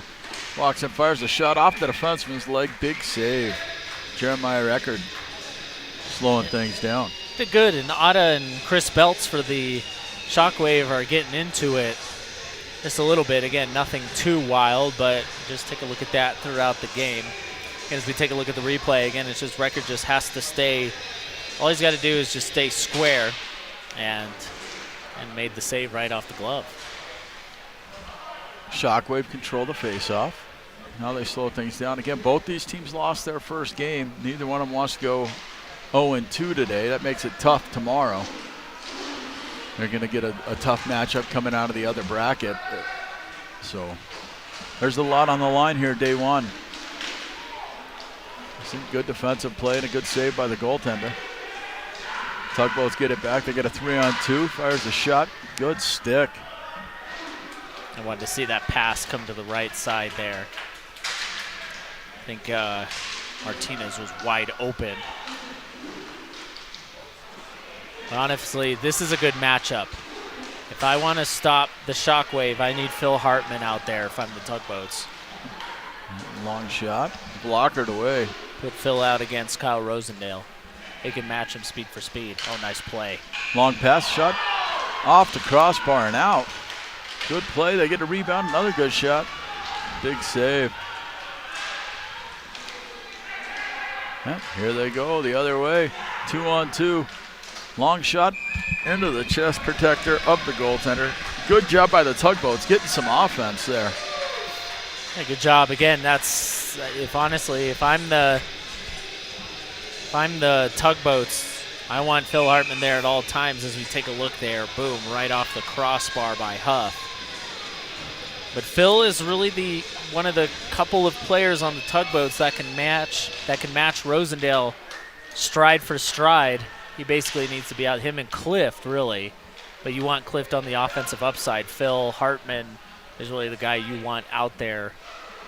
But we called him the philosopher last year when he played for us because he was an older guy and just knew exactly. He's still older, but he was just a smart player and didn't make a lot of mistakes. So we really liked him on our squad. Right. And here they come with pace now.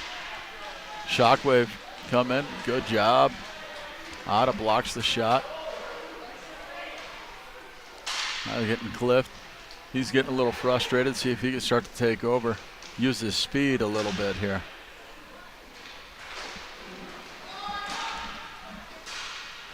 Good play by the Tugboats. Now they're coming on the counterattack. Long shot, blockered away.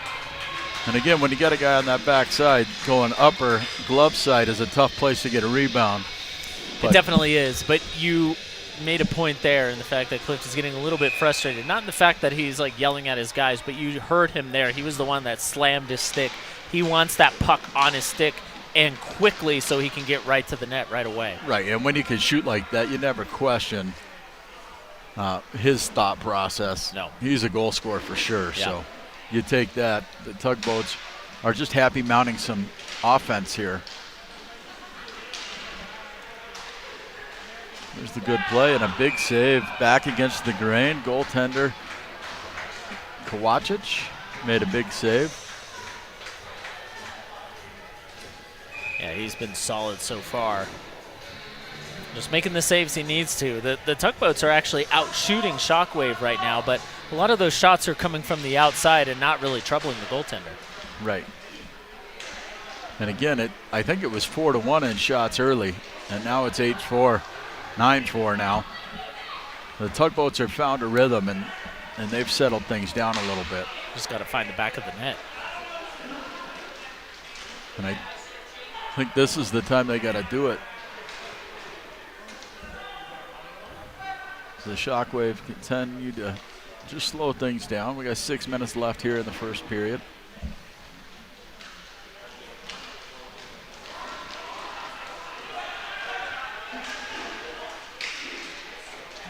Good cross and drop, rebound, big save. Here they come the other way. They got a chance on a 2-on-1. Walks in, cuts a shot. Good job on the back check. I think that got deflected. I think you're right. I think it hit the defenseman who fell. Yep. The right time to fall. Oh, and a lucky bounce. Here they come 2-on-1. Shockwave. There he is. That's his hat trick goal. Wow. Rosendale, and he made the defensive play. The long pass hit him in the shin pad, bounced to a teammate, giving them a 2-on-1. We're going to see it again. So the 2-on-1 again. Just look at that pass, and it's just so easy. Right. He could put it right in the middle of the net, honestly, and that's a natural hat trick for Kyle Rosendale.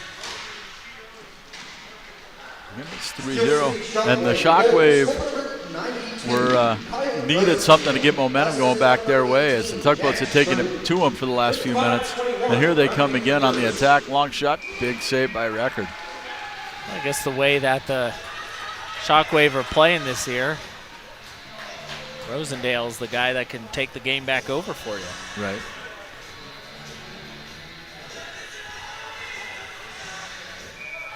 You got a face-off deep in the Tugboat zone. It's controlled now by the Tugboats. Here they come, trying to get back into this one. Creates a long shot, tip. Good tip by Clift. Goes just high. And that's what they need to do. Go with speed, somebody drive the net. Try to create a little havoc in front of the goaltender, Kowacic. Just quick programming note, Matt. Just don't forget, we got the game 1 and 2 of the pros from 7:30 tonight. The Western Conference champion Naples-Lobeta Chaos looking to get their first title against Pittsburgh Inferno, who you called their last win here. Yes, I did. Was that 2018? 2017. As they beat the Thunder. Yep, Game 7 overtime, Matt Gerger. Yeah. Shockwave make it 4-0. But then that happens, and then with the Sting being so dominant as they are, you're like, wow, Eastern Conference champion Pittsburgh Inferno, just look at that, just a nice pass across, and he really made no mistake, Logner. No. But yeah, the Inferno, they like this building. Yes, they do. So I know the Chaos have an immense amount of talent. Yes, they do. But the Inferno have grit, and they have Mike Machinsky as their goaltender. And goaltending and defense, they're hoping to keep them 1-goal games, and they'll be in it. Yep. It's from 7:30 here on Roller Planet. And we got games 1 and 2 tonight with a quick break in between. We're going to hear from the panel. A bunch of legends on that panel, by the way. A bunch of great PIHA guys and voices. CJ Yoder, Jim Pavona, and Anthony Flynn. And I hear rumors that the great Bill Mulhern will be in the building for that. Oh, Billy. So it's going to be a good treat for everybody watching.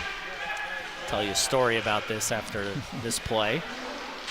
Here come the Shockwave. Big save by Record.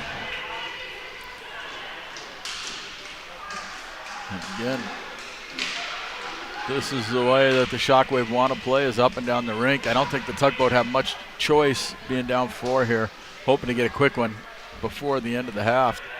Get back in this. Sim fires a shot, low blocker side. Again, Wagner again. Scores a nice one. Both of his goals have been very nice. Well, they have been too, and he's been skating consistently throughout this game, and I think Record a little bit off his position, but it didn't really matter. He just shot under the blocker side, and this game is getting away from the Tugboats early. City Shockwave, goal, scorer number 67, Wow. With 3 minutes and 36 seconds surrounding the first period, unassisted. That's 67, unassisted, with 3 So a quick, I'll tell you a quick story. So I coach the team up at University of Colorado, and, well, actually, we'll wait after this. There's the 2-on-1, good diving save. Ada's given it his all. He's played 2 really solid defensive games. He has.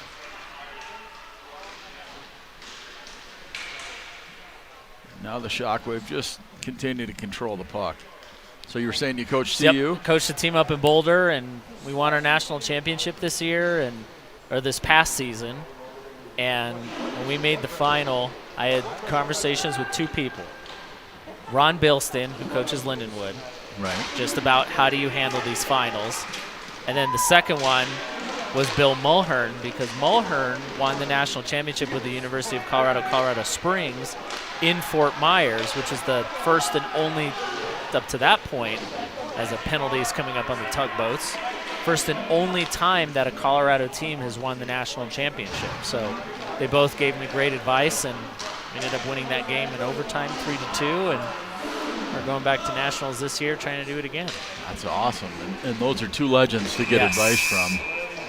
Bill also coached the Stallions in the PIHA Pro Division out here for a long time. They had the Puck Dynasty show, and Bill was a big part of that. He's just been a big part of roller hockey in Colorado for a long time. It really has. It's nice to see him as Jamal Otta goes to the box, and he'd been around for, I mean, Jamal, yes, but Bill has been in the pro scene for such a long time. And I think Bill turns 152 later this year. So he has been around for a long time. Greatest smile, though. Yes, he does. He still does. He's still got those teeth. And then Ronnie Bilstein, another legend in not just Colorado, but all of roller hockey. And that's a dangerous play on a power play, good fake, and then a one-time shot. Not much that the goaltender record could do there. Matty just feels so clinical. Just a pass across. I mean, I know what Max is trying to do, Max Jada is trying to do, but I mean, they just end up sucking him up top, and it's probably as easy as you like. Right. And again, you get him running around a little bit, and now you make it a 3-on-2 down low. And Max, again, they're down 5. He's trying to get some energy going for his team. He can't. Because, what's the point of being down 5 versus down 6? Right. And there he is. Good stick, creating a turnover. They get a 2-on-1 down low. Pass. Great defensive play. Here they come, minute 30 left in the first half, 6-0 Shockwave.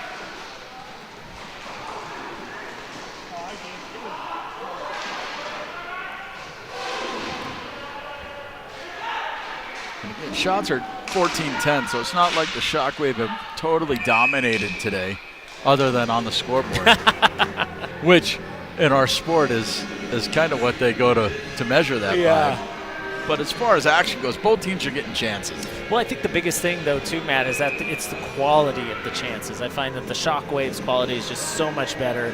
Their goals are open nets, backdoor, wide open plays versus the Tugboats that have had to have a lot of shots from the outside and a lot of contested shots. And the goaltender for the Shockwave has done a really good job of just controlling those rebounds. And then when he does give up some rebounds, they're able to clear it out rather quickly. Right, and the Shockwave are attacking with more speed, and that creates chaos.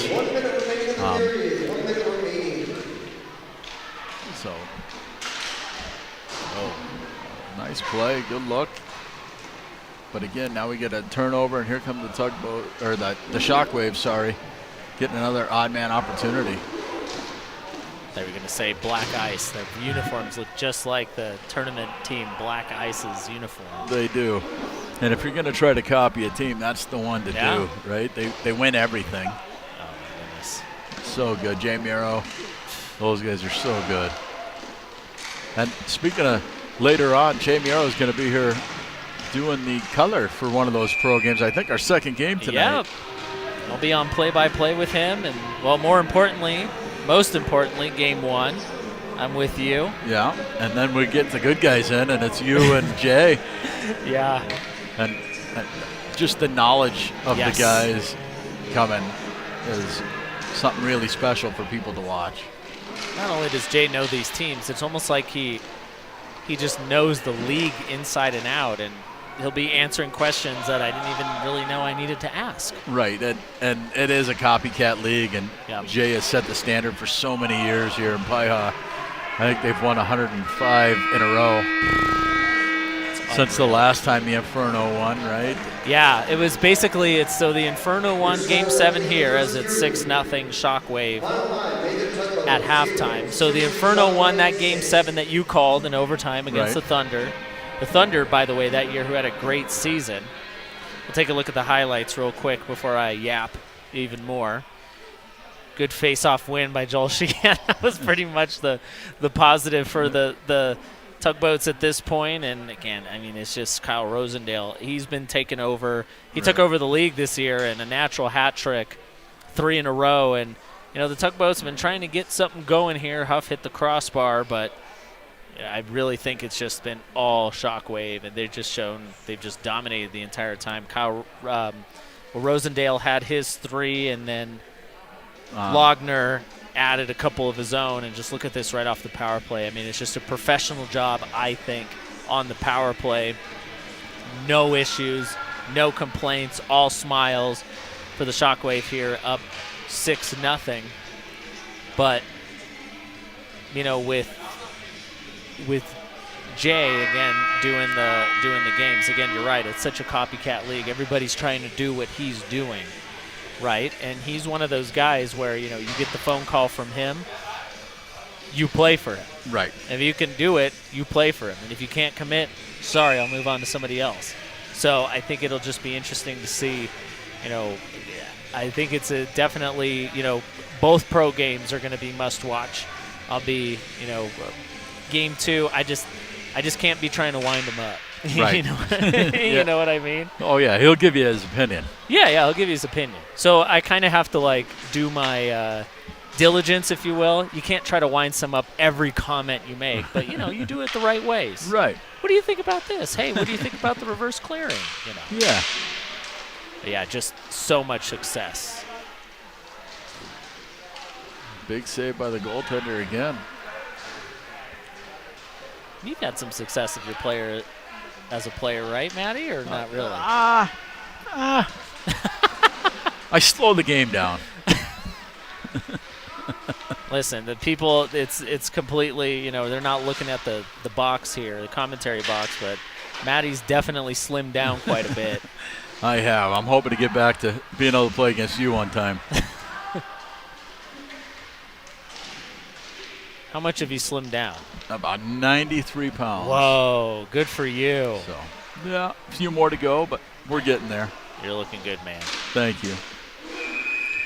Again, Tugboats, good job creating offense. They're not giving up down 6. They're trying to make this happen and climb back into a game.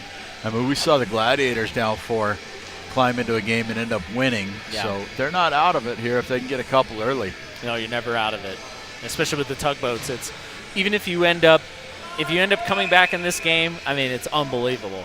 But if you just chip away, win a shift here, shift there, you know, get a couple of goals late, that's momentum into the next game.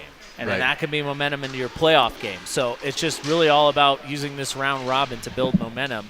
And for the Tugboats, who are not used to seeing this kind of competition throughout the year, I think it's just a good example of, you know, you use these round robin games to get your skates in and to get that idea of what competition you're going to face, and then it'll be better for playoffs. But here's a turnover. Good job getting back off the turnover. Now they circle, looking to make a play. Comes in front, finds the soft area, can't be handled.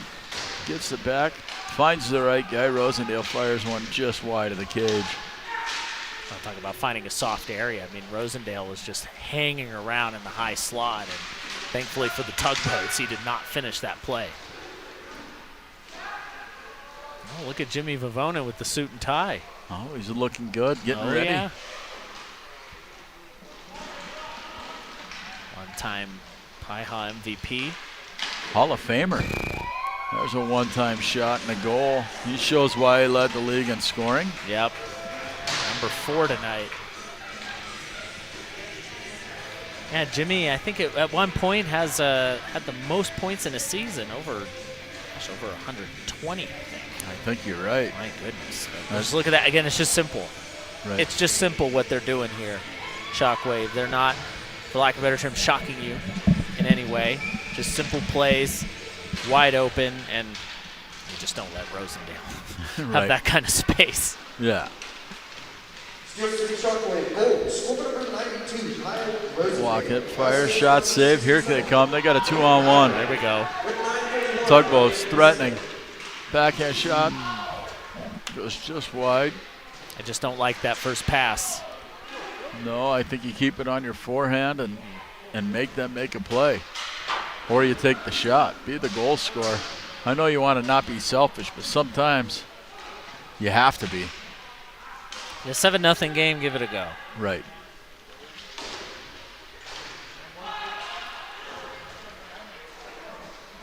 Tough has the puck. But Maddie, I had to tell you real quick. So down here at the arena, they have basically, I mean, they just love selling beer, don't they, over here? Yes, they do. It's $10. You get this huge cup. And then after that, it's a $4 refill. So you got to come down here. Yeah, experience it. It's an amazing arena. This is the Pepsi Roller Sports Arena. It's an amazing facility, and you just gotta. If you can't come tonight, come tomorrow night for the pros. Absolutely, and there's a reason they keep coming back to this place year after year. The atmosphere, the fans.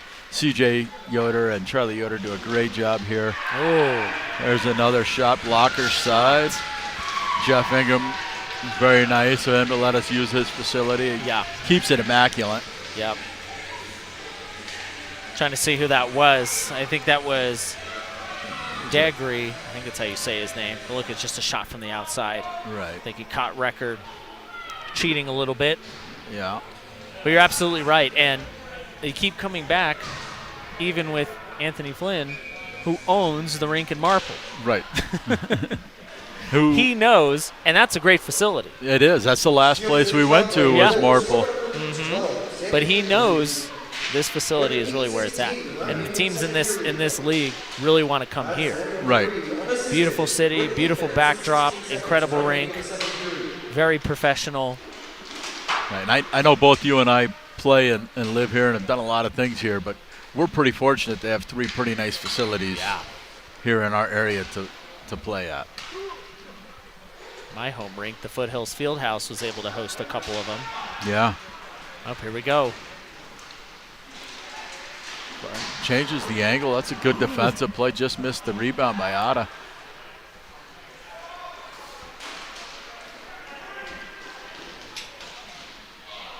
The one thing that's sticking out to me from the Shockwave is, yes, they go with speed, but they're also patient. They don't really force anything. They use their speed to create. And it's really tough on a defensive team, especially when you're trailing by 8 and you got to make things happen. I mean, how many times have I said that it's simple? Simple plays, simple passes. There aren't a lot of dangles, although this guy may, I don't know. But even just him, right? He's not going for the dangle. He's just making the simple play. Right. Ought to try to like body check. Again, just still simple. Right. And again, the tugboats are no stranger to the penalty box. They do. There we go. Tugboats are on the board. 8-1. That's a nice little forehand, backhand move to slide at 5-hole. We're going to see it again. Zach Fleming with the nice move again. That's Clift, and we've been trying to get him going. And Fleming, look at, he just opens up the wickets and puts it 5-hole. Simple goal for the tugboats, and they're on the board, Matty. Right. See if it's going to start to build momentum. They got a tough day tomorrow. Yeah. So. Bacon Tugboats goal, score number 46, Zach Fleming. Assist number 37, Matt Cliff. With 6 minutes and 34 seconds remaining in the second period.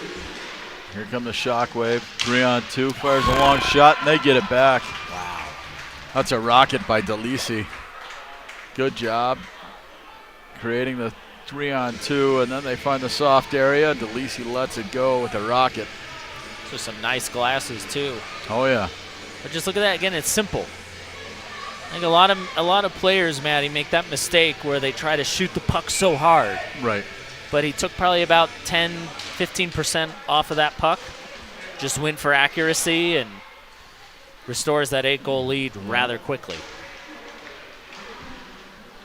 It's a good answer by the Shockwave, who are trying to to build momentum and get another chance at that Dirty Dogs team that they played earlier. That's a good team, though. Woof. Yes, they are. No pun intended. A lot of size, a lot of good hockey players. Yep. Dirty Dogs team is good. Sting are good, though. Sting. Yes, they are. Same with the Shockwave, Rosendale. Yep. And Rosendale with the assist here. That's Nate Loeffner scoring his fourth goal today. That's a third from what I remember.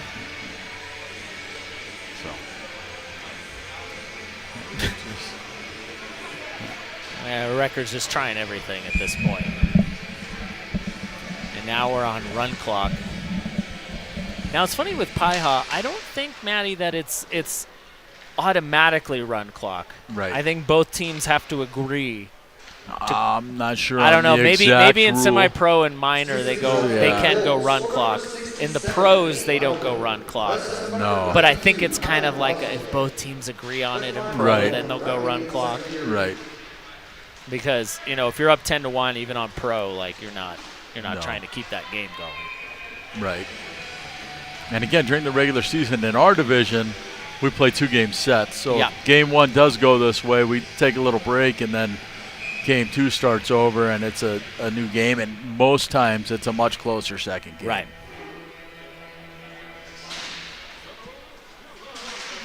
That's a little different than the East where they do the jamborees. Nice play.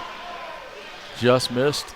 But then the West, we do a jamboree for playoffs, so it's kind of a change. And I like it here in the playoffs because it keeps the building full. The atmosphere is awesome. A lot of energy in the building. Well, I like it because you and me, Matty, we're not getting any younger. Like, playing those back-to-back games are tough. Right. My teams don't come out here to get to play, so I never witnessed that. But that's a big save there by Record.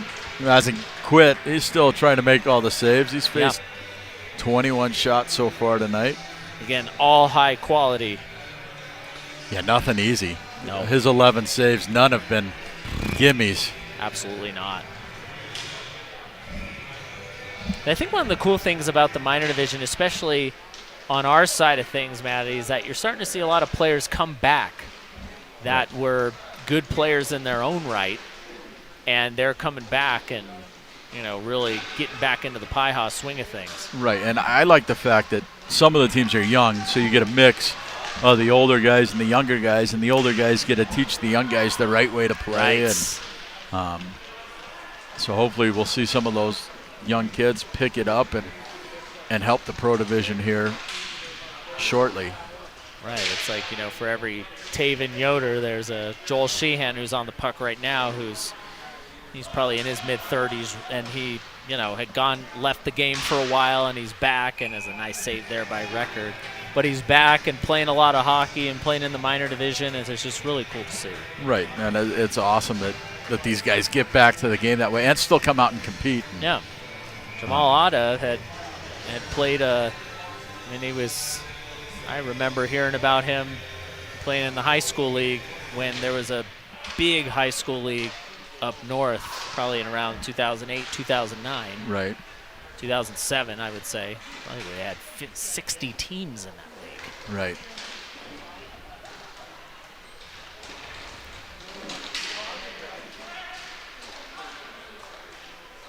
It seems like the sport itself is growing. Like you said, we got a bunch of teams here this weekend, and I think the college game is growing a little bit. It's a good thing for the sport. Yeah, it was strange. Roller hockey, COVID actually helped roller hockey. Right. In a strange way, because we couldn't go inside, so we all went outside, and then people started buying roller skates, and they're like, oh, there's this thing called roller hockey. Oh, my goodness. Kind of how most of us have discovered roller hockey. Right. Somebody told us about it. Or that was the only thing, we really could do. Like, I learned about roller hockey because that was the only hockey team my high school had at the time. Then we made the varsity ice hockey team, but. Nice shot. It's a good play by the Tugboats. Very nice. Fleming scoring both goals for the Tugboats today. And he's chirping back at them. I think he doesn't like let's see what happened right after that here. I don't really see what he was. Maybe he's just. I mean, they definitely didn't do anything dirty. But Right. I think he's just frustrated. Yeah, You know, I would be. Yeah, the Shockwave are good and fast, and when you get a chance to slow him down and say something, you have to. A nice move, opens up the goal, slides it in. Well, I think too that the Tugboats are used to bullying other teams, especially that we're talking about teams that are much younger and much smaller. When you have a Shockwave team, as we take a look at the replay here, again, that just have the skill and the size and the grit and the ability and the experience, it just becomes incredibly frustrating because you can't bully those kind of teams. And you're going to have to, as they hit their third game and into the playoffs, they're going to have to figure out something different here. Right. And that's the great thing about this weekend is they're still not out of it going 0-2. No. They still have a chance to win. They almost won a playoff game last year. Yep, and they can regroup and come and see how it goes when they cross over. Jeez. And a big collision. Jamal Otta just throwing bodies. Oh, here we go, right at center rink here. Yep.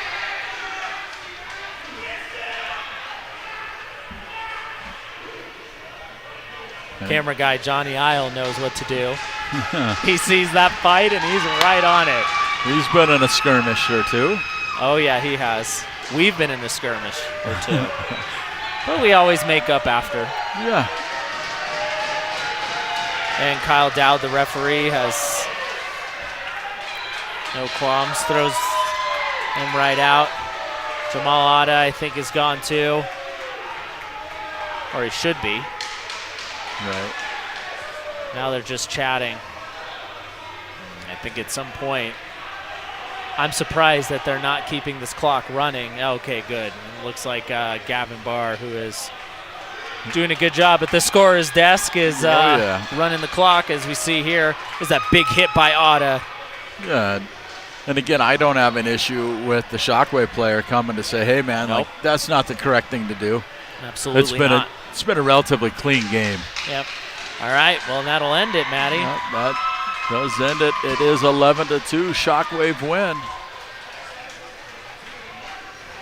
Both teams moving on.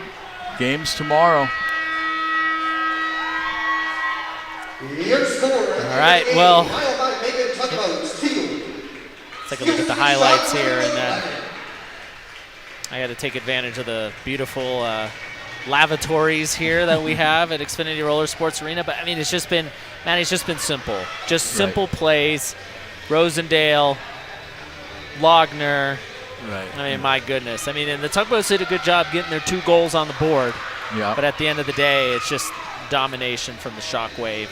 But again, the 2 goals they scored were from the simple plays. Yep. They created a 2-on-1, got it across. There it is. This one right here. Yeah.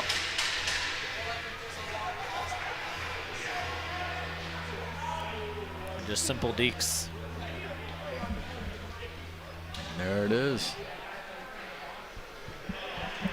All right, we will be back shortly with the next minor league game.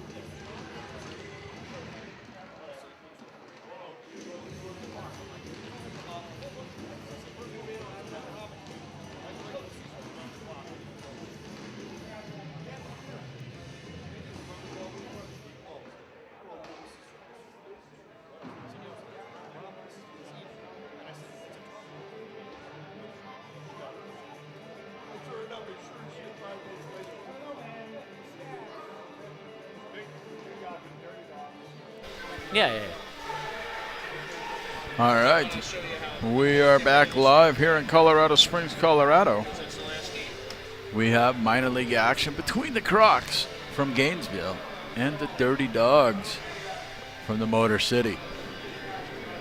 Both teams are 1-0, looking to make it 2-0 here in the playoffs early on Friday, day one, the PIHA Finals.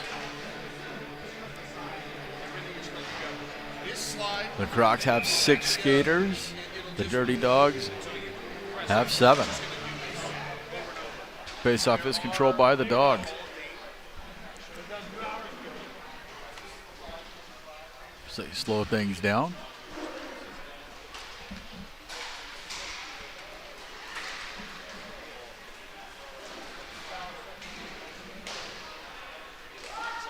Dogs continue to control the puck.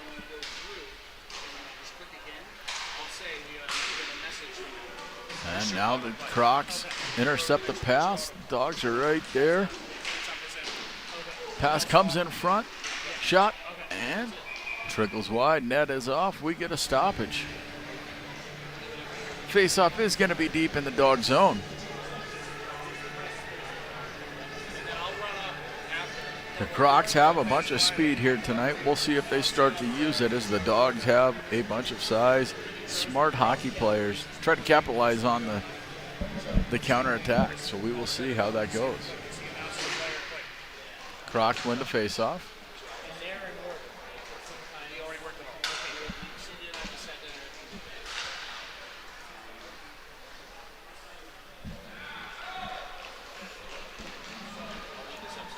Here's Shat with the puck. Now he leaves it back. Felinius. Back to Shat. So they continue to slow things down.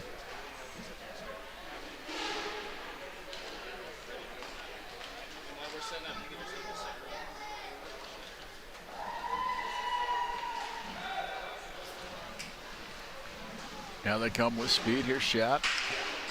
To his forehand, fires a shot. Traffic in front, hits the body and goes wide. Now it's picked up by the Dogs. The Dogs have a 3-on-1 coming the other way. Walks in, shot, and a big save by the goaltender. Stencil makes a nice save. We're going to see it again. Nice 3-on-1 coming. The Dogs get the puck crossing the line there, trying to get Stencil moving. Good play, shot, and a big save by Stencil. Uses those sliders and gets across quite nicely. Big goaltender, and he uses his size and also has really good positioning as well. It's going to be important though, Maddie, because they've only got 6 guys. I mean, Dirty Dogs have 7. But still, as you know, 7 feels a whole lot better than 6. Right. Good job. And the Dogs have a bunch of size back there. They do block a lot of shots, so it's going to be tough for them, the Crocs, to get the Dogs moving to get a shot through.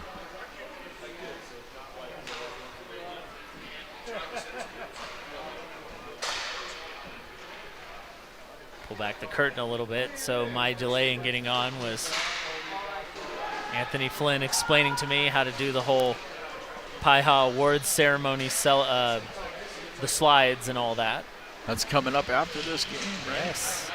So should be a good night here for a lot of people. Some well-deserved awards coming up. I love the awards for the teams, and especially because my players have won a couple of them, as we'll take a look at the replay here. You guys won a big one, didn't you? 2 years ago? Organization of the Year? When was that? It was a few years ago. Has it been a few years? 2017, 2018. Okay. We won Organization of the Year. All these years are flying by. Oh my gosh, I know. Is that when you took over the Fire? And is that first year? And yep. My first year, and we had to put them all up at Foothills. Yeah. And we're basically, I was basically running a lot of the events up there. Right. And then I had 2 teams of my own, brand new into PIHA. I was there as a player, but never as an owner. Right. Nice shot. And so it was I really appreciated that because it was the league sort of recognizing our partnership throughout that year. And Oh, yeah. I think it's, other than obviously the championship, it's my favorite award to win. But then obviously for the individuals, if they want an award, oh, here we go. Long pass just couldn't be handled. Pass comes in front again. The Dogs are finding a way to sneak in. They are. But other than the individual awards, just because I love seeing my guys get recognized for the hard work they do. Right. I got a couple of nominees this year. That's awesome. But Organization of the Year is probably my favorite. And that's not just you, like all those guys that you brought in, bought in, and did a good job of helping out. And yep. I mean, it does take more than just a good owner to win that division, that prize. Brotherhood, sisterhood. Right. 'Cause we got the one sister. Oh, yeah, you do. She takes the puck from me a lot. Oh, blocks all my shots directly. Very annoying. Here comes the Dog, walks in, fires a shot. Both of these teams have similar styles defensively. Kind of a triangle in one. And they put a little pressure on the puck. And they're just solid players. Like, they're big boys. Right.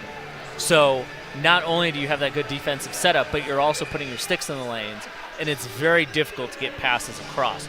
So really what you have to do is, if you're on that triangle one, you have to try to attack that spot in between the top and the bottom of the triangle there, but it's so hard to do because they have their top guys that are able to move with you so well. Right.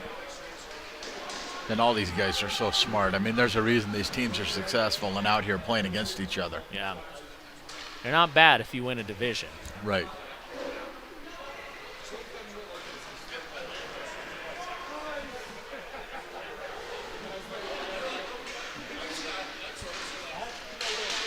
And both of these goalies are very good if you do happen to get past, or there's a defensive lapse for a moment. Right. That is solid.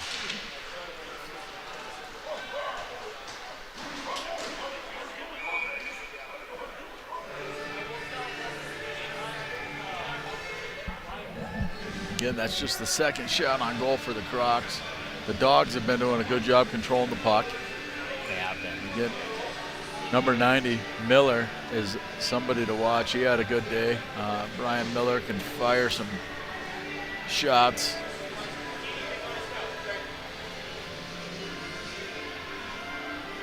And again, you got to get traffic. It's really the only way that you're going to beat these teams. Right. And it's going to. Get back on spacebar. So get back on spacebar. I'm sorry. I forgot I need to move along so I know what I'm doing out there. Face-offs controlled by the Crocs. They're in the offensive zone. Yeah, you got to get in front of the net because otherwise, if these goaltenders see everything, they're going to. I mean, it's going to be a 0-0 game. Right.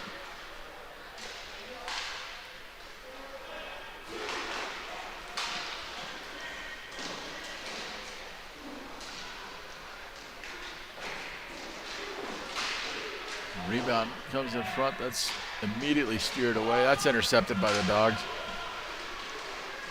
Here comes Jake Rhodes, walks in, fires a shot. Tried to go 5-hole. I think he fanned on it a little bit. I think so too. But again, Stencil right there, staying quiet. We're going to see it again. Here's a good move. I mean, good way around. Yeah, he totally fanned on it. Good job by Stencil. We almost see that Kucherov goal happen quite a bit. So good job by Stencil staying with it and tracking a puck, not committing early. You're so right. How many times have you fanned on a shot and it's gone in and you sort of have to shrug your shoulders, and when you're a good goaltender, you can follow it no matter what. Yeah. Good stick. Here come the Dogs the other way. 2-on-1, 3-on-1. Shot low to the blocker's side, misses the net.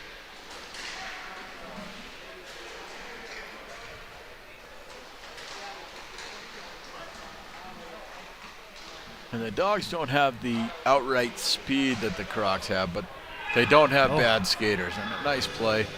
Good shot.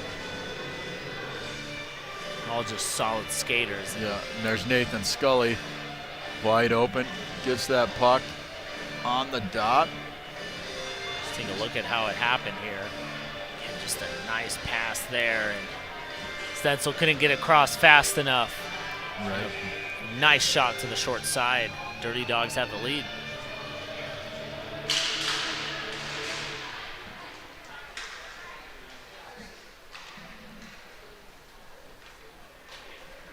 Crocs with the puck. Get pressure behind the net. The Dogs intercept. Now they control the play again. Pass comes across, fires a shot that goes wide.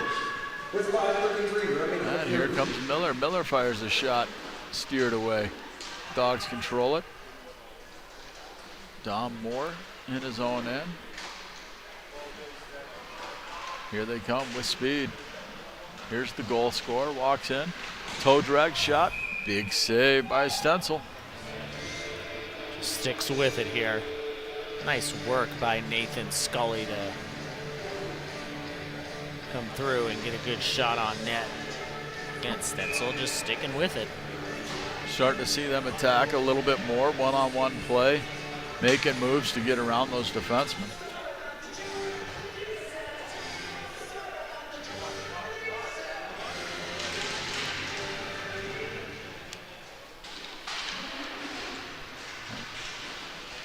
The Crocs with the puck. It's intercepted. Pass comes off the wall too far into the offensive zone of the Dogs. Now they slow things down.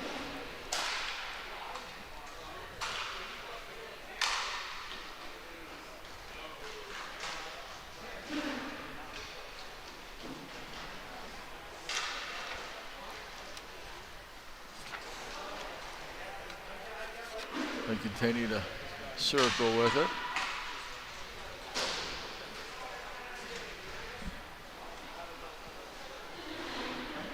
They're staying patient, not trying to force anything.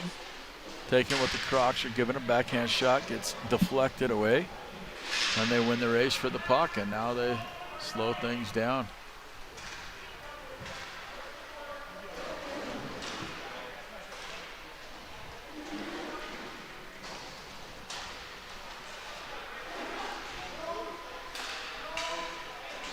Top of the circle fires a shot off the outside of the net into the netting. We get a whistle. Faceoff's going to stay in the Croc zone.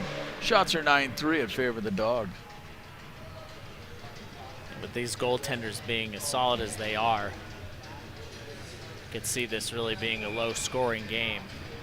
There's also one of the things, too, is there, like I was talking a little bit about earlier, is that there isn't a lot of movement that they have to do.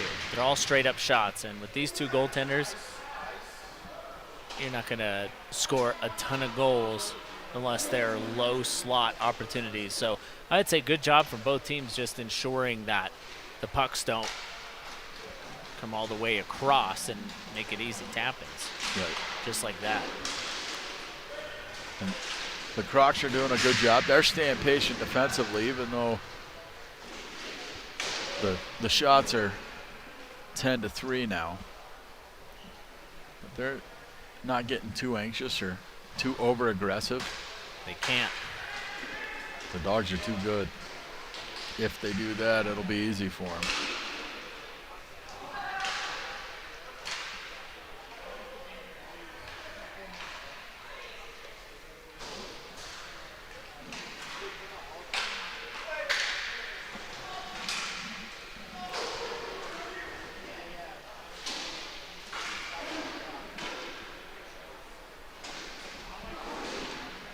And again, we're about an hour and 15 minutes away from the first pro game tonight. Should really be a good contest between the Inferno and the Chaos. Chaos, who went up 3-1 last year, and Sting ended up coming back on them, and then the Inferno, who haven't been here since they won it back in 2017. Good save there again. So it's going to be very interesting.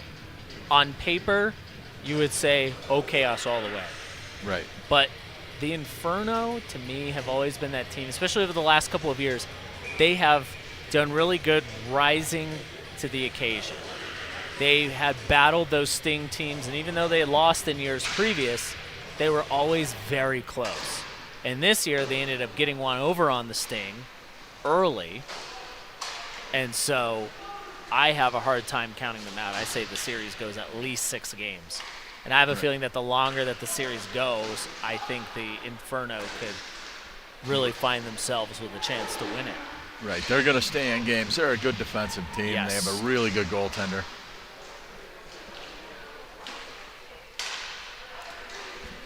And of course, most importantly, they have that. They have Matt Gerger coming back to PIHA Finals, to the place where he won it for them. Yes, he did. Long shot, just inside a half, beating Dan Lamb. Overtime of Game 7, one of the best finals I can remember. I think it's the best that's ever happened. Certainly in a best of, with PIHA being best of 7. That's probably my favorite part about PIHA is the best of 7. Right. There may be some leagues in other countries that do it, but certainly in the U.S. it's the best one. What a goal. That makes it 2-0. Dogs. They've done a good job controlling the play. All it is just Dom Moore following up his rebound. Takes a hard enough shot right here. Puck comes straight to him. And it just squeaked through. Stencil will probably be frustrated at that one, but sometimes the puck just doesn't break your way there. Right.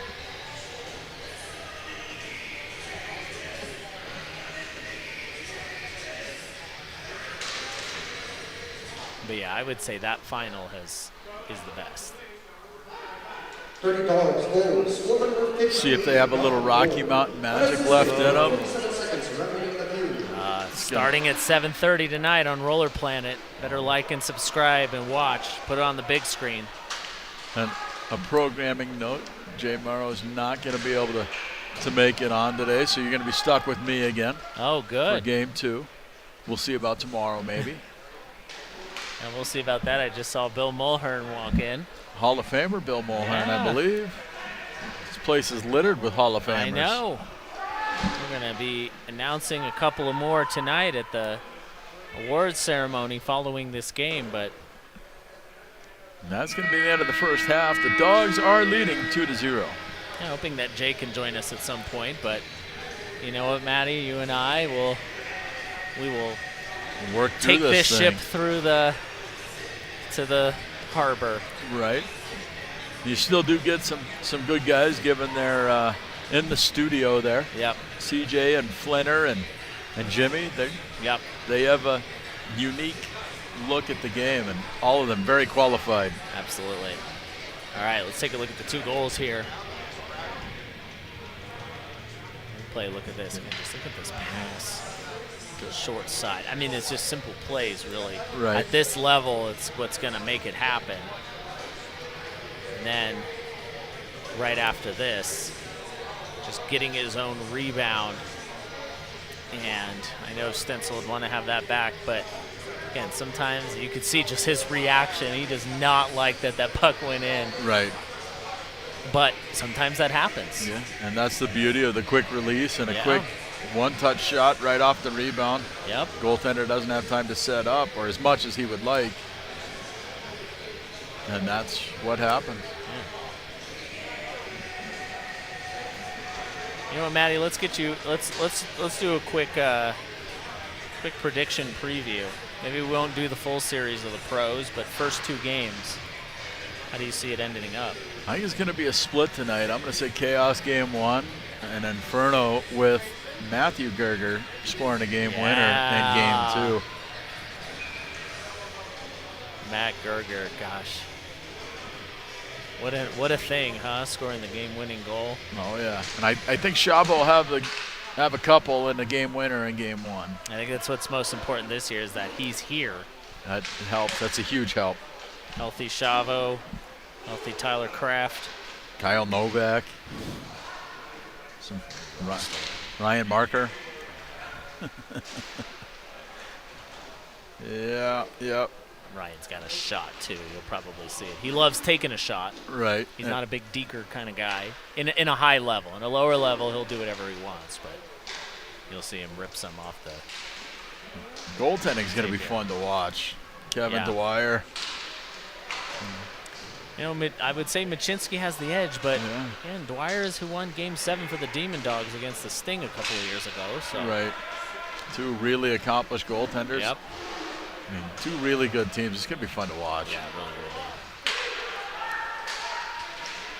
I think power plays will be a big part. If you take a penalty at that level, you're going to be in trouble. Buckle up. The goaltending will help, but there's too much firepower for both teams. It really is. Oh, nice move. Who do you think tonight? I like your idea of a split there. I have a hard time believing that I think people, when you read the comments, people are expecting the Inferno to get run over in 4 or 5 games. I don't think that's going to happen. I don't think so. Not with Machinsky and net. They're absolutely not. They're too disciplined. They're very well coached and good structure. And Machinsky has, I think probably the year or two previous to this past summer, he was having a little bit of an off year, but I think he's back to his old form. He's going to be really good. Right. He should be. He should be. But yeah, it's easy to say if I'm sitting up here and I don't have Chavo or Novak or Crafty shooting at me. Exactly.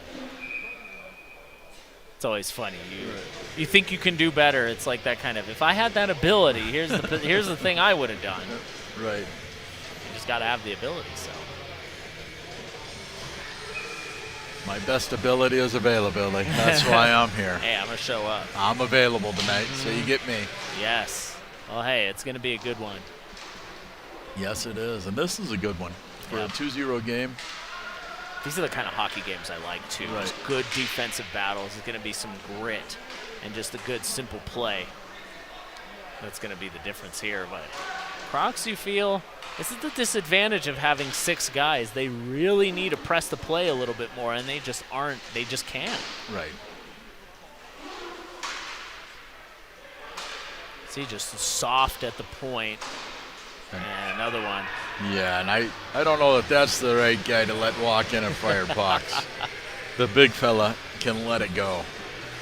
Just like, too, how he was just able to pull it in to his skates. We'll see it on the replay right here. Again, that's Dylan Kelly for the Dirty Dogs.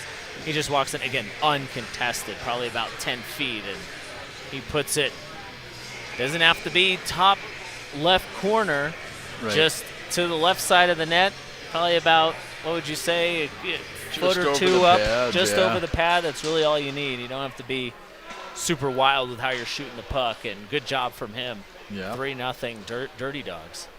Pick this spot. The Dogs are a tough team to beat. They haven't given up much on the offensive or defensive side. I mean, out of the 7 shots now, I don't know that any have been really threatening. Example, that one right there. I mean, it's just way too easy for the goaltender.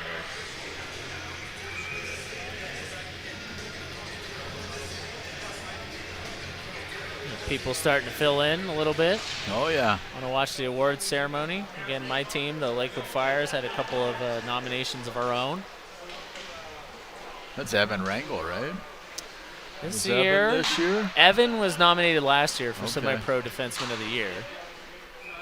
And then this year, Cody Whitmore on the pro team got Energy Player of the Year because he's just a little spitfire. Yes, he is. All over the rink. I mean, that's a no-brainer. And then Trevor Roth as a goaltender. Yeah. And then it's kind of interesting, too. They haven't yet announced the organizations of the year yet, the nominations, which I find fascinating. Me too.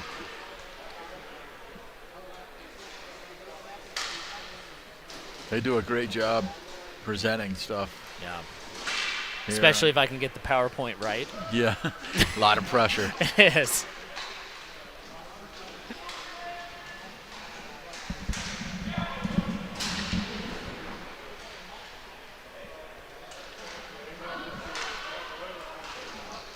Hall of Famers are fun too because You know, for those who haven't been there since the beginning, and I haven't even been involved with PIHA since the very beginning, 2002. It's just cool to see who helped build this league, and you'll see much more of that tonight. Following this game, of course. There's 7 minutes and 45 seconds left. Oh, wow. There's a big shot by the Crocs. Kaczynski walks in, fires a puck. We're going to see it again. He's got that big wingspan, and that really helped him here. He was just trying to cut in, and he got a little bit of a stick check, but he was able to stick with it and put it past the short side. And put the Crocs really back in this game. Yes, they are. 7:44 left. It's a 3-1 game. We'll see if Miller can turn it on and get his team back in this game here. He had a couple of big ones early in game 1. Yet to find the board in game 2. But the Dogs have done a really good job of controlling the play and not really forcing anything or having unforced turnovers. It's one thing with both these teams, too. They have short benches, and they're not getting caught in the run and gun game. Here we go. Just as you say that, they start to run. And here they go. And the Crocs do have to push the pace a little bit. Right. They're getting to that point in the game where they need to here in the last 7 minutes.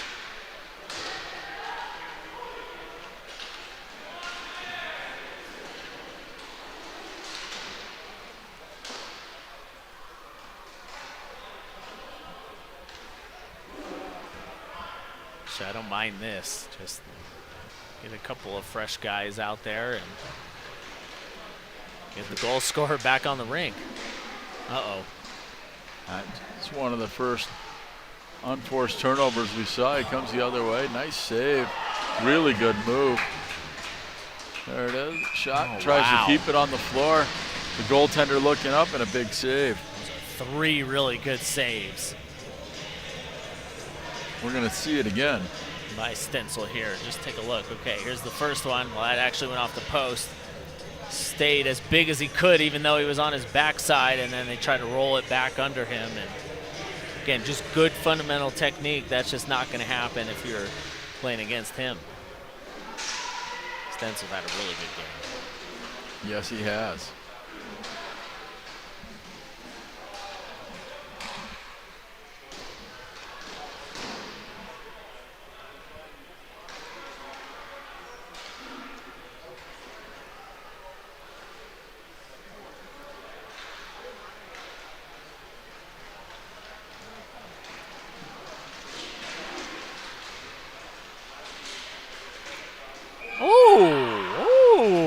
There's a little shake and bake by Jake Rhodes. Top shelf, short side. We're going to see that again. Take a look at this. Just caught watching, see what he's going to do. Look at it, and he goes and he just pulls that just a little bit behind. Wow, what a nice play there. So far, that's the goal of the weekend here on day 1. We'll see if Shavo has anything to say about that. I've seen a couple YouTube videos of his. Oh, yeah. Plenty of skill coming up. To his credit, he pulls it out when they're up like 6-1. You know, he doesn't try that when it's a really close game just because he doesn't want to irritate anybody. Right. Or at least that's what he does against my team.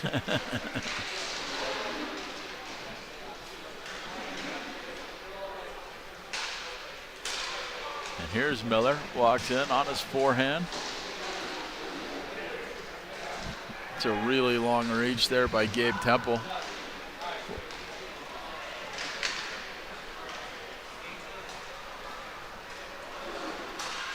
Oh, it's a rocket of a snapshot by Kelly. It's funny, you wouldn't think just how, I mean, he's just a big guy and those shots come off quick, but yeah, that's just a nice shot, and unfortunate for him it didn't lead to a goal, but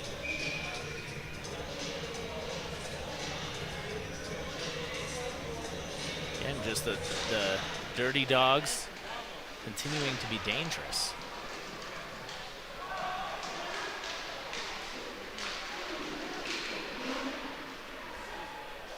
Not bad for a guy that was a goalie.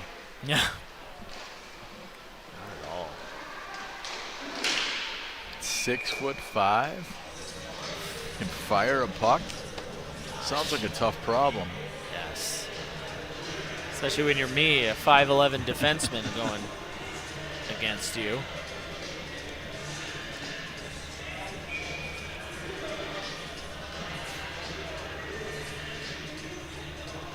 You wonder, Matt, you're just like, okay, when are the Crocs kind of content to just see this game out? It's round robin. We're not going to waste our legs. Because of 6 guys, it's really tough, but you just don't really see much of them really pushing the play all that hard. Right, and I would think you would want to tonight, seeing as how you got a big rest coming up. Right. Yeah, nothing till tomorrow morning. Games start again at 8 a.m. local time. But you get a rest. You got 11 hours off. I would think you'd want to push it here for 4 minutes, see if we can get this tied up. Maybe get an easier crossover game if there is such a thing, depending on records. Right. Because you'd probably imagine that they would play. I don't remember exactly where the pools are. But you imagine you would play one of the teams from out here, either the Blizzard or the Fire. Right. Well, this is minors, right? So. Oh, that's right. Sorry. So they are in the pool with. So it'd probably be with tugboats. Well, they're with the tugboats. Yeah. So tugboats and the Shockwave are the other 2 teams in this bracket. So maybe they're saving energy for that game against the Shockwave, and the winner gets 2nd seed, and the loser takes 3rd. That's what I would think. So funny with how these teams play. It just feels like a semi-pro game. You know, those teams from out east just play so well. Oh, yeah. Especially me with recent dad brain. You lose yourself sometimes. Oh, yeah. It doesn't get any easier. Mine are 17 and 18, and I still have that issue. Mine is 5 weeks. Got a long way to go. Yes, you do. The sleepless nights are the same, though. I can't tell you that. Different worries when they can drive, though. I know. Boy.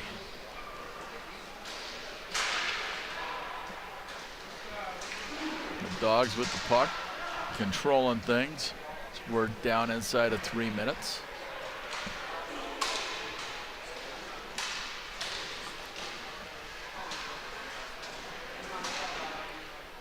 That's a good save. Coming across, back across the grain, caught under his arm. 2:41 remaining. Shots are 23-8 in favor of the Dirty Dogs. They've really controlled this game. I'd say what? Probably the last. I'd probably say the second half. For sure, the second half. They've really controlled this game. And you can see that they just have a little bit more legs than the Crocs do. As not sure what's going on. I think Stencil may have an equipment problem. Looks like it, or maybe it's an altitude problem. Probably. Okay, so he's getting some water. He's been under siege. Yeah. Throws the water bottle kind of dramatically back into the bench. Yeah. I think you might be right. I think it's a dehydration altitude thing. Yeah. It's different. Oh, it's different for sure. 19 saves. Yeah. Especially you come from Florida, which is as sea level as it gets. Right. And you come up here, which Colorado Springs is, what, about 6,000? Yeah. Altitude? Yeah. Even higher than 6,700 or so. Yeah, that's yeah. Not easy. Very pretty scenery, but nice shot there. That's Miller. Makes it 4-2. Does that change things for you in your mind? Do you push it here and try to get one in the next 40 seconds, minute? See if you can tie this up? Maybe sneak into that one spot? Yeah, I just don't. It's a nice shot there. I would think the goaltender would probably want to have that back. Right, it caught him off guard for sure. Definitely, but I'd say why not? Here it is. Go for it now. There's Miller again. Another nice shot. Goes just high and wide.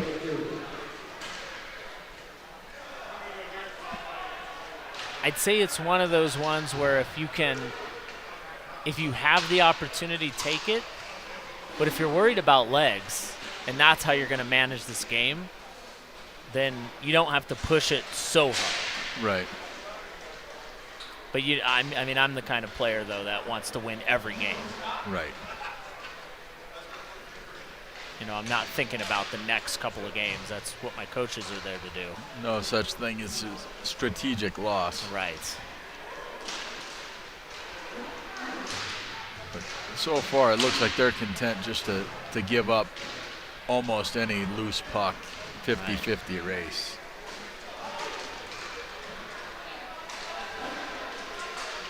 Oh! And now we're within one with 1:20 left. That was a rocket by Shat.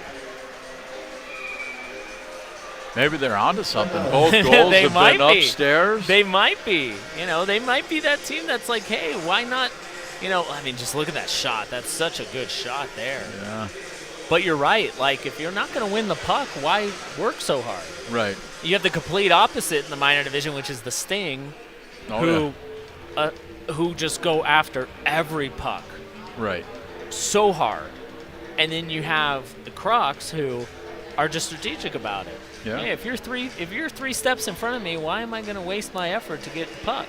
Right. But then when I get it, one thing I'll give them credit for is they've been relying a lot on their shots from the outside, and I think they found a recipe on this goaltender. Right. So just keep going. It's worked. They're playing a good team. They got it back to 4-3. Yeah. Shots are 23-10. Like we talked about in games previous, even if you don't end up winning this game or coming back to tie it, it does give you a lot of confidence heading into the next round. Right. Of round-robin games and then ultimately in the playoffs.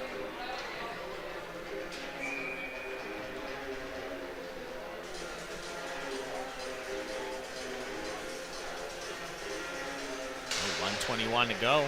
Face-off control by the Gators. They're going to try to get the goaltender out. I don't know what they're waiting for. I don't know either. Oh, maybe this is why. A little bit of a hook that didn't get called. I think they're going to have to put the goaltender back in. I think so. That's kind of the thing. The Crocs don't really have a coach. I mean, they have him listed, but I think he's just live streaming. Right. So he's not really coaching. So it's those kind of things where you have a coach to be able to call somebody out. And here they go. Here we go. Now they're starting to push it.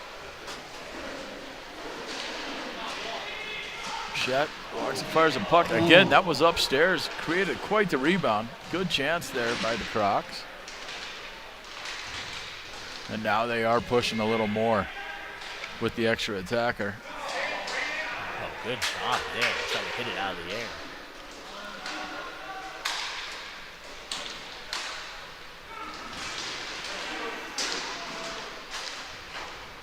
Now they just dump it down. 30 seconds remaining. Felinius with the puck.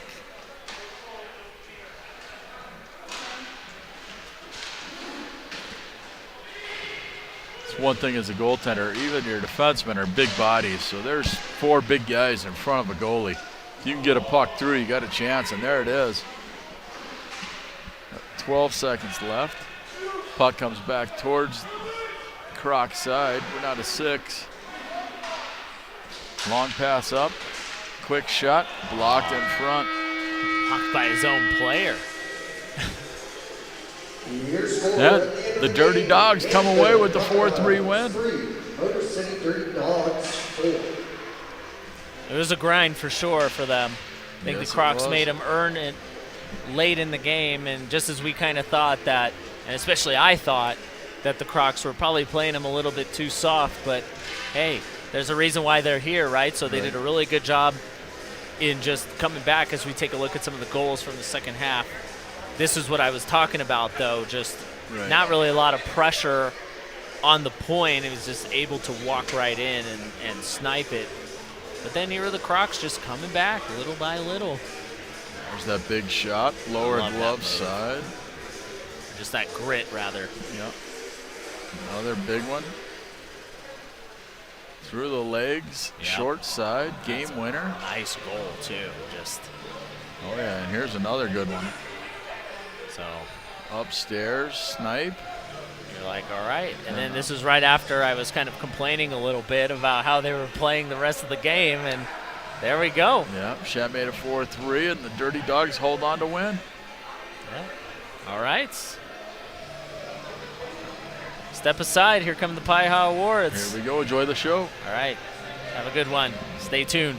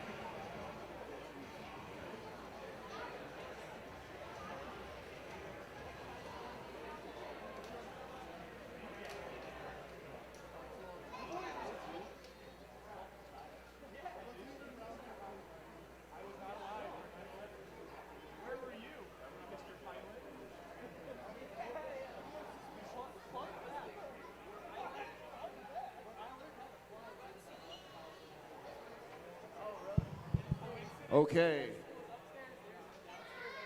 We're going to begin our 2025-26 awards ceremony if we can.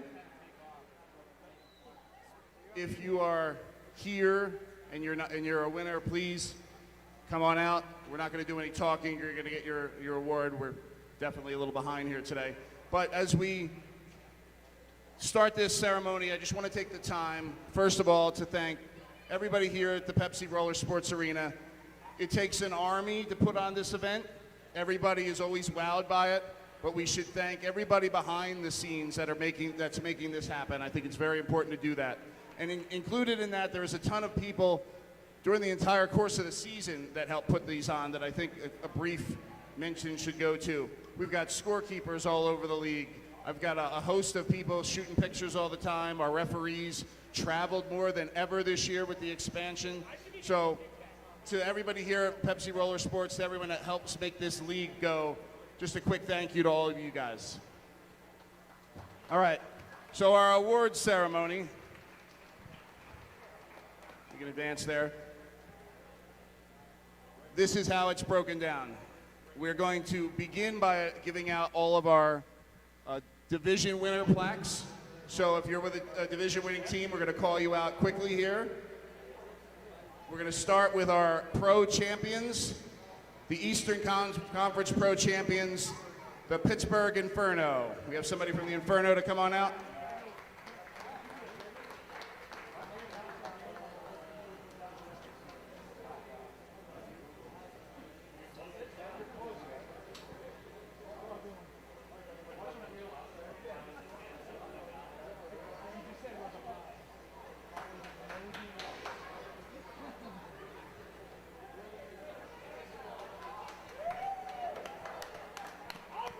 We're going to turn this, keep it moving.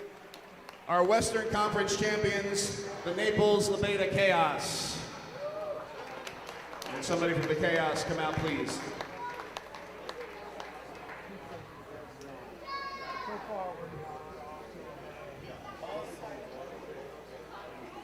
Moving on to our semi-pro division.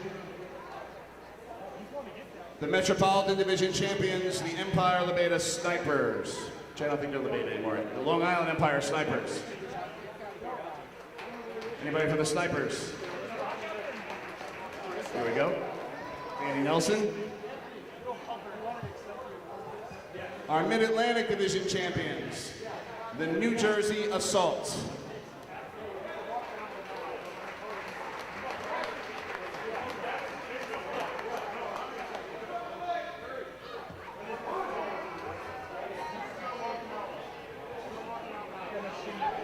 Semi-pro division champions from the Keystone Division, the Marple Gladiators. Maybe we don't have anybody. Billy Brennan here?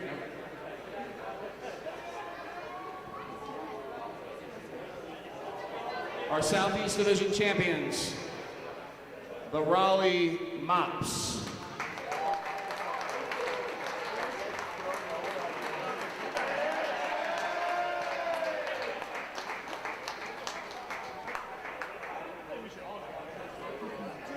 The Centennial Division champions, the Mile High Blizzard.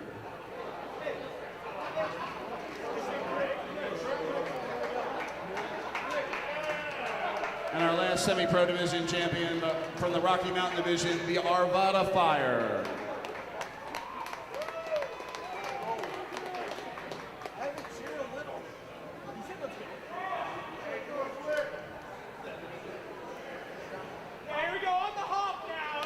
All right, our minor division champions from the Metropolitan Division, the Suffolk Sting. Send out the goalies.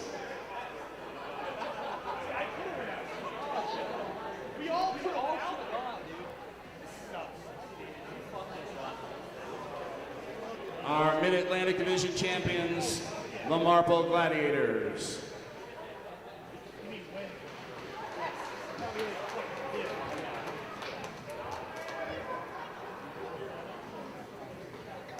Our Garden State Division champions, the New Jersey Jagaloons.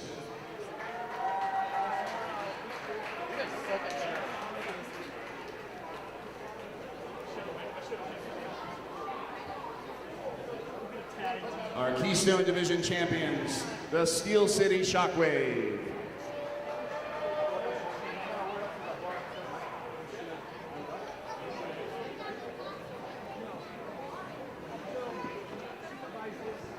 Our Piedmont Division champions, the Asheville Aces.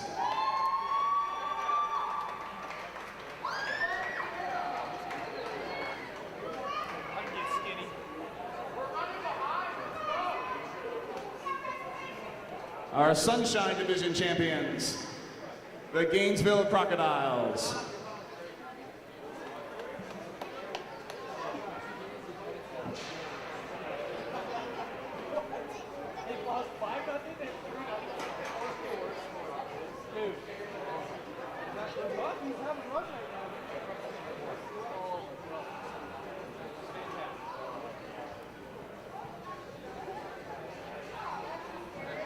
Our Midwest Division champions, the Motor City Dirty Dogs.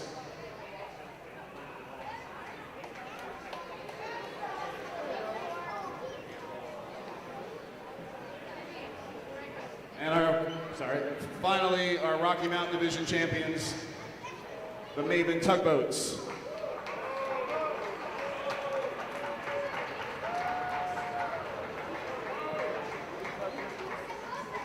Okay, this is the time where we're going to go into our individual awards. Hopefully we have a number of our winners here. If not, we'll catch them later. Going into our pro award section. Each one of these sections will have 4 award winners, and we'll cut through them. Starting first with our pro division top scorer from the Naples Levada Chaos, John Chabot.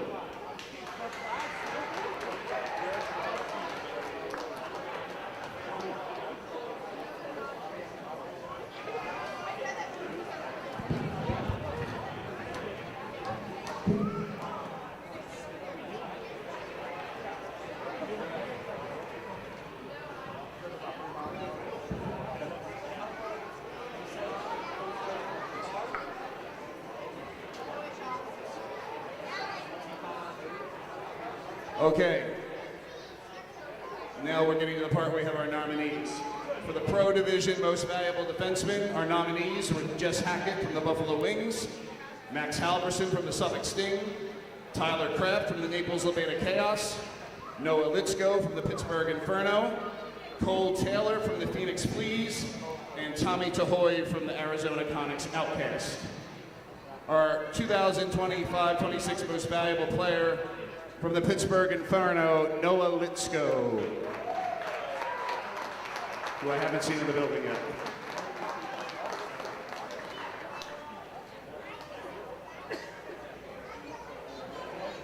All right, moving on to our most valuable goaltender in the Pro Division.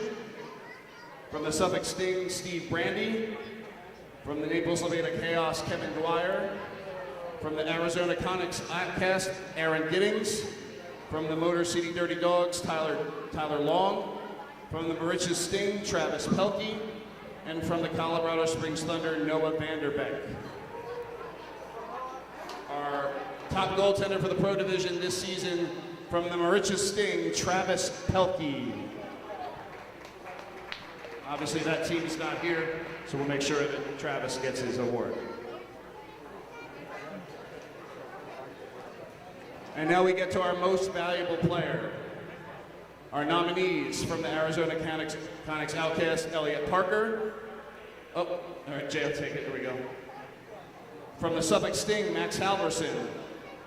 From the Motor City Dirty Dogs, Corey Hodge. From the Phoenix Fleas, Zach Hoffman. From the Naples Levada Chaos, John Chavo. And from the Hockey Plus Blue Healers, Bryce Whitman.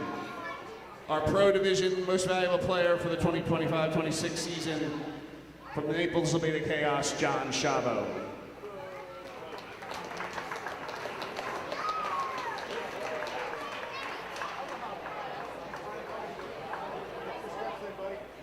Getting you all worn out, Johnny. A little cardio before the game. All right, we'll move on now to part 3, our semi-pro awards. What we do need to say is that we have expanded this season the nomination as the league has grown, so bear with us. We used to do 3 nominees. This season in both the semi-pro and in the minor, we have 1 nominee from every division. We'll start first with our top scorer in the semi-pro division. From the Raleigh Mops, Michael Curtis.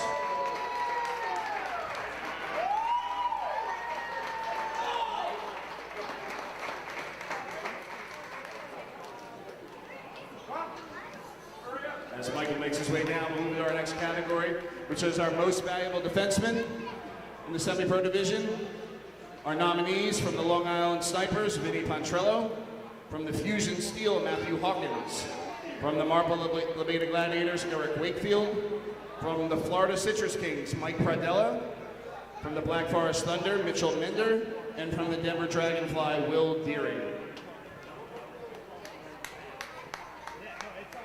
Our semi-pro most valuable defenseman this season from the Empire Levada Snipers, Vinny Pontrello.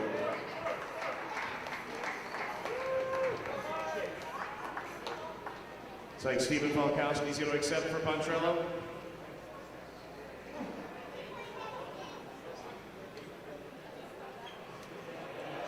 Our most valuable goaltender.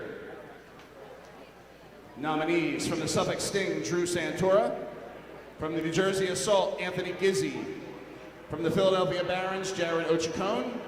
From the Raleigh Tidal Wave Mops, Justin Schomburg. From the Arvada Fire, Trevor Rofi. And from the Mile High Blizzard, Jordan Hampleton. Our top goaltender for this season in the semi-pro, from the Mile High Blizzard, Jordan Hampleton. No Jordan?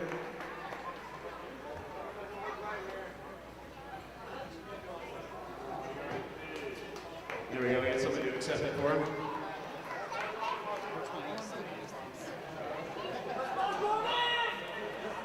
Send the other goalie. And finally, our most valuable player for the semi-pro division. Nominees from the East Coast Rebellion, Ryan Kottkamp. From the New Jersey Assault, Chris Connor. From the Marple Gladiators, Corey Kosick.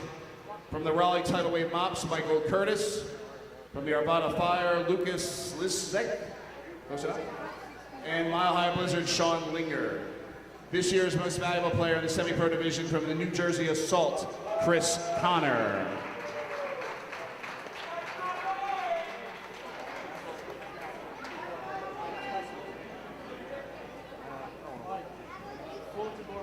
And now we'll move on to our minor league award, our minor division awards.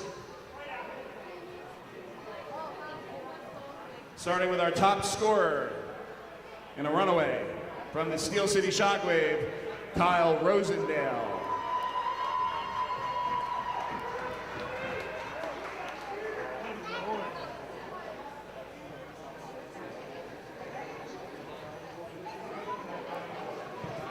Our nominees for most valuable defenseman in the minor division. From the Long Island Blazers, Alex Kuzin. From the Marple Levada Gladiators, Anthony Amato. From the Champion Trash Pandas, Kevin Morello. From the Susquehanna Scream, Eric Balthazar. From the Chattanooga Snipers, Chris Sislow. From the Gainesville Crocodiles, Brian Miller. From the PA Roller Club, Alex Arnold. And from the Lambs Grove Leap Ray, Gavin Davis. Our most valuable defenseman in the minor division this season from the Marple Gladiators, Anthony Amato.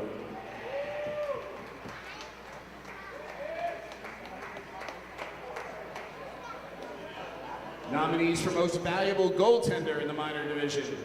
From the Mach 1 Mustache, Brandon Morgenstern. From the Empire State Legends Black, Sean Connolly. From the New Jersey Jagaloons, Jesse Little. From the Marple Geese Chasers, Matt Lemma. From the Chattanooga Snipers, Ethan Williams. From the Gainesville Crocodiles, David Stenzel. From the Columbus Heat, Stefano Cantali. And from the Mile High Maven Tugboats, Adam Shears. Our most valuable goaltender this season in the minor division from the Gainesville Crocodiles, David Stenzel.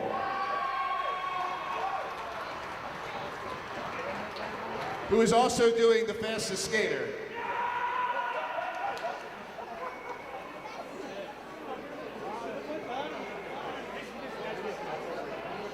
Finally, our most valuable player nominees in the minor division. From the Suffolk Sting, Josh Rowland. From the Champion Impact, Max Stern. From the New Jersey Jagaloons, Christian Hopler. From the Steel City Shockwave, Kyle Rosendale. From the Champion Asheville Aces, Dustin Disbrow. From the Unified Hooligans, Chris Melendez. From the Motor City Dirty Dogs, Will Nemick. And from the Falcon Vikings, Cody Osmond.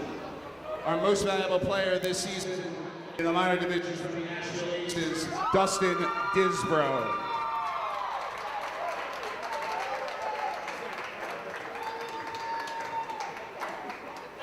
That concludes the individual player awards. This is now the time where we go into some of the, we're going to call these league awards. Different awards we give out every year. We don't have as many nominees for this one. First, we're going to do our Energy Player of the Year, and understand that these next grouping of awards are not specific to any one division. This is just kind of PIHA as a whole. Our Energy Player of the Year nominees for this season, Bob Meacham from the Marple Geese Chasers, Nick Pilati from the Steel City Shockwave, and Cody Whitmore from the Lakewood Fire. And our winner this year, the Energy Player of the Year from the Steel City Shockwave, Nick Pilati.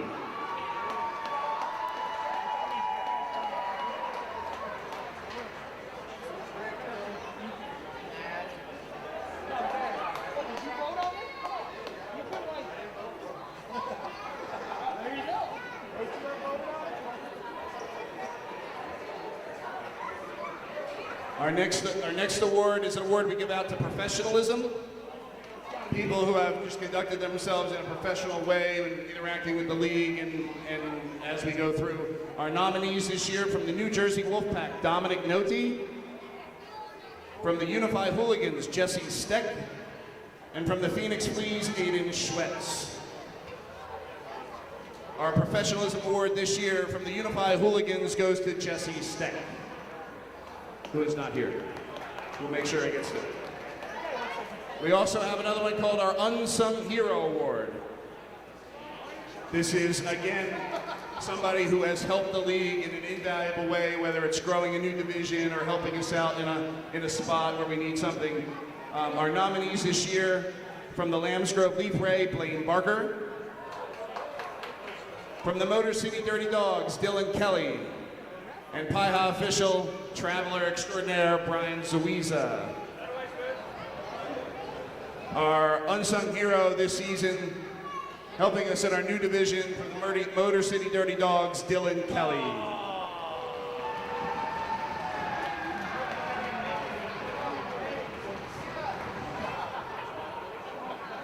Still an unsung hero. Always a bridesmaid, never a bride. Next is our Coach of the Year. Nominees from the Chesapeake Baymen, Alejandro Bonilla. From the Empire State Legends Gold, Richard Ritchie. And from the Colorado Springs Thunder, Colin Vandersloot. And our Coach of the Year this season from the Chesapeake Bayman, Alejandro Bonilla. Not here. We'll make sure Alejandro gets his very prestigious award.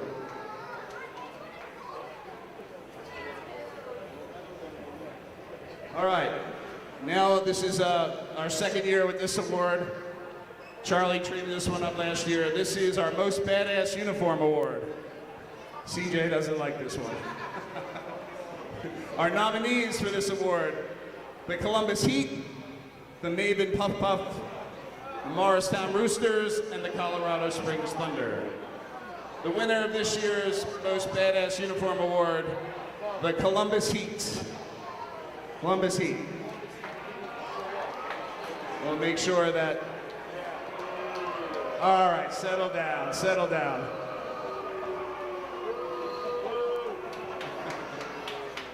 Division rivalries, I guess. No, they're not here. Boo! All right. Now we're going to move on to our Organizations of the Year award. Last year, we expanded this award from 1 to 3 organizations.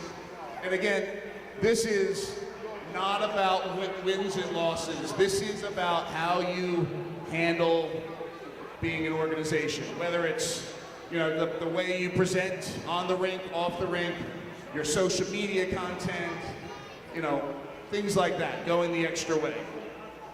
So our first winner this season, the Phoenix Fleas. Organization of the Year, Phoenix Fleas. Our second Organization of the Year, from our Sunshine Division, the Unified Hooligans. And finally, our third, I know they're here, the Asheville Aces.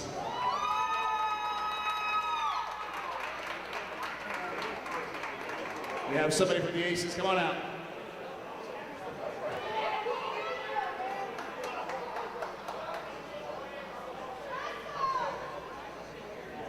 All right, I promise we're coming to the end. No, we're coming to the end. We'll be running those guys around this rink fast as skater before you know it.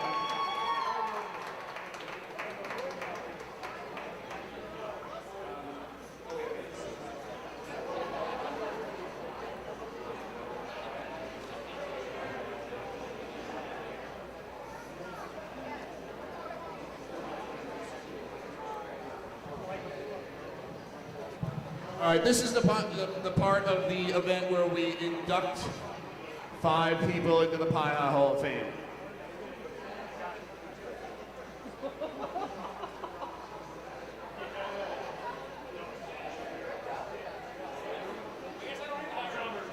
So none of our inductees are here with us today, but 4 of the 5 of them did send messages in, which hopefully, if technology works, we'll display and we'll hear it.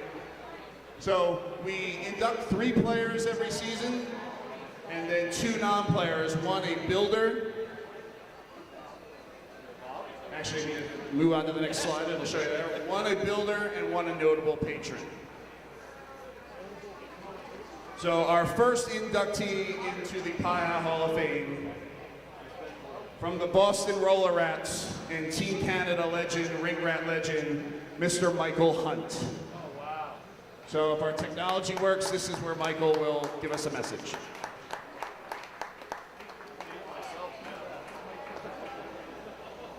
There he is. Handsome boy. We're going to have to see if Goss can help us up there.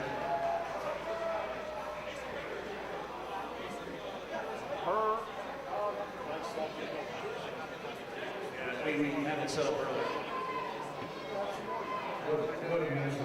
Thank you guys so much. All right, you think you can restart that? All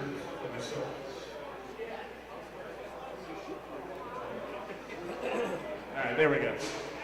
Hey guys, Michael Hunt messaging you from Winnipeg, Canada. Last night I received the news that I was nominated and elected into the PIHA Professional Inline Hockey Hall of Fame from Jimmy Bavona and Anthony Flynn. And man, what amazing news. Thank you guys so much. It was so appreciated for myself and obviously for my family. CJ Yoder, You know, we've had some battles in the past, and I always love playing against you. One of the icons of the sport, and to have you on the committee that got me in makes this all the more special. And I thank you, brother. Charlie, you know what I think about you, Charlie Yoder. You've been a pillar of this sport forever. And thank you as well for the nomination, and Anthony for the thank you as well. Jimmy Pavone, I appreciate you taking the time to accept this award for me on my behalf. I couldn't ask for a better guy to do it, and I'd love to since we played together in New York for the Cyclones and all those great trips we took together. I can't do this problem. I want to thank my wife, Mills, and my 3 kids, Cameron, Nick, and Janelle. You guys have been a huge support system. Thank you. My extended family as well. Brothers, sisters, mom, dad, grandfather. Thank you so much. Appreciate it. When I got the boys from Boston, New York, Team Canada. Total 30 seconds. And my new guys who went there, I really appreciate everybody somebody else because of this. I go into the hall here with 3 arms wrapped around me. John Roderick, President CEO of NPC, who took a chance on me when I was at the lowest point of my life, gave me an opportunity and changed my life. Thank you so much, John. Chad Reardon, Sean Davis, 2 of my best friends, who passed away a few years ago. Couldn't have done this without you guys. I miss you every day. Thank you for the love and support. And I go into this with you guys wrapped around me. And Craig Colby, been battling ALS for 15, 17 years. Thank you, brother. Keep fighting. Thanks, guys. Thanks for listening. All right, accepting this award on behalf of Mr. Jim Bavona, who's going to be real short. Well, I have to say this one. Just to let you guys know about Mike Hunt. I've had the pleasure of knowing Mike for over 25 years and the type of person that he is. Before he went to Team Rink Rat and comprised of the best inline hockey team that's ever played, going 47-0-2 and 7 straight national titles. I had the good fortune to play with him on my Bauer hockey team. And one of the stories I will say, as great a hockey player as Mike is and all of his accolades and achievements, I would argue that he's even a better player because we played an event the week previous to 9/11, and we won that event, beating a Czech Republic team in Florida. Mike was instrumental in that win. And then after 9/11 happened, there was chaos, and Mike really stepped up. We did a benefit game for the families of 9/11 in New York, less than a month after the towers fell. And I have to say, Mike Hunt, he traveled from Boston to New York through security checkpoints to make sure he was a part of that game, which raised $15,000 for the families of 9/11. So though I have to keep it short here and I can't go through all of what I wanted to tell you about Mike and his hockey accolades, I will tell you that as great a player as he was, he's even a better person off the rink. So Mike, welcome to the Professional Inline Hockey Association Hall of Fame. Welcome to the club, brother. It's well deserved.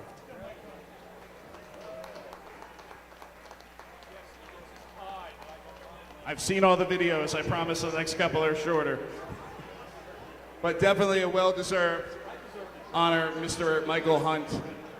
I believe they were 2007 PIHA champions. Our next inductee from our very own Philadelphia Growl, teammate of CJ's for years, Mr. Ron Tracy from the Philadelphia Growl. Ronnie's got a few words. I have to say thank you to Charlie, CJ, and Anthony for presenting me with this honor. Thank you to all the great players that I was fortunate enough to have the opportunity to play with and against over the years. PIHA gave me the chance to play with guys like Jimmy Bavona, Sean Sullivan, J.D. Davidson, and Michael Cruz on the field. Most of all, I want to thank Anthony Quinn and Mark Goodell for managing the first place operation from top to bottom. It was a remarkable experience and something I'll never forget. Thank you. And I'm happy to make sure this gets back to Ronnie when we get back home. Sure, Ronnie appreciates it so much. Our final inductee as a player this season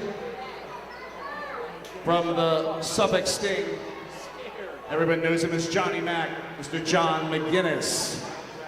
I think Jay Muro was going to come up and accept for him, but John also had some very nice words to send in. Hey guys, what's going on? John Mack here. Just wanted to say what an absolute honor it is to be inducted into the PIHA Hall of Fame. I mean, from being too young to even play in PIHA, to wishing I was out there playing with some of my longtime idols and best friends. Couldn't have asked for a better time playing in the league. None of this would ever be possible without the support of my teammates, my family, my coaches. Special shout out to Jay Muro, the best human and one of the best humans and coaches to ever do it. But yeah, I just want to say thank you again. It really is an incredible honor. Hockey has played such a huge role in my life, and while times may change, not around anymore as much, but just want to say I miss you guys, and hope everybody is doing well, and best of luck to everybody playing in the great league that is PIHA. Thanks again, guys. Okay, now we move on. As we've inducted our 3 players, we are going to move on to our 2 non-player inductees. Starting with our notable patron inductee, maybe we can CJ come up and say a few words and accept on behalf of Andy and Tina Skinsky from the Foothills Fieldhouse. Thank you. They're away in Florida this weekend, but Andy and Tina, owners of the Rocky Mountain Roller Hockey, now Foothills Fieldhouse, owned by the city, but Andy's still working there. Tina runs the leagues. Phenomenal family. They've been with us since the very beginning out here in 06, and we're just appreciative of them and excited to have them being a part of what we do. Thank you. All right, our final inductee is a man who's worn about as many hats in this league as I have through the years. One of my right-hand men out there in the East Coast, coach, organizer, former commissioner, Mr. Dennis Jelsic, the Iska Grizzlies. And I know Dennis also had some very short words to say. Hey everyone, hope you're enjoying the finals in Colorado this year for the Professional Inline Hockey Association. I'd like to take a minute to thank the Professional Inline Hockey Association for inducting me to the Hall of Fame this year. I consider this a huge honor and recognize that this is a huge accomplishment in the sport. I want to specifically thank Charlie Yoder, CG, and Jamie Yoder, Jim Van Horn, and Anthony Flynn for taking the time to create such a huge event and create such a huge honor for all of us. Enjoy the weekend. Hope you're having a great time. Thanks, everyone.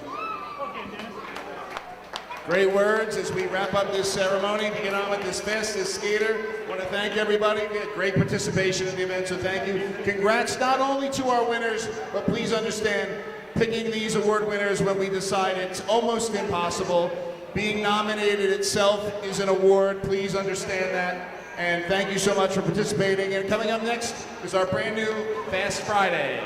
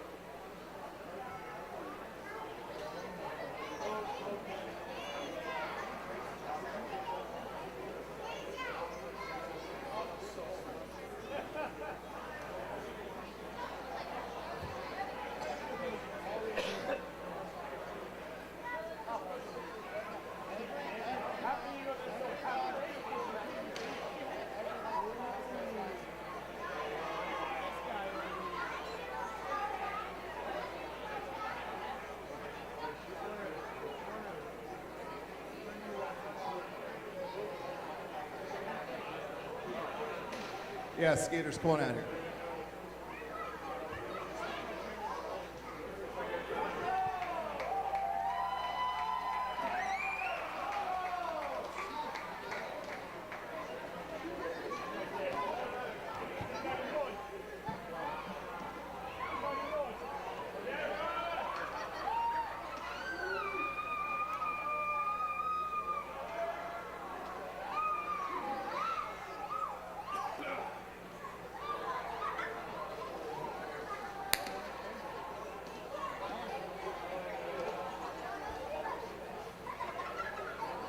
PIHA fans, let's welcome our 13 skaters for the PIHA First Annual Fast Friday 100. These skaters will be racing for bragging rights and a chance to take home $100 in cold hard cash. All skaters will have 2 chances at timed laps to see how fast they can get around the track. Good luck to all skaters and thank you for participating.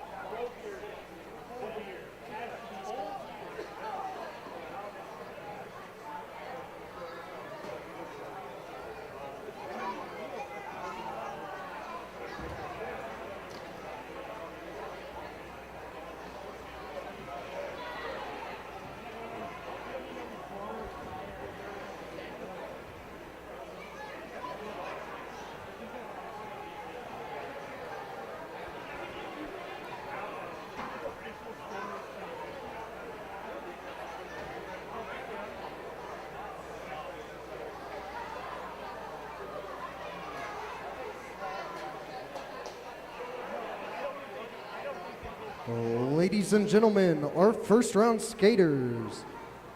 From the Assault, Anthony Gargilic. And from the Blizzard, Horatio Arnold.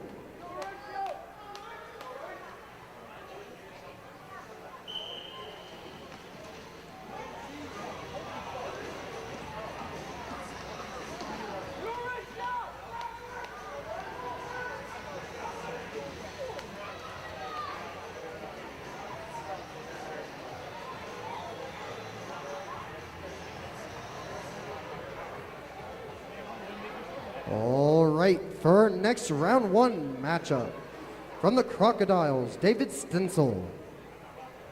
And from the Dirty Dogs, Nathan Scully.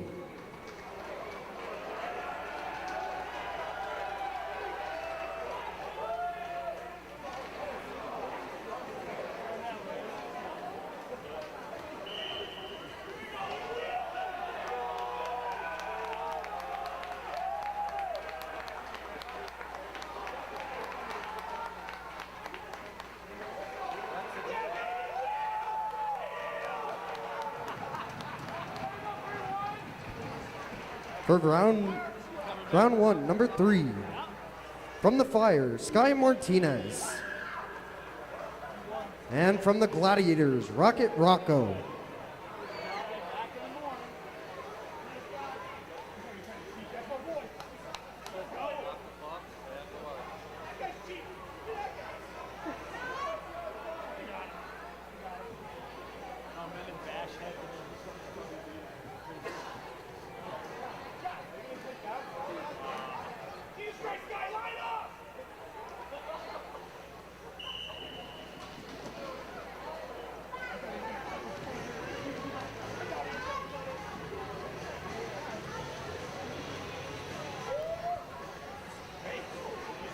Our next competitors, Corey Grosick against the Jagaloons, Christian Hopler.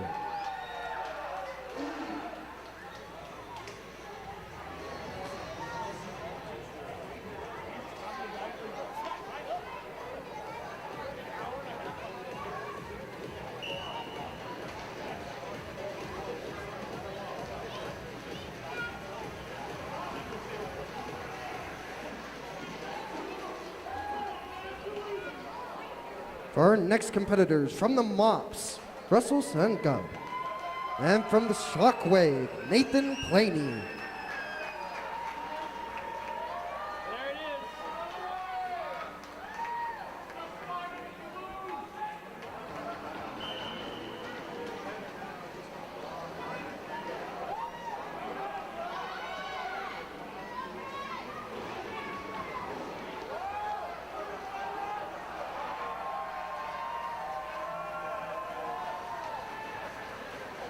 Next up, Steven Falskowski from the Snipers against Ryan Standard from the Sting.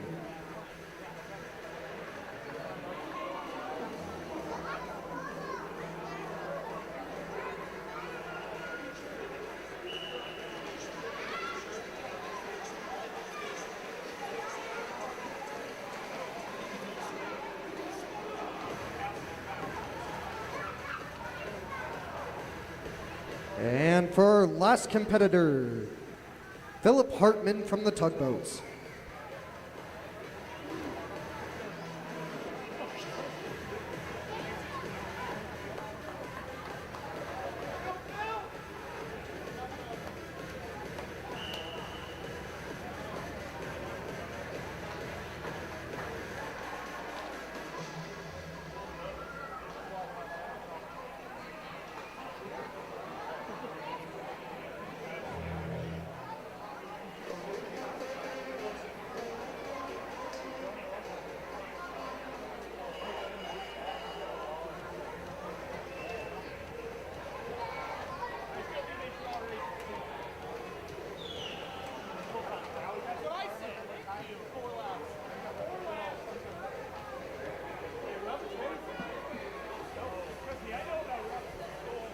Heading into the second round, the time to beat currently is 10 seconds and .65 from Horatio Arnold. For round 2, from the Assault, Anthony Garkey. And from the Crocodiles, David Stencil.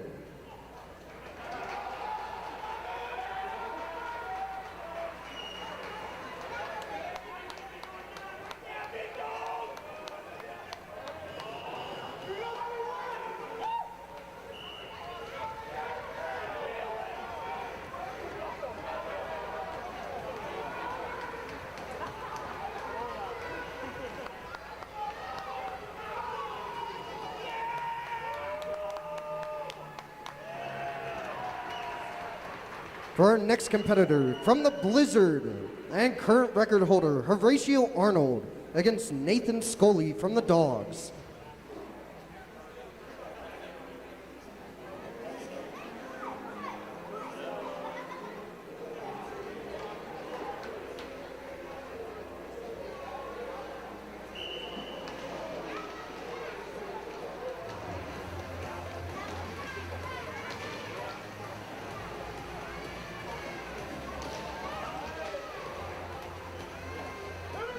For our next competitors, from the Fire, Sky Martinez. From the Gladiators, Corey Kusick.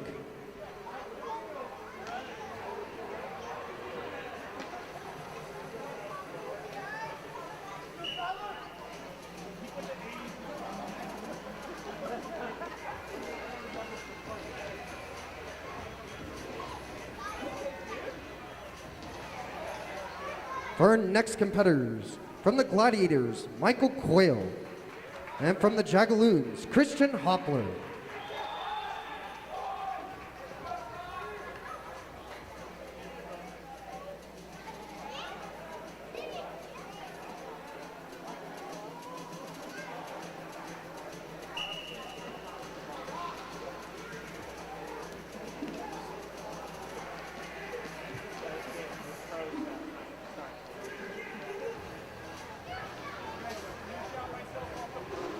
For our next competitor, from the Mops, Russell Swenglatt.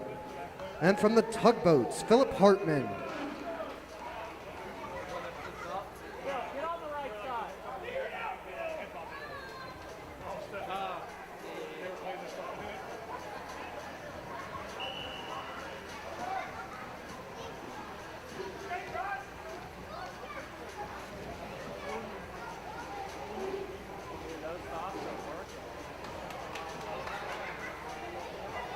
For our next competitors, from the Shockwave, Nathan Planey. From the Snipers, Stephen Pawlowski.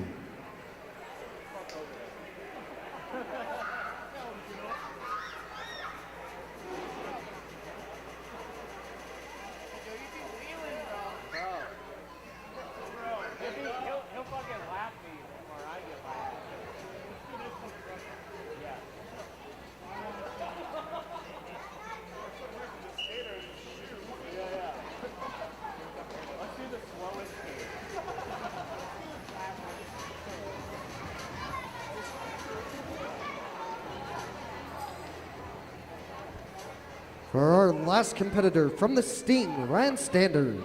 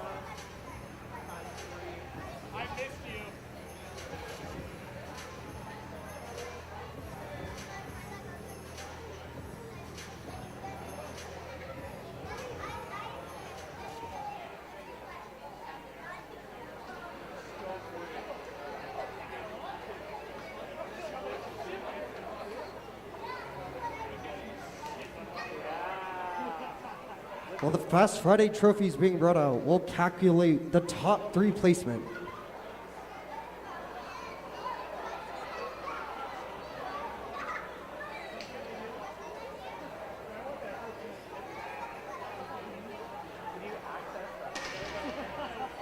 Our 3rd place winner from the Blizzard, Horatio Arnold with 10.65 seconds.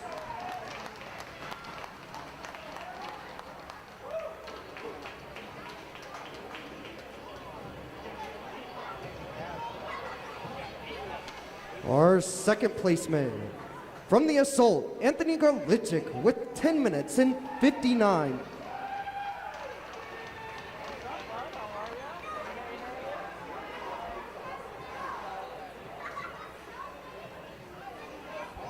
And for our 1st place winner from the Gladiators, Corey Kosick with 10.56 seconds.